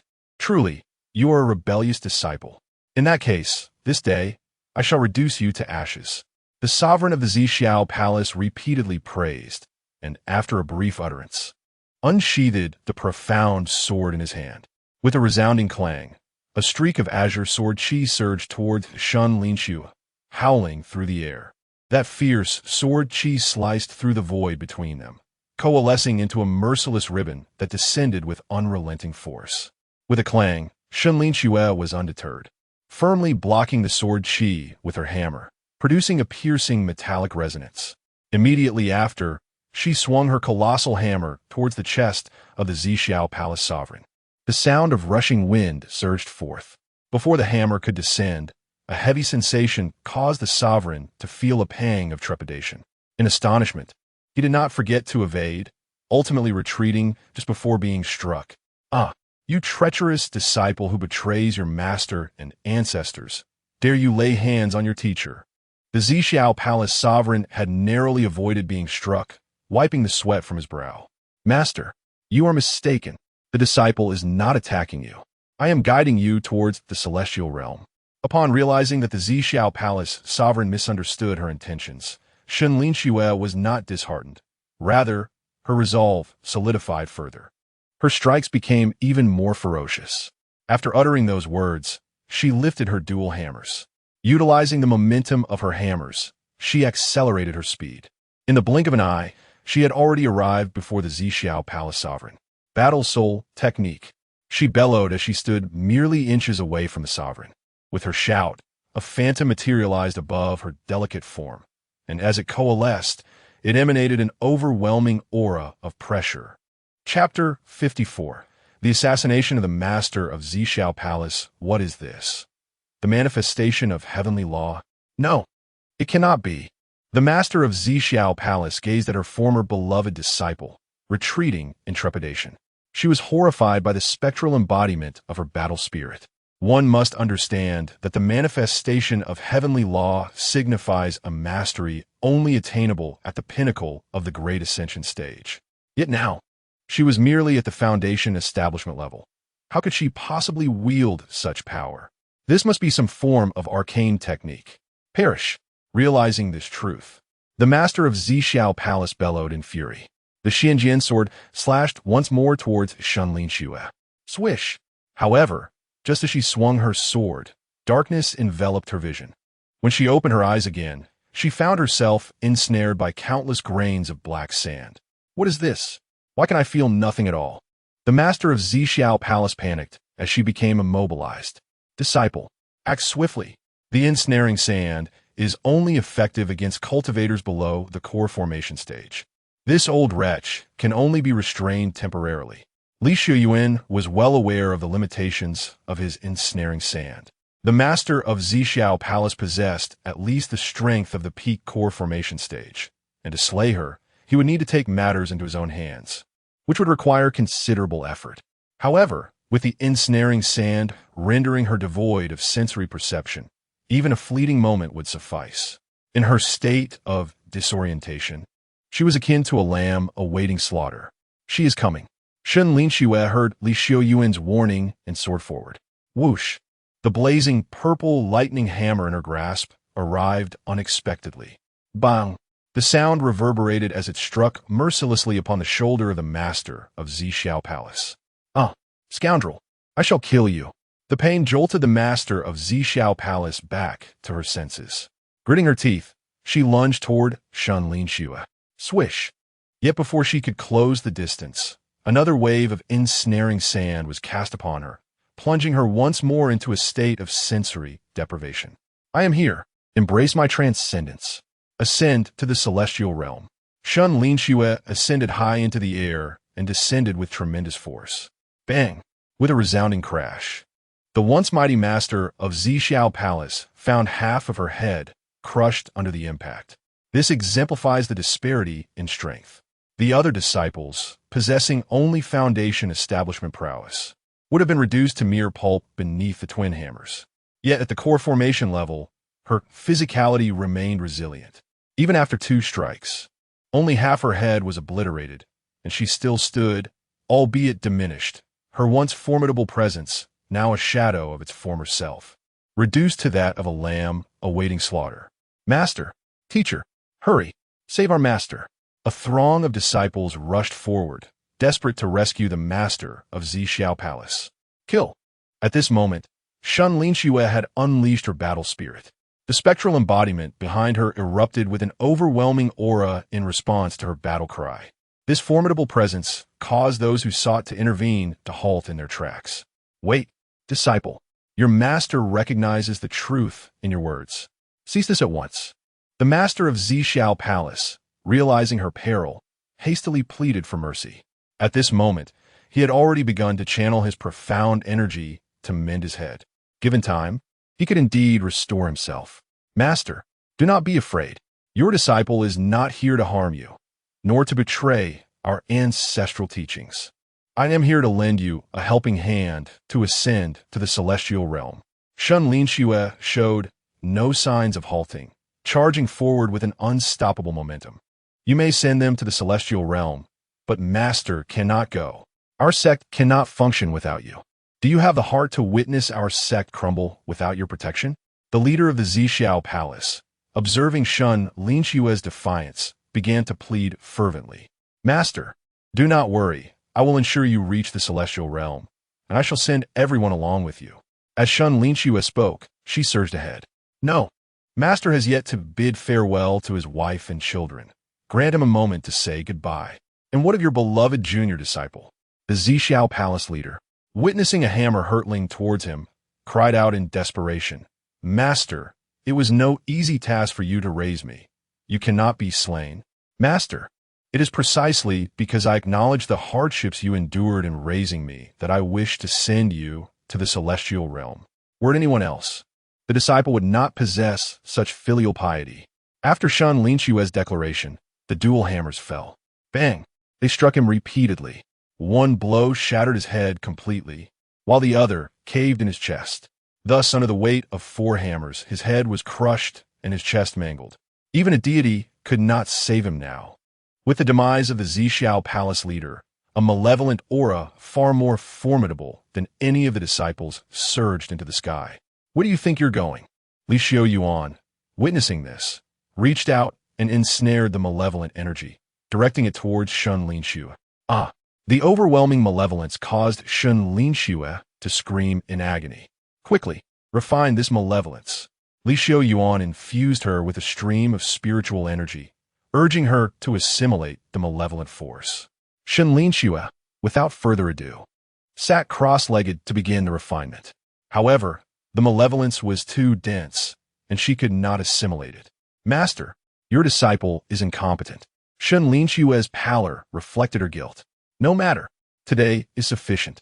I shall help you seal this malevolence. We will return and refine it gradually. Li Xiuyuan remained unhurried. He understood the principle of gradual immersion. After a few gentle taps on her delicate form, he withdrew his hand. At this moment, Shen Linxue had returned to her usual state. Disciple, guide them. Let them journey together to the celestial realm. Li Xiuyuan, eyeing the surrounding brothers who were watching with intent, exchanged a meaningful glance with Shen Linxue. One must not hesitate. When it comes to eliminating threats, one must uproot entirely, especially in such a place where right and wrong are reversed.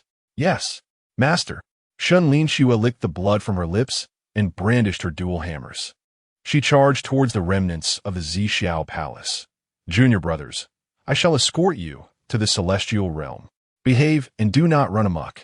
Meanwhile, Li Xiuyuan approached the Zixiao Palace leader, crouched down, and began to search through his belongings.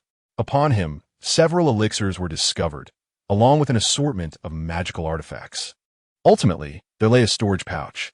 Upon opening it, one found an abundance of high-grade spirit stones, over 100,000 to be precise, along with several thousand premium spirit stones.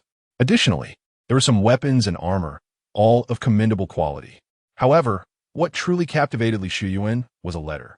As he retrieved it and unfolded it, a striking line caught his eye. The Luoxian dynasty is currently beset by internal strife and external threats.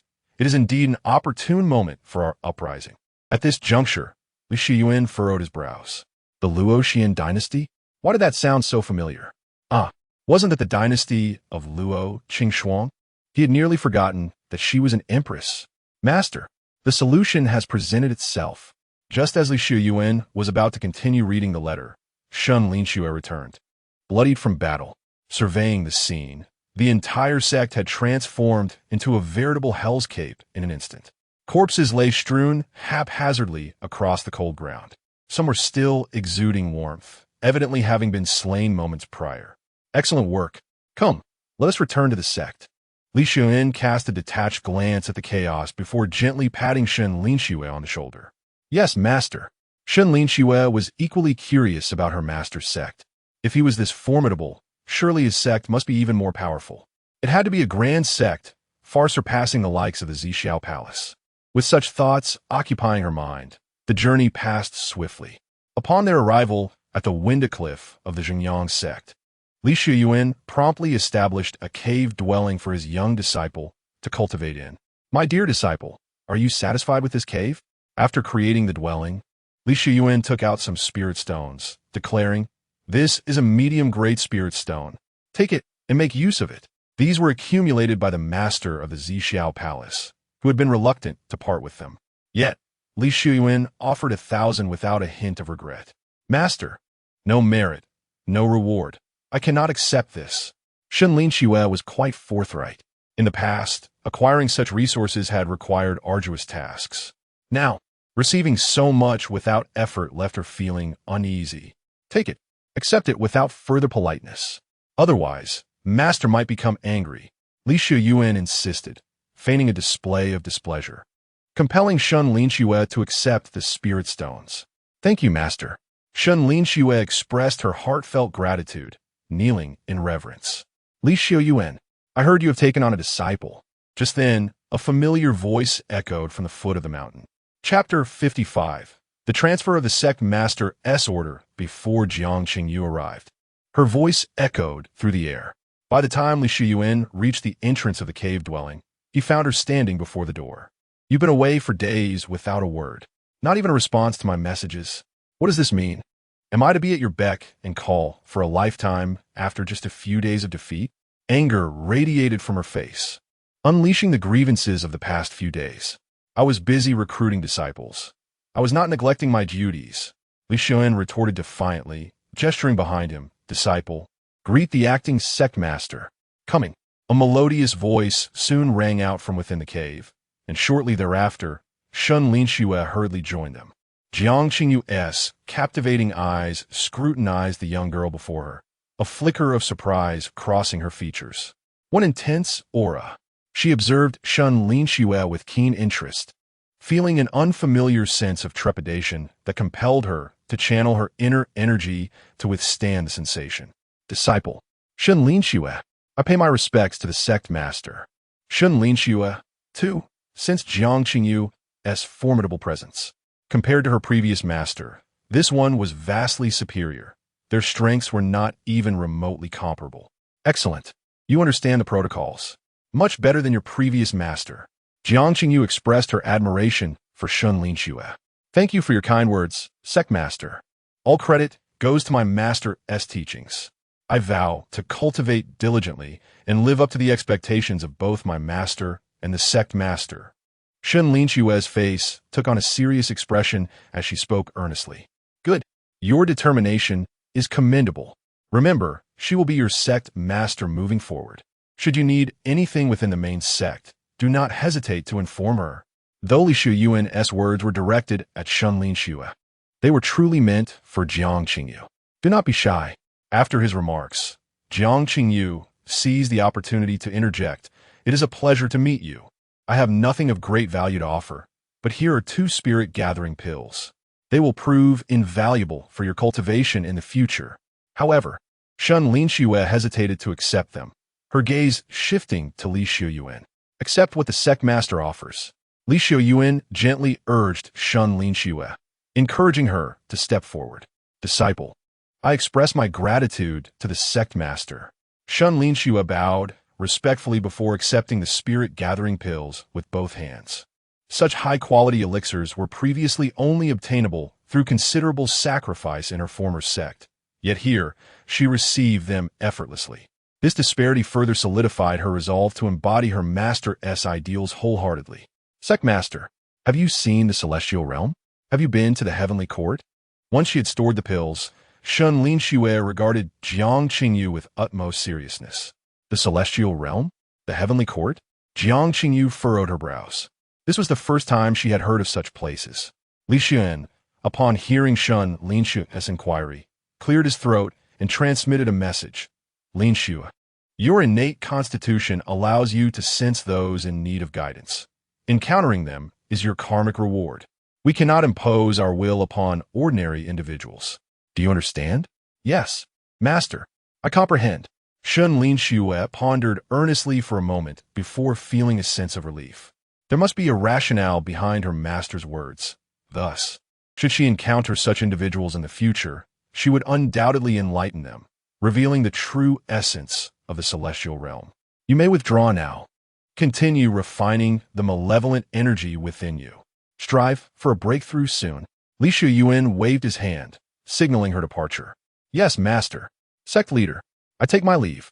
Shen Linxue responded respectfully before retreating to her cave abode. This young lady seems quite astute. Her talents must be commendable. You certainly possess an eye for excellence. Where did you find her? Jiang Qingyu inquired, her beautiful eyes brimming with curiosity. The secrets of fate are not to be disclosed. Li Xiuyuan feigned an air of mystery with a smile before continuing. However, if you are willing to stand guard for me a few more days, I might consider sharing. Not a chance. Jiang Qingyu huffed. Were it not for your bringing back such a sensible disciple, I would surely hold you accountable. Very well. Since you are unwilling, I shall not press the matter further. Travel safely. No need for formal farewells. Li Xiuyuan waved his hand, promptly issuing an eviction order. Jiang Qingyu let out a delicate snort, then presented Li Xiuyuan with a token. I have matters to attend to. For the next few days, you shall act as the temporary sect leader. Are you not concerned that those old geezers will seize the opportunity to cause trouble? Li Xiuyuan inquired, hesitating to accept the token. Entrusting them with it makes me even more uneasy.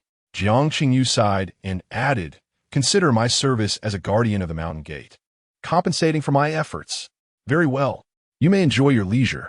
Li Xiuyuan reluctantly accepted her token and watched as Jiang Qingyu departed. Beep. Detecting second disciple Shen Linxue is cultivating. Critical hit triggered. Cultivation returns 100-fold. Detecting disciple Shen Linxue is refining malevolent energy, returns 10-fold. As Li Xiuyuan turned around, he felt his strength surging anew. Golden Core, level 9. Golden Core perfection. His power reached a standstill at this juncture. Clearly, to achieve a breakthrough, relentless effort was still required. It was not his own labor that mattered, but that of his disciples. Contemplating this, Li Xiuyuan called into the cave. Disciple, come forth. Yes, master. Shen Linxue hurriedly appeared moments later, her form cloaked in darkness and emanating a faint scent of blood.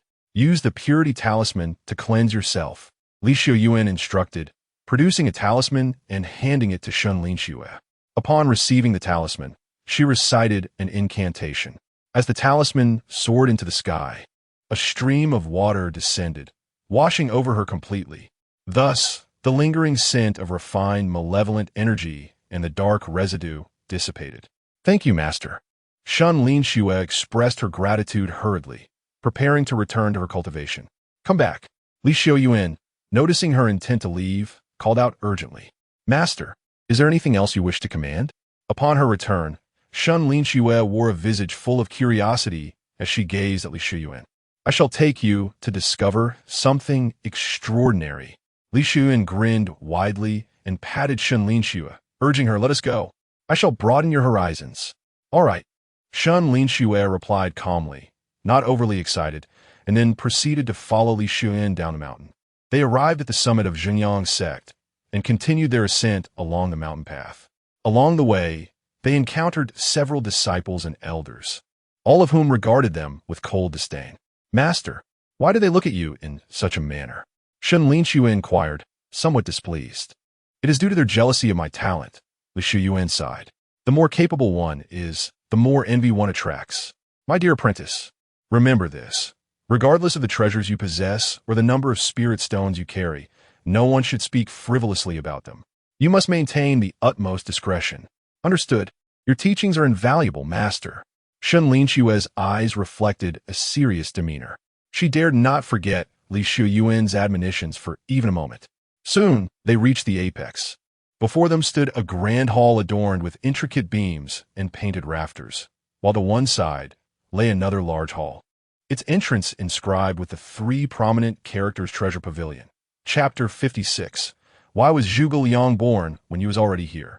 Upon gazing at the 3 prominent characters, Shen Linxue could not help but display a hint of anticipation. It was evident what the purpose of such a place was. Let us go. Li Xiuyuan encouraged her with a gentle pat, eager to lead her inside for a glimpse. Stop. However, as the master and disciple approached, they were obstructed. Open the door. I wish to enter. Li Xiuyuan did not halt, but was resolute in his intention to push through. This is the treasure pavilion. No one may enter unless they are the sect master. The individual before them extended an arm, firmly blocking Li Xiuyuan's path. I am the current sect master, Li Xiuyuan retorted, producing the sect master's token and waving it before the man. Let me see that. The man, still skeptical, took the token into his hands. After scanning it with his spiritual sense, he quickly returned it, both hands clasped in respect. I meant no offense. Please forgive me, master. Those who are unaware are not at fault. Proceed. Li Xiuyuan accepted the token and, with a wave of his hand, ushered Shen Linxue inside. Upon entering, they were awestruck by the myriad of elixirs and manuals before them. Heaven and earth, what an array! Elixirs of every grade are present. Li Xiuyuan exclaimed in admiration. Then urged Shen Linxue, do not linger. Let us ascend to the top floor. Yes, master. Shen Linxue nodded vigorously and followed him up the stairs. The current floor mirrored the previous one. Li Xiuyuan showed no intent to linger, leading her swiftly to the 5th floor. They halted before a room with a mystical barrier. Holding the sect master's token, Li Xiuyuan approached the barrier and gestured towards a nearby bronze mirror. With a swift motion, the previously closed door swung open. What an enchanting fragrance, Shen Linxue remarked as she entered, enveloped by the alluring aroma of medicinal herbs. Go ahead, take whatever catches your fancy. Li Xiuyuan affectionately ruffled her hair, encouraging her to select what she desired. Yes, master. Shen Linxue, without hesitation, dashed inside, rummaging through the treasures to find items to her liking and utility. Stop. At that moment, a familiar yet discordant voice echoed from downstairs. Li Xiuyuan, standing at the entrance, glanced down to see Qingming Jinren and Elder Wuxing, along with several senior elders, hastily approaching. What brings you here? Li Xiuyuan inquired, noting the fierce countenance of the gathered elders. What brings us here? What do you think you're doing? Elder Wuxing glared at Li Xiuyuan, his fury palpable. I am accompanying my newly accepted disciple to select cultivation manuals. What of it? Li Xiuyuan shrugged, adopting an innocent demeanor. Such audacity. Is this a place you can enter? Qingming Jinren stepped forward. When we enter, we must notify the sect master. Who do you think you are? I require no permission from anyone. I am free to enter and exit as I please. Li Xiuyuan spread his hands, maintaining an air of calm and composure. The more he remained unperturbed, the more infuriated the crowd became. Who did he think he was, to come and go as he pleased? Did he believe himself to be the sect leader? The elder of the 5 elements pointed an accusing finger at Li Xiuyuan, declaring, even in the absence of the sect leader, it is not your place to assume that role. What do you think this is? Li Xiuyuan retorted, producing the sect leader's token. This is the sect leader's token. How could it be in your possession? Did you steal it from Jiang Qingyu? Ah, stealing the sect leader's token. That's a grave offense. Expel him from the sect. It must have been taken by force, as several individuals witnessed him wielding the emblem of the sect leader's authority. They clamored to take action. This was given to my master by Uncle Luo. He did not steal it, nor take it by force. Shen Linxue, watching the way her master was treated, could no longer contain herself. Despite standing before elders far superior in strength, she showed no fear. The transfer of the sect leader's token must occur in the great heroic hall. Indeed, you have acted unilaterally. We shall not recognize it. Other elders quickly echoed her sentiments. Are you implying that you defy the sect leader's token? Upon hearing the words of several individuals, Li Xiuyuan's gaze gradually darkened. If that is the case, let us seek out the old sect leader. Let him adjudicate the matter and determine the token's validity. If it proves worthless, we shall discard it. His proclamation rendered the assembly silent, dispelling the earlier arrogance. Very well. Even if you have no issues, your presence here uninvited is still unacceptable. Realizing Jinren Qingming's piercing gaze, he added, all elixirs and techniques must be exchanged for the sect's merits. If you seek shortcuts and disrupt our sect's rules, that cannot be allowed. Indeed, attempting to take advantage of the situation Do you think we do not exist? The elder of the 5 elements echoed, his eyes fixed intently on Li Xiuyuan. Do not seek fame at the expense of others. Li Xiuyuan, rather than retreating, was further incensed by their provocations. Do you dare claim you have never taken anything from this place? Last time, Su Haoyan secretly used those elixirs against my disciple in battle. Do you dare to say there were no ulterior motives? His words were clearly directed at the elder of the 5 elements. This time, the elder could only remain silent. His face flushed with indignation. And you, 6 months ago, for your own selfish reasons, you took away 100 top-grade spirit stones. Did I not see that? Li Xiuyuan then turned his focus on Zhenren Qingming. The old sect leader did not expose you. I shall. Now, I have summoned my disciple to retrieve elixirs, and you obstruct us. Therefore, let us proceed according to sect rules. Elderly, this is all a misunderstanding. At that moment, a slender elder approached. He was also one of the elders, albeit of a lower rank. Observing the escalating tension, he hurried to mediate. A misunderstanding? Is it possible for so many of you to be involved in a misunderstanding? When one person is foolish, does a multitude fall into folly as well? Li Xiuyuan, undeterred by reason, engages in a fierce verbal duel with a group of scholars. Behind him, Shen Linxue gazes with eyes sparkling like a constellation of stars. Beyond her cultivation, she also seeks to learn the principles of humanity from Li Xiuyuan. Take whatever you wish. We shall not pursue it further. The esteemed Qingming Zhenren wears a grim expression, as if rain is imminent. The elder of the 5 elements clenches his fists tightly, producing a resonant sound. In that moment, he finds himself at a loss for how to proceed. No matter what he says or does, Li Xiuyuan always manages to counter him, instilling in him a sense of existential dissonance. Elder of the 5 elements, what is your stance? May I take the elixir? Li Xiuyuan puts away the sect leader's token, regarding the elder of the 5 elements with a playful demeanor. With a single remark, he jolts the elder back to reality, who then huffs in response. What does this imply? Can someone elucidate? Li Xiuyuan is relentless, insisting that the elder articulate his thoughts explicitly. Chapter 57. Another grand gift. Let us go. At this moment, the elder of the 5 elements only wished to distance himself from Li Xiuyuan. He disregarded him entirely, turning to beckon the other elders before departing. The real man, Qingming, cast one last glance at Li Xiuyuan before he too took his leave. Master, your disciple has caused you to be misunderstood. Shen Linxue, noticing that everyone had left, timidly apologized to Li Xiuyuan. Foolish girl, you are my disciple. It is my duty to care for you and ensure your swift ascension. Li Xiuyuan reached out, affectionately ruffling her hair. Go on, select what you find useful. Avoid taking anything unnecessary to prevent gossip. Understood. Shen Linxue nodded vigorously before rushing inside, commencing her search for treasures among the walls, floors, and various shelves. After the earlier tumult, her courage had grown, and she began to search with abandon. Master, can I wear this? Master, I shall take these elixirs. Master, I will claim this weapon as well. As time passed, Li Xiuyuan found that his disciple was even more avaricious than he. Beep.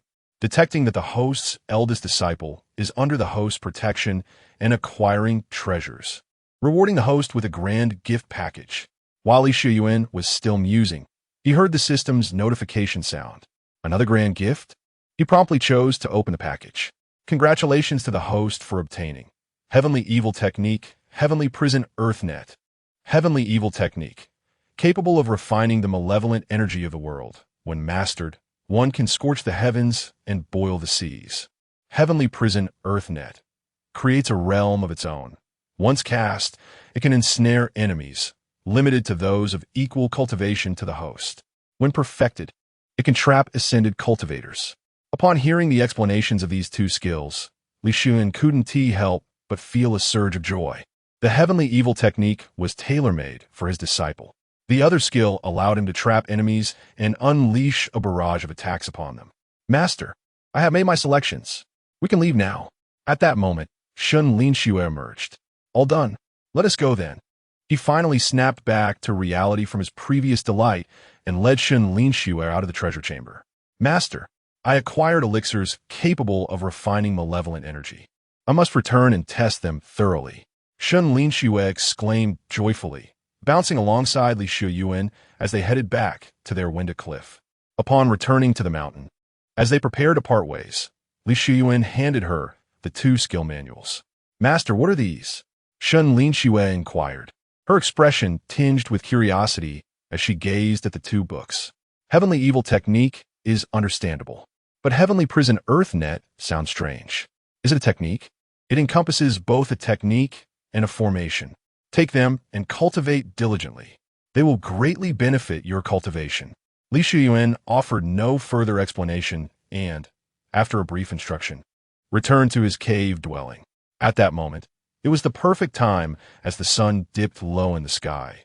He reclined in a rocking chair, savoring the last rays of sunlight. Beep! Detected was the second disciple, Shen Linxue, diligently engaging in her cultivation, triggering a 20-fold critical return. The system's notifications echoed incessantly. Yet this time, his golden core prowess remained firmly at the pinnacle of perfection. Li Xiuyuan felt a sense of perplexity. Why was this breakthrough proving so arduous? He withdrew his attention and began to introspectively examine his own condition. It did not take long for him to uncover the issue. Above the golden core in his dantian, in addition to the golden hue, there emerged another color, crimson. Was this malevolence? Li Xiuyuan was baffled. He had never encountered a golden core displaying both gold and red.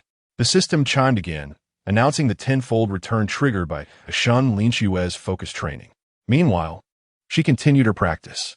As Li Xiuyuan remained introspective, he gradually discerned yet another color manifesting above the golden core. Purple? Might it be that in the end, his golden core would transform into a spectrum of colors? The system notified him of his disciple, Shen Linxue, engaging in the cultivation of heavenly prison, earthly web, triggering a 100-fold return. After a considerable period of training, perhaps weariness set in, prompting her to delve into Li Xiuyuan's techniques. Soon, the principles of heavenly prison, earthly web blossomed in her mind. Within the sea of consciousness, she floated majestically through the void. By harnessing the techniques, she conjured a barrier that enveloped a radius of several hundred feet around her. Within this domain, any living entity weaker than her could be annihilated with but a thought. There was an exhilarating sensation of mastering the cosmos. She had made initial progress, achieved minor success, and then mastery. Finally, she attained full mastery. Li Xiuyuan, brimming with excitement, suddenly opened his eyes. He raised his hand to test his cultivation results. In an instant, a formidable aura surged forth. Within his small realm, a barrier akin to that in his sea of consciousness sprang into existence, albeit with a less intimidating scope, only a few dozen feet this time. It seemed evident that the extent of this manifestation was contingent upon one's strength. The more potent the practitioner, the broader the space they could command. Contemplating this, Li Xiuyuan reached a conclusion. The system chimed once more, announcing Shen Linxue's practice of the heavenly kill technique, triggering a 100-fold return. Before he could fully comprehend the situation, Shen Linxue embarked upon the heavenly kill technique. Entry, minor success, and then mastery. Before long, Li Xiuyuan's heavenly kill technique reached full fruition. His diligent disciple was indeed tireless in her efforts. He felt his affection for her was well placed. The more he pondered, the more joy he found in the completion of the heavenly kill technique, and soon, all fell silent on Shen Linxue's end, likely indicating her well-deserved rest. Subsequently, Li Xiuyuan settled himself in front of his cave abode, assuming a meditative posture. In this moment of repose, he gazed longingly towards the distant Five Elements mountain, where Elder Five Elements was likewise seated in meditation. What business could bring me such a late summons? At that moment, an authoritative voice resonated, drawing nearer with each passing second. In the blink of an eye, a figure materialized before him. Do you not sense that the venerable sect leader harbors distrust toward us? The elder of the Five Elements gritted his teeth, articulating his innermost thoughts. A proxy sect leader is not designated for a mere young girl. It is bestowed upon a fool. We labor diligently to cultivate disciples for him, yet he treats us with utter disregard. Opposite him, the esteemed master Qingming displayed a grave expression, What do you mean by this? Clearly, he had discerned the implications within those words. However, he awaited the other's acknowledgement for confirmation. Abandon the sect. Align with a true sovereign. The elder of the five elements whispered, casting furtive glances around. You have lost your senses. Master Qingming's countenance shifted instantly upon hearing this, as he promptly rebuked, should you dare to utter such treasonous words again. Do not blame me for severing our ties. Hypocrisy. Chapter 58. The senior brother's invitation. The elder of the five elements let out a disdainful snort. The opportunity has been presented to you. How you seize it is entirely up to you. Allow me a moment to ponder. With that, the esteemed Qingming found himself somewhat swayed. However, he did not verbally acquiesce, uttering a parting remark before hastily departing from the five elements peak. Once he had left, the elder's profound gaze turned towards the direction of the questioning Dao cliff. Li Xiuyuan, one day, I shall reduce you to ashes. A sudden sneeze interrupted Li Xiuyuan, who had been in deep meditation atop the questioning Dao cliff for quite some time. Who is thinking of me? He murmured before resuming his seated practice. Time slipped away swiftly through the night. As dawn's golden rays cascaded down, many individuals gathered along the path at the foot of the cliff, their eyes fixated on a cave halfway up the mountain. There lay the dwelling of Shen Linxue, perfectly positioned for passing disciples to behold. She, however, had risen early to commence her morning exercises. First, she executed the Jinyu Duani Ju, followed by the Tiansha Ju, to refine the malevolent energy within her. As she practiced, waves of crimson radiance surged around her, creating a breathtaking spectacle. Yet, despite her prowess in the early stages of the Golden Core realm, she felt unworthy to select treasures from the treasure house. Indeed, it's all Li Xiuyuan's fault. How outrageous! They lamented. If only the senior brother were here, he would undoubtedly teach her a lesson. Isn't he returning today? After enduring Wan'er's nightmare, none of the disciples dared to provoke the questioning Dao cliff again. Nevertheless, news of Li Xiuyuan's protective actions had spread throughout the sect, inciting widespread dissatisfaction, particularly among the passing disciples who could see her first. She had become a thorn in their sides, a target for their scorn. What a bunch of useless gluttons! They dare not voice their anger when bullied. At that moment, a commanding voice echoed from below the mountain. The crowd turned their attention to the source. Senior brother, look!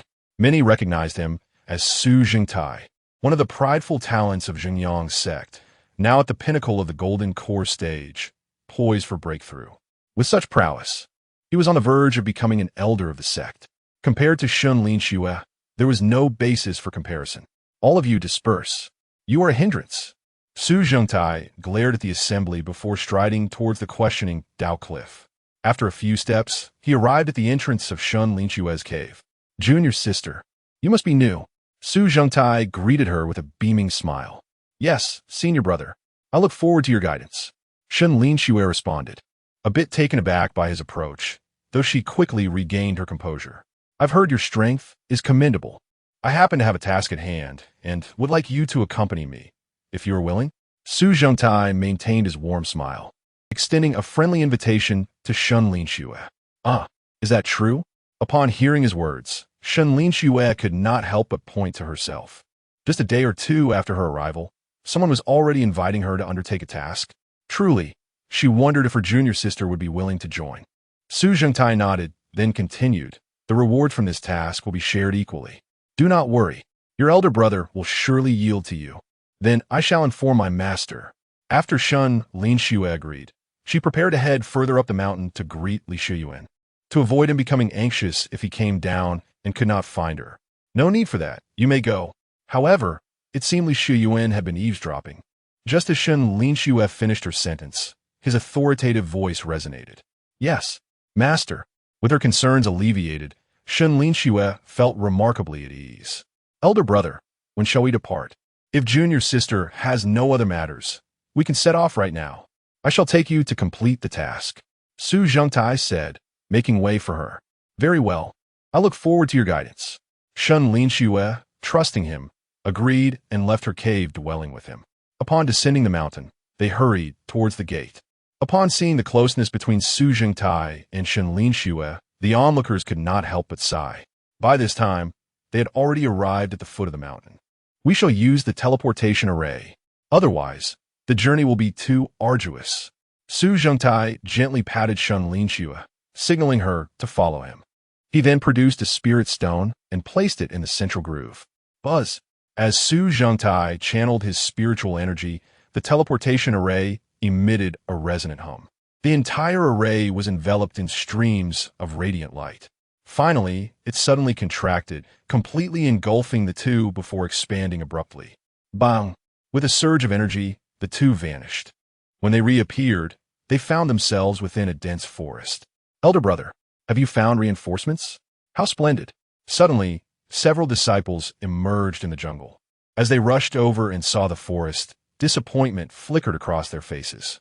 Elder brother, aren't the second and third brothers here? Why not seek them out? One individual, somewhat disgruntled, could not help but inquire. This junior sister is exceptionally capable. She has even garnered the favor of our sect leader. Destined to be a prodigy of Zhengyang's sect, Su Zhengtai proclaimed, beginning to introduce her. With her presence, our task is certain to succeed. What skills do you possess? Another disciple scrutinized Shen Linxue with keen eyes. As for me, I possess little, but I shall do my utmost. Shen Linxue shook her head, then nodded. Rest assured, I will not hold you back. Very well. I shall trust you this once. Elder brother, let's set off. The group quickly turned their attention away from her and began planning their departure. Elder brother, what task are we to undertake? At this moment, Shen Linxue finally thought to inquire about the situation. Surrounded by an ever-present sense of unease, she gazed into the valley ahead, where eternal ice lay dormant, nurturing a millennium-old snow lotus. Our mission today is to procure this precious lotus, Su Zhengtai stated with unwavering seriousness to Shen Linxue. Why go to such lengths for a mere herbal remedy? Shen Linxue furrowed her brow in caution at his words. There exists a guardian spirit beast. We must vanquish it to claim the snow lotus. Our sect has already suffered several losses. That is why we are here.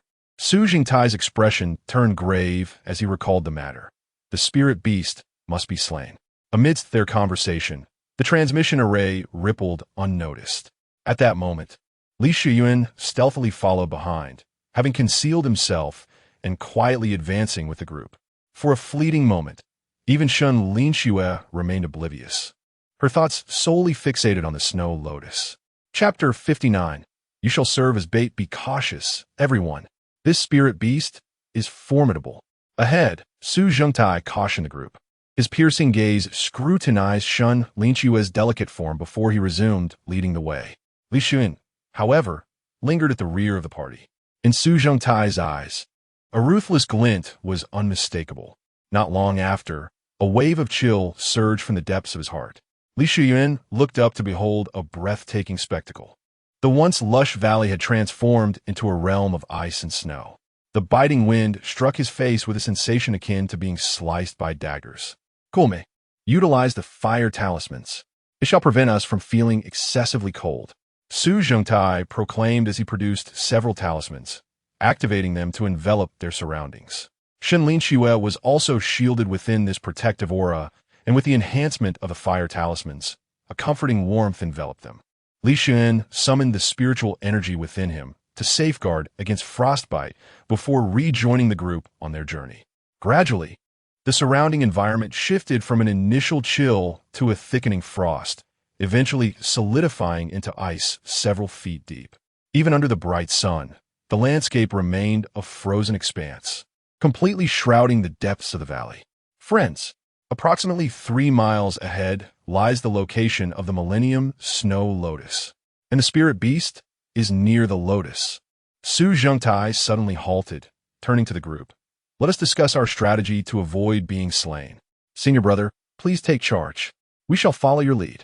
Indeed. What are our next steps? Shall we set up formations, or what? The other disciples looked to him, eagerly inquiring about the forthcoming plans. Su Shixiao, Wang Bao, you two will set up the formation here as our final line of defense should we need to retreat. Zhao Yongsheng, Niu Xiaolong, you shall join Zhao Saran and establish our 7-star formation. After orchestrating the arrangements, Su Zhengtai directed his gaze to Shen Linxue. In a moment, You will lure the spirit beast over. And you, by one, you shall act in concert with her. Are you confident? Senior brother, rest assured. This is not our first collaboration. Baiwen assured, patting his chest before turning to Shen Linxue. Shen junior sister, you will support me from behind. Once we detect the spirit beast, we shall commence luring it. Understood. Shen Linxue nodded, trusting his words. Thus it was settled. Let's depart. Su Zhongtai waved his hand to all. Be vigilant. The spirit beast may appear at any moment. Understood. Everyone remained cautious as they reminded one another before setting off in succession. Meanwhile, Baiwen and Shen Linxue had already commenced their journey together, leading the charge at the forefront of the group. As they ventured deeper, the temperature plummeted further. However, Shen Linxue remained unfazed, her internal malevolent energy shielding her from the external chill. Following closely behind Baiwen, her vigilant eyes scanned the surroundings, yet she remained oblivious to Li Xiuyuan, who was covertly safeguarding her. Suddenly, a furious roar echoed from the mountainside.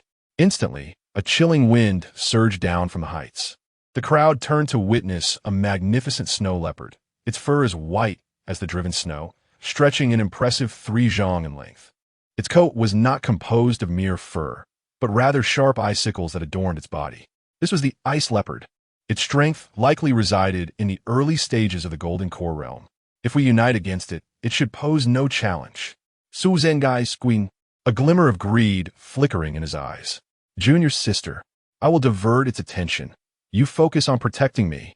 Baiwen called out to Shen Linxue, swiftly drawing his mysterious sword and leaping forward several zhang. Shen Linxue retrieved her blazing purple thunderhammer from her storage pouch, the hammers crackling with electricity as she exerted her strength. Su Zhongtai licked his lips, a greedy smile spreading across his face. Zhengyang's sword, a blade that can cleave through the 9 provinces. At that moment, as Baiwen unsheathed his sword, a fierce sword aura surged forth. With a single strike, he sliced through the void towards the ice leopard. Crack! The sword struck the ice leopard, severing some of its icy fur, which fell to the ground in disarray. Roaring in anger, the ice leopard turned its fury toward Baiwen, appearing before him in the blink of an eye. Swish! Its claws descended mercilessly towards Baiwen's head. Bang! Just as despair enveloped Baiwen, Shen Linxue intervened. She swung her blazing purple thunderhammer, blocking the lethal claws with determination. Go ahead, Shen Linxue urged, then struck the ice leopard's chest with another hammer blow. Sensing imminent danger, the ice leopard leapt back, narrowly avoiding her assault. Its forepaws scraped against the ground, as if preparing for a fierce battle. Well done. Su Zhongtai clapped his hands. Senior brother, shall we engage? Zhao Yongsheng and the others had already arranged their formation, ready for action at any moment. Patience. Can't you see junior sister is fully engaged? Su Zhongtai shot him a glare. Junior sister, let this way. Understood. Shen Linxue replied, feigning defeat as she retreated from the advancing ice leopard. Roar. The ice leopard, observing her retreat, did not pursue. Instead, it unleashed a roar and swiped its claws, sending a wave of icy air shooting towards Shen Linxue. Clang! Anticipating the attack, Shen Linxue swung her hammer, shattering the icy claws into fragments. A sneak attack. Shen Linxue gritted her teeth. Battle spirit. Unmatched technique. With her fierce cry, a spectral battle spirit materialized behind her. Mirroring her form, the hands emanated a fiery brilliance, akin to a hammer crackling with electric sparks. Could this be the manifestation of the laws of heaven and earth? Su Zhongtai stood transfixed, gasping in astonishment. It could not be. It must be some form of esoteric technique. Indeed, how could her prowess possibly reach such celestial heights? A few disciples, consumed by envy, began to murmur amongst themselves. At that moment, Shen Linxue's aura surged, brimming with indomitable combat spirit. With a mighty swing, she sent the ice leopard soaring through the air. It skidded across the icy surface for a considerable distance before crashing into a massive frozen boulder. Come! Shen Linxue's eyes sparkled with fervor, her entire being enveloped in crimson radiance. The phantom of a war god enhanced her strength, granting her an overwhelming sense of superiority. The ice leopard, baring its teeth, growled menacingly on the ground. It seemed that we need not intervene this time. Su Zhengtai grinned, basking in his pride. Roar! At that instant, the ice leopard struck once more. However, this time, it did not launch a physical assault. Instead, it clawed fiercely at the ground. Instantly, sharp icicles erupted from the smooth surface. Chapter 60. I shall transform you into a divine beast. Like a thorny vine, it rushed towards Shen Linxue. Sister, be cautious. Bai Wan, whose life she had just saved, was about to step forward to assist her. Halt! Su Zhengtai coldly commanded, Do you dare meddle? Bai Wan, startled by a shout, halted in his tracks, his face flushed with indignation, yet he refrained from retorting. Bang! Meanwhile, Shen Linxue wielded her blazing purple lightning hammer, shattering the ice spikes before her. Using the momentum, she deftly evaded the impending danger. She pondered whether a spirit beast could be transformed by her will. Nonetheless, it should be possible. All creatures share the essence of life, devoid of hierarchies. Initially, Shen Linxue had no intention of slaying the ice leopard. Her goal was merely to teach it a lesson. However, after a series of clashes, she sensed that her fortuitous opportunity had arrived. Roar! The ice leopard, oblivious to her thoughts, seized the upper hand once more and charged at her with a ferocious roar. Celestial Prison. Observing its advance, Shen Linxue invoked the skill bestowed upon her by Li Xiuyuan. With a commanding shout, an invisible barrier materialized around the ice leopard, ensnaring it firmly to the ground. It thrashed wildly, raking with its claws, but to no avail. Do not fear. I aim to transform you. In the celestial realm, you could ascend to become a divine beast. You shall be grateful to me then. Shen Linxue blinked her large eyes and then brought down her hammer. Bang! As her blazing purple lightning hammer descended, the seemingly tranquil strike obliterated the ice leopard's head with precision and decisiveness. Su Zhengtai narrowed his eyes, observing Shen Linxue, mentally assessing the disparity in their strengths. Ding! Shen Linxue has successfully slain a spirit beast, completing a long-term teaching mission. An eye for an eye. According to the mission progress, you have received a reward of 10,000 malevolent points. Current remaining malevolent points, 50,000.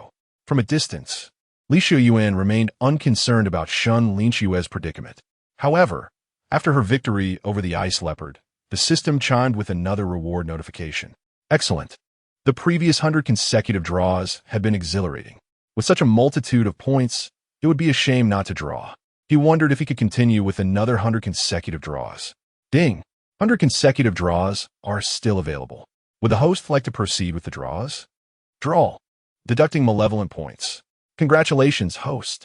You have received Revitalization Pills X50. Chi Gathering Pills X100. Congratulations, host. You have received Celestial Armor, Divine Level Technique. Ripple Step. Hearing the system's announcement, Li Xiuyuan felt a surge of satisfaction. He overlooked the less significant rewards and immediately examined the Celestial Armor. Celestial Armor possesses the ability to shield against detection from experts 3 realms above oneself, capable of withstanding 3 full force strikes from a great Ascension realm expert. This is extraordinarily formidable. Wearing this guarantees 3 additional lives. Alas, there is only one set. How I wish I could share it. Ding! The Celestial Armor possesses a replication function, currently able to replicate 3 times, with each replication costing 20,000 malevolent points. Li Xiuyuan contemplated this, and the system prompted him once more. All right, replicate. Let us begin with 1 replication. With the absence of the eldest disciple, it was decided to bestow a set upon the second disciple instead. He engaged in communication with the system, while the distant disciples rejoiced exuberantly. Wonderful. We have succeeded. Quickly, fetch this snow lotus. It can be exchanged for a considerable amount of spiritual medicine. Senior brother, let us retrieve the snow lotus. At that moment, all were filled with elation, having anticipated a fierce battle, yet never expecting Shen Linxue to be so extraordinary. She single-handedly confronted the guardian spirit beast.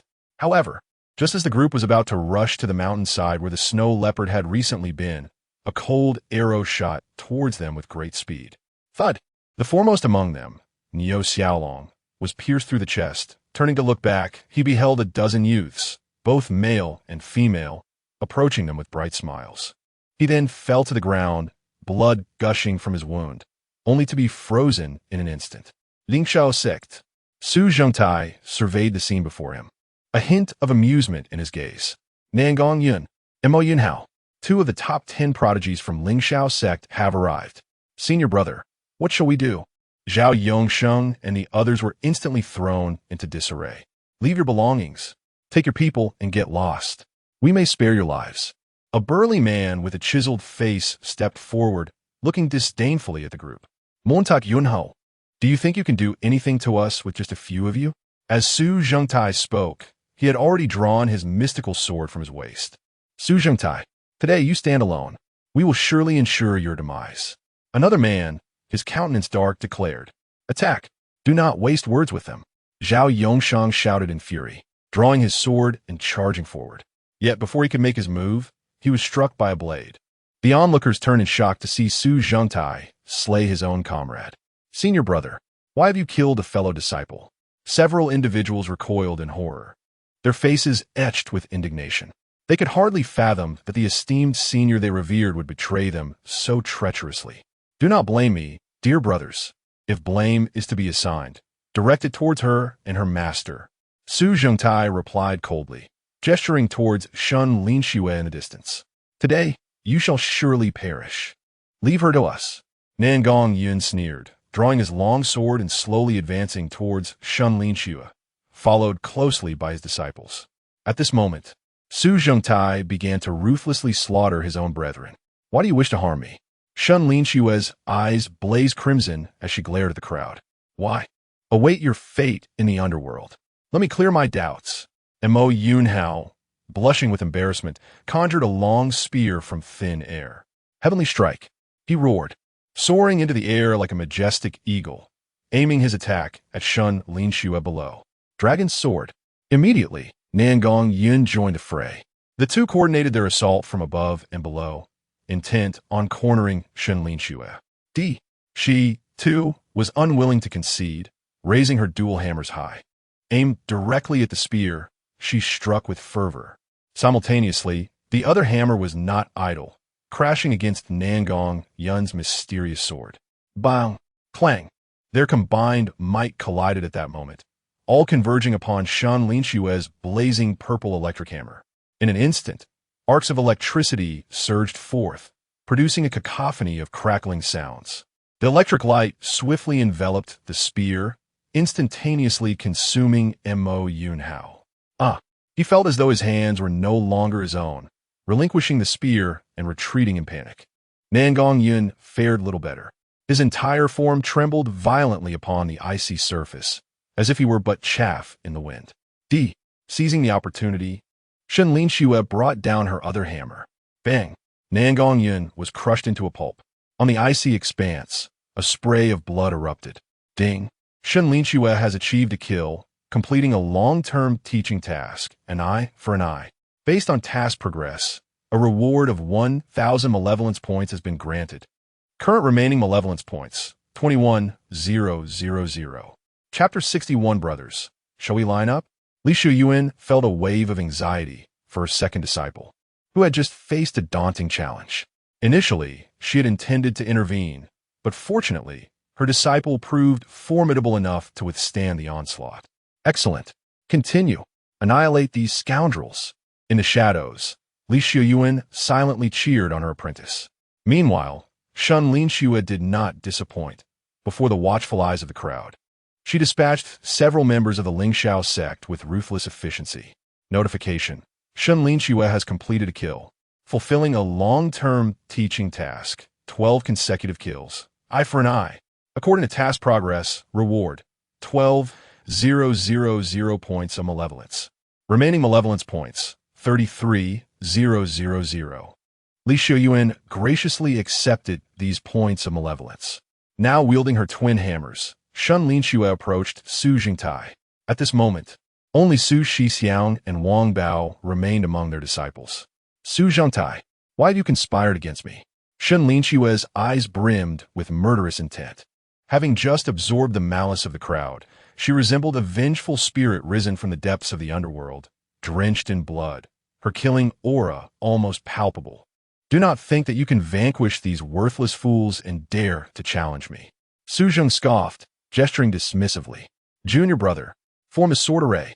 Upon his command, the two swiftly drew their mystical swords and took their positions. Come forth, Su Shixiang roared, charging at Shen Linxue, with Wang Bao closely behind. Meanwhile, Su Zhongtai seized the opportunity to flee. Li Xiuyuan glanced between Shen Linxue and Su Zhongtai, ultimately deciding to pursue. Who seeks to harm our master-disciple duo? As she trailed Su Zhongtai, she pondered this question. It finally dawned on her why Su Zhongtai had suddenly invited her disciple out. It was not due to her prowess, but rather a scheme to ensnare her. Notification: Shen Linxue has completed a kill, fulfilling a long-term teaching task. Eye for an eye. According to task progress. Reward: 1,000 points of malevolence. As she followed, another system notification chimed. Shortly thereafter, Shen Linxue's furious shout echoed. Su Zhongtai, halt! However, it was too late. Su Zhongtai had reached the teleportation array, vanishing in a flash of light. Shen Linxue followed suit, teleporting back. With a whoosh, in but a moment, she found herself on the teleportation square of the Jingyang sect. The female demon returns. Everyone, attack. Kill her. Su Zhongtai stood at a distance, battered and bruised. Demon, you harm your fellow disciples, colluding with enemies. Get out. Kill her. Avenge her junior brother. Encouraged by his words, the crowd surged forward, intent on confronting Shen Linxue, leaving her momentarily perplexed. Disciple, convert them. This is your opportunity. Do not let it slip away. Just as she hesitated, Li Xiuyuan's voice reached her from the side. She wished to uncover the true intentions of this puppet master. Thus, the demise of a few indiscriminately foolish individuals was of little consequence. Master, understand. Upon hearing his words, a flicker of understanding illuminated Shen Linxue's conflicted gaze. My esteemed brothers and sisters, do not be hasty. I shall guide each of you in turn. With her twin hammers poised, she surveyed the oncoming throng, wielding them with a graceful ferocity. With a resounding crash, she struck down upon them. Bang! Thud! 1, 2, 3. Those who charged at her were reduced to mere pulp.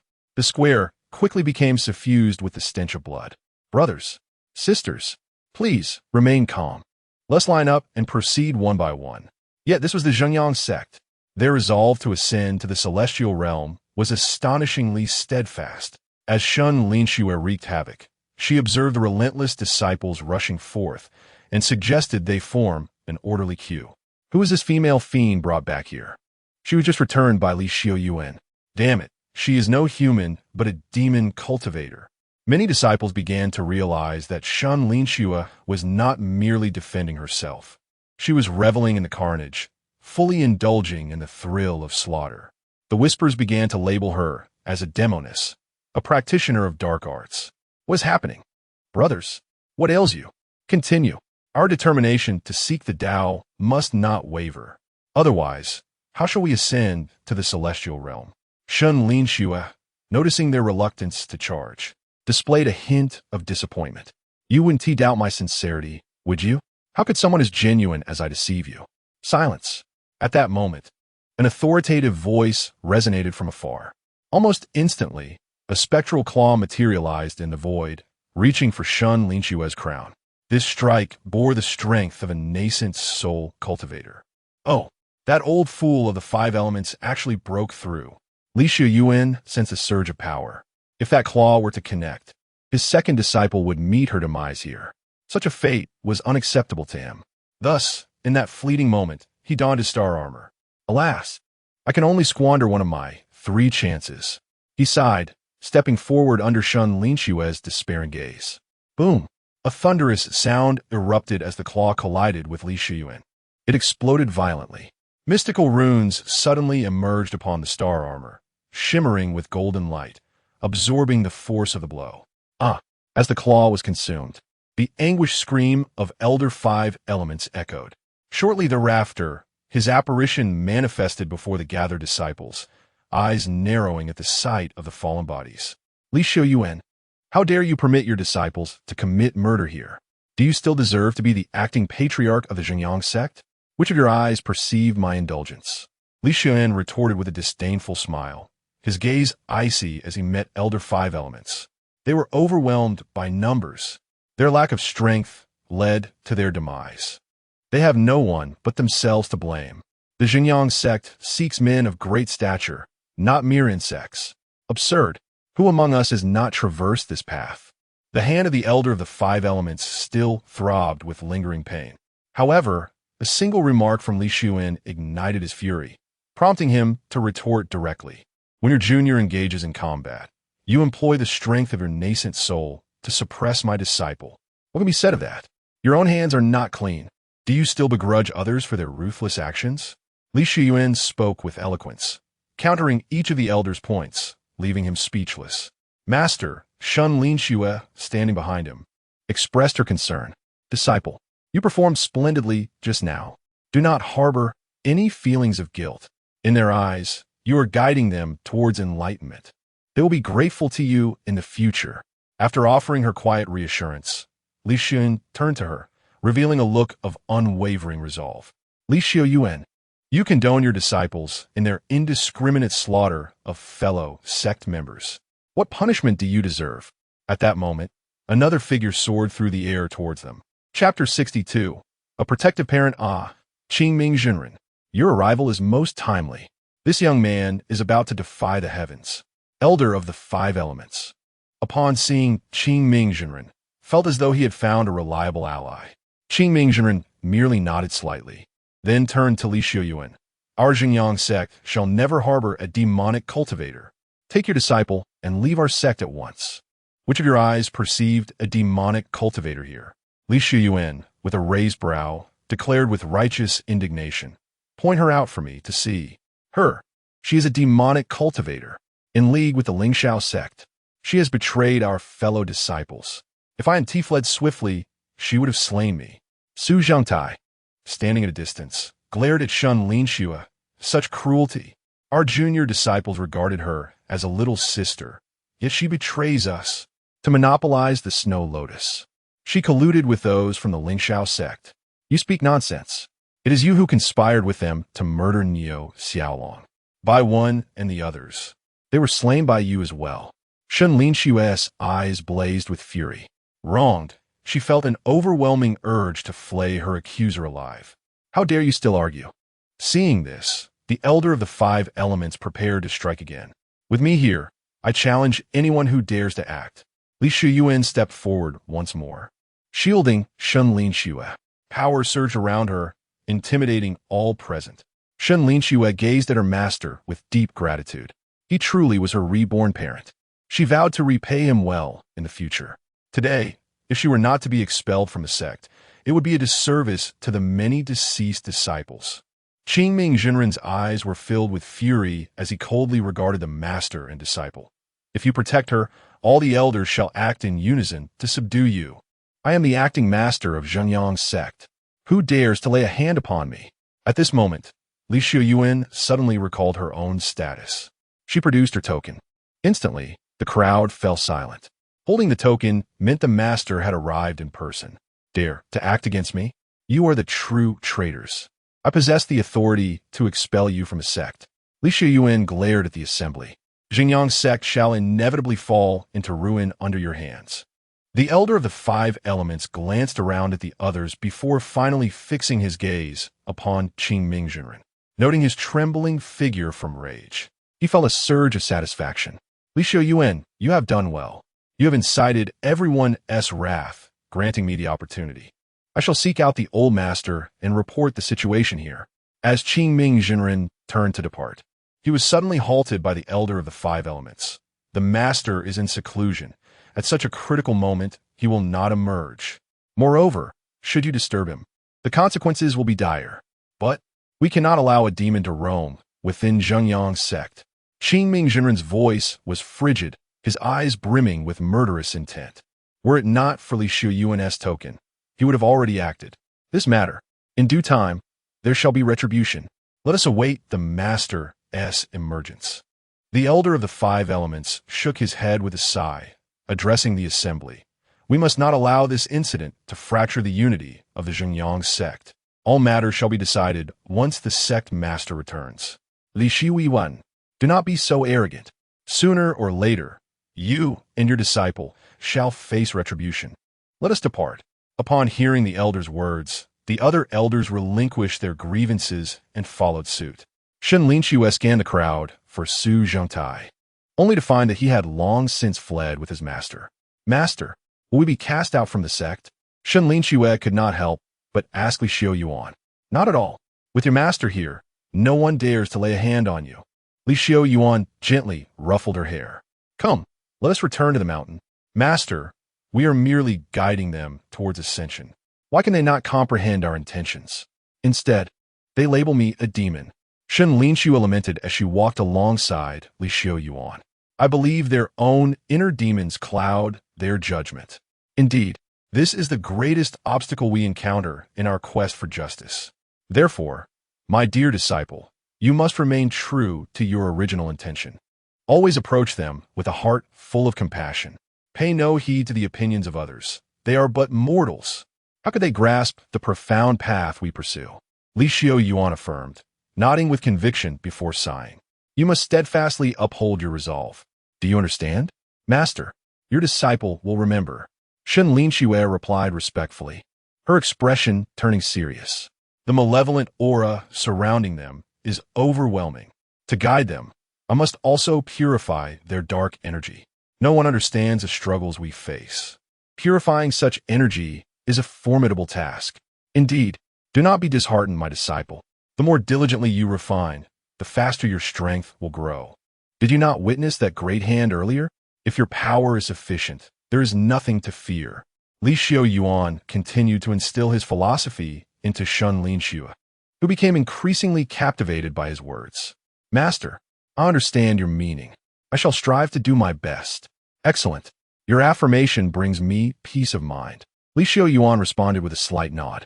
Now, go forth and continue your cultivation in the cave. Yes, master. Shen Linxue nodded vigorously. Hold on. Just as she was about to leave, Li Xiuyuan called her back. Master, is there any further instruction? Shen Linxue inquired, her curiosity piqued. This armor will protect you from 3 full force strikes of a great ascendant. Li Xiuyuan declared, handing the armor to Shen Linxue.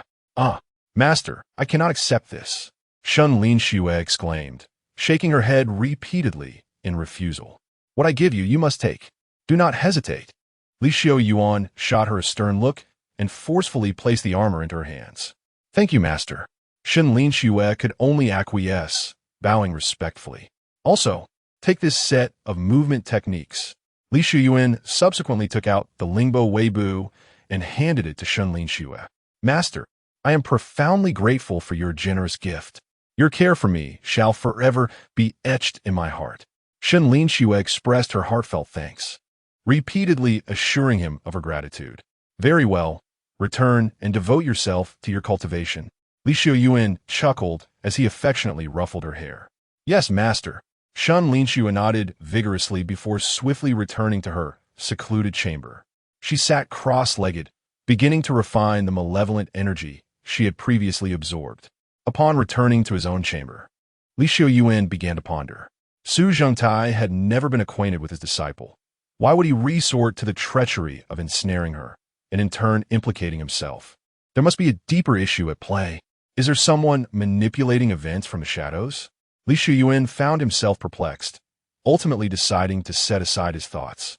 He settled into a meditative posture, preparing for introspection. Ding! Detection shows that the host's second disciple is cultivating, triggering a critical hit. Cultivation will be returned at 100-fold. Chapter 63. A Reward for Breakthrough. At this moment, a series of system notifications echoed. Li Xiuyuan felt his own cultivation level rising, particularly in his dantian, which was engulfed in a wave of burning sensations. Upon introspection, he discovered that the once dual-colored golden elixir had transformed, now exhibiting 4 distinct hues. Yet, why was he still unable to break through? Buzz. Just as Li Xiuyuan pondered this, the golden elixir underwent another transformation. 5 colors, 6 colors, 7 colors. As the final hue emerged, his entire Dantian experienced a dramatic upheaval. What was once a serene Dantian was now filled with chaotic energy. The 7-colored radiance surrounding the golden elixir swirled, resembling a resplendent rainbow after rain. Gradually, the luminescence of the golden elixir began to condense, ultimately taking the shape of an egg, pulsating in rhythm with his heartbeat. What was happening? Was this a sign of breakthrough? Li Xiuyuan swallowed hard and continued his introspection. At this moment, the egg-sized golden elixir, resembling a silkworm cocoon, was enveloped in a delicate layer of filaments.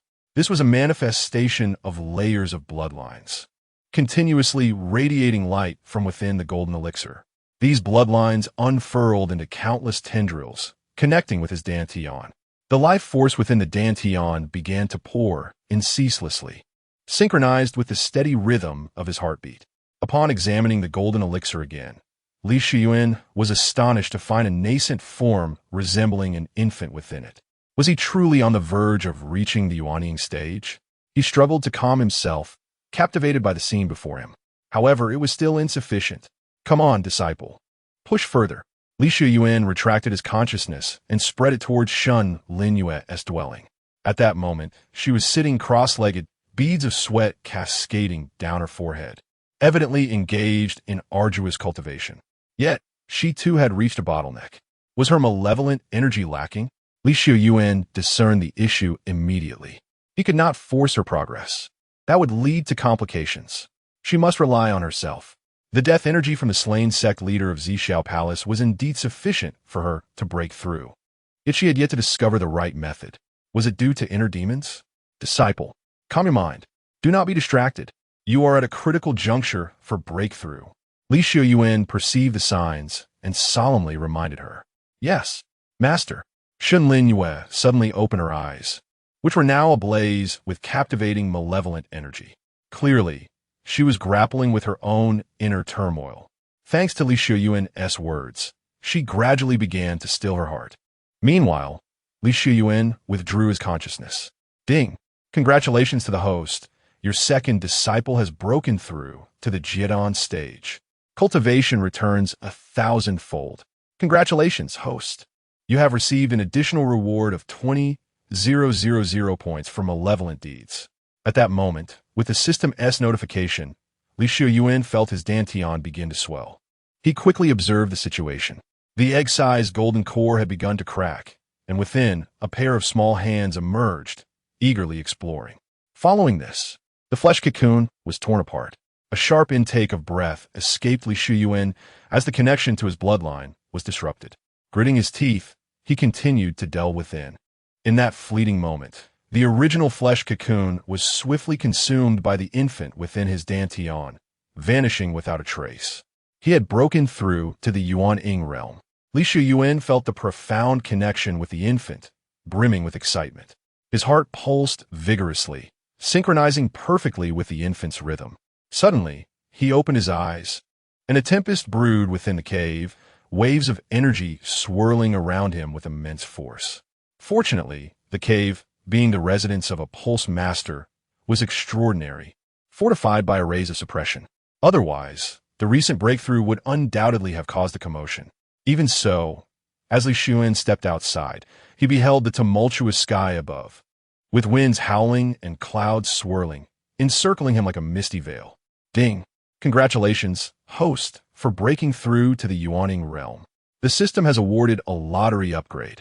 The 100 consecutive draws guarantee a supreme technique and top-tier equipment. Points adjustment. Your previous points have tripled. Tripled? Does that mean 100 consecutive draws require 30,000 points? Li Xiuyuan pondered for a moment, then exclaimed, correct. Does the host wish to opt for the 100 consecutive draws? The first 100 consecutive draws post-upgrade will yield 2 supreme rewards. Bring it on. Let me see what treasures await. Li Xiuyuan decisively chose the 100 consecutive draws. Received. Deducting evil value. Points deducted. Current evil value remaining 26,000. Following the system's prompt, a lottery interface materialized. This time, it transformed into a colossal wheel adorned with various rare treasures. Reward obtained. Premier Spirit Stone 100,000. Ninth grade, Earth Lotus, Hongmeng Fruit, Inferior Spirit Stone 800,000. Reward obtained. Supreme Technique 7-Kill Hammer, 10,000 Spirits Pill. 7-Kill Hammer, capable of offense and defense, capable of vanishing into the void. Techniques include sweeping across thousands, Greedy Wolf Kill, 3-Section Slash, Dawn of Heaven and Earth. 7-Kill Escape, Celestial Meteor, 7-Kill Catastrophe. 10,000 Spirits Pill. Allows the user to restore their spiritual energy to peak condition for a short duration. Li Xiuyuan gazed at the techniques and elixirs, overwhelmed with joy. Wasn't the 10,000 Spirits Pill akin to a rejuvenation pill? If consumed in dire straits during a fierce confrontation, it could indeed bring one back from the brink of death. The hammer technique was an excellent find as well. His second disciple lacked an appropriate technique. There were no dual hammer techniques available. Truly, fortune had favored him at the right moment. Li Xiuyuan collected the treasures and promptly made his way to Shen Linxue's cave. Upon arrival, he noticed that Shen Linxue appeared even more radiant than before, her strength having surged post-breakthrough, exuding vitality. Master, she spotted Li Xiuyuan and quickly rose to pay her respects. There's no need for formalities. Rise. Li Xiuyuan assisted her in rising, then presented the technique of the 7 kills hammer to her, stating, all this time, I have failed to provide you with a suitable method. Tonight, I fortuitously found one, and I bestow it upon you. The 7 kills hammer? Shen Linxue gazed at the technique with a serious expression. Subsequently, she knelt on the ground, exclaiming, Disciple expresses gratitude for Master's generous gift. Diligent practice shall be my utmost tribute. Li Xiuyuan, with earnestness, helped her to her feet once more and gazed at his disciple, saying, This also serves as a reward for your potential breakthrough. Ah, there are rewards for breakthroughs? Shen Linxue inquired, her eyes widening in astonishment. Indeed, whenever you achieve a breakthrough in the future, I shall reward you. Li Xiuyuan replied with a hearty smile. Thank you, Master. I shall strive diligently in my cultivation. She exclaimed, bowing her head in gratitude. Suddenly, her expression turned serious. Master, there is something I must discuss with you. Chapter 64. The Heir of the Empress? What is it? Li Xiuyuan gazed at her, subtly deducing the matter at hand. It is. Today, I ventured out to carry out a mission with Su Zhengtai and the others. I discovered that he conspired with the Linxue sect to frame you. At this moment, Shen Linxue finally recalled the need to disclose this information. Previously, she had been so engrossed in her cultivation that she had completely forgotten. Oh, such a thing exists? Li Xiuyuan feigned ignorance, then focused his attention on her. So, he intended to silence you, only to be ultimately vanquished by you. Thus, you have reclaimed your sect? Indeed. Master, I have erred. I should not have listened to slanderous words. A look of guilt adorned Shen Linxue's delicate features. It has caused you, Master, to endure their humiliation. There is no need for my disciple to dwell on it. This is all fate. It was our destiny to face this tribulation. Li Xiuyuan shook his head and sighed. Disciple, you must remember, when wronged, one must seek immediate retribution. Never allow it to linger. If we lack the strength at present, we shall target their descendants or fellow disciples. We must instill fear in them. Make the heavens tremble with our wrath. Do you understand why? After delivering this admonition, he redirected his gaze back to Shen Linxue. It is because Shen Linxue's innocent eyes met Li Xiuyuan's. She had begun to fathom the truth, yet remained uncertain. When you are bullied, it signifies that they do not fear you. If we instill fear in them, who would dare to bully you again? Furthermore, our actions against them serve their own benefit. By guiding them, we also guide ourselves. Master has reiterated this to you on numerous occasions. Li Xiuyuan spoke fervently, elucidating his reasoning to Shen Linxue. Upon hearing the final words, enlightenment illuminated her lovely features. In that moment, her aura surged, and her strength began to rise unconsciously. Thus, you comprehend what must be done. Remember, approach it with confidence. Even if the sky falls, your master will support you. If I cannot withstand it, that is my concern. But if you lack the capacity, that is yours. Li Xiuyuan gently patted her head, speaking earnestly. Master shall grant you one more treasure. As he spoke, he produced the replicated star armor and presented it to Shen Linxue. Master, you are my rebirth parents. Though Shen Linxue could not discern the true power of this armor, she knew that what her master bestowed must be a priceless treasure. This she had already validated. Very well. Put on. This armor possesses a unique ability. In addition to its standard protection, it can withstand a full force strike from a Transcendence Realm expert. Moreover, it offers 3 opportunities. Li Xiuyuan detailed the armor's capabilities as he handed it to her. Disciple, you must wear it for a lifetime. A peculiar expression surfaced on Shen Linxue's charming face. Well then, rest early. Tomorrow holds many tasks ahead. Li Xiuyuan nodded slightly, then turned to depart. Just as he returned to the entrance of his cave dwelling, he heard the voice of the system once more. Detected second disciple Shen Linxue is comprehending the 7 killing hammer, and the host is sharing this insight. In an instant, the 7 techniques of the 7 killing hammer began to incessantly replay in his mind, over and over again. Initially, it was merely the ability to split mountains and shatter stones, but eventually, it evolved to the capacity to part rivers and overturn seas, culminating in a power that could alter the very fabric of heaven and earth, causing the skies to crack and the earth to tremble. The techniques and insights surged within his consciousness, as if branded upon his mind with a hot iron. A glimpse of the path, a slight achievement, mastery, ultimate success? In the end, Li Xiuyuan felt a tremendous force of hammer intent surging within his consciousness, filled with excitement. His disciple's comprehension was astonishing. In just a short time, he had managed to cultivate the hammer technique to a minor success. With this set of hammer techniques, combined with his own staff techniques and agility, along with his current nascent soul strength, he could traverse the sect with ease. He wondered about his eldest disciple and how they fared in their external training. Suddenly, Li Xiuyuan recalled someone. Wan'er had been out training for several days now. In the Crimson Flame City, once a city of unparalleled glory, it was crafted by Luo Qingxuang. After countless years of ravages, it had lost its former magnificence. Yet, even a withered camel is larger than a horse. It still stood firm, enough to testify to its deep-rooted heritage. On the streets, Wan'er was observing the scenes unfolding around her. I have returned. Crimson Flame City. The voice of Luo Qingxuang echoed alongside her thoughts. Unfortunately, I have yet to nurture your soul back to health. Otherwise, you could experience the vibrancy of this place. A sense of guilt welled up within Wan'er. I'm still too weak. If only Master were here, perhaps it could have been achieved. Nevertheless, I never imagined I would return to my homeland in this lifetime. Luo Qingxuang sighed, then gazed around. Although everything has changed, the layout of the streets remains just as it was. There is not a single alteration. During my tribulation, it was the Su family that betrayed me, colluding with the Zhao family and the Qingyun sect, resulting in my current plight. The Su family? They were once your confidants. Were they not? I too understand the feeling of betrayal. Wan'er empathized deeply. Once I recover, I will surely rise again. Let everyone know that the Empress Luo Qingxuang has returned. Luo Qingxuang spoke with fervor.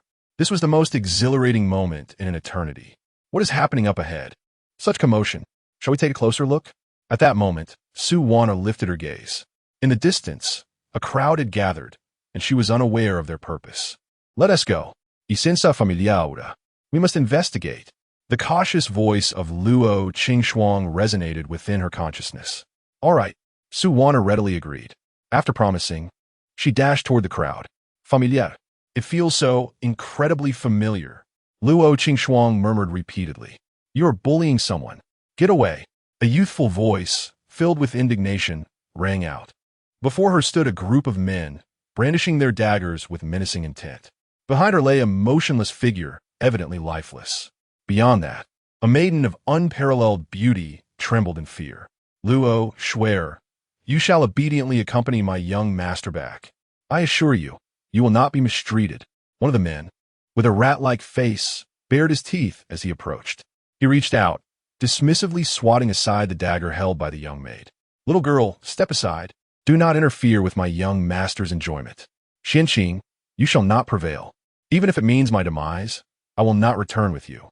Anger blazed in Li Xiuyuan's enchanting eyes, fixed intently on a young man standing behind the others. He appeared suave, with striking features, yet the lewdness lurking within his gaze betrayed his corrupt soul. TSK. Your Luo family is in decline, yet still pretends to hold themselves in high regard. As long as you serve me well, I can grant you the status of a concubine. In time, should I be pleased, you might bear me a son or daughter, and I shall elevate your standing." Xianqing pushed aside his subordinates and stepped forward, slowly extending his hand. Chapter 65. This young master craves a night of dual indulgence. The hand reached for Luo Su's chin. "Get away." However, the short servant, witnessing this, immediately brandished a dagger and struck downwards. "Begone!" Xianqing bellowed, delivering a forceful slap to the servant's chest. She was sent flying like a severed kite, tracing a crimson arc through the air before crashing against the wall by the street. With a resounding thud, she fell to the ground, a pool of fresh blood rapidly forming beneath her. Struggling to rise, she gazed at Luo Su Mississippi. "Hurry, flee, go. Oomph. Do you think you can escape?" Xianqing sneered, advancing toward Luo Su. "Tonight, this young master shall share the bridal chamber with you. Let the ancestors of the Luo family witness how their descendant is toyed with by our Xian family. Do not approach. Otherwise, I shall take my life right before you." Luo Su picked up the dagger from the ground, aiming it at her own neck. The cold blade swiftly traced a line across her flawless skin, blood gushing forth. Yet, she appeared unfazed, her eyes fixed intently on the nefarious young master and his group of eager henchmen. The Luo family's young lady was doomed. Indeed, what chance did a girl stand when she ventured out but to be bullied? Who would notify her family? It was pointless within the entire Luo household. There was not a soul capable of contending with Xianqing's guards. The crowd began to murmur amongst themselves, though they were filled with indignation. None dared to step forward to intervene. They could only watch helplessly as Luo Su was cornered against the wall, faces alight with greed, mockery dancing in their eyes. "Master, we have yet to savor the taste of a young lady of such high esteem, the offspring of the Empress. Once you're done playing, might we be granted a turn?" The rat-faced henchman grinned maliciously, followed by raucous laughter from his companions. "Get lost, you lot." Just then, a voice broke through the throng. Wan'er's voice rang out from the periphery. "Release this young lady." Her words captured the attention of the crowd, all eyes turning toward her. With bright eyes and a radiant smile, she resembled a red lotus emerging from the water. Her appearance evoked admiration, but beneath that charming visage lay a chilling demeanor, her back bearing a stout staff. Is that a firewood stick? Which family's maid has emerged? They wondered.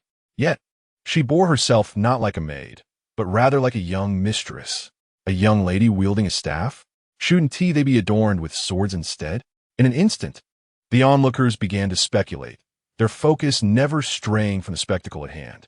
They remained engrossed in the unfolding drama, relishing the chaos. This one is not enough, and another arrives. Is this to grant our young master a night of dual indulgence? Xianqing gasped in astonishment, his eyes, once sparkling with starlight, now consumed by desire.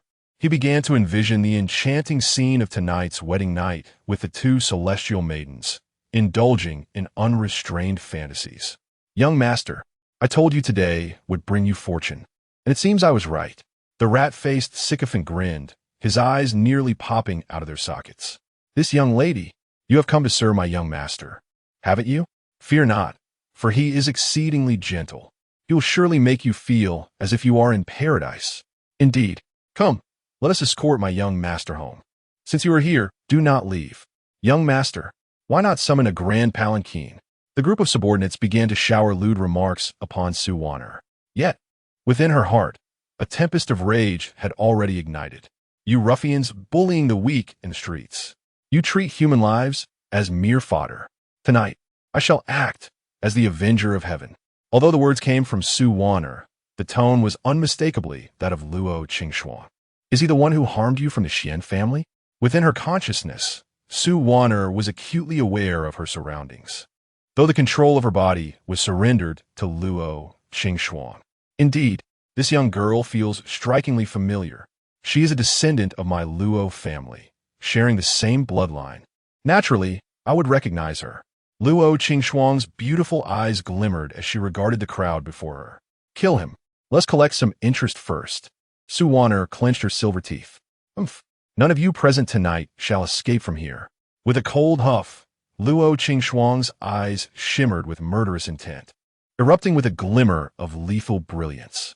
Oh, such a domineering young lady. Go, show them your strength. Upon hearing her words, Xianqing felt a chilling surge in his starry gaze. Very well, brothers, charge. A few men cracked their knuckles, advancing towards Wan'er. Young lady, do not blame your elder brother for being ruthless. You sought your own demise.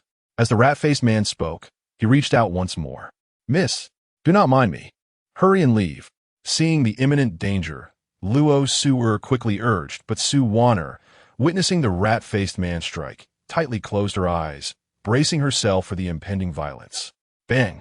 The sound of a wooden stick shattering a watermelon echoed, leaving everyone in shock. Heavens, that was too brutal. A splatter of blood painted the scene. As the rat-faced man was obliterated, his head crushed upon his neck, sending blood spraying across the onlookers. However, Luo Xiuyuan remained untouched. She had invoked her spiritual energy to shield herself from the blood. You have killed. You have slain our brother. A few subordinates observed in horror as the rat-faced man's visage was reduced to a grotesque state, his skull shattered. Stammering, it took them quite a while to react. Each of them gazed at her in panic, as if confronted by a demon. Suddenly, with a swift kick, Luo Xiuyuan sent the rat-faced man flying. Following this, the Qi Tian staff descended, then soared once more, sweeping through the air. After a series of strikes, several of her assailants were either propelled into the sky or crashed against the walls, with limbs and bodies disintegrating in the chaos. In an instant, the scene transformed into a veritable slaughterhouse, the metallic scent of blood overwhelming the senses of all present, inducing a wave of nausea. Advance! Those who falter shall face the annihilation of their entire families. Xianqing commanded, observing the demise of several subordinates while issuing orders to those behind him. They exchanged glances, seeing the fear reflected in one another's eyes. Kill! Charge! Yet, ultimately, they had no choice but to surge forward. Allow me. Wan'er suddenly asserted control over her body, declaring, Leave the small fry to me. Chapter 66. Keep shouting. Do not stop. Ding. The host's eldest disciple, Wan'er, is currently involved in a violent altercation on the street, having dispatched 18 foes. Her malevolent deeds have reached their zenith. Completion of Wan'er's long-term educational task. Thus, the formation of villain is underway. You have acquired 18,000 points of malevolence. Promptly facilitate Wan'er in becoming a formidable villain. Li Xiuyuan, deeply engrossed in meditation, was suddenly roused by the system's alert. Could it be that such distant events could be perceived? He paused momentarily, reflecting upon the situation. Originally, after Wan'er had been absent for several days, he had thought she had transformed into a more obedient disciple upon her departure. He had begun to contemplate that in the future, he would never allow his disciples to venture far from him. Otherwise, should they leave, they might neglect their cultivation and forsake their tasks. That would be unacceptable. However, the sudden influx of malevolence points shifted Li Xiuyuan's perspective. Perhaps venturing out for experience was indeed beneficial. If she did not engage, it simply meant she had not encountered worthy opponents.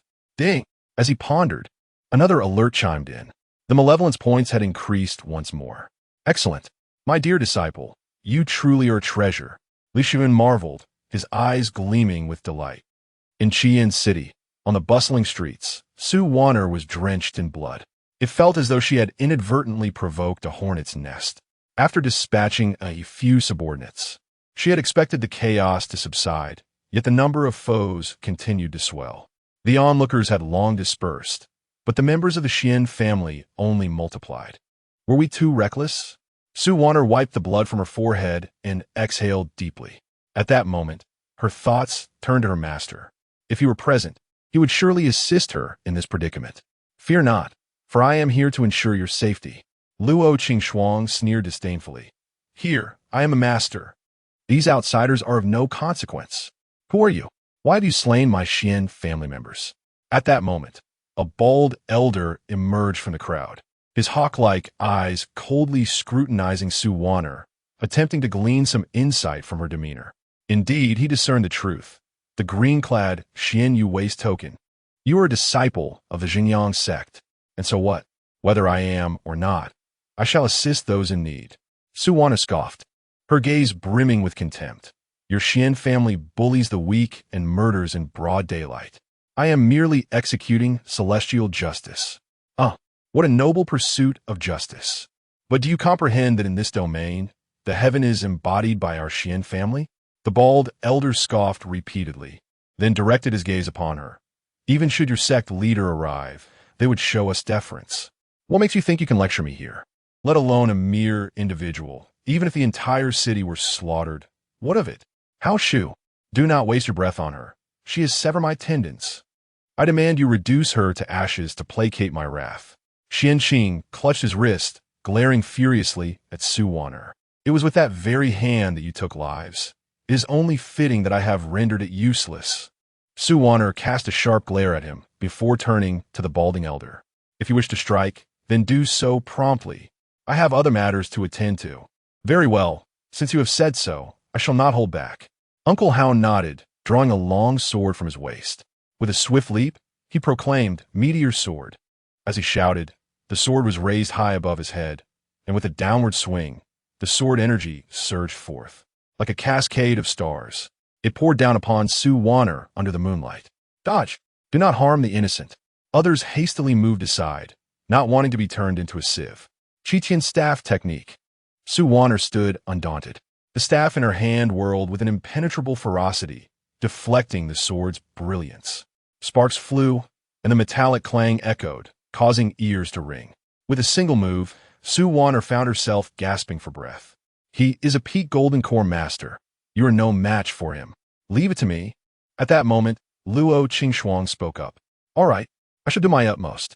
At this juncture, Wan'er had no choice but to relinquish control. Her reason for doing so was not to show off, but rather out of concern for Luo Qingxuang's energy expenditure, which would hinder her recovery. Upon her agreement, Luo Qingxuang's consciousness surged forth, swiftly taking command of her body. A chilling light flickered in her eyes.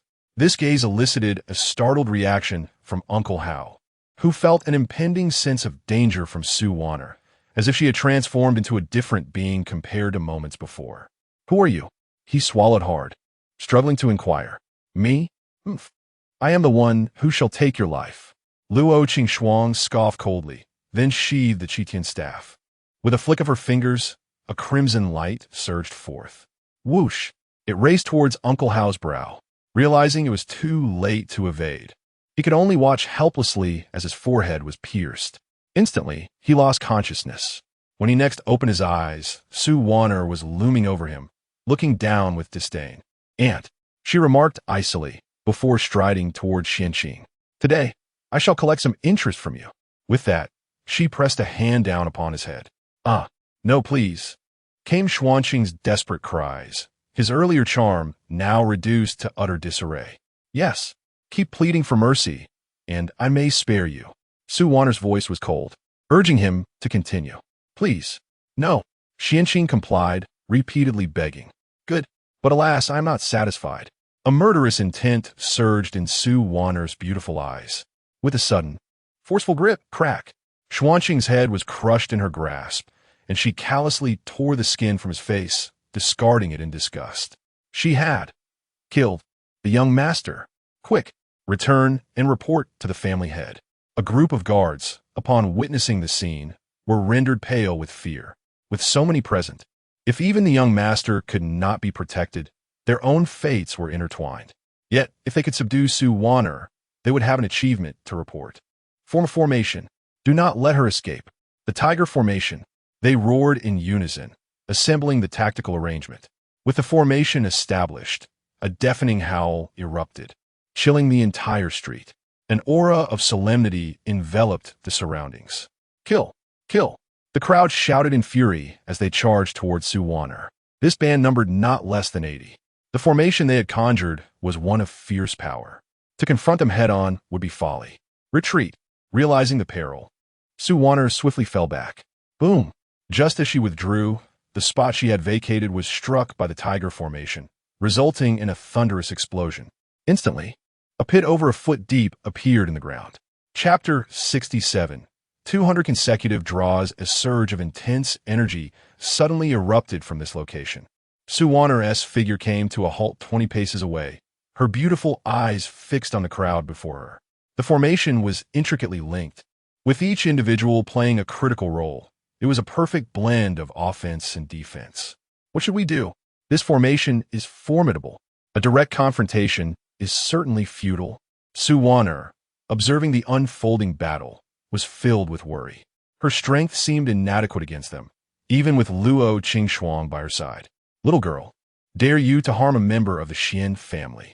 At this moment, a chilling laughter echoed from the void. In the blink of an eye, a slender figure, appearing frail and sallow, materialized before everyone. He coldly glanced down at the corpses scattered on the ground before surveying the guards behind him. Useless, he muttered disdainfully, then shifted his attention back to Wan'er. This person possesses Yuaning-level power? Wan'er could feel the terrifying pressure emanating from him, a level far beyond that of an ordinary Jindan cultivator. Just a single glance made her feel as if her very being was laid bare. Could he have discerned our predicament? Do not worry, he cannot see through us. Though my soul has been damaged, it is not something a Yuaning cultivator can penetrate. Li Xiuyuan replied, her gaze warily fixed on the man before them. Though I am not at my peak, dealing with him will still pose a challenge. However, I have a trump card. A trump card? Wan'er was perplexed. What could she possibly have? Qian City. I single-handedly built that city in the past. Within it lies a formidable defensive formation. Only I know how to activate it. A proud smile curved Li Xiuyuan's lips. It can easily crush a transformation stage master, let alone a mere Yuaning, disciple of the Zhengyang sect. Who is your master? Just as the two were conversing, the middle-aged man across from them interjected. What my master is none of your concern. Wan'er huffed, unreserved. You disregard the law, slaughtering innocent civilians. To kill him is to rid the world of a scourge. You sharp-tongued brat, today I shall teach you a lesson. The middle-aged man's voice grew cold upon hearing Wan'er's words. Suddenly, he unleashed his movement technique, soaring towards them. Swish! Wan'er's body, under Li Xiuyuan's guidance, retreated swiftly. Simultaneously, the illusion sand in her hand was not idle. She scattered it towards the middle-aged man. What is this? Damn it! As the illusion sand enveloped him, the middle-aged man felt as if he had lost all sensation. He cursed vehemently into the void. You little brat, dare to play tricks. I will kill you. Oomph. Your master's little trick is quite effective. It can momentarily hinder a Yuaning cultivator. Li Xiuyuan remarked with a chuckle as she darted away. In just a fleeting moment, she had secured precious time for her escape. Swiftly traversing the rooftops, she soon identified a direction and dashed forth. In the blink of an eye, she arrived at a loft situated at the very heart of Qian City. As dusk had fallen, the streets were devoid of pedestrians. She alighted upon the loft, not waiting for the middle-aged man to pursue her. With her hands forming intricate seals, waves of spiritual energy emanated from her palms. In an instant, the loft began to tremble. Brilliant beams of light, akin to sword flashes, shot forth from below, rapidly expanding in all directions. 1 zhang, 10 zhang, 30 zhang. Countless rays surged forth, yet they left the structure unscathed. The ground remained untouched, as if it were non-existent. Yet all of this was vividly apparent to the naked eye. The pursuing middle-aged man halted 10 zhang away, eyeing Li Xiuyuan with a wary gaze. With my soul, I shall replace my blood. Burn! After uttering these words, Li Xiuyuan began to chant her incantation, bound by blood. Resonance of the array. Activate the city's protective formation. As her words echoed, The entire city began to tremble as if awakened, with myriad glimmers swirling and ultimately converging around her, enveloping Li Xiuyuan. At that moment, the aura she radiated eclipsed her actual strength. Nascent soul? No, this is great sentient. The middle-aged man, witnessing her surge in power, was engulfed by despair. What manner of individual had he offended to possess such might? Bang! In the split second of his distraction, Li Xiuyuan, seizing control of Wan'er's body, launched a sudden attack. The countless beams of light pierced through his body instantaneously. Though he bore no visible wounds, he collapsed to the ground, gasping for breath. Wan'er approached him, brandishing the Qitian staff. Where is Shen Linxue? You shall not learn. The middle-aged man struggled to maintain his form, and after uttering a few words, his body began to swell, ultimately ballooning into a sphere. Boom! At the moment of his self-detonation, Wan'er retreated swiftly, only to reappear at the far end of the street, vanished from sight. Ding! Host's apprentice Wan'er has slain a nascent soul master, achieving maximum malevolence, completing the long-term teaching task, How Villains Are Forged. Based on task progress, earn 50,000 malevolence points. Current remaining malevolence points, 94,000. In the dead of night, Li Xiuyuan had long since entered a meditative state. Suddenly, he heard the system's notification. What on earth has Wan'er done? She killed a nascent soul master? How could she possibly possess such strength? However, over 90,000 malevolence points. It would be a waste not to draw. Lottery. Let us go for a 200 consecutive draw. Resolute. Li Xiuyuan commenced the lottery. Ding. Deducting malevolence points. Ding. Successfully deducted malevolence points. Current balance, 34,000. Congratulations to the host for acquiring Spirit Rice, Alchemy Furnace, Xian class armor. Furthermore, the host has received divine level rewards, the Left Hand of God, a divine cloak, supreme alchemy technique, and the soul nurturing pearl. Upon hearing this cascade of system rewards, Li Xiuyuan could not help but feel a surge of excitement. After 200 consecutive draws, for divine level rewards had emerged. What could the Left Hand of God possibly signify? Left Hand of God. When activated, it can summon an overwhelming power, unleashing a 1,000-fold attack. Divine Cloak, capable of concealing one's aura. It renders the host imperceptible even to foes 2 tiers above. Can withstand the full force of ascendants below, doubling the impact of their strikes. Supreme Alchemy Technique. Requires a foundational knowledge of alchemy, enabling the cultivation of unparalleled alchemical methods. Soul Nurturing Pearl can nurture residual souls. Resting within for merely a day equates to 10 days in the mortal realm. As Li Xiuyuan beheld this impressive array of rewards, a glimmer of brilliance shone in his eyes. Truly, these divine-level rewards were nothing short of life-saving treasures. Chapter 68, Seeking Justice. Can these treasures be replicated using evil points? This was the concern that weighed heavily on Li Xiuyuan's mind. Indeed, however, the demand is exceedingly high. For instance, a divine cloak requires 30,000 evil points for a single replication. What a robbery! Li Xiuyuan couldn't help but curse under his breath, pondering for a moment before murmuring, "Disciples, strive hard." Ding! Wan'er is ruthlessly slaughtering countless foes outside Qian City, exhibiting extremely nefarious behavior. Completing Wan'er's long-term teaching task, How Evil People Are Forged. Based on task progress, you have received a reward of 100,000 evil points. Current available evil points, 134,000. Ding! Wan'er has escaped encirclement, slaying golden core cultivators, engaging in vile conduct. Based on task progress, upon hearing the system's notification, Li Xiuyuan became aware of his disciple's actions. This girl is being hunted? What sort of place is Qian City, which I have never heard of? Li Xiuyuan furrowed his brows and took out a map, earnestly studying it. It was at this moment that another system prompt arrived. Ding! Congratulations to the host. Your eldest disciple Wan'er has miraculously escaped peril. Her strength has surged, and she has broken through to the early stages of Golden Core. Triggering special reward. Advanced Siwu Rebirth. Cultivation returns multiplied by 2,000. First stage of nascent soul. Second stage of nascent soul. Third stage of nascent soul.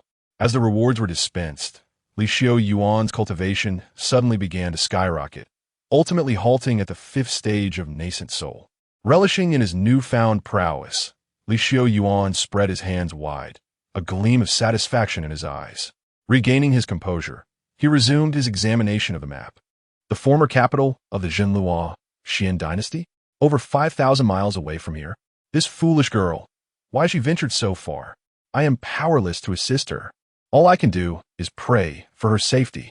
Li Xiuyuan began to offer prayers for his dear disciple.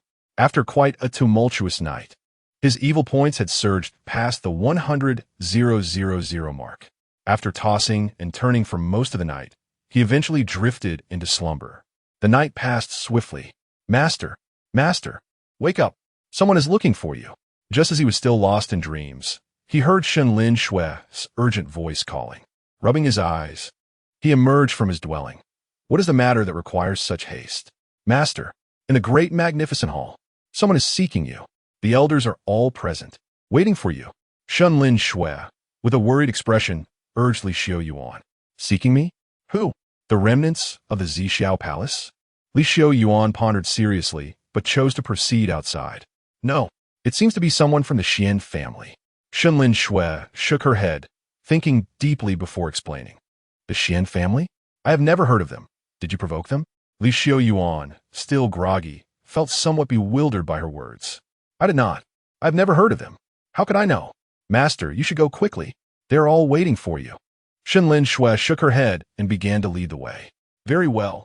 Li Xiuyuan thought seriously, gradually recalling who the Xian family was. Was it not just last night that the family pursuing his eldest disciple came to his doorstep? He pondered as he arrived at the Grand Hall, which was now teeming with people, all elders of the Jingyang sect. Among them were over a dozen imposing figures he had never encountered before, presumably members of the Xian family. The elder of the five elements was engaged in conversation with one of them, and upon noticing Li Xiuyuan's arrival, he exchanged a knowing glance with the man. You are Li Xiuyuan, the master of Suwana? The man inquired arrogantly as he spotted Li Xiuyuan approaching. At his words, several unfamiliar faces turned their attention towards him, their fists clenched in hostility. Had it not been for the Jingyang sect's reputation, they would have already taken action. I am indeed he, and what of it? Li Xiuyuan retorted with a disdainful expression, his starry eyes surveying the room. Upon meeting his gaze, the individuals present revealed their animosity, with several displaying a murderous intent. Very well, very well. The man nodded repeatedly, suddenly emanating a chilling aura as he stepped toward Li Xiuyuan. An overwhelming pressure surged forth, casting a heavy pall over the entire hall. At that moment, Li Xiuyuan felt a tightness in his chest, as if someone's hand were pressing down on his heart, searing him with heat. A master of the transformation stage? He calculated inwardly before activating his divine cloak. With a crisp sound resonating in his consciousness, the discomfort vanished, leaving him feeling remarkably unburdened. Instead of retreating before the man's aggressive stance, he boldly advanced. This spectacle drew the attention of all present, especially the elder of the five elements, whose murky eyes were now filled with gravity. The Winda Cliff indeed harbors secrets. The inheritance of our Jingyang sect must lie within it. Otherwise, how could this fool have advanced so swiftly to withstand the pressure of a transformation stage master? The enlightened one observed from a distance. His eyes filled with envy as he regarded Li Xiuyuan. His previously relaxed hands gradually tightened into fists. You have indulged your disciple, resulting in the deaths of countless masters of the Xian family. We have come today to seek an explanation. The man squinted, glaring at Li Xiuyuan, who stood defiantly before him. You speak nonsense. Li Xiuyuan shot back, meeting his murderous gaze with a curse. Impudent! How dare you show such disrespect to our elders? Two subordinates at the side, incensed by Li Xiuyuan's insult, stepped forward to strike. Bang! However, as the two Yuanying masters advanced, Li Xiuyuan raised his hand and sent one of them flying with a single punch. Though they too were at the Yuanying stage, Li Xiuyuan's foundation was incomparable to theirs. They had both unleashed their utmost powers. Yet Li Xiuyuan remained unfazed, relying solely on his formidable strength to propel one of them away. This is the Zhengyang sect, not your Shen family. Should anyone dare to act recklessly again, I shall summon the protective mountain formation and obliterate you. Li Xiuyuan sent one individual flying and stood with his hands clasped behind his back. An overwhelming aura surged around him, instilling an intangible sense of pressure in those nearby, evoking a profound urge to worship him. The esteemed Qingming Zhenren gazed in astonishment at the formidable power he had just unleashed. It was astonishing that he could effortlessly subdue a Yuanian cultivator. Such a rapid breakthrough could only be attributed to the inheritance of the Zhengyang sect. How infuriating that the old sect master would so fiercely protect him. You lot, who dares to defy? Come forth and engage. From this moment on, I shall not hold back. Li Xiuyuan turned his gaze towards the others, his eyes ablaze with murderous intent. Is this truly how you Zhengyang sect handle matters? In the future, who would dare to associate with you? The previously silent individual let out a cold snort and began to impose moral constraints. Their eyes filled with mocking amusement as they regarded Li Xiuyuan. Chapter 69. A battle of wits among scholars. Speak plainly if you have something to say. Do not dither. What others say is their affair. If I encounter an issue, I will handle it. Li Xiuyuan cast a brief glance at him and continued. Now, regarding my disciple, I invite you to share your thoughts. Should she be at fault, I shall address it accordingly. However, if she is not at fault, we must examine your actions. Last night, she slaughtered the young prodigies of the Shen family. Indeed, she also killed 2 Yuanian masters and several Jinan experts. Numerous guards and attendants perished as well, with many citizens witnessing the events firsthand. This time, before the elder of the Shen family could respond, others began to enumerate Su Wan'er's alleged transgressions. TSK. My disciple truly knows how to stir up trouble, Li Xiuyuan murmured, then turned to the crowd. So, why is this the case? Why? Does it even matter? She has taken so many lives. Surely you must provide an explanation. The elder of the Shen family snorted, fury evident in his eyes. An explanation? How would I provide you with one? I do not even comprehend her motives. Li Xiuyuan shrugged. If you enlighten me, I shall certainly punish her. However, the prerequisite is that she must be in the wrong. Elder Wu, is this not what you just proposed? To provide us with an account? Elder Li clearly showed reluctance to cooperate. My demands are modest. Simply surrender her to me, and I shall overlook the past. Seeing Li Xiuyuan's obstinacy, the elder of the Shen family redirected his attention to Elder Wu. Indeed, Elder Li, you ought to cooperate. Such favoritism only tarnishes the reputation of our Zhengyang sect. Slaughtering the innocent and inciting conflict indiscriminately? Elder Wu nodded gravely as he approached, his eyes filled with solemnity. Our Zhengyang sect has always acted with integrity. Who shall take responsibility for the tarnishing of our name due to a mere girl? I shall, Li Xiuyuan retorted defiantly, casting a scornful glance at the assembly. Initially, I intended to investigate the circumstances. However, since you assert this, I will be candid. My disciple is always in the right. As her master, I shall defend her to the end. You, the elder of the Shen family, turned crimson with rage, an invisible killing intent already beginning to surge. What? Do you intend to make a move? Li Xiuyuan regarded him with disdain, gesturing towards the arena outside. There is a platform below. You and I may compete. If I prevail, this matter concludes here, and you may take your people and leave. If I lose, I shall personally deliver her to the Shen residence. This is your word. Furthermore, should I win, you will kneel before me in public, apologize, and admit to your misguided teachings. From that day forth, you shall never accept another disciple. Upon hearing this, the elder of the Shen family twitched his jaw, his fists clenched tightly. Very well, I shall add a condition. If you lose, you shall crawl out from between my legs, shouting that the Shen family was in the wrong. Li Xiuyuan stood tall, exuding an indomitable spirit, awaiting his response. Wait. Just as the crowd was preparing to acquiesce, a shadow suddenly appeared at the entrance of the grand hall, prompting everyone to turn their gazes in that direction. To their surprise, it was Jiang Qingyu. who had been absent for several days. She took a deep breath, approached Li Xiuyuan, glanced at him, and then turned to the elder of the Shen family. Your strength is formidable. If a confrontation were to ensue, it would be challenging to determine a victor, and it would certainly damage our relationships. Therefore, let us have your disciples represent you in this matter. Lord Jiang, since you have spoken thus, I cannot refuse to show respect. However, I wonder if Elder Li has any disciples, the elder of the Shen family replied, no longer fixated on the issue, taking a step back. After all, she was the direct disciple of the former sect master of the Zhengyang sect, destined to wield influence over it in the future, and thus deserve a measure of deference. Indeed, if you are willing to compete, then let us proceed. Upon hearing this, Li Xiuyuan's interest was piqued, as it spared him the need to intervene directly. Let's go, everyone. Jiang Qingyu cast a lingering glance at Li Xiuyuan before leading the way out. The group soon arrived at the arena in front of the hall. Following Li Xiuyuan was Shen Linxue. Master, I will surely avenge you, Shen Linxue declared, her confidence radiating as she waved her delicate fists. Give it your all. Wear this cloak. It may save your life. Li Xiuyuan handed her his cloak. Maintain a calm mindset. Treat it as a regular duel. If you wish to enlighten him, then do so. Follow your instincts. I understand, Master. I know what to do. Shen Linxue nodded vigorously, grasping her blazing purple hammer as she advanced. At that moment, a young man stood opposite her. Upon seeing Shen Linxue approach, he cupped his fist in greeting. Shen Linxue. She hesitated for a moment before reciprocating the gesture. May I ask you a question? Of course. Shen Shi responded without hesitation. Are you familiar with the immortal realm?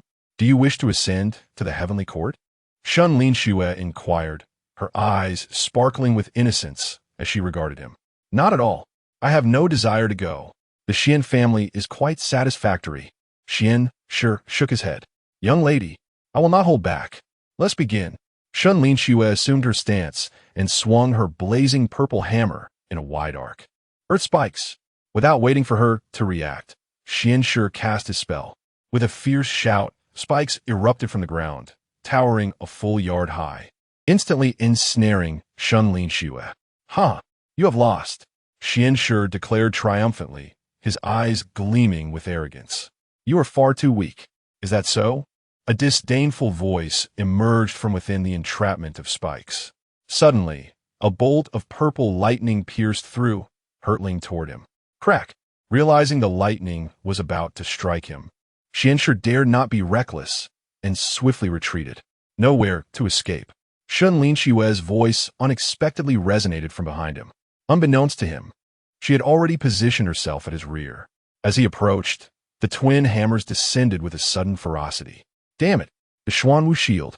Shen Shi's hands danced gracefully, ethereal energy swirling at his fingertips, and abruptly formed a barrier before him. Bang! The hammer struck down, barely deflecting the lethal blow. However, he fared little better. Propelled by the inertia of the blazing purple lightning hammer, he was flung backward, crashing into the earth spikes he had just summoned, shattering them. Ultimately, he tumbled across the ground for several yards before coming to a halt. At this moment, he was disheveled, his dark hair tousled wildly, having lost the calm demeanor he once possessed. Spitting a mouthful of blood onto the ground, he grimaced slightly. Damn it, how could that girl be so monstrous? Her strength akin to that of an ox? Come on, bring it on. Shen Linxue had already soared through the air, her fighting spirit ablaze. Chapter 70. The Power of the Left Hand. Damn it. Shen Shi could not contain his expletive, swiftly producing a pitch-black pill. Without a moment's hesitation, he swallowed a whole. In an instant, the effects took hold, and his aura transformed dramatically. Pinnacle of the Golden Core? Li Xiuyuan sensed something amiss. His strength had inexplicably surged up a stage within such a short span. This boy is up to something. Beside him, Jiang Qingyu furrowed her brows. Disciple, be careful. Li Xiuyuan offered a warning without elaborating.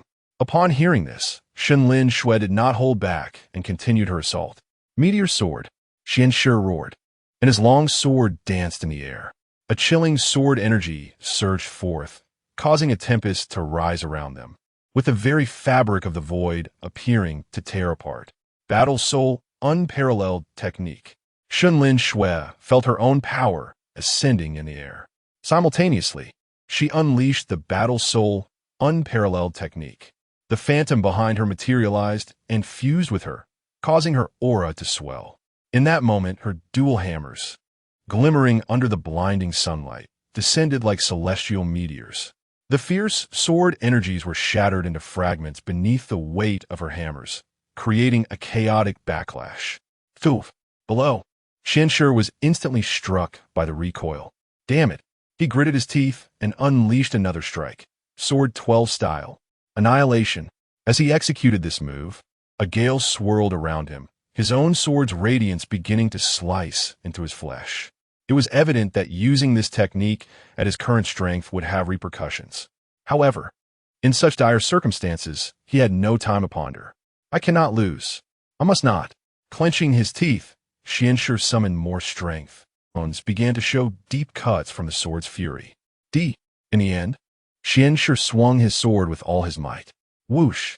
This strike, imbued with a sense of destruction, transformed into a ferocious tiger of sword energy, surging up to meet Shen Linxue's hammers.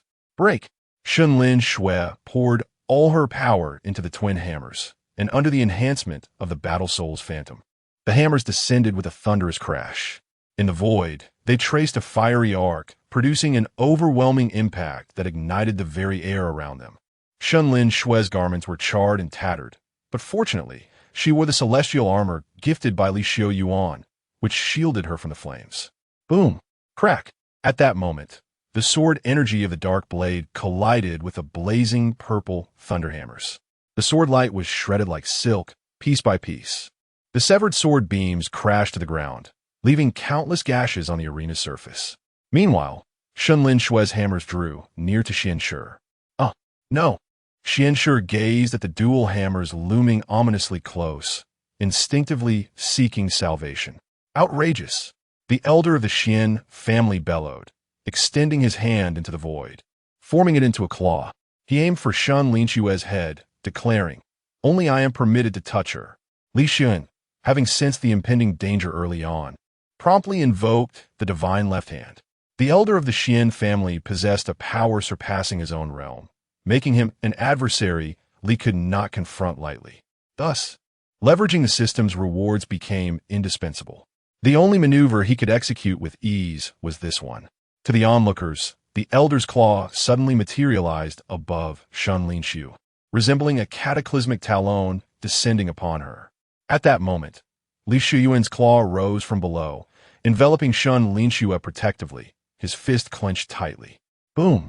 The clash of their claws resonated with a thunderous roar, shaking the very fabric of space. An oppressive gale surged from their colliding forces, sweeping across the entire arena. Rise! Jiang Qingyu, witnessing the chaos, swiftly channeled her mystical energy to erect a protective barrier, safeguarding the disciples behind her. The Xian family members did likewise, ensuring the safety of both sides, disciples from harm. On the arena, the claws continued their fierce contest. What will be the outcome of a 10,000-fold attack? Li Xiuyuan pondered. Activating the 10,000-fold attack. Engage. With his commanding shout, a spectral hand materialized, and a green python emerged within its grasp. As the python writhed, scales began to shimmer on the hand, emanating a destructive aura that burst forth from his claw. Break for me! Li Xiuyuan roared again, seizing the elder's claw with unyielding force. The elder of the Xian family quickly experienced backlash, emitting a piercing scream. Bang! His gigantic claw shattered in the void, unleashing shockwaves that tore through the air, creating turbulent winds that spiraled outward. Jiang Qingyu's protective barrier bore the brunt of the onslaught, fracturing under the pressure. I shall assist you. Regaining his composure, Li Xiuyuan activated his divine left hand to shield against the swirling gales. Crack! Despite his efforts, the winds battered his arms, causing the scales on his hand to fray. Fortunately, this tempest subsided after a mere few breaths, dissipating entirely. On the arena, the victor was already evident. Xianxue fled the stage, clutching his head. Shen Linxue, wishing to pursue, found herself bereft of opportunity. She had just witnessed her master's protective intervention on her behalf. Continuing down this path would yield consequences beyond her capacity to manage. Is this the extent of your Xian family's integrity? To lose and still resort to lethal measures? Li Xiuyuan remarked coldly, deriding the elder of the Xian family. Oof. It was your disciple who struck first. The elder retorted dismissively, refusing to admit any fault. Oh, as an elder, you deem it acceptable to lay hands upon a junior? Li Xiuyuan's gaze sharpened as he questioned. I'm beginning to suspect that my esteemed disciple may also have been coerced by you, forced into retaliation. I shall undoubtedly uncover the truth of this matter. I await your inquiry, the elder of the Xian family retorted, raising his arm with a flourish. We shall take our leave. Hold on. Just as he was about to depart with his entourage, Li Xiuyuan called out to him. What more do you desire? Do you wish to engage in combat with me? The elder of the Xian family glared at Li Xiuyuan. I have chosen not to pursue this matter further, yet you seem insistent. It is not I who is insistent. You have lost? Are you not aware? Li Xiuyuan raised his hands in a gesture of exasperation. We had an agreement, did we not? Are you attempting to renege on it? She resorted to trickery. She invoked her battle spirit. That is not her true strength. Do you presume I am oblivious to this? The elder pointed at Shen Linxue. Thus, this match is deemed invalid. It was he who first employed deceit. Do you think I failed to notice when he consumed the elixir? Li Xiuyuan firmly countered. Therefore, you remain the one who has lost. Chapter 71. The system cannot endorse counterfeit goods. You have lost. The elder of the Xian family held his head high, refusing to admit defeat. You are the one who has lost. Li Xiuyuan naturally would not concede either. In such a standoff, who would yield? Enough. At that moment, Jiang Qingyu could no longer contain her frustration. Her delicate face bore a frosty expression as she fixed her gaze upon the individuals before her. It's a draw. None of you shall contest this. Take your people and leave my Zhenyang sect. Were it not for the favor of the Qingyun sect, my Zhenyang sect would not tolerate such insolence from you. Her implications were unmistakable. You may flaunt your power, but do not overstep your bounds. Jiang sect master, since you are aware of the relationship between my Xian family and the Qingyun sect, how can you be so unreasonable? Do you not understand the consequences of offending the Qingyun sect? The elder of the Xian family glared, dismissing their presence entirely. Do not mention the Qingyun sect again. Do you think my Zhenyang sect truly fears them? Jiang Qingyu's phoenix eyes narrowed, displaying her displeasure. Sect Master Jiang, this is not a matter of fear. Even a mere elder from the Qingyun sect possesses the cultivation of the transformation stage. Years ago, they even incapacitated the Tribulation Empress Luo Qingxuan. What achievements have you, Zhenyang sect, to show? The elder of the Xian family scoffed disdainfully, then raised his hands. Today I shall take my leave. However, regarding Wan'er, within 10 days, I demand an explanation from your Xian family. Otherwise, during this year's Southern Domain Secret Realm trials, I will join forces with the Zhao family and the Qingyun sect to ensure that your younger generation remains trapped in the realm. You. Jiang Qingyu's face turned pale with fury upon hearing his words. Were it not for his status, she would have already taken action. Mind your words. I take my leave.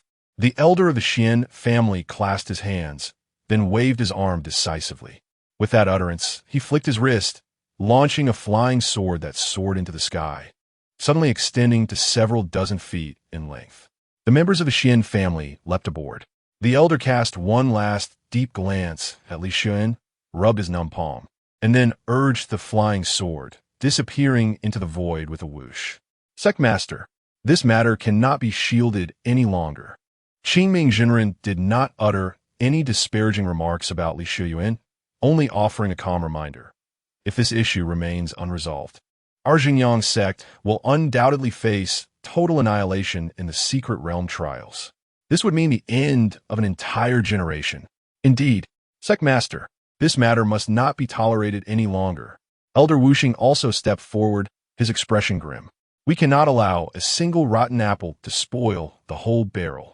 Enough. Jiang Qingyu coldly rebuked, turning her gaze upon Li Xiuyuan. You must resolve your issue within 10 days. Otherwise, you shall go to the Xian family to beg for forgiveness. Zhenyang sect cannot be implicated because of you, and if he fails to do so, right, What if he simply walks away? I swear. The elders pressed forward with determination. This matter originated from me, and I will not shirk my responsibility. I will resolve it. However, do not expect me to swear an oath. Anyone who is dissatisfied may challenge me. Li Xiuyuan maintained a serene demeanor, betraying no hint of pride or turmoil. However, when the matter of the oath arose, he was resolute. You, arrogant. The elder of the 5 elements glared at Li Xiuyuan, wishing fervently to devour him whole. If you're dissatisfied, let's exchange a few moves. Otherwise, cease your incessant prattle. Li Xiuyuan's gaze darkened as he assumed a posture ready for confrontation. You. His utterance silenced the elder. Having witnessed Li Xiuyuan's prowess, the elder was now convinced he was no match for him. I take my leave. Li Xiuyuan clasped his fist in salute to Jiang Qingyu, then waved at Shen Linxue. Let us depart. Shen Linxue, not wishing to linger, quickly followed him out. Master, do I have an elder sister? Shen Linxue inquired with great curiosity. Indeed, she is the first disciple of the master. At the mention of Su Wan'er, Li Xiuyuan displayed a satisfied expression. She must be grappling with some formidable challenge to have lost her composure. I must locate her and resolve this matter. I will accompany you, Shen Linxue exclaimed, her eyes reflecting unwavering determination. No need. You should remain on the mountain to diligently cultivate. I shall provide you with elixirs to aid your training. Remember, only by becoming sufficiently powerful can one speak with their fists. Do you understand? Li Xiuyuan had no intention of allowing her to accompany him. Instead, he bestowed upon her several precious elixirs he had earned through a lottery. Yes, master, I shall devote myself to my cultivation and not disappoint you. Shen Linxue accepted the elixirs with a respectful bow. Go now. The master must take his leave. Ensure you cultivate earnestly. Li Xiuyuan spoke with urgency, waving his hand as he made his way to the teleportation array at the foot of the mountain. Shen Linxue gazed at the elixirs and storage bag in her hands, then looked up to bid farewell as Li Xiuyuan descended the mountain. Upon reaching the base, Li Xiuyuan activated the teleportation array. Qiyin City? Very well, I shall go there. Within the array, he selected a specific region and activated it using a spirit stone. With a resonant hum, his figure abruptly vanished from the array. When he reappeared, he found himself in an unfamiliar mountain range. He retrieved a compass, quickly pinpointing his location before producing a modified spirit stone. Infusing it with spiritual energy, a clear map materialized in the void. After studying it carefully alongside the compass, he soon discerned the route to Qiyin City and set forth towards the city. Beep. Detecting that second disciple Shen Linxue is diligently cultivating, triggering a critical hit. Cultivation level returned 100-fold. Detecting second disciple refining Hung Meng fruit. Beep. Detecting first disciple Su Wan'er is cultivating, triggering a critical hit. Cultivation level returned 100-fold. Beep. Detecting first disciple using traps to capture a killer. Reaping vile deeds. Completing a long-term teaching task. How villains are forged. Acquiring 10,000 evil points. Prompt. Expedite Su Wan'er's transformation into a villain. Beep. Detecting the second disciple, nearly transforming the elder of the 5 elements. Completing a long-term task, a tooth for a tooth. Evil value acquired, 20,000. Current host's evil value, 167,000. Ding! As Li Xiuyuan journeyed, she listened to the reminders. These 2 disciples truly made her proud. As a master, she could not let their spirits falter. She must swiftly locate Wan'er to uncover what had transpired. Li Xiuyuan quickened her pace, suddenly recalling the flying sword of the Xian family's elder. Thus, she began rummaging through her storage pouch, and, indeed, she found a gourd. This, too, was a flying device. Let us see how it works. She murmured softly, then tossed the gourd to the ground, channeling her spiritual energy into it. However, there was no response. What was happening? Was the system providing a counterfeit? Chapter 72. Your master has come to capture you too. Beep. Spirit stones required for activation. As soon as he uttered those words, the system chimed in. Hastily, he took out a spirit stone and placed it into the gourd. Then, channeling his spiritual energy, he activated the gourd. Whoosh! With a sudden sound, the gourd expanded to a size of 10 feet, revealing an additional row of 2 seats within. Excellent. Li Xiuyuan nodded in approval before leaping aboard. Set sail to Qian City.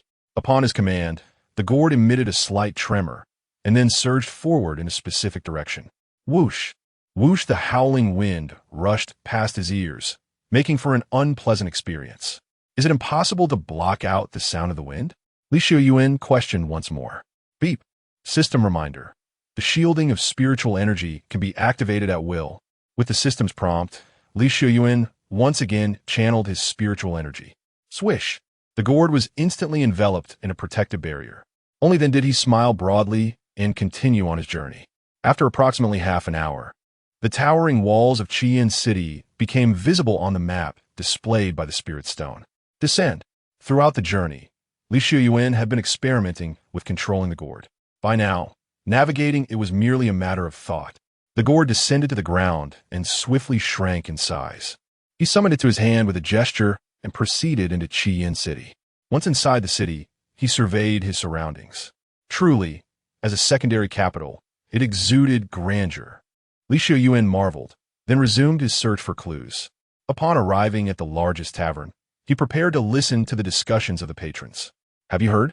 The Shen family has run into a brick wall this time. What happened? The night before last, Xianqing molested Luo family maiden Luo Su'er. A female hero intervened. After slaying him, she also defeated several of the Shen family's nascent soul experts. I heard about that. They later attempted to hunt the female hero in the Misty Mountains, but have yet to succeed. Indeed, rumor has it they lost a few more men in the mountains. The crowd buzzed with chatter, which Li Xiuyuan listened to intently, his intentions hidden. Misty Mountains? He furrowed his brow in contemplation, then continued to eavesdrop on their discussion. You should have seen it that night. It was horrific. Sure, don't say any more. The Shen family escorts have arrived. They seem to be heading towards the East Mountain. As the crowd murmured, a contingent of individuals suddenly appeared, marching resolutely towards the eastern direction. Li Xiuyuan skimta, scrutinizing them closely before placing some silver on the table and stealthily following suit. In the procession before him, many bore expressions of solemnity. Before long, they exited the city and arrived at the foot of the East Mountain. Unbeknownst to them, one among their ranks had been swapped out. Ascend the mountain. Continue the search. Alive, we seek the living. Dead, we seek the corpses. The commander cast a stern glance upward and issued his orders. Yes. As the crowd hastily took their orders and ascended the mountain, a search commenced anew. In the secluded valley of the vast mountain, the ground lay strewn with corpses. A blood-soaked maiden was meticulously tending to her traps. We are doomed.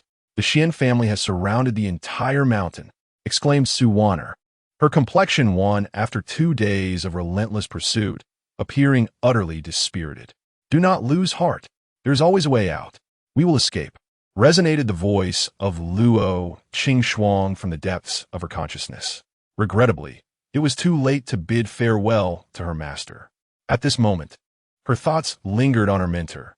She wondered if he would seek vengeance upon learning of her demise. Your master is currently on a mission to capture you. Just as the thought crossed her mind, an individual emerged from the thicket, cold eyes glinting with amusement. My master? You are quite the deceiver. Even if he comes, it is to rescue me. Wan'er retorted, her face reflecting disdain. Do not employ my master to manipulate me or to sow discord between us. You are likely unaware that the Grand Elder of the Shen family has already visited your Xinjiang sect. Under pressure, your master has no choice but to assist in capturing you. The man scoffed, his expression growing increasingly smug. Only a fool would believe your words. Go deceive others with your lies. Clearly unconvinced, Wan'er tightened her grip on the Qitian staff. With a mere thought, her power surged dramatically. She cried, bringing the staff down upon him. If you wish to die, I shall oblige. He retorted coldly, leaping back. Spirit's serpent sword. With that proclamation, his sword danced in the air, expanding instantaneously. Rays of sword light morphed into serpents under the sun, lunging towards Wan'er to devour her. Qitian staff technique. First form, revolving staff. Wan'er spun the staff vigorously, charging towards the oncoming swordlight. As the Qitian staff whirled at high speed, the serpents that made contact exploded into nothingness. Although it seemed she had won a skirmish, her hands, gripping the staff, began to tremble. The toll of continuous battles had drained her strength. Her dantian felt parched, without any respite. The elixirs provided by Li Xiuyuan had long been exhausted by the second day. You are out of strength. Now it's my turn. The man sneered, lunging towards Wan'er once more. Is that so? However, as he approached, a chilling voice emerged. A pair of hands seized his throat with an iron grip. You are in the nascent soul stage. The man gazed at Wan'er with a mix of disbelief and resentment before collapsing to the ground. Kill. She has slain our young master. Eliminate her. At this moment, the guards of the Shen family, witnessing the murder of their young master, were immediately engulfed by fury. They charged forward with a roar. Qitian staff. Second form. Dragon soars. Phoenix dances. This time, it was Wan'er's turn to strike. The Qitian staff in her hand exuded an aura of ferocity. Anyone who came into contact with it was either left maimed or lifeless. Even a mere brush could send them flying. For the past few days, they had coordinated seamlessly, dispatching those who pursued them with ruthless efficiency. After a gruesome slaughter, the Shen family members lay lifeless around them. We must depart. Our location has been compromised. Luo Qingxuang sensed the approach of formidable presences and urged, we must conceal our auras and flee. Agreed. Let's go. Wan'er nodded vigorously, then retracted her aura, vanishing suddenly amidst the carnage. After their departure, another group arrived at the scene, and among them was none other than Li Xiuyuan. Chapter 73. The Meeting of Master and Apprentice. Recently, the author has been unwell, causing a pause in updates. Subsequent updates will resume regularly. I appreciate your understanding. Another batch has perished. The leader surveyed the grim scene before him, his brow furrowed in deep concern. Is this wretched girl truly so formidable? Captain Zhang, what shall we do? Shall we continue the pursuit or await reinforcements? I believe it prudent to await reinforcements. The individuals present clearly harbored no desire to risk further danger, their faces etched with fear. They were unwilling to press on any longer. If you are afraid, then return at once. The girl is evidently at her wit's end. Capture her, and rewards await. With a disdainful snort, Captain Zhang turned to the others. You, go back and deliver the message. The rest, follow me. If anyone holds back, I will ensure your entire family suffers the consequences. Yes. Upon hearing his command, the group respectfully acknowledged and proceeded to follow him in the relentless pursuit. Li Xiuyuan was among them, trailing behind. This squad consisted of over 10 individuals. After pursuing for several more miles, they arrived at a small lake, where they discovered more corpses. Li Xiuyuan joined the others to investigate the causes of death. These individuals had all perished from traps. Initially, there were confusion-inducing sands, followed by poison projectiles. Additionally, massive stones suspended by silver threads demonstrated a complete lack of restraint. Ding! Wan'er has utilized traps to eliminate 13 individuals. Malicious deeds maximized. Completion of Wan'er's long-term teaching task. The making of a villain. Ding! Wan'er has deliberately humiliated the pursuers. Ding! Wan'er has employed the bodies of the pursuers to set traps. Ding! Listening to the incessant notifications from the system, Li Xiuyuan felt a sense of relief. It appeared his disciple was not only unharmed, but thriving. Retrieve the bodies from the water. Do not let the fish feast upon them. Captain Zhang ordered, glancing at the corpses in the lake, directing his subordinates accordingly. Yes, be careful not to damage the bodies. Several individuals stepped forward, preparing to lift the corpses. Hey, why aren't you helping? Do you wish for him to shirk his duty? Just as everyone entered the water, someone noticed that Li Xiuyuan remained motionless. Questions began to arise. It's not that I refuse to enter. I must remain vigilant. If everyone goes in, who will protect the captain? Li Xiuyuan raised his hands in a gesture of feigned cleverness. Stop dawdling, get to work. Captain Zhang urged impatiently. Boom! Whoosh! A trap, with successive thunderous sounds. Several individuals who had entered the water were struck by traps. Some were propelled away by bursts of spiritual energy, Others had their heads pierced by flying darts. A few were ensnared by countless grains of sand and, after sinking into the water, never resurfaced. The sight before Captain Zhang left him wide-eyed in horror. He could only watch helplessly as all of his subordinates were eliminated by the concealed weapons and traps. In a moment of instinctive reaction, he found himself collapsing to the ground. Ding! Wan'er has successfully ensnared and eliminated the pursuing villain. Her malevolence reaches its zenith. Li Xiuyuan, standing nearby, once again received a notification from the system. Ding! The host's malevolence value now stands at 210,000, eligible for a lottery draw. Can replicate divine artifacts. Unbeknownst to him, his malevolence value had astonishingly surpassed 200,000, prompting him to opt for a lottery draw. Another 100 consecutive draws. He chose the 100 draws once more. Ding! Malevolence value deducted. Current balance 180,000. Rewards obtained. Disguise technique, black jade, healing ointment, spirit rice. Acquire divine level reward. Divine whip, capable of attacking the soul. Damage correlates with personal strength. After round of draws, Li Xiuyuan regained his focus. The divine whip appeared promising. It would be useful against those with formidable physical strength and numerous defensive artifacts. Besides soul cultivators, who else could harness the power of the soul? You, come here. At that moment, Captain Zhang beckoned to Li Xiuyuan. My lord, how may I assist you? He played his role well, refraining from any rebuttal or intention to strike him down. Instead, he respectfully approached to inquire about the situation. Stay here. I will summon reinforcements. Captain Zhang patted Li Xiuyuan on the shoulder. If you encounter that fiend, hide. Do not confront them head-on. Understood. Li Xiuyuan nodded slightly. Captain Zhang, will you return? I will. I'm going to fetch help. Captain Zhang handed him a cold blade. This is my sword. Use it. Thank you, Captain Zhang. Li Xiuyuan expressed his gratitude hastily, though a hint of amusement flickered in his eyes. Watching Captain Zhang flee, he couldn't help but chuckle. What a fool. After uttering this remark, he continued onward, hoping to locate his cherished disciple.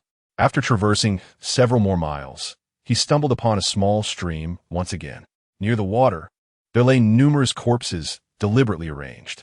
Approaching the bodies, Li Xiuyuan touched them. They still bore warmth, indicating they had not departed too long ago. Whoosh!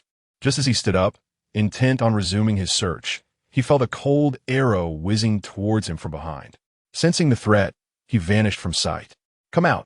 Immediately, Wan'er's chilling voice rang out. You cannot escape. Why would I flee? Your head is worth 10,000 high-grade spirit stones. Li Xiuyuan intentionally lowered his voice, speaking in a hoarse tone to his disciple.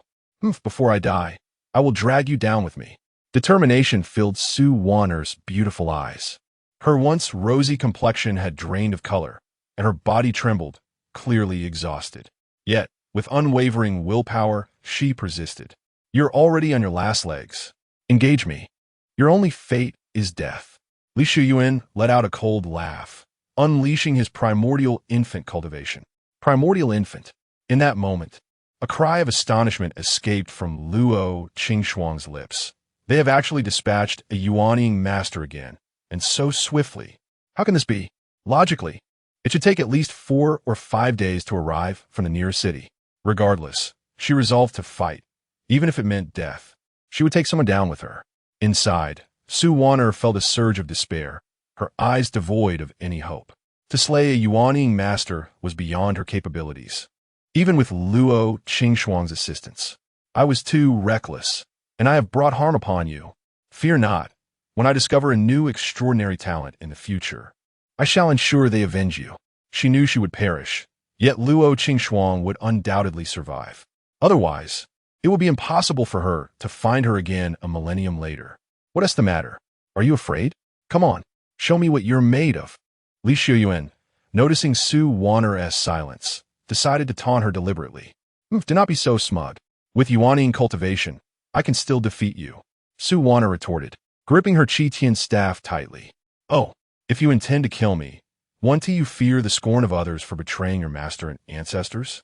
Seeing his disciple prepared to fight with such fervor, Li Xiuyuan finally ceased his pretense. Chapter 74. Soul Cultivation. to kill you and betray Wan'er's master. Do you truly believe yourself to be significant?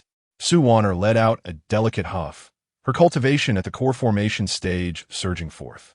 It was evident that she was prepared to fight with all her might. Little one, it seems your temper has grown in our brief separation. Li Xiuyuan, at this moment, ceased to pretend. He removed the facade from his face, and his body visibly restored to its original form. Master, Wan'er exclaimed, her eyes brimming with excitement upon recognizing her mentor. She rushed into Li Xiuyuan's embrace like a gust of wind. Woo, I thought I would never see you again. Tears streamed down her face as she clutched at him, fearing that this reunion was but a dream. You've caused quite a stir, and they came to confront me, pointing fingers and berating me. How could I not seek you out? Li Xiuyuan released her, gazing at her with kind eyes. Now, tell me what transpired. Master, I was merely acting in defense of the unjust. Wan'er recounted. The people of the Shen family have been bullying the weak in the city. I could not stand idly by, so I took action. She glossed over the incident involving Luo Qingxuang, focusing instead on the essence of her tale. Oh, then you acted rightly. In such situations, one must lend a helping hand. Li Xiuyuan nodded affirmatively. Indeed, when faced with such malevolence, one must respond in kind. Blood for blood. You must make them aware of your strength. Seek vengeance without heed for morals. They feel no remorse when trampling upon the weak. Master, you speak true. Your disciple shall heed your words. Wan'er bout respectfully. Yet her excitement caused her to cough repeatedly. Here, this is for you. Noticing her weary appearance, Li Xiuyuan presented her with a pill and a divine technique. Wanling pill, Lingbo Weibu. Wan'er read the names aloud, her eyes wide with astonishment. The Wanling pill will restore you to your peak state in an instant. Moreover, the residual spiritual energy and medicinal properties will enhance your physique. Li Xiuyuan explained with a smile, seeing her confusion. The technique is a form of movement. It will aid you in evading pursuit in the future. Thank you, Master. I shall dedicate myself to my cultivation. Wan'er es face radiated gratitude. Initially, she feared her master would scold her, yet instead, he had bestowed upon her treasures, moving her deeply. Her large, watery eyes glimmered with emotion. Let's not dwell on this for now, come. Let us return to the sect and evade the storm. Li Xiuyuan gently patted her shoulder. Remember, before you reach a certain level of power, you must learn another lesson, to act within your means. This will require you to think critically, engage in what lies within your capability. But if you find yourself unable to cope in the short term, one must certainly think twice before acting. Master, your disciple will bear this in mind. Wan'er stuck out her tongue, revealing her contrition. No matter, Master has another piece of advice for you. Young people should be spirited. Without spirit, one cannot be called young. If you have a master to clean up after you, fear not. Li Xiuyuan waved his hand nonchalantly and continued, if someone is defiant, then beat them into submission.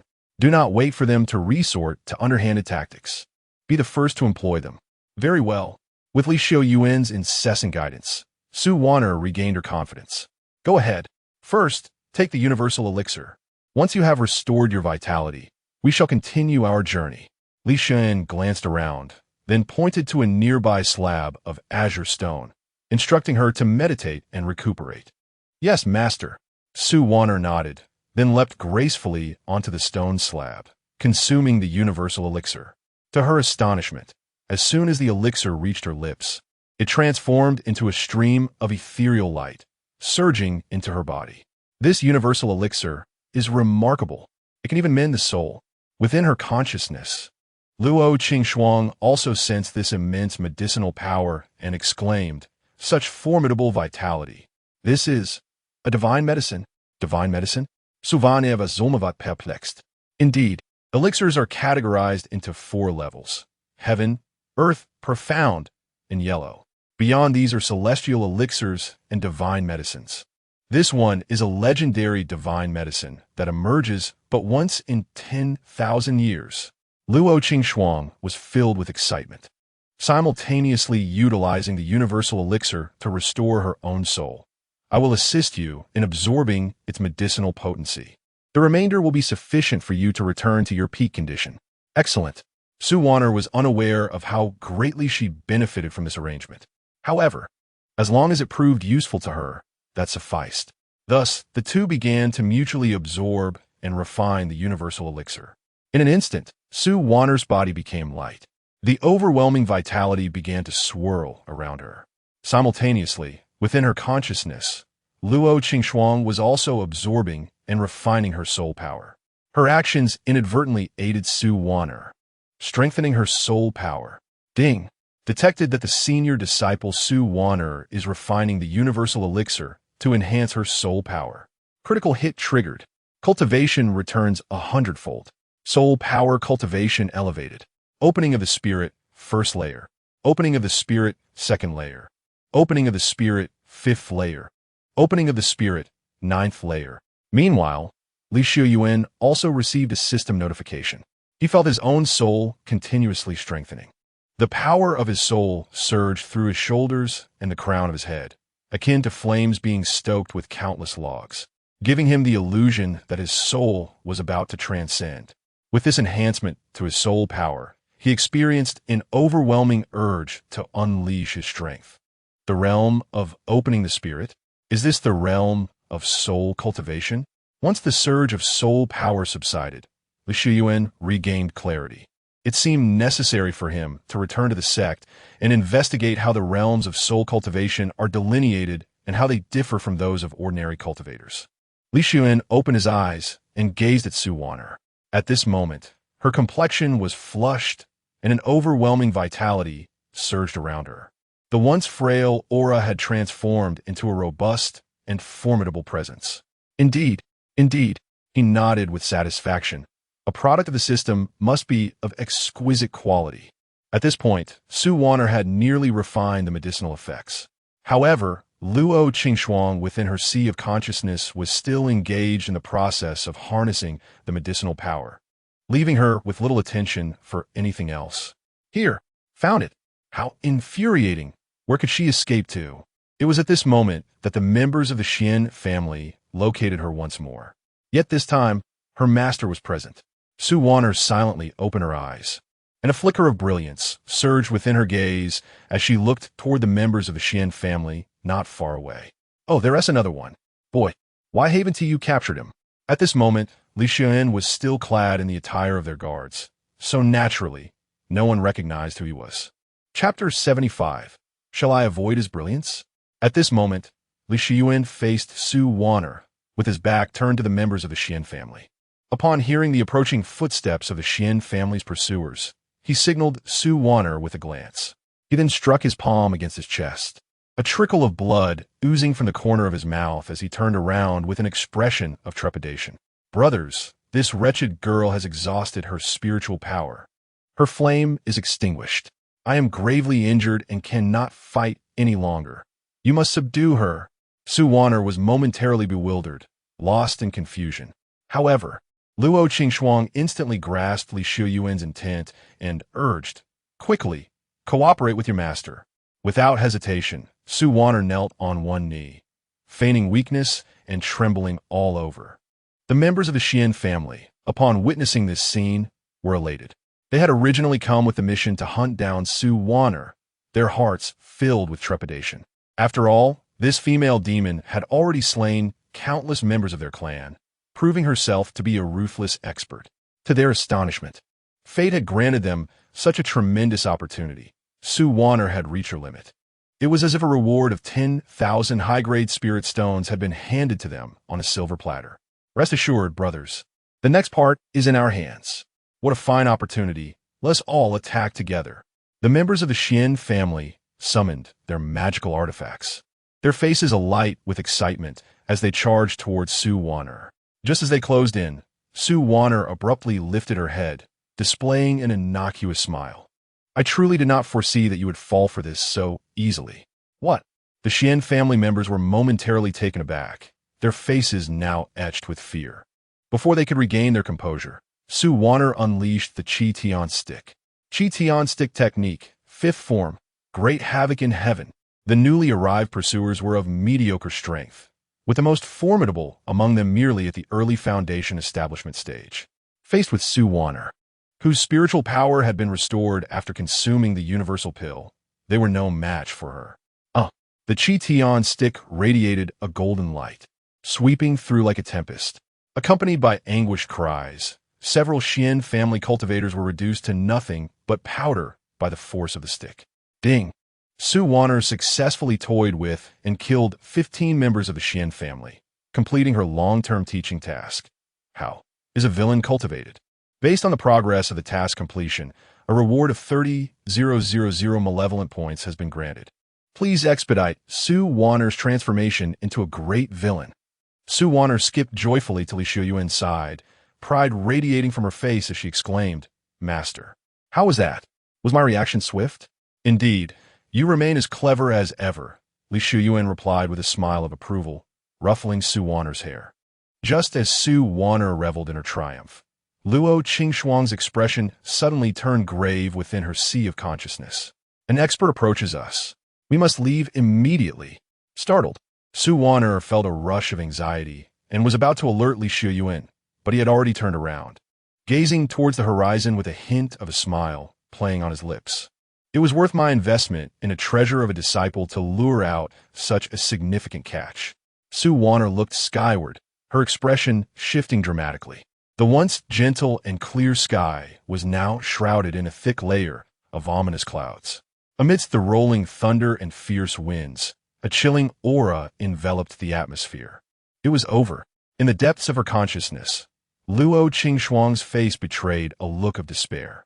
The mere appearance of this figure could incite such a phenomenon. The visitor must undoubtedly be a master of the harmonization realm. The harmonization realm. Wan'er, her face filled with panic, urgently urged, "Master, we must flee." "Flee?"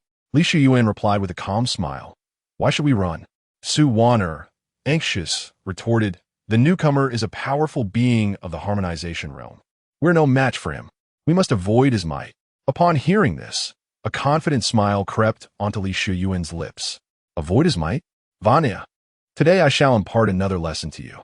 Toying with those insignificant beings is hardly a skill. To manipulate such an ancient monster at will is true power." With that, Li Xiuyuan casually waved his hand, summoning a false mask to cover his face. His hairstyle and stature transformed simultaneously. In an instant, he morphed from his original appearance into that of Zhang Biao, the leader of the Xian family. Once the disguise was complete, Li Xiuyuan grasped the cold iron sword that Zhang Biao had left for him in his hand. Confused, Wan'er asked, "Master, what should I do?" "Follow my lead," Li Xiuyuan instructed, casting a sidelong glance behind him. Then, with a swift motion, he seized Wan'er's wrist, prompting her small fist to strike against his chest. Before Wan'er could react, she witnessed Li Xiuyuan's lips bleed as his body flew back like a kite severed from its string, hurtling several meters away.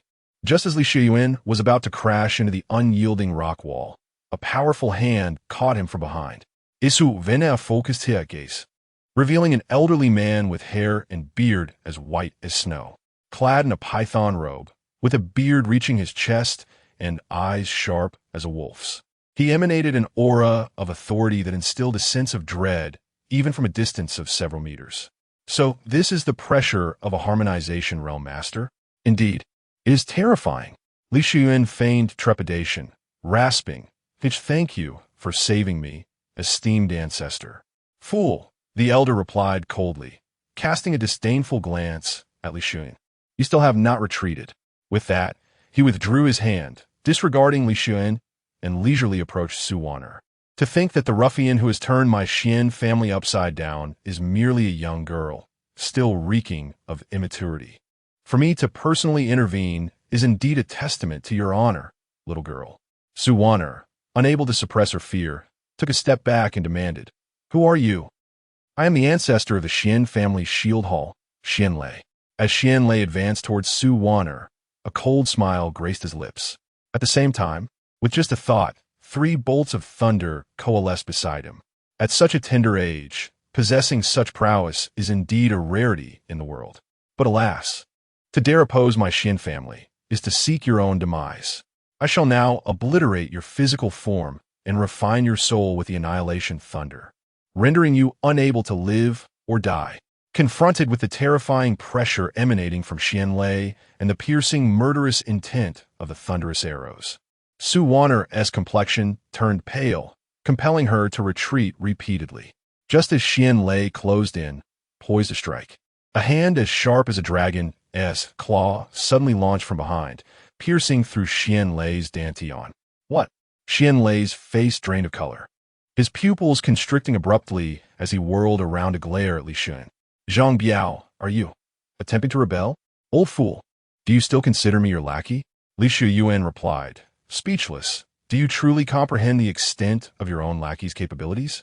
With that, the facade on Li Xiuyuan's face evaporated instantly, revealing his true appearance.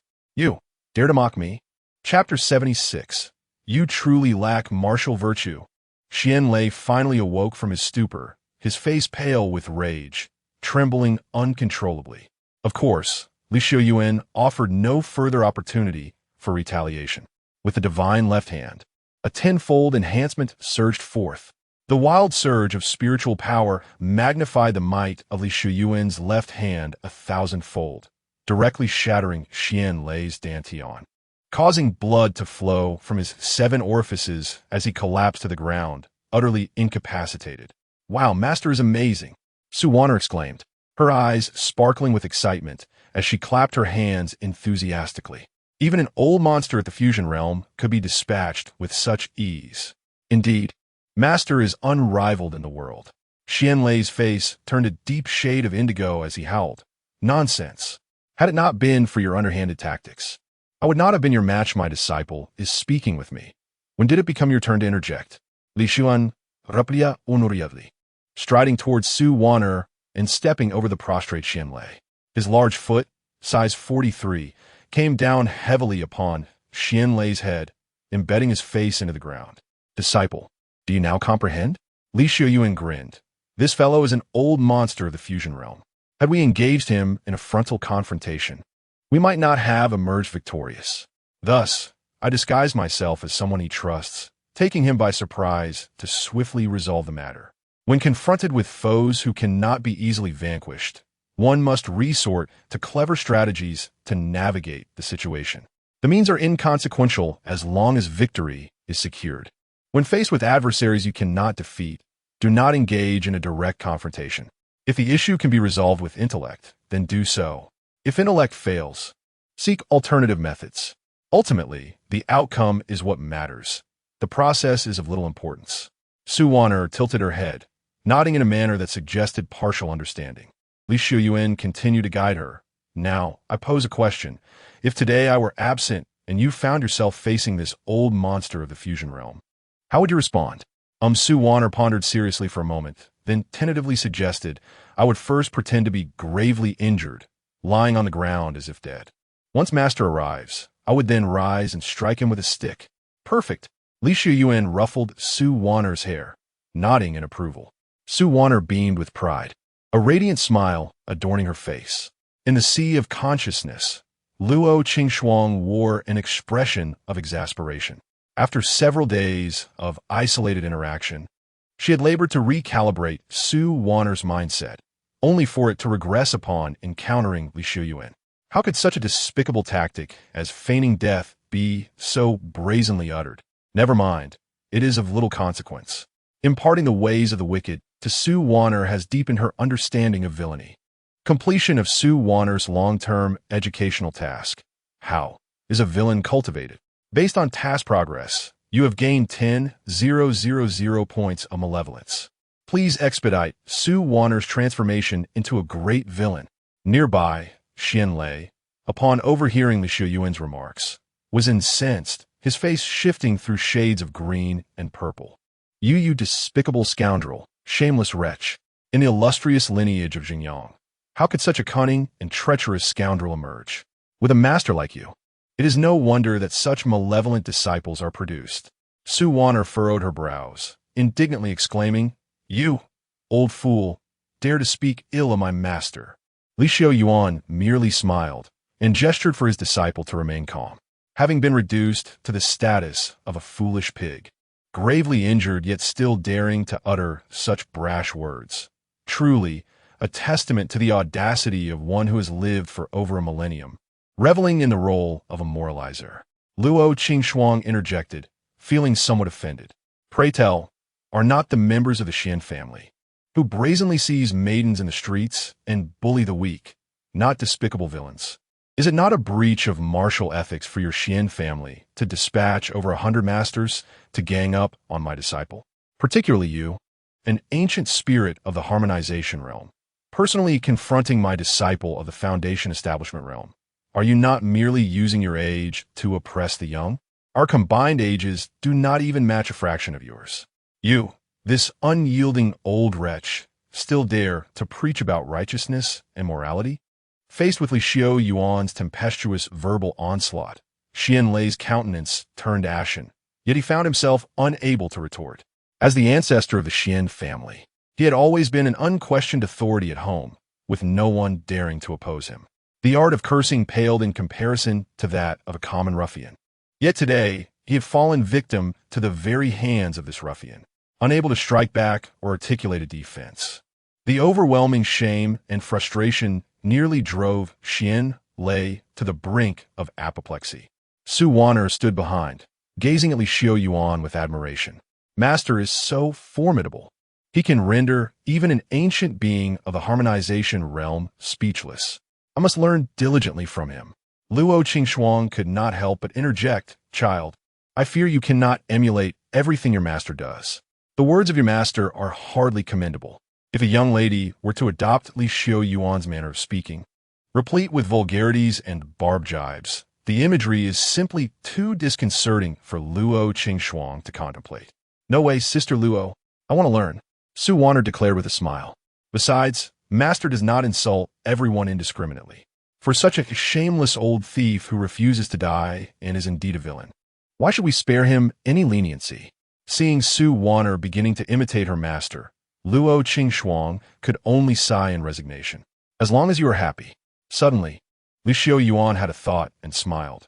You old fellow seem quite discontent, are you not? Of course.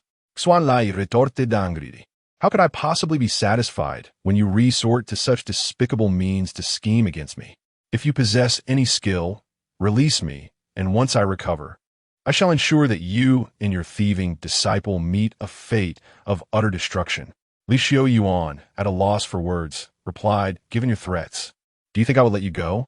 However, I'm a person who values reason above all else. Since you are dissatisfied, I shall grant you an opportunity for a fair duel. A fair duel? Xian Lei questioned, perplexed. What do you mean? Having traveled a great distance today, are you here solely to confront my disciple? Li Xiuyuan pointed at Wan'er and chuckled.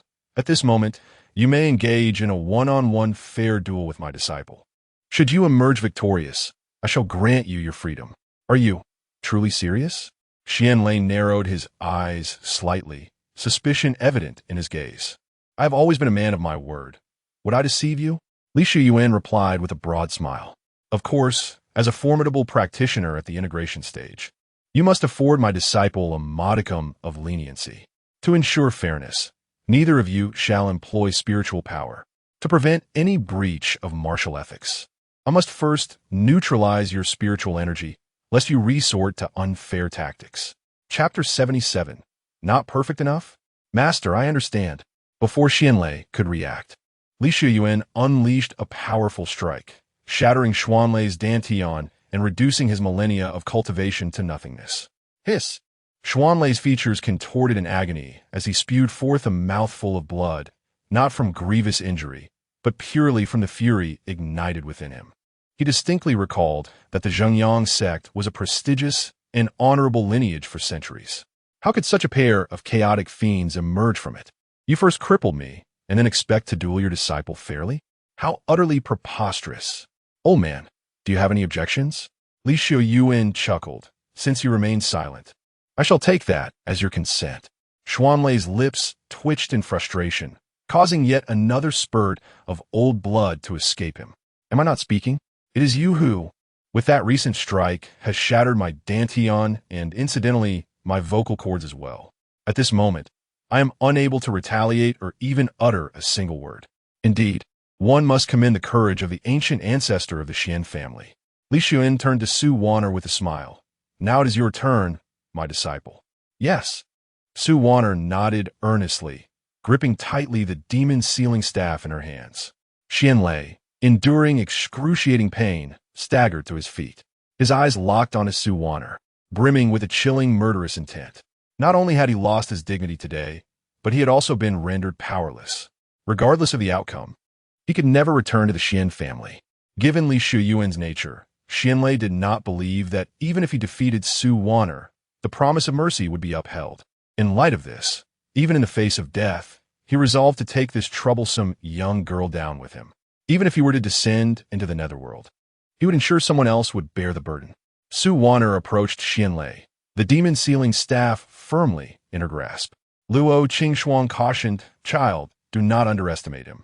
He has practiced for over a millennium, possessing formidable strength, both in cultivation and physique. Despite your master having crippled his Dantian, he remains a daunting opponent." "Sister Luo, I understand," Su Wan'er replied, her eyes sparkling with determination. A smile broke on her face as she addressed Shen Linxue. "Old senior, are you ready? I will count to 3 before I strike." Shen Linxue, his expression menacing and exuding murderous intent, prepared to attack, waiting for Su Wan'er to finish her countdown so he could pounce, tearing the girl to shreds. 3. Yet, as the crisp sound of 3 echoed, Su Wan'er suddenly sprang forward, leaping above him. The demon-sealing staff expanded dramatically, resembling a shadow that eclipsed the sun, descending upon him. What? Shen Linxue was momentarily stunned. How could she have moved before I heard 2 in 1? It was only in that fleeting moment before death that he realized he, the venerable ancestor of the Shen family who had survived for a millennium, had been outwitted by a mere child. Xuanlei's face turned ashen as he attempted to retaliate, but it was already too late. Bang! With a resounding crash, Su Wan'er brought down the demon-sealing rod with tremendous force, crushing the body of Shen Linxue beneath it into a fine powder, leaving no trace of his remains. Ding! Disciple Su Wan'er has skillfully slain the formidable Shen Linxue. Long-term teaching task completed. How villains are forged. Based on task progress, reward acquired. 30,000 malevolence points. Current host malevolence points, 230,000. Li Xiuyuan could not help but smile with satisfaction, nodding repeatedly. This child is indeed teachable. The little girl has truly absorbed my previous words, grasping the essence of my teachings. Consequently, I shall have fewer worries when she ventures out into the world in the future. To celebrate, Li Xiuyuan focused his thoughts and conducted 200 consecutive draws. Ding! Malevolence points have been deducted. Current balance, 170,000. Rewards obtained, spirit rice, gathering spirit pills, rejuvenation pills. Acquired divine technique, primordial sage, heart, sutra. Obtained supreme artifact, sky-shattering wings. Su Wan'er retracted the demon-sealing rod and skipped over to Li Xiuyuan, her face aglow with pride. "Master, how did I do?" "Very well," Li Xiuyuan praised. "That unexpected maneuver was quite clever. However, you could have achieved victory with even greater ease." Tilting her head in confusion, Su Wan'er asked, "Master, how could I have made it easier?" Li Xiuyuan patiently explained. "Consider that old man. I've already rendered him powerless. He could only engage you in hand-to-hand combat. If you had broken his limbs, his physical prowess would have been nullified as well. Just now, while you were berating him, you could have signaled me with a glance. I could have incapacitated his hands and feet from behind. Since I am here, you should make the most of this resource. Once that old fool is incapacitated, he will be like fish on a chopping block, ready for you to carve as you please." Su Wan'er nodded thoughtfully, her delight evident as she exclaimed, "Master, understand." In her mind, Luo Qingxuan could not help but feel exasperated. "What have you comprehended now? Please, spare us your revelations." Although Li Xiuyuan verbally instructed Su Wan'er once more, he still presented her with the primordial sage Heart Sutra and sky-shattering wings as rewards. Upon reviewing the techniques within the jade slip, Luo Qingxuan was once again astonished. Another divine technique? How on earth did your master acquire these rare and unparalleled martial arts? Su Wan'er replied proudly, "Of course. My master cherishes me deeply. so he naturally gifts me with all the finest treasures. Sister Luo, will practicing this technique significantly enhance my strength? Luo Qingshuang paused for a moment before responding solemnly, Not significantly? It is not just a minor enhancement. The Primordial Sage Heart Sutra is a method of mental cultivation. Generally, such techniques are the epitome of tranquility and purity. Their primary effect is to bring calmness to the heart and clarity to the mind. With a few overly aggressive martial arts techniques, practitioners can avoid falling into the trap of demonic deviation. However, the Primordial Sage Heart Sutra takes an entirely contrary approach. Though it is a mental discipline, it embodies a more intense combat ethos than the Heavenly Staff technique. Once this sutra is cultivated to perfection, one can forge a great warrior's heart, absorbing the essence of weapons and combat from battles, thus nurturing oneself through conflict. By harnessing the energy of arms, one can restore their spiritual power and elevate their cultivation. In essence, mastering this sutra means that Wan'er can substitute combat for traditional cultivation in her future endeavors. The enhancement of her cultivation derived from the energy of battle will be no less effective than her usual practice. Moreover, during combat, Wan'er can continuously absorb spiritual energy, growing stronger with each engagement, thereby eliminating the previous predicament of depleting her spiritual reserves. Chapter 78. The Extinguishment of the Ancestors' Soul Fire. The Xian clan's timidity, unless one possesses the formidable prowess of an entity like Xian Lei, who can effortlessly crush her with a single strike. It is implausible for adversaries of comparable realms, or those not significantly disparate, to wear her down through relentless assaults. The synergy with the supreme martial art, the Qitian staff technique, is truly a match made in heaven. Sister Luo, is that truly the case? Wan'er exclaimed with delight. When we return, please guide me in cultivating this technique. I must hasten to become stronger and not let down my master's expectations. With that, Li Xiuyuan and Wan'er set forth on their journey back to Jingyang Sect. Instead of utilizing the teleportation array, Li Xiuyuan allowed Wan'er to experience the Linxue Shattered Sky Wings. As a top-tier magical artifact, the Linxue Shattered Sky Wings not only excel in combat, but are also remarkably convenient for travel. Its speed far surpasses that of sword flight, exceeding it by tenfold, and it offers superior control. Initially, Wan'er felt somewhat uneasy and tense. However, once she acclimated to the operation of the Linxue Shattered Sky Wings, she let herself soar freely, gliding through the air like a bird. Wow, this is so fast. I never imagined this artifact could be so incredible. It's truly like flying at will. As Li Xiuyuan piloted the flying apparatus, the gentle breeze caressed them, observing Wan'er frolicking in the sky beside him. His emotions became unexpectedly complex. It seemed he had gradually transformed his obedient and charming disciple into a lively little monkey. Meanwhile, within the Xian clan's great hall, a dozen individuals gathered on either side, all elders whose cultivations had reached the nascent soul and god transformation realms. At the center, seated upon the throne, was a middle-aged man clad in a long robe, dual sword suspended at his waist, his thick mustache exuding an air of authority. This man was none other than the current head of the Xian clan, Shen Yunzhao. At this moment, Shen Yunzhao's expression was as dark as water, his eyes glinting with fierce malevolence. Before him stood an elderly man, battered and bloodied, none other than the recently returned Elder Xianing, who had been dispatched to Jingyang Sect. Head, the situation has been thoroughly investigated. Xianing seethed, gritting his teeth. The demoness responsible for the deaths of over 100 of our clan's disciples is none other than Wan'er, the disciple of Li Xiuyuan from Jingyang Sect. Under your command, I approached Jingyang Sect to seek an explanation from Li Xiuyuan. To my astonishment, he was utterly unreasonable, insisting on protecting Wan'er, even allowing his second disciple, Shen Linxue, to injure Xianshi. Upon hearing this, the other elders' faces contorted with fury. Li Xiuyuan, a mere branch master, dares to oppose our Xian clan? Surely, you must have the backing of Jingyang Sect to embolden his audacity. This blatant provocation and tyranny by Jingyang Sect is intolerable. If we allow this grievance to go unaddressed, How can our Xian clan ever stand firm in the world henceforth? Please, let the head of the family personally lead us to exert pressure on the Xinjiang sect. We must compel them to surrender that pair of thieving disciples, to provide our Xian family with an explanation. Shen Linxue narrowed his eyes, a sinister smile curling at the corners of his mouth. Elders, there is no need for haste.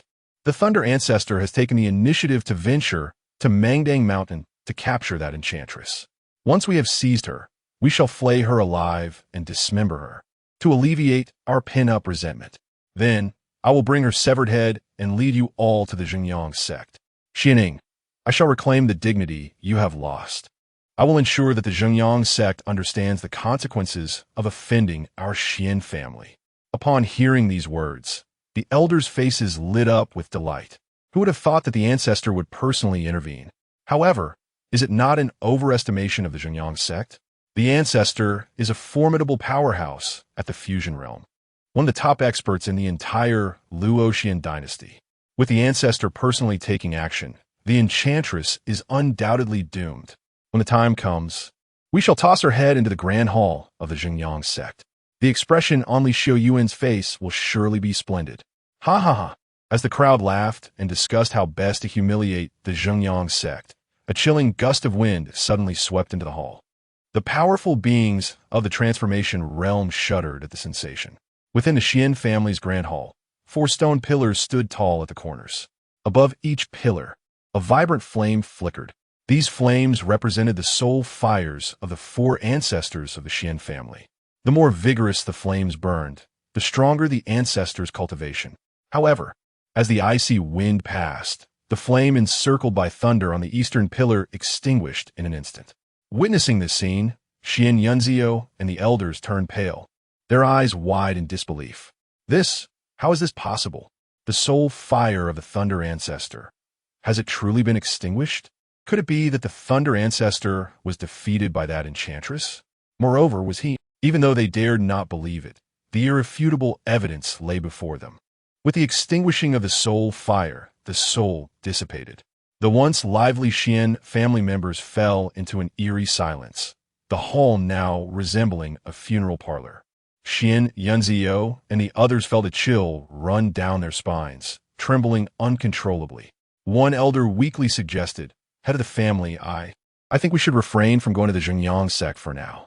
It is not that our Xian family fears them, but rather, the ancient secret realm will soon be opened. We should focus all our efforts on the secret realm."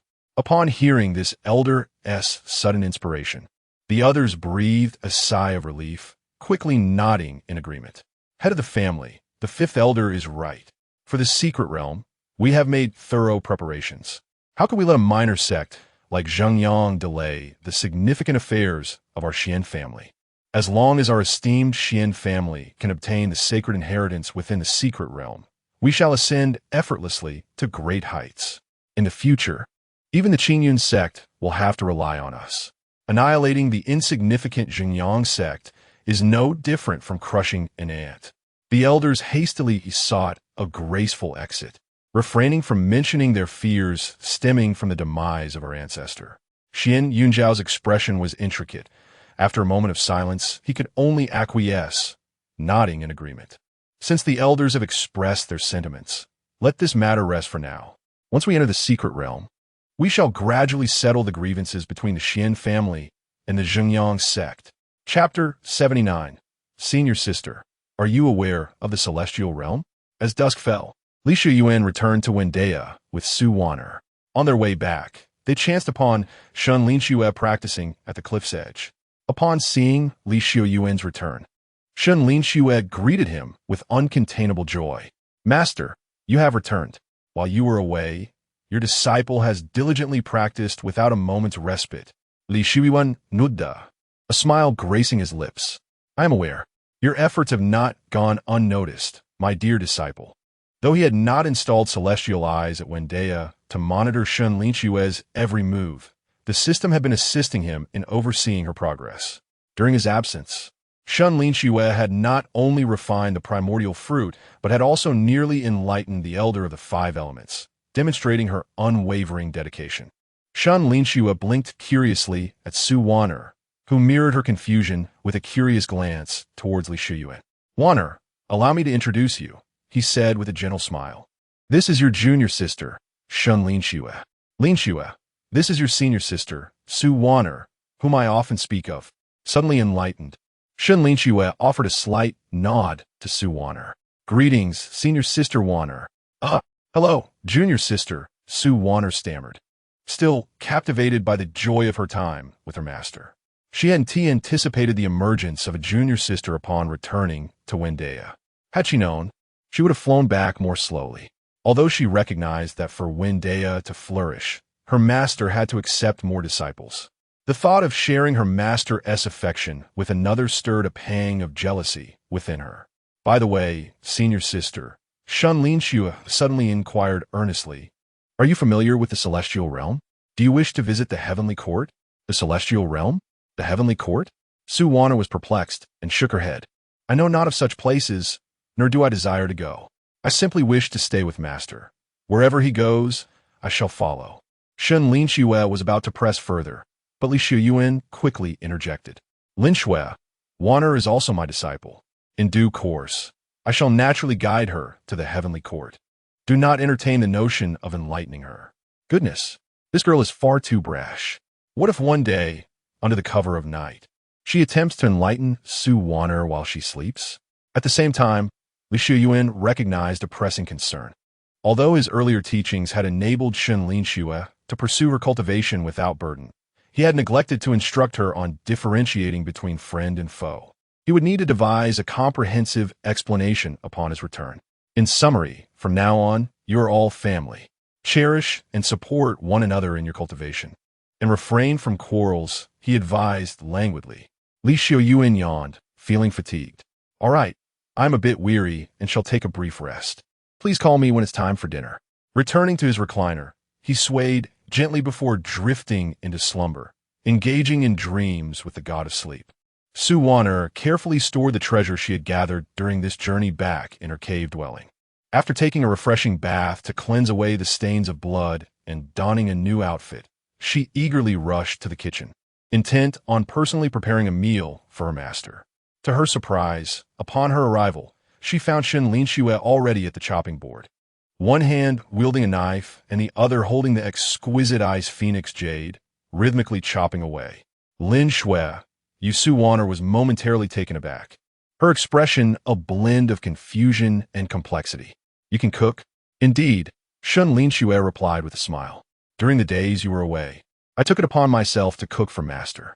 A wave of bittersweet emotion washed over Wan'er, and with a slight pout, she stepped further into the kitchen. "You have truly worked hard, junior sister. However, I know master's palate best. He prefers the meals I prepare. So, let me take over." Shen Linxue, clearly reluctant, was not inclined to relinquish the privilege of cooking for Li Xiuyuan so easily. "Sister Wan'er, you have just returned and must be weary from your travels. This minor task can be entrusted to your junior sister. Then let us cook together. Let us see whose dishes master enjoys more." Li Xiuyuan awoke from his slumber, gradually opening his eyes to find both young women eagerly standing before him, faces alight with excitement. "Master, the meal is ready. Come and eat." Puzzled, he wondered why such a simple task required both of their involvement. Wan'er and Shen Linxue exchanged knowing smiles. "Master, you'll understand once you see." Upon entering the grand hall, he was greeted by a sight that left him both amused and bewildered. For tables had been pushed together to form an expansive 9-foot-long table, laden with 70 or 80 dishes of various culinary delights. "What on earth are you two doing?" Li Xiuyuan inquired, perplexed. "With the three of us, wouldn't 4 dishes suffice? Why prepare a feast fit for an emperor? We could eat for half a month." Shen Linxue chuckled. "Master has worked so hard for us. It's only right that we treat you to a proper meal. This is the ice phoenix jade stewed with the exquisite jade fruit. Do try it." Wan'er promptly took her seat beside Li Xiuyuan, eager to serve him. "Master, this is my specialty, the phoenix feather chicken prepared with 8 immortals peppers. Your favorite. Do taste it and see if my skills have dulled." As the two young women enthusiastically announced the dishes, they vied to fill Li Xiuyuan's bowl, quickly creating a towering mound of food before him. Yet, each remained steadfast in their efforts, leading to an inevitable collapse of the precarious pile. An assortment of delicacies tumbled to the floor, prompting the ever-watchful little white to pounce, devouring the rare treats with abandon, its mouth glistening with grease and eyes sparkling with delight. Thank you, nature, for your bountiful gifts. This meal left Li Xiuyuan feeling more exhausted than a night of rigorous cultivation. Little White, having overindulged, lay sprawled on the ground, struggling even to roll over. Wan'er and Shen Linxue gazed at their master with eager anticipation. Master, what do you think? Between the two of us, whose cooking is superior? After a brief moment of contemplation, Li Xiuyuan smiled and replied, both of your culinary skills are commendable. Henceforth, you shall take turns cooking, one day, for each of you. Prepare only what is necessary for your meal, and no one is permitted to create unnecessary fuss. Understood? Oh. Wan'er and Shen Linxue nodded silently, a tinge of disappointment gracing their expressions, yet they accepted the outcome with grace. By the way, Li Xiuyuan remarked, casting a glance at the table laden with remnants of their meal, ensure that all the plates and bowls are thoroughly cleaned. The one who cooked must do the washing. Each shall be responsible for their own, and no shirking of duty is allowed. Chapter 80. Fortunate to have a master-esque guidance. Otherwise, I would have gone astray after finishing dinner. Li Xiuyuan returned to his cave abode to rest. After a short while, Shen Linxue, having completed her dishwashing first, hurried to find him. Master, I have been diligently practicing the 7 killing hammer these past few days. However, I still find myself perplexed by certain details. Upon hearing Shen Linxue inquire about serious matters, Li Xiuyuan patiently began to guide her. The essence of the 7 killing hammer lies in the principle of overwhelming strength with a singular force. The more formidable your own power, the greater the might you can unleash. Therefore, while practicing the 7 killing hammer, one must also pay attention to the refinement of the physical body. Only when your flesh is sufficiently strong can the 7 killing hammer you wield move mountains and fill seas, splitting the heavens and rending the earth. Second disciple, Shen Linxue deepens her understanding of the 7 killing hammer. Trigger critical hit, 100-fold return. After listening to Li Xiuyuan's explanation, Shen Linxue nodded thoughtfully. Master, I understand, but is it not somewhat inappropriate to use such a lethal technique to enlighten the world? My disciple, that notion is misguided. Li Xiuyuan shook his head, a gentle smile gracing his lips. To enlighten the world is to purify the debts and sins that burden them, and to cleanse those sins. One can only counter violence with violence, and stop killing with killing. To take life is to protect life. To sever karmic ties is not to harm individuals. The more powerful and menacing your technique, the more effectively it can cleanse their sins, liberating them from the ocean of suffering, allowing them to ascend freely and enjoy blessings in the heavenly realm. As he spoke, Li Xiuyuan recalled something else and reminded her, additionally, my disciple, remember this.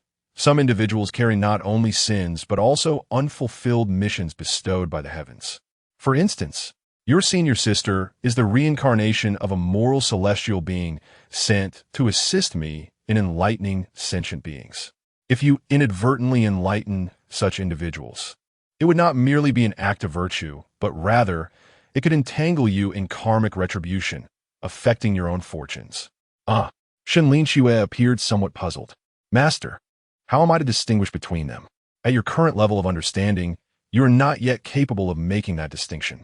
Li Xiuyuan smiled gently. Most of those who are visibly burdened by heavy sins can be safely enlightened.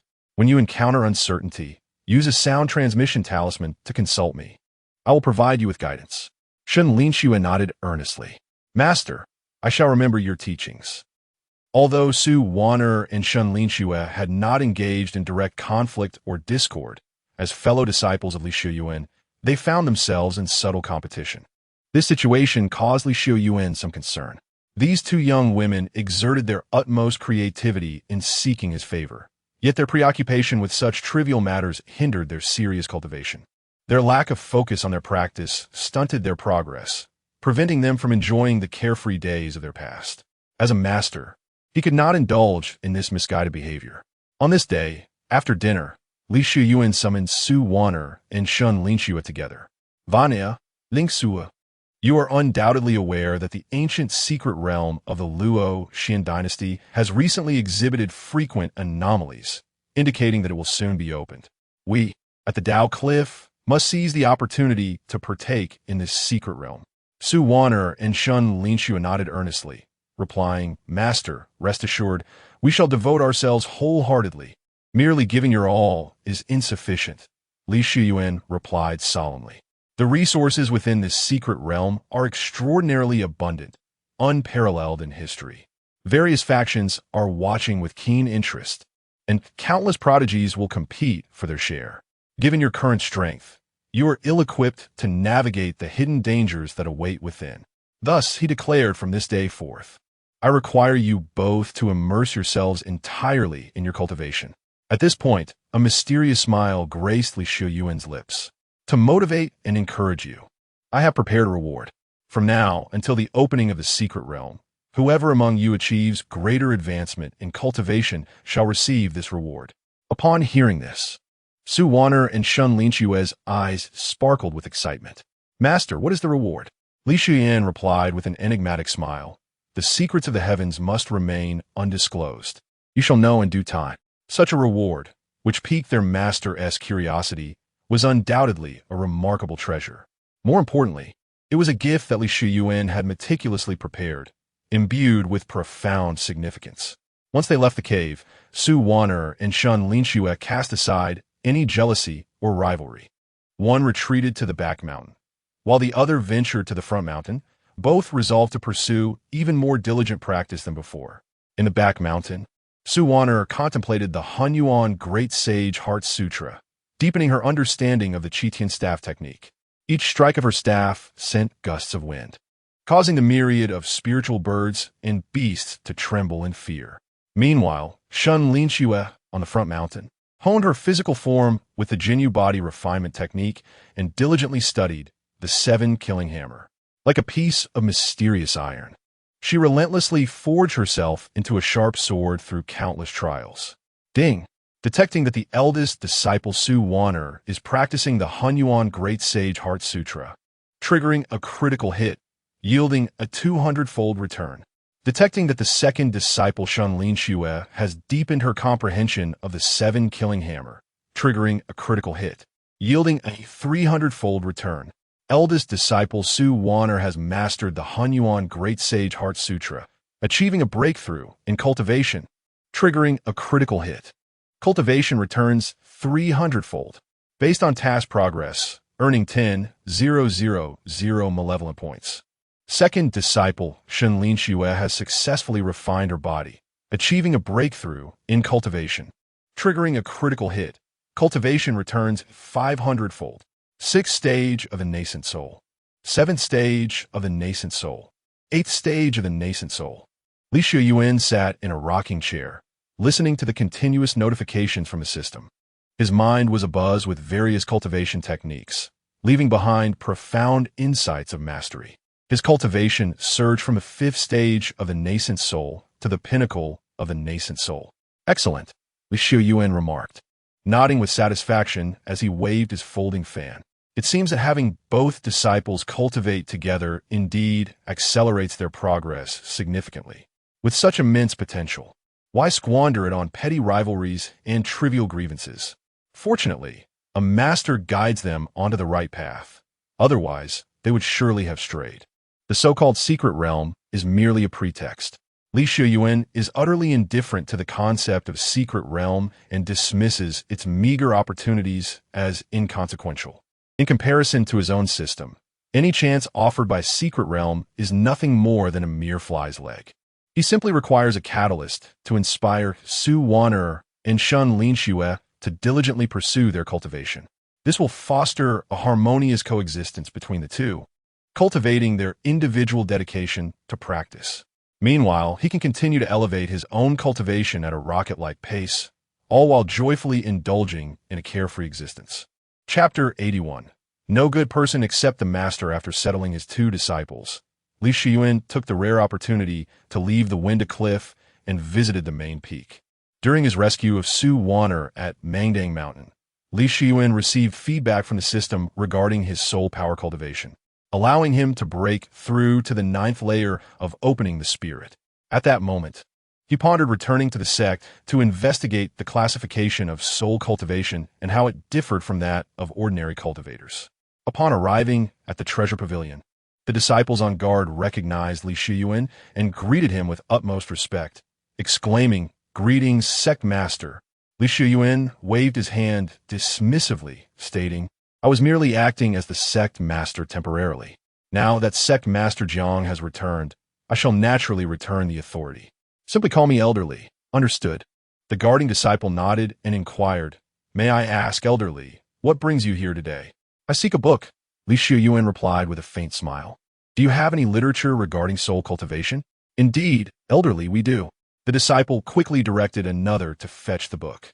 "Hurry to the library and bring Elder Li Xiuyuan's soul cultivation treatise." One disciple promptly departed to retrieve the requested tome. "Thank you," Li Xiuyuan said as he accepted the book and began to peruse it right there. The Xinjiang Soul Cultivation Treatise is the foundational soul cultivation manual of Xinjiang sect. The sect is not particularly renowned for soul cultivation and has not produced many famous soul cultivators. As such, this book serves merely as an introductory guide, elucidating the fundamental principles and realms of soul cultivation. Generally, cultivators are categorized into 3 paths: body cultivation, chi cultivation, and soul cultivation. In principle, these 3 paths converge at the same destination and bear no hierarchical distinctions. However, in reality, soul cultivation possesses a significantly higher threshold and difficulty compared to body and chi cultivation. The practice of soul cultivation relies on mental strength to enhance soul power, thereby elevating one's cultivation level. The materials required for strengthening soul power are exceptionally rare and precious. Moreover, the process demands meticulous care, as the risks of losing one's way in madness are considerably higher than in body or chi cultivation. The foundational realm of soul cultivation is the opening spirit realm, followed sequentially by the clear illumination, ethereal transformation, soul palace, primordial spirit, soul flow, out-of-body, calamity sea, supreme, and return to truth realms. These 10 realms correspond to the 10 realms of chi cultivation, each major realm encompassing 9 minor layers. For instance, being at the peak of the nascent soul stage corresponds to the pinnacle of the primordial spirit realm in soul cultivation. Soul cultivation not only entails an arduous path, but also presents a formidable entry barrier. To become a top-tier soul cultivator, one must either possess a premier soul cultivation technique or be granted the opportunity to inherit the remnants of an ancient, powerful soul. Thus, it appears that only Wan'er has the potential to become a soul cultivator. Within Su Wan'er's sea of consciousness resides the remnant soul of Luo Qingxuan. Although this empress is considerably distant from the true ancient powers, having Luo Qingxuan's assistance gives her a head start that surpasses 90% of soul cultivators. Li Xiuyuan returned the Xinjiang Soul Cultivation Treatise to the disciple and inquired with a gentle smile, "Do we possess any materials for soul cultivation in our treasure pavilion?" The guarding disciple hesitated, looking troubled. "We do have some. However, Elderly, these resources cannot be given to you." Li Xiuyuan raised an eyebrow with interest. "Why is that?" "Due to this batch of materials being reserved by another elder." The disciple guarding the pavilion responded that the individual had provided spiritual stones and instructed the purchasing disciples to retrieve them. Moreover, someone would soon come to collect them. If Elderly were to take them, it would be difficult for us to explain. Li Xiuyuan, puzzled, inquired whether there were any soul cultivation elders in the Xinjiang sect. He was informed that it was the esteemed Qing Mingzhenren. Qing Mingzhenren? Li Xiuyuan was taken aback, then broke into a grin that simplifies matters. "Pack them all for me." "Ah." The disciple guarding the pavilion hesitantly replied, "Elderly, this might not be appropriate." "What could possibly be inappropriate?" Li Xiuyuan replied with a grin, "Rest assured, my relationship with Qing Mingzhenren is excellent. Assisting him in acquiring some resources is trivial. If Qing Mingzhenren comes seeking trouble, direct him to me." Unable to resist, the disciple reluctantly retrieved the batch of resources and allowed Li Xiuyuan to take them. Upon returning to the cliff of inquiry, Li Xiuyuan retreated into his cave to enter seclusion. Earlier, he had drawn a refining furnace and the supreme alchemy technique, which were perfect for refining these resources into Zhenghun pills to later gift to Wan'er. Li Xiuyuan directly transmitted a message to his two beloved disciples, informing them of his impending alchemical retreat and advising them not to disturb him. By evening, Wan'er and Shen Linxue refrained from calling on him and had their dinner instead. During their meal, Wan'er earnestly stated, "Junior sister Linxue, do you realize that our Xinjiang sect harbors many nefarious individuals?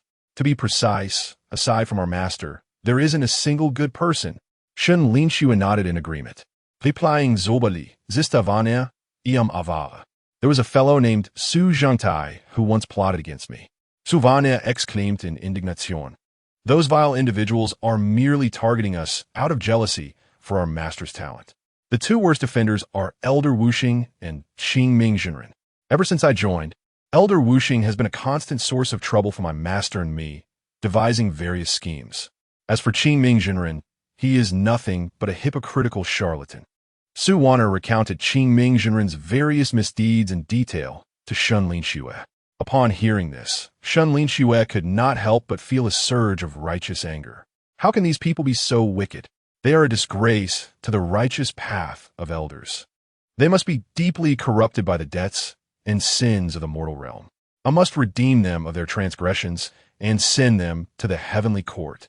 Wan'er stated solemnly. In summary, junior sister Linxue, I share this with you to serve as a warning.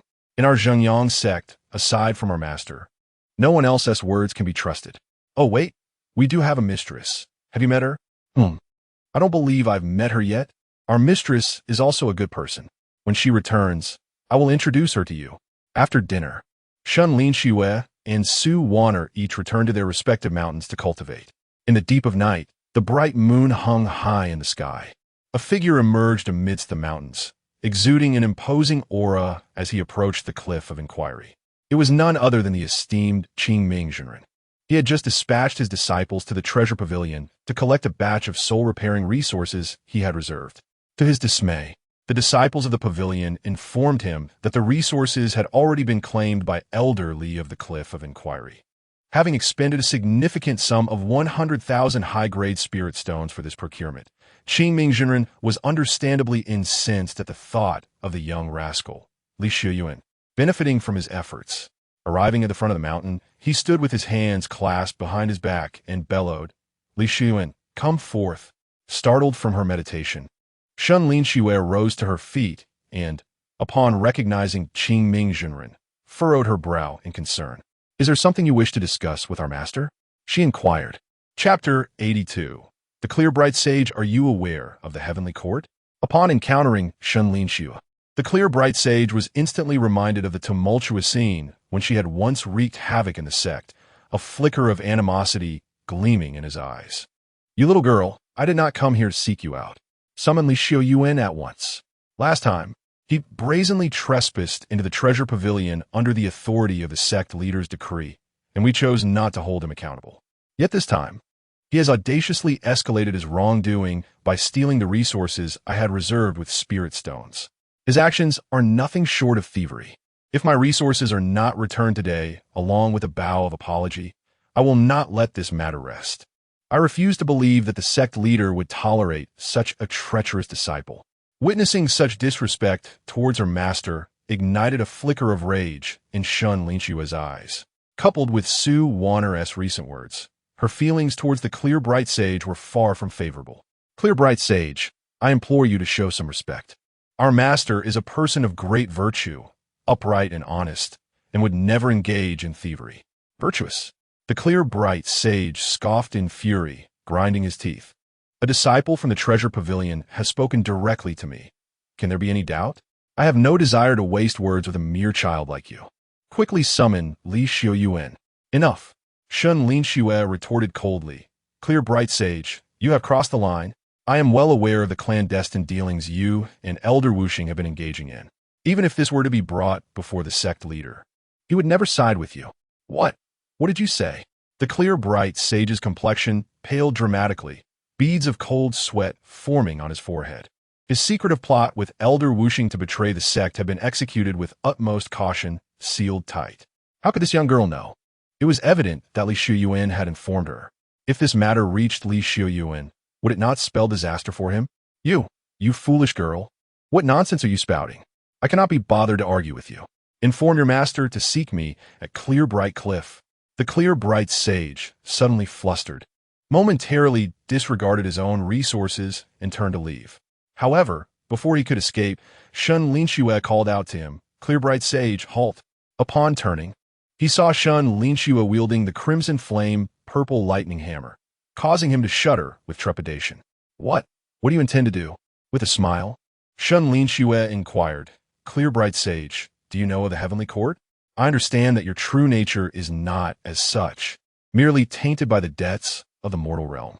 Fear not, I shall assist you in cleansing your sins, liberating you from this sea of suffering, and guiding you to that beautiful place." The Clear Bright sage stood there dumbfounded. What are you saying? In the next moment, Shen Linxue wasted no time, raising her hammers and striking fiercely towards him. The crimson flame purple lightning hammer crackled with lightning, resonating with a fierce, thunderous roar. The Clear Bright sage's face went pale with fear, exclaiming, You dare to strike against your elder." He was acutely aware that he was no longer a match for Li Xiuyuan. However, the events of today are entirely the fault of Li Xiuyuan, who acted unreasonably from the outset. Even if this matter were to reach the sect leader, he would still be in the right, which emboldened him to confront his accuser alone and without fear. Yet, the esteemed Qingming Jinren could never have anticipated that not only was Li Xiuyuan aware of his clandestine schemes, but he even dared to strike at him with lethal intent. Qingming Jinren was filled with regret, lamenting that he should have accepted the silent humiliation rather than willingly seek his own suffering. At the Cliff of Inquiry, there existed a barrier set by Li Xiuyuan, allowing only those he deemed worthy to wield spiritual power. In this moment, Qingming Jinren felt as defenseless as an unarmed elder, utterly incapable of protecting himself. With a resounding crack, Shen Linxue's twin hammers collided with Qingming Jinren's shoulders, shattering his collarbone and eliciting a heart-wrenching scream. You wretched girl. Cease at once. I will not let you go unpunished for treating me in such a manner." Shen Linxue furrowed her delicate brows, musing aloud. "Unable to be redeemed? It seems your sins indeed weigh heavily upon you." Nevertheless, she reassured him, "Fear not, for I shall exert every effort to save you." Though Qingming Jinren hailed from a lineage of physical cultivators, his powers had been sealed. Yet, even in this impaired state, he possessed considerable physical strength. Despite enduring numerous blows from Shen Linxue, he persisted, though merely clinging to life by a thread. His limbs were shattered, his bones crushed, and his teeth lay scattered. He lay upon the ground, his body resembling that of a rag doll, his once dignified visage now resembling a battered face, teetering on the brink of death. How exhausting! Shen Linxue sighed, wiping the sweat from her brow, a triumphant smile gracing her lips. "At last, my efforts are nearing fruition. Rest assured, with one final strike, you shall find your release." As Shen Linxue raised her fiery purple hammer, poised to deliver the final blow, Wan'er rushed in, calling out, "Linxue, stop." Shen Linxue halted, the hammer suspended in mid-air, perplexed. "Sister Wan'er, what brings you here?" Wan'er stepped forward, casting a glance at the pitiful, mud-like form of Qingming Jinren. Without reproach toward Shen Linxue, she stated with gravity, "While it is justified for you to teach this scoundrel a lesson, he cannot be killed just yet." Shen Linxue paused, momentarily recalling her master's words. Some individuals are burdened not only by their sins, but also by unresolved destinies. Should she fail to redeem such souls and alter their karmic paths, her own merits would be affected. It was clear that this was the reason Sister Wan'er had come to intervene. "Sister, I understand," Shen Linxue replied, retracting her fiery hammer. "What then shall we do with him?" Wan'er pondered briefly before smiling. "It is quite simple. Linxue, please fetch me a sign." Immediately, Shen Linxue and Wan'er together dragged Qingming Jinren down the mountain. They inscribed the words "deceitful" and "hypocritical" upon a wooden plaque and hung it around his neck. Meanwhile, within the confines of his cave, Li Xiuyuan was interrupted by the system's voice resonating in his ears. The second disciple, Shen Linxue, nearly transformed the esteemed Qingming Zhenren. The eldest disciple, Wan'er, has humiliated Qingming Zhenren, her malevolence reaching its zenith. Reward acquired: 60,000 points of malevolence. Current malevolence points: 230,000. These two treasure disciples are causing a stir again. A sudden reward of 60,000 points. It seems that the old fellow Qingming has been thoroughly dealt with. Li Xiuyuan understood that Qingming Zhenren was most likely drawn here for that batch of resources, only to be jointly subdued by his two beloved apprentices. He did not dwell on it for long, and promptly initiated a draw of 200 times. Beep! Malevolence points have been deducted. Current balance: 170,000. Acquired divine grade medicinal herb, soul, jade heart herb. Acquired divine grade magical artifact, 10,000 souls banner. Chapter 83. The manifestation of ominous signs. The secret realm awaits. Spirit jade heartgrass. Asuplas milagrosa Li Xiuyuan's lips. What a remarkable treasure. Originally, the resources belonging to the esteemed Qingming had been intended for the refinement of a single true spirit pill designed to enhance spiritual strength and nourish the soul, equivalent to the effects of 100 bottles of soul-nurturing liquid. However, with the incorporation of the divine spirit jade heartgrass into the same formula, one could concoct the extraordinary heavenly heart true spirit pill. This not only significantly amplifies the enhancement of spiritual power, far surpassing the ordinary true spirit pill by 100-fold, but also serves as an exceptionally rare tonic for the spiritual body. Without hesitation, Li Xiuyuan opened the furnace and snapped the spirit jade heartgrass into two, casting it within. He then reclined back into his rocking chair, stretching lazily, prepared to doze off. Just as he was succumbing to slumber, a brilliant beam of light suddenly flooded through the window. Turning his head, he was astonished to see a radiant yellow pillar of light shooting up from the distant sky. The pillar soared into the clouds, resembling an infinitely long sword of light piercing the heavens. Even from 1,000 miles away, one could distinctly feel its overwhelming spiritual energy. Yet, Li Xiuyuan merely cast a fleeting glance before casually drawing the curtains, placing a fan over his face, and soon began to snore. This luminous pillar heralded the opening of the ancient secret realm, Juelong Gorge. There were still nearly 2 months until the realm would officially open, yet the spiritual energy within was already unable to contain itself, bursting forth from its confines. Such a remarkable phenomenon inevitably drew the attention of various factions, especially those powerful forces determined to seize this opportunity, who were filled with exhilaration. Within the halls of the Xian family, numerous young prodigies had gathered, each face alight with excitement, eagerly rubbing their hands together, brimming with fighting spirit. 2 middle-aged men sat before them, exuding expressions of admiration and approval. Seated on the left throne was Xian Yinzhao, the head of the Xian family, while on the right, in the guest seat, sat Zhao Lingming, the head of the Zhao family. As 2 of the most formidable clans in the Luoxian dynasty, the Xian and Zhao families shared deep ties and frequently engaged in mutual benefit. With the ancient secret realm about to open, factions were poised with keen interest.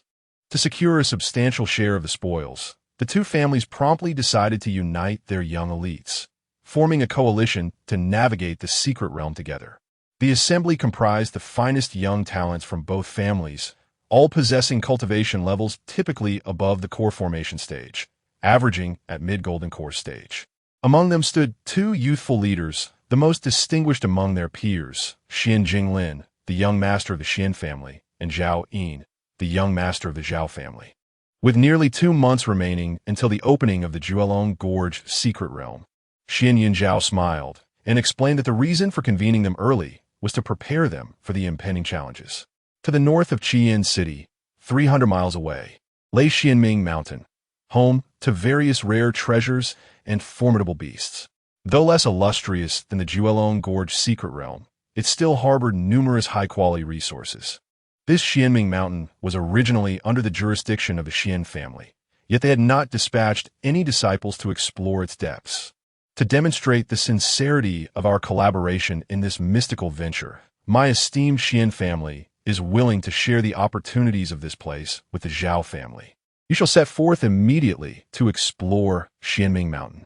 Firstly, to seek out fortuitous encounters that will bolster your own strength.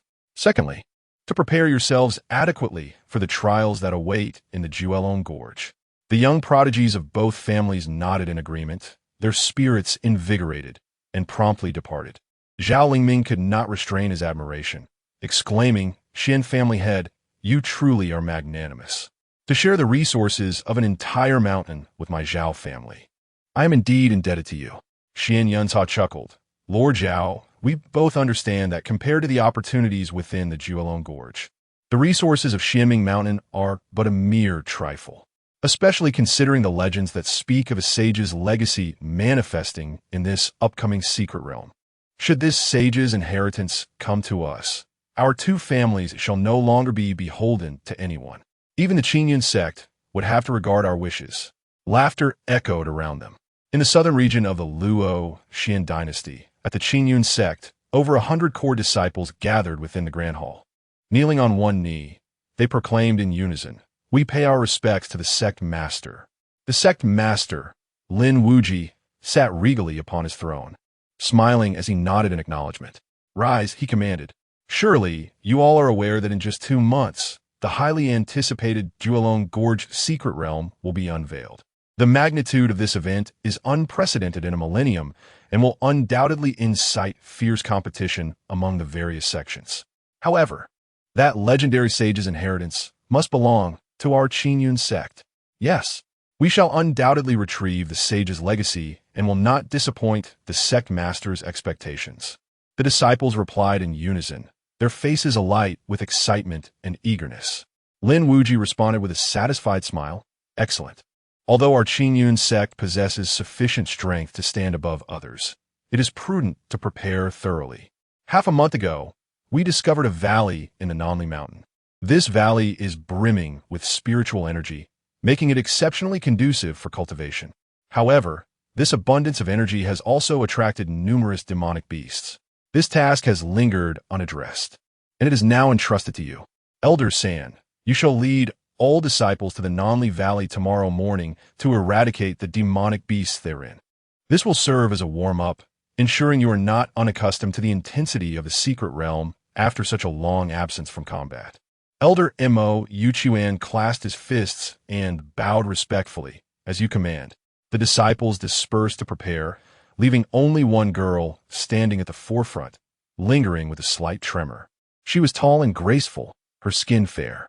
A cascade of dark hair fell to her shoulders, and her bright eyes sparkled like the stars.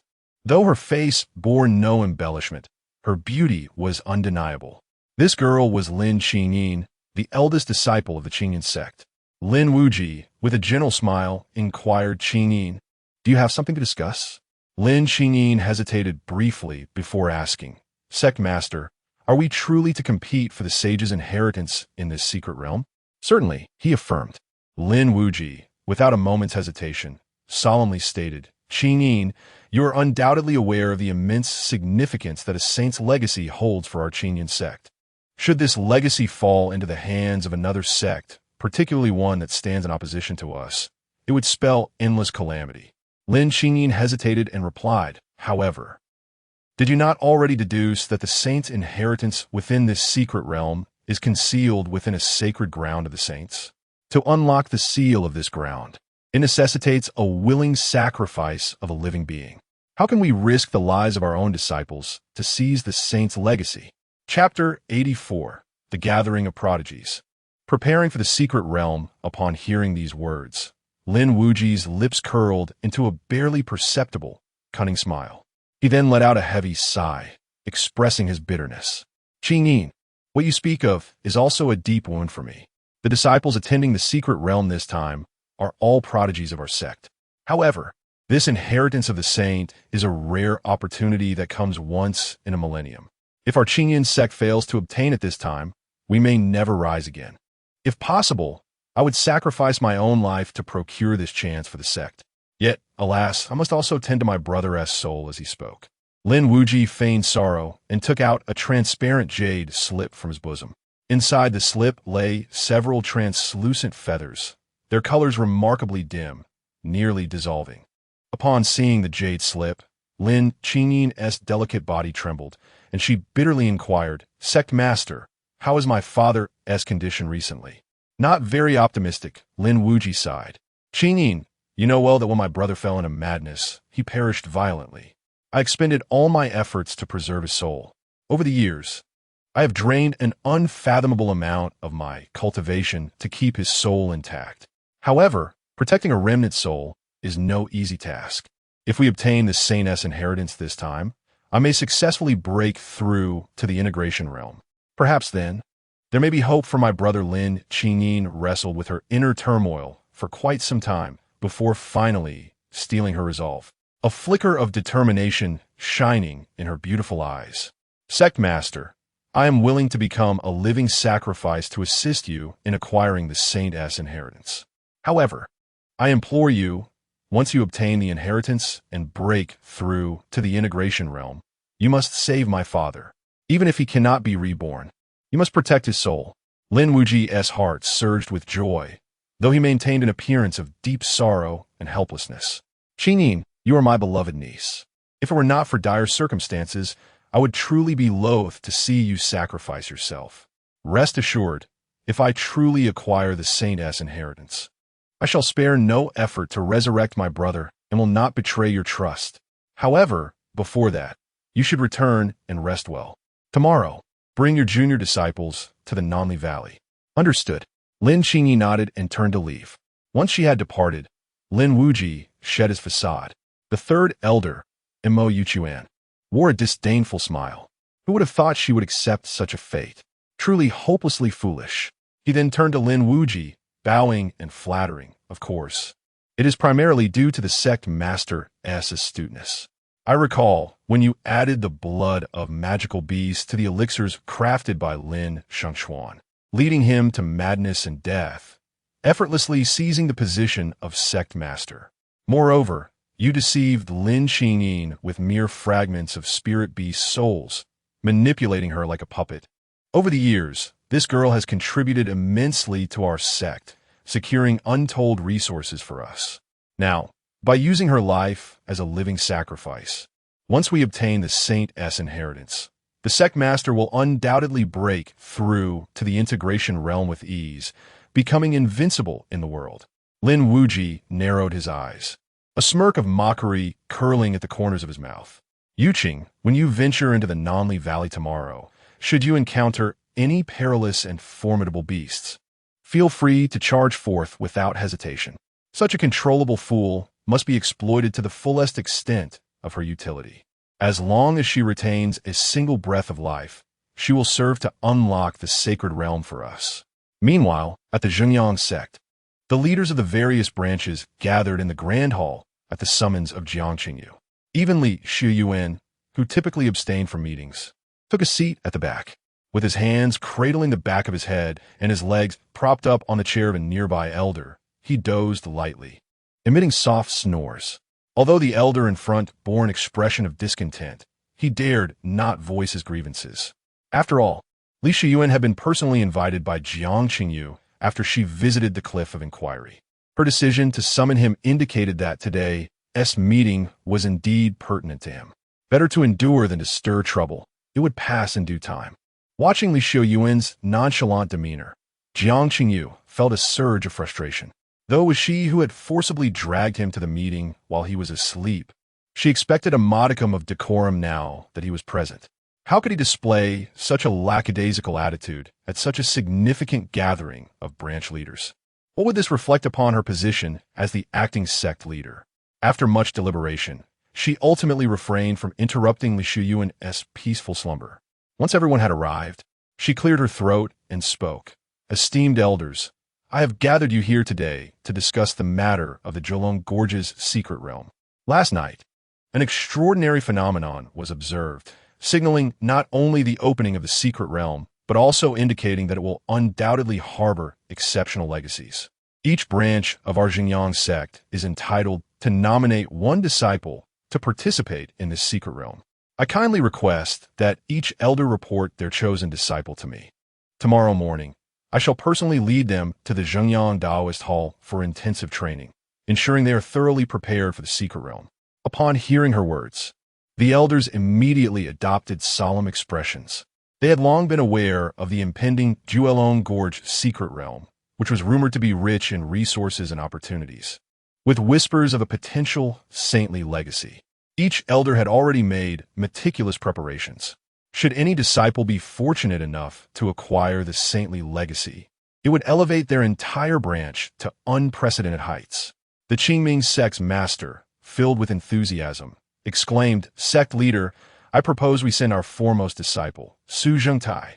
He has devoted himself to rigorous training in anticipation of this secret realm and will undoubtedly bring glory to our sect."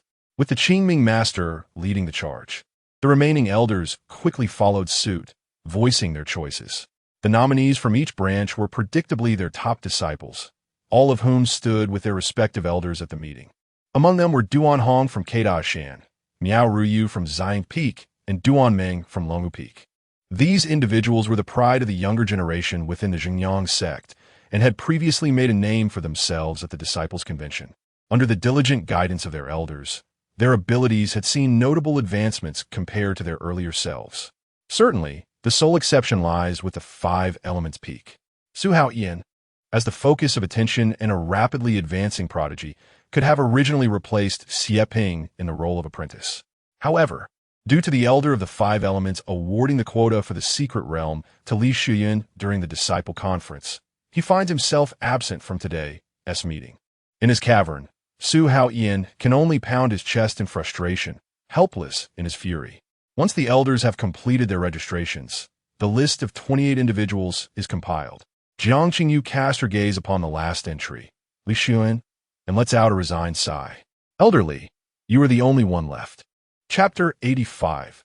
Kneel down and apologize to Elder Li. Li Xiuyuan opened his eyes and lazily yawned. Is there really a need for further explanation? We have 2 slots at the Taoist Cliff, and I only possess 2 disciples. Naturally, they should be granted the opportunity. Upon hearing this, the other elders displayed expressions of envy. To them, such a coveted opportunity seemed like a rare gem, yet Li Xiuyuan spoke of it so nonchalantly. Truly, it was a source of great envy for others. Very well, the list of 30 individuals is thus finalized. Have Wan'er and Li Xiuyuan come to see me first thing tomorrow. I shall conduct an intensive training session with them. Jiang Qingyu silently rejoiced, thankful that Li Xiuyuan had not concocted any peculiar schemes. However, before she could exhale in relief, Li Xiuyuan languidly continued, there are 2 additional matters to address. First, my 2 disciples shall not participate in the training session. What? At this proclamation, the elders immediately displayed looks of indignation. It has been a time-honored tradition for the sect leader to personally lead the disciples in training before entering the official secret realm. This has been the custom for centuries. Without participating in training, how can they foster the necessary synergy once inside the secret realm? Elderly, one elder interjected, "While you are indeed quite reclusive, must you always be so unconventional?" Li Xiuyuan shrugged, replying, "My disciples are rather shy and do not blend well with others. The progress made in a group setting cannot compare to their individual training. Why should we invert the order of things? As for synergy in the secret realm, your disciples can coordinate amongst themselves. I shall ensure my disciples can adapt as needed. If anyone finds this arrangement unfair, let your favored disciples spar with mine. Any one of them will suffice. Instead of wasting time in idle chatter, let us speak through strength." The elders ground their teeth in frustration, yet felt powerless. Although Li Xiuyuan possessed merely 2 disciples, they were both notorious figures within the sect. One had claimed victory at the disciple conference with overwhelming force and had a penchant for skinning opponents alive at the slightest disagreement. The other had recently unleashed a massacre within the sect and had yet to face any repercussions. With the secret realms opening imminent, all elders were eager for their disciples to bring glory to themselves. Who would willingly send their prized disciples into danger at such a critical moment? Faced with Li Xiuyuan's obstinacy, the elders turned their gaze toward Jiang Qingyu, hoping she would take charge. Jiang Qingyu pressed her fingers against her temples, feeling a headache coming on. After much contemplation, she reluctantly nodded. Very well. In that case, the disciples from the Taoist cliff shall not participate in the training sessions. Once the date for entering the secret realm is determined, I shall send word to you. Thank you. Li Xiuyuan had anticipated Jiang Qingyu's agreement and nodded with a smile. Although the elders felt somewhat disgruntled, with the sect leader having already conceded, they opted not to voice further objections. Secondly, Li Xiuyuan's gaze swept over the elders before finally settling on real person Qingming. The latter instantly felt a chill run down his spine and, with a hint of unease, inquired, "What do you want from me?" Li Xiuyuan remarked nonchalantly, "Your disciple may participate in the training for the sake of camaraderie. However, it will be prudent for him to abstain from the official secret realm." Upon hearing this, the elders were once again taken aback. Although the discord between Li Xiuyuan and Elder Wuxing, as well as the esteemed Qingming, had long been common knowledge, none anticipated that Li Xiuyuan would so brazenly confront Qingming during such a significant assembly. "What did you say?" Su Zhengtai, standing behind, was caught off guard by the unexpected attack, his fury igniting. Qingming's expression darkened, and he coldly retorted, "Li Xiuyuan, your vendetta is glaringly evident." Li Xiuyuan shrugged with a smile. "I bear no personal grudge. I act solely in consideration of the greater good." Qingming, incensed, demanded, "Then enlighten me. Why must my disciple be barred from the secret realm?" "Because his character is despicable and his conduct appalling," Li Xiuyuan replied without hesitation. "Previously, he lured my disciple Lin Xiuyuan out for training, colluding with the disciples of Linxiao sect to endanger my student's life. When they were bested by my disciple, they returned to falsely accuse him of betraying his peers. My disciple not only faced injustice, but also suffered profound emotional trauma. I have shown you considerable leniency by sparing his life. Elders," he implored, "can you truly trust such a traitor, one who undermines his comrades, to enter the secret realm alongside your beloved disciples?" The elders fell silent, their expressions growing increasingly complex. They were uncertain about whether Su Zhengtai had indeed framed Shen Linxue. However, they had witnessed firsthand the aftermath of Shen Linxue's wrath, which left the Grand Hall awash in blood. Had it not been for Li Xiuyuan's protection, Shen Linxue would likely have faced severe disciplinary action. They were astonished that he would dare to bring this matter to light today. "You speak nonsense." Su Zhengtai roared in a fit of rage. "It was Shen Linxue who conspired with Linxiao sect to bring about the demise of several of our junior brothers. You not only shield your disciples' misdeeds, but now seek to turn the tables on me? It is you who lacks integrity and deserves expulsion from the sect." Li Xiuyuan dismissed Su Zhengtai's outburst, not even deigning to spare him a glance. Instead, he cast a significant look toward Qingming, smiling as he said, "Qingming, I have said all that needs to be said. As for what to do next, you must weigh it carefully." Having seized Qingming's resources at the treasure pavilion the previous day, Li Xiuyuan noted that when Qingming had come seeking retribution, he had instead received a sound thrashing from Li's disciple.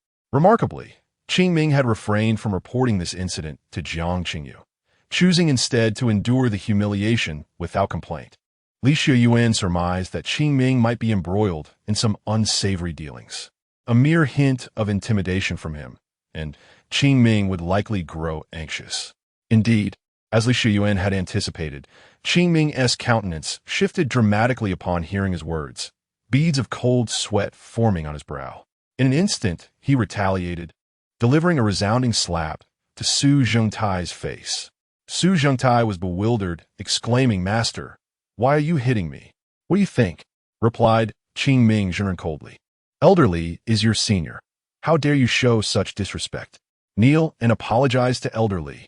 A slight twitch appeared at the corner of Su Zhengtai's mouth, his face alternating between shades of anger and humiliation. They had already been bullied to the point where their sect was at risk of being stripped of their qualifications to participate in the secret realm.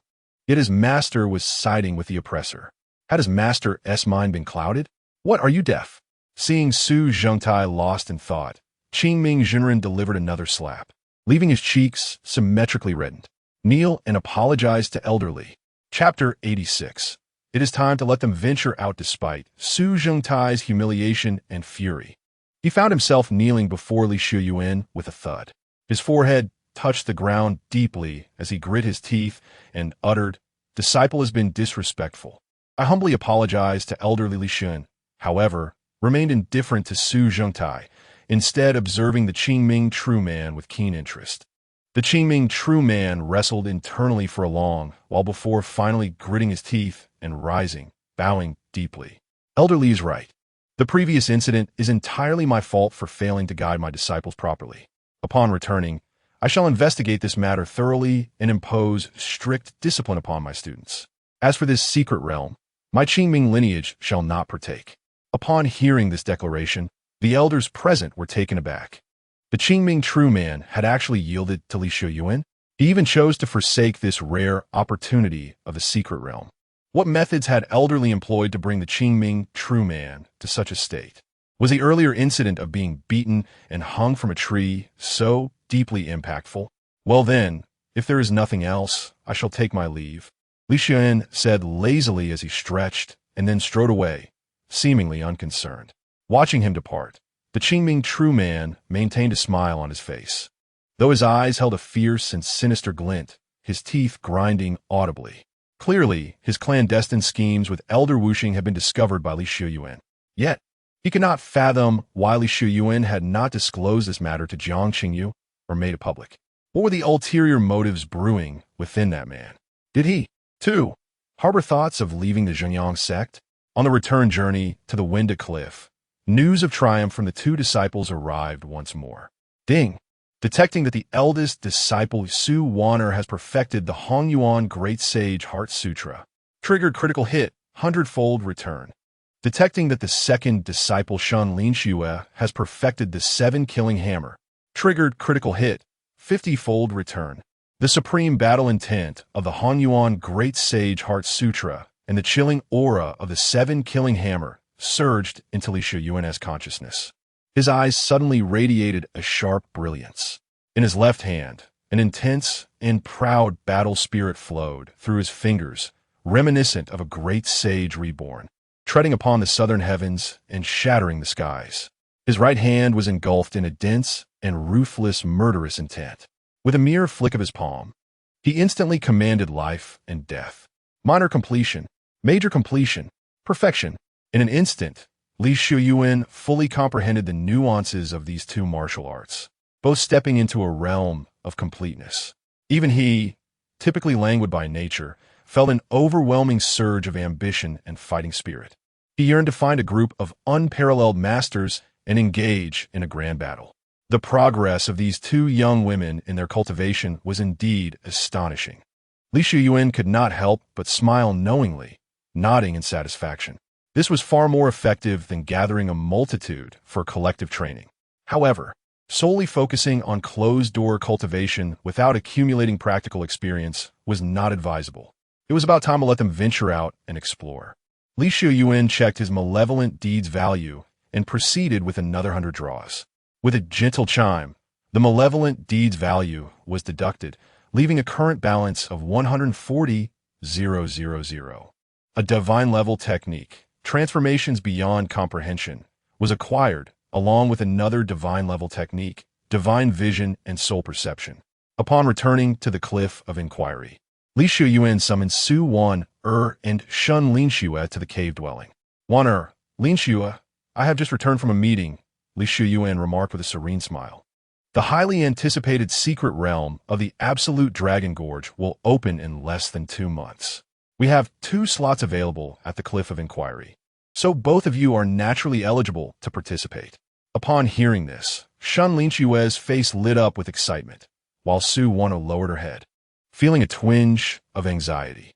"Master, I have heard that disciples participating in the secret realm must gather together for intensive training led by the sect leader. I wish to remain at the Cliff of Inquiry and not leave your side." Shen Linxue echoed her sentiments. "I too do not wish to partake in any training. Staying by Master S side fuels our motivation to cultivate." Li Xiuyuan waved his hand dismissively, chuckling, "I anticipated your reluctance to join any training sessions. Thus, I declare at the meeting that we at the Cliff of Inquiry will only partake in the secret realm and will not engage in training." Master is the best. Before the two could revel in their joy, Li Xiuyuan continued at a measured pace. However, even though you will not participate in training with disciples from other sects, it is essential that you venture out for some practical experience before the secret realm opens. Wan'er and Shen Linxue exchanged puzzled glances. Master, where shall we go for our training? Anywhere you desire, Li Xiuyuan replied with a gentle smile. The world is vast and boundless. Wherever your hearts lead, opportunities abound. The finest swords are forged through rigorous tempering, and the fragrance of plum blossoms arises from the bitter cold. Remaining on the mountain, closed off from the world, no matter how powerful your cultivation becomes, is insufficient. It is only through exploration and witnessing the vastness of the heavens that one can truly comprehend their own insignificance. Li Xiuyuan, of course, cherished the presence of both disciples by his side, enjoying the comforts of having them close. Yet, he understood that for them to achieve meaningful breakthroughs in their cultivation, they must venture forth into the world.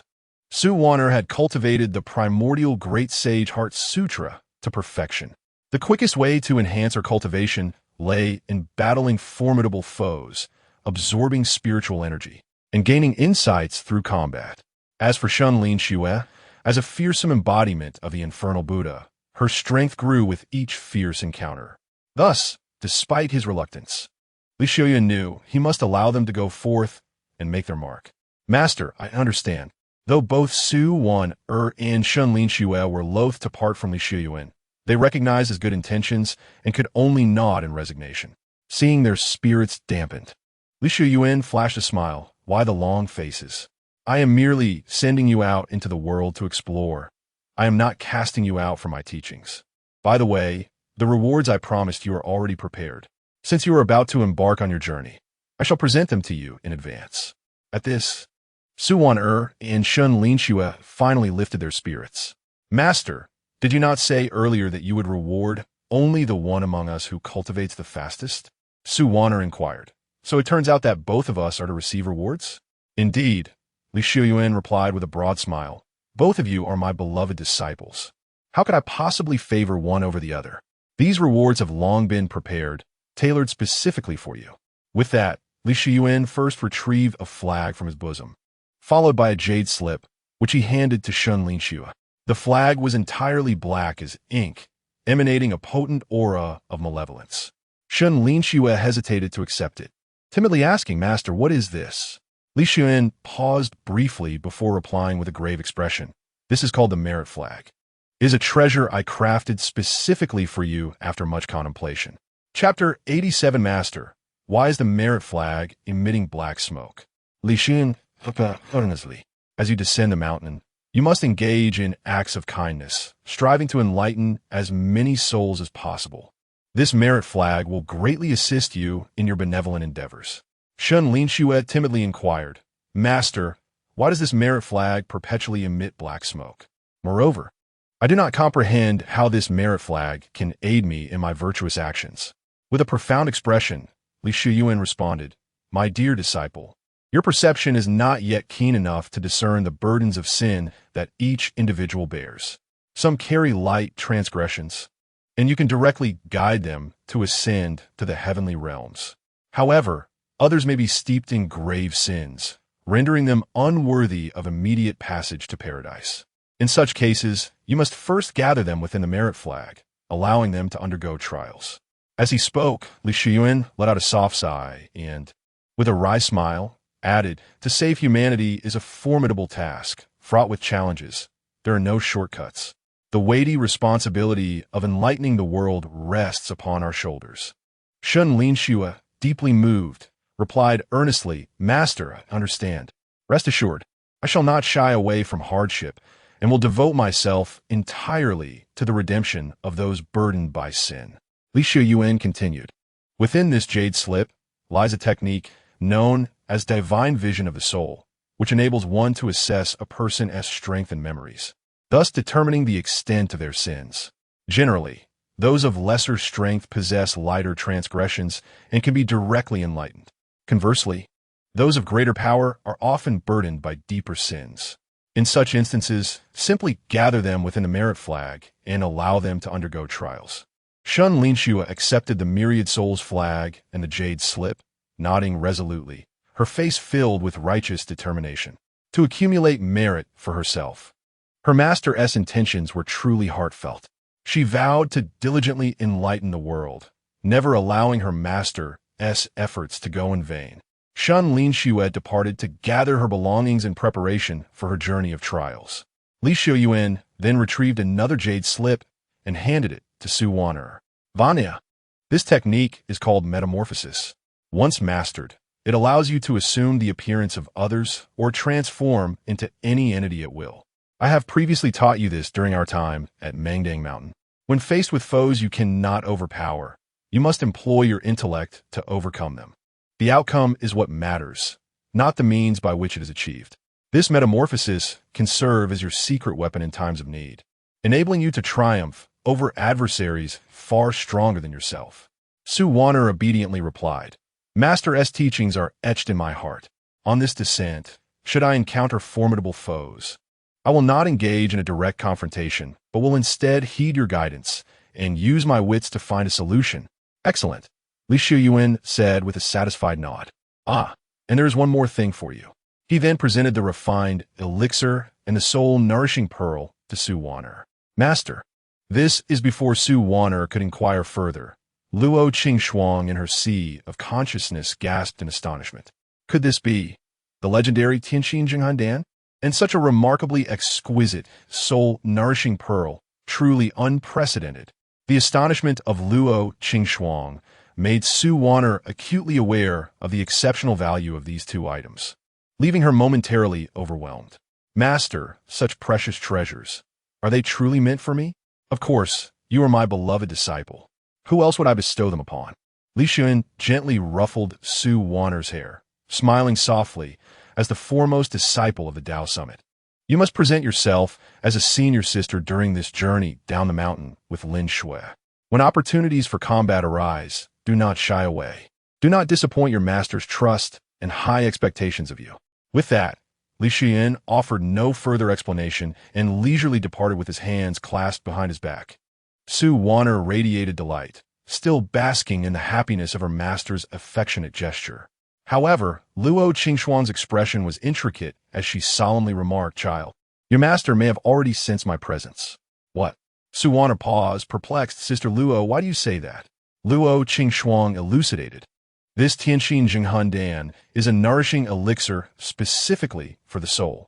Typically, only those ancient powers, whose physical forms have perished and souls have been damaged, possess the means to utilize such medicinal treasures to replenish their spiritual energy.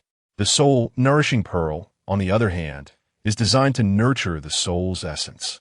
As I reside within your consciousness, my spiritual energy continuously wanes. Yet if I were within the soul-nourishing pearl, not only would I not weaken, but I could gradually rejuvenate my spiritual power. These two items hold no benefit for your cultivation. However, for me, they are invaluable treasures. Do you not wonder why your master would gift you these two treasures without cause? Wan'er tilted her head, her expression one of confusion. Yet she soon waved her hand, smiling as she replied, Sister Luo, why overthink it? If these treasures are beneficial to you, then they are indeed good things. As for whether he has sensed you, what does it matter? I trust that my master would never harm me, nor would he pose any threat to you. Before long, Wan'er and Shen Linxue had gathered their belongings. The three shared a meal together, after which the two young women bid farewell to Li Xiuyuan and set off from the Tao Summit. Once Wan'er and Shen Linxue had departed, Li Xiuyuan, noticing the clear and sunny day, moved a lounge chair to the courtyard. He reclined beneath the trees, preparing to bask in the sun and take a nap. In the past, when Wan'er and Shen Linxue were around, Little White usually hid away, for discovery would inevitably lead to a thorough and vigorous tussle. Only when the two formidable girls had left did Little White muster the courage to emerge from the shadows. With its short legs, it trotted into the courtyard and leapt onto Li Xiuyuan's lap, curling up to bask in the sun and nap alongside him. The gentle summer breeze and pleasant sunshine created a harmonious scene of tranquility between man and cat, epitomizing the serenity of the passage of time. Before long, evening fell.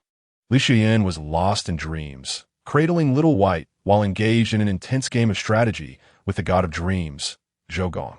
Suddenly, a discordant voice pierced through, rousing him from his serene slumber.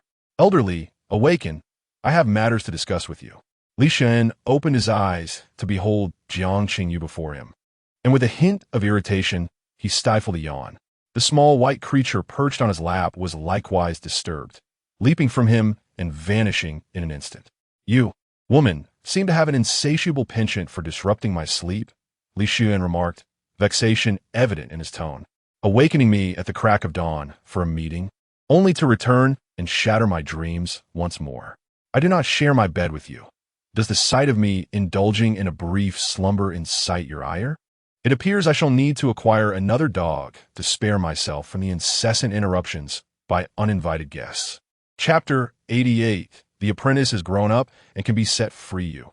Jiang Qingyu gritted her silver teeth in indignation, her composure slipping. Typically, she would summon any elder or disciple directly to her presence. Yet, whenever she sought out Li Xiuyuan, she had to make a lengthy journey to ask at the Dao Cliff, enduring his sarcastic jibes. This acting sect master was, indeed, enduring too much humiliation. Understanding Li Xiuyuan's temperament, Jiang Qingyu had no desire to engage in a debate. She got straight to the point, stating that there was a task she wished him to undertake. "I won't go," Li Xiuyuan declared without a hint of hesitation, firmly refusing as he once again covered his face with a fan. Was this woman out of her mind, asking him to undertake a mission? As a dignified elder of his lineage, he lacked for nothing. Food and drink were plentiful.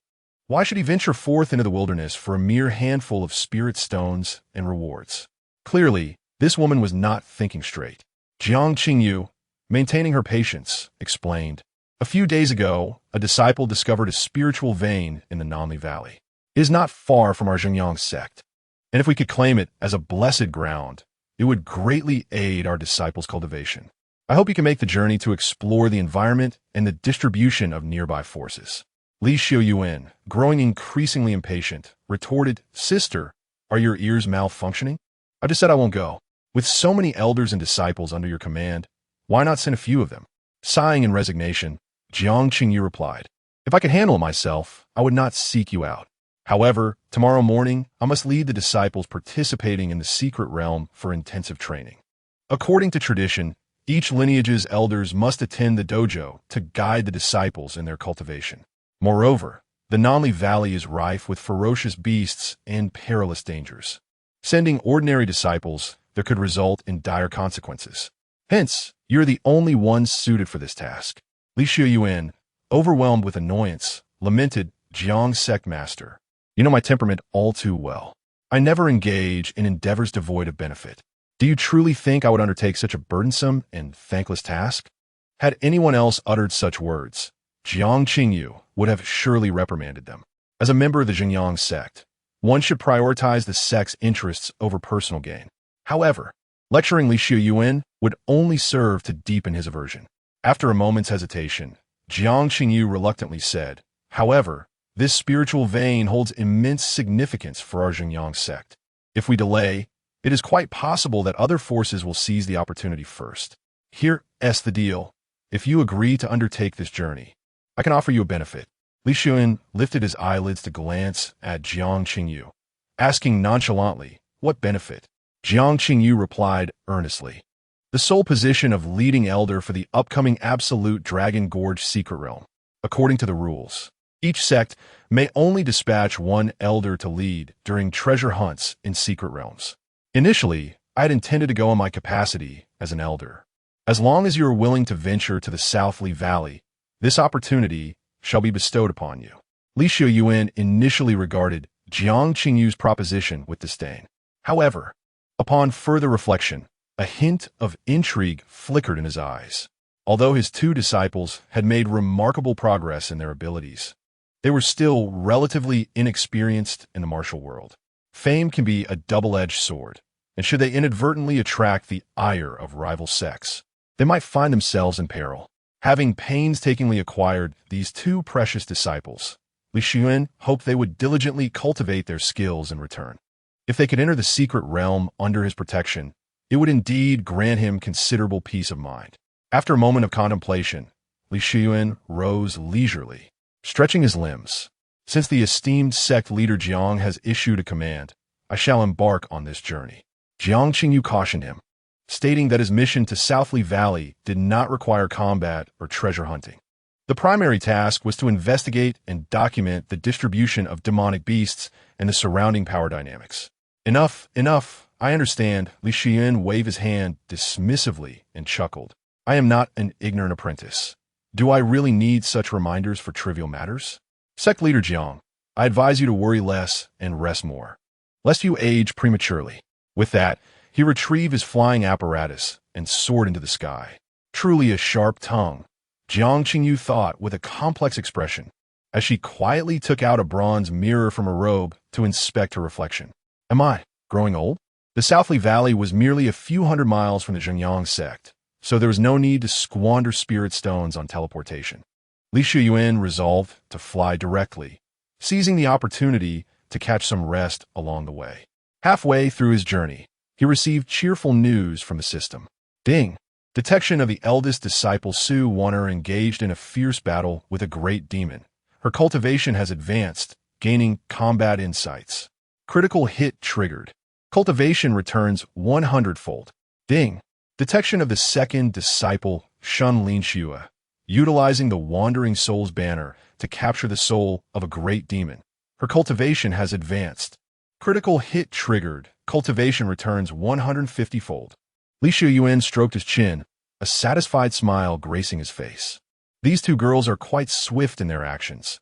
They've already begun to stir trouble. Allowing them to venture forth was indeed a prudent choice.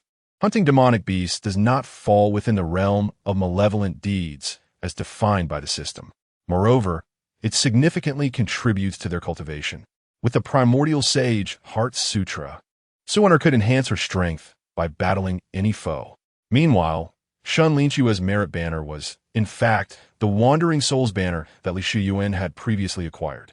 It could imprison the souls of living beings within the banner, subjecting them to refinement and torment, ensuring they could never reincarnate. The more souls absorbed, the greater the power of the Wandering Soul's banner, and it would also facilitate Shen Linxue's cultivation. As long as these two continued to create disturbances, they would consistently elevate their strength, ultimately benefiting him as well. Li Xiuyuan could not help but reflect on how his disciples had finally matured, allowing him to release them into the world. At that moment, the communication talisman in his possession suddenly illuminated.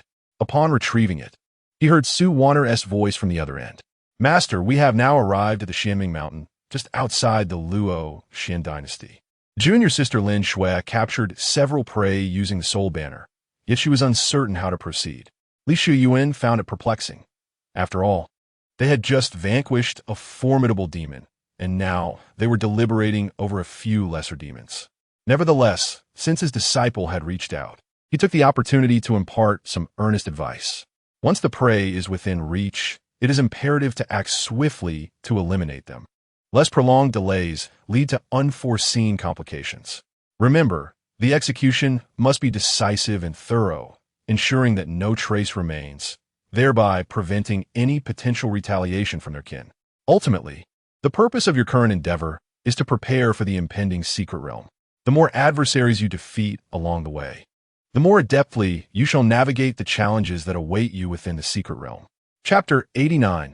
A system suggestion? Su Wan'er was momentarily taken aback and solemnly declared, Master, I understand. Rest assured, we shall eradicate them completely. The communication abruptly ended as Su Wan'er retracted the sound transmission talisman. Turning to glance behind her, she observed 5 members of the Xian clan, ensnared by Shen Linxue's 10,000 souls banner. Shen Linxue curiously inquired, Sister Wan'er, what did Master say? Master instructed us to swiftly deal with them, to act decisively and efficiently, lest the night be long and dreams many. Without hesitation, Su Wan'er unleashed a powerful strike, reducing their physical forms to mere dust before the terrified gazes of the Xian clan disciples. Shen Linxue followed suit, casually releasing the 10,000 souls banner, capturing the souls of the 5 Xian clan members without leaving a trace. Shen Linxue couldn't help but exclaim, Master is truly a good person. He must be worried about their suffering, which is why he urged us to act swiftly. Wan'er pondered for a moment and replied, Indeed. Master emphasized that we must eradicate them entirely to prevent any potential ambush from behind. He also mentioned that the more we eliminate now, the freer we will be when we enter the secret realm. Shen Linxue contemplated this and remarked, could it be that Master foresaw the presence of other Xian clan members within the Shimming Mountain? That is why he cautioned us not to spare anyone. Precisely. Wan'er exclaimed with righteous anger, Li Xiuyuan. You have no idea how wicked these Xian clan members are. I once witnessed them brazenly abducting women on the streets, and after I intervened, they pursued me for several days. Thankfully, Master arrived just in time to rescue me from those fierce foes and brought me back to the sect. This time, in the secret realm of the Absolute Dragon Gorge, which lies within the Luo Xian dynasty, the Xian clan members must already have their sights set on it. Should they enter the secret realm, they would undoubtedly scheme against us and other sects, turning the realm into utter chaos. To prevent a single rotten apple from spoiling the whole barrel, Master has tasked us with capturing them all. Shen Linxue finally understood, her admiration for her senior sister deepening. Sister, you truly grasp Master's intentions. Let us scour the entirety of Xianming Mountain and root out these harmful elements of the Xian clan.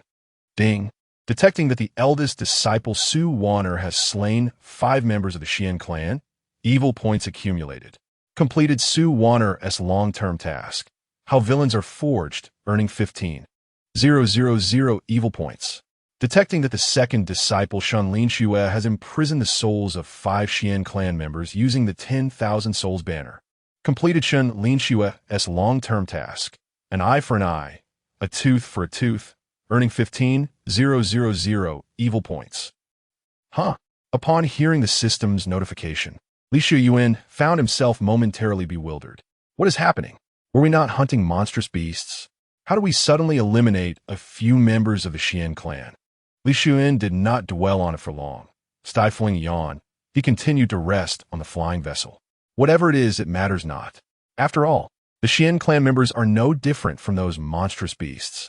Having relinquished control, Li Xiuyuan decided to let his disciples indulge in their own pursuits.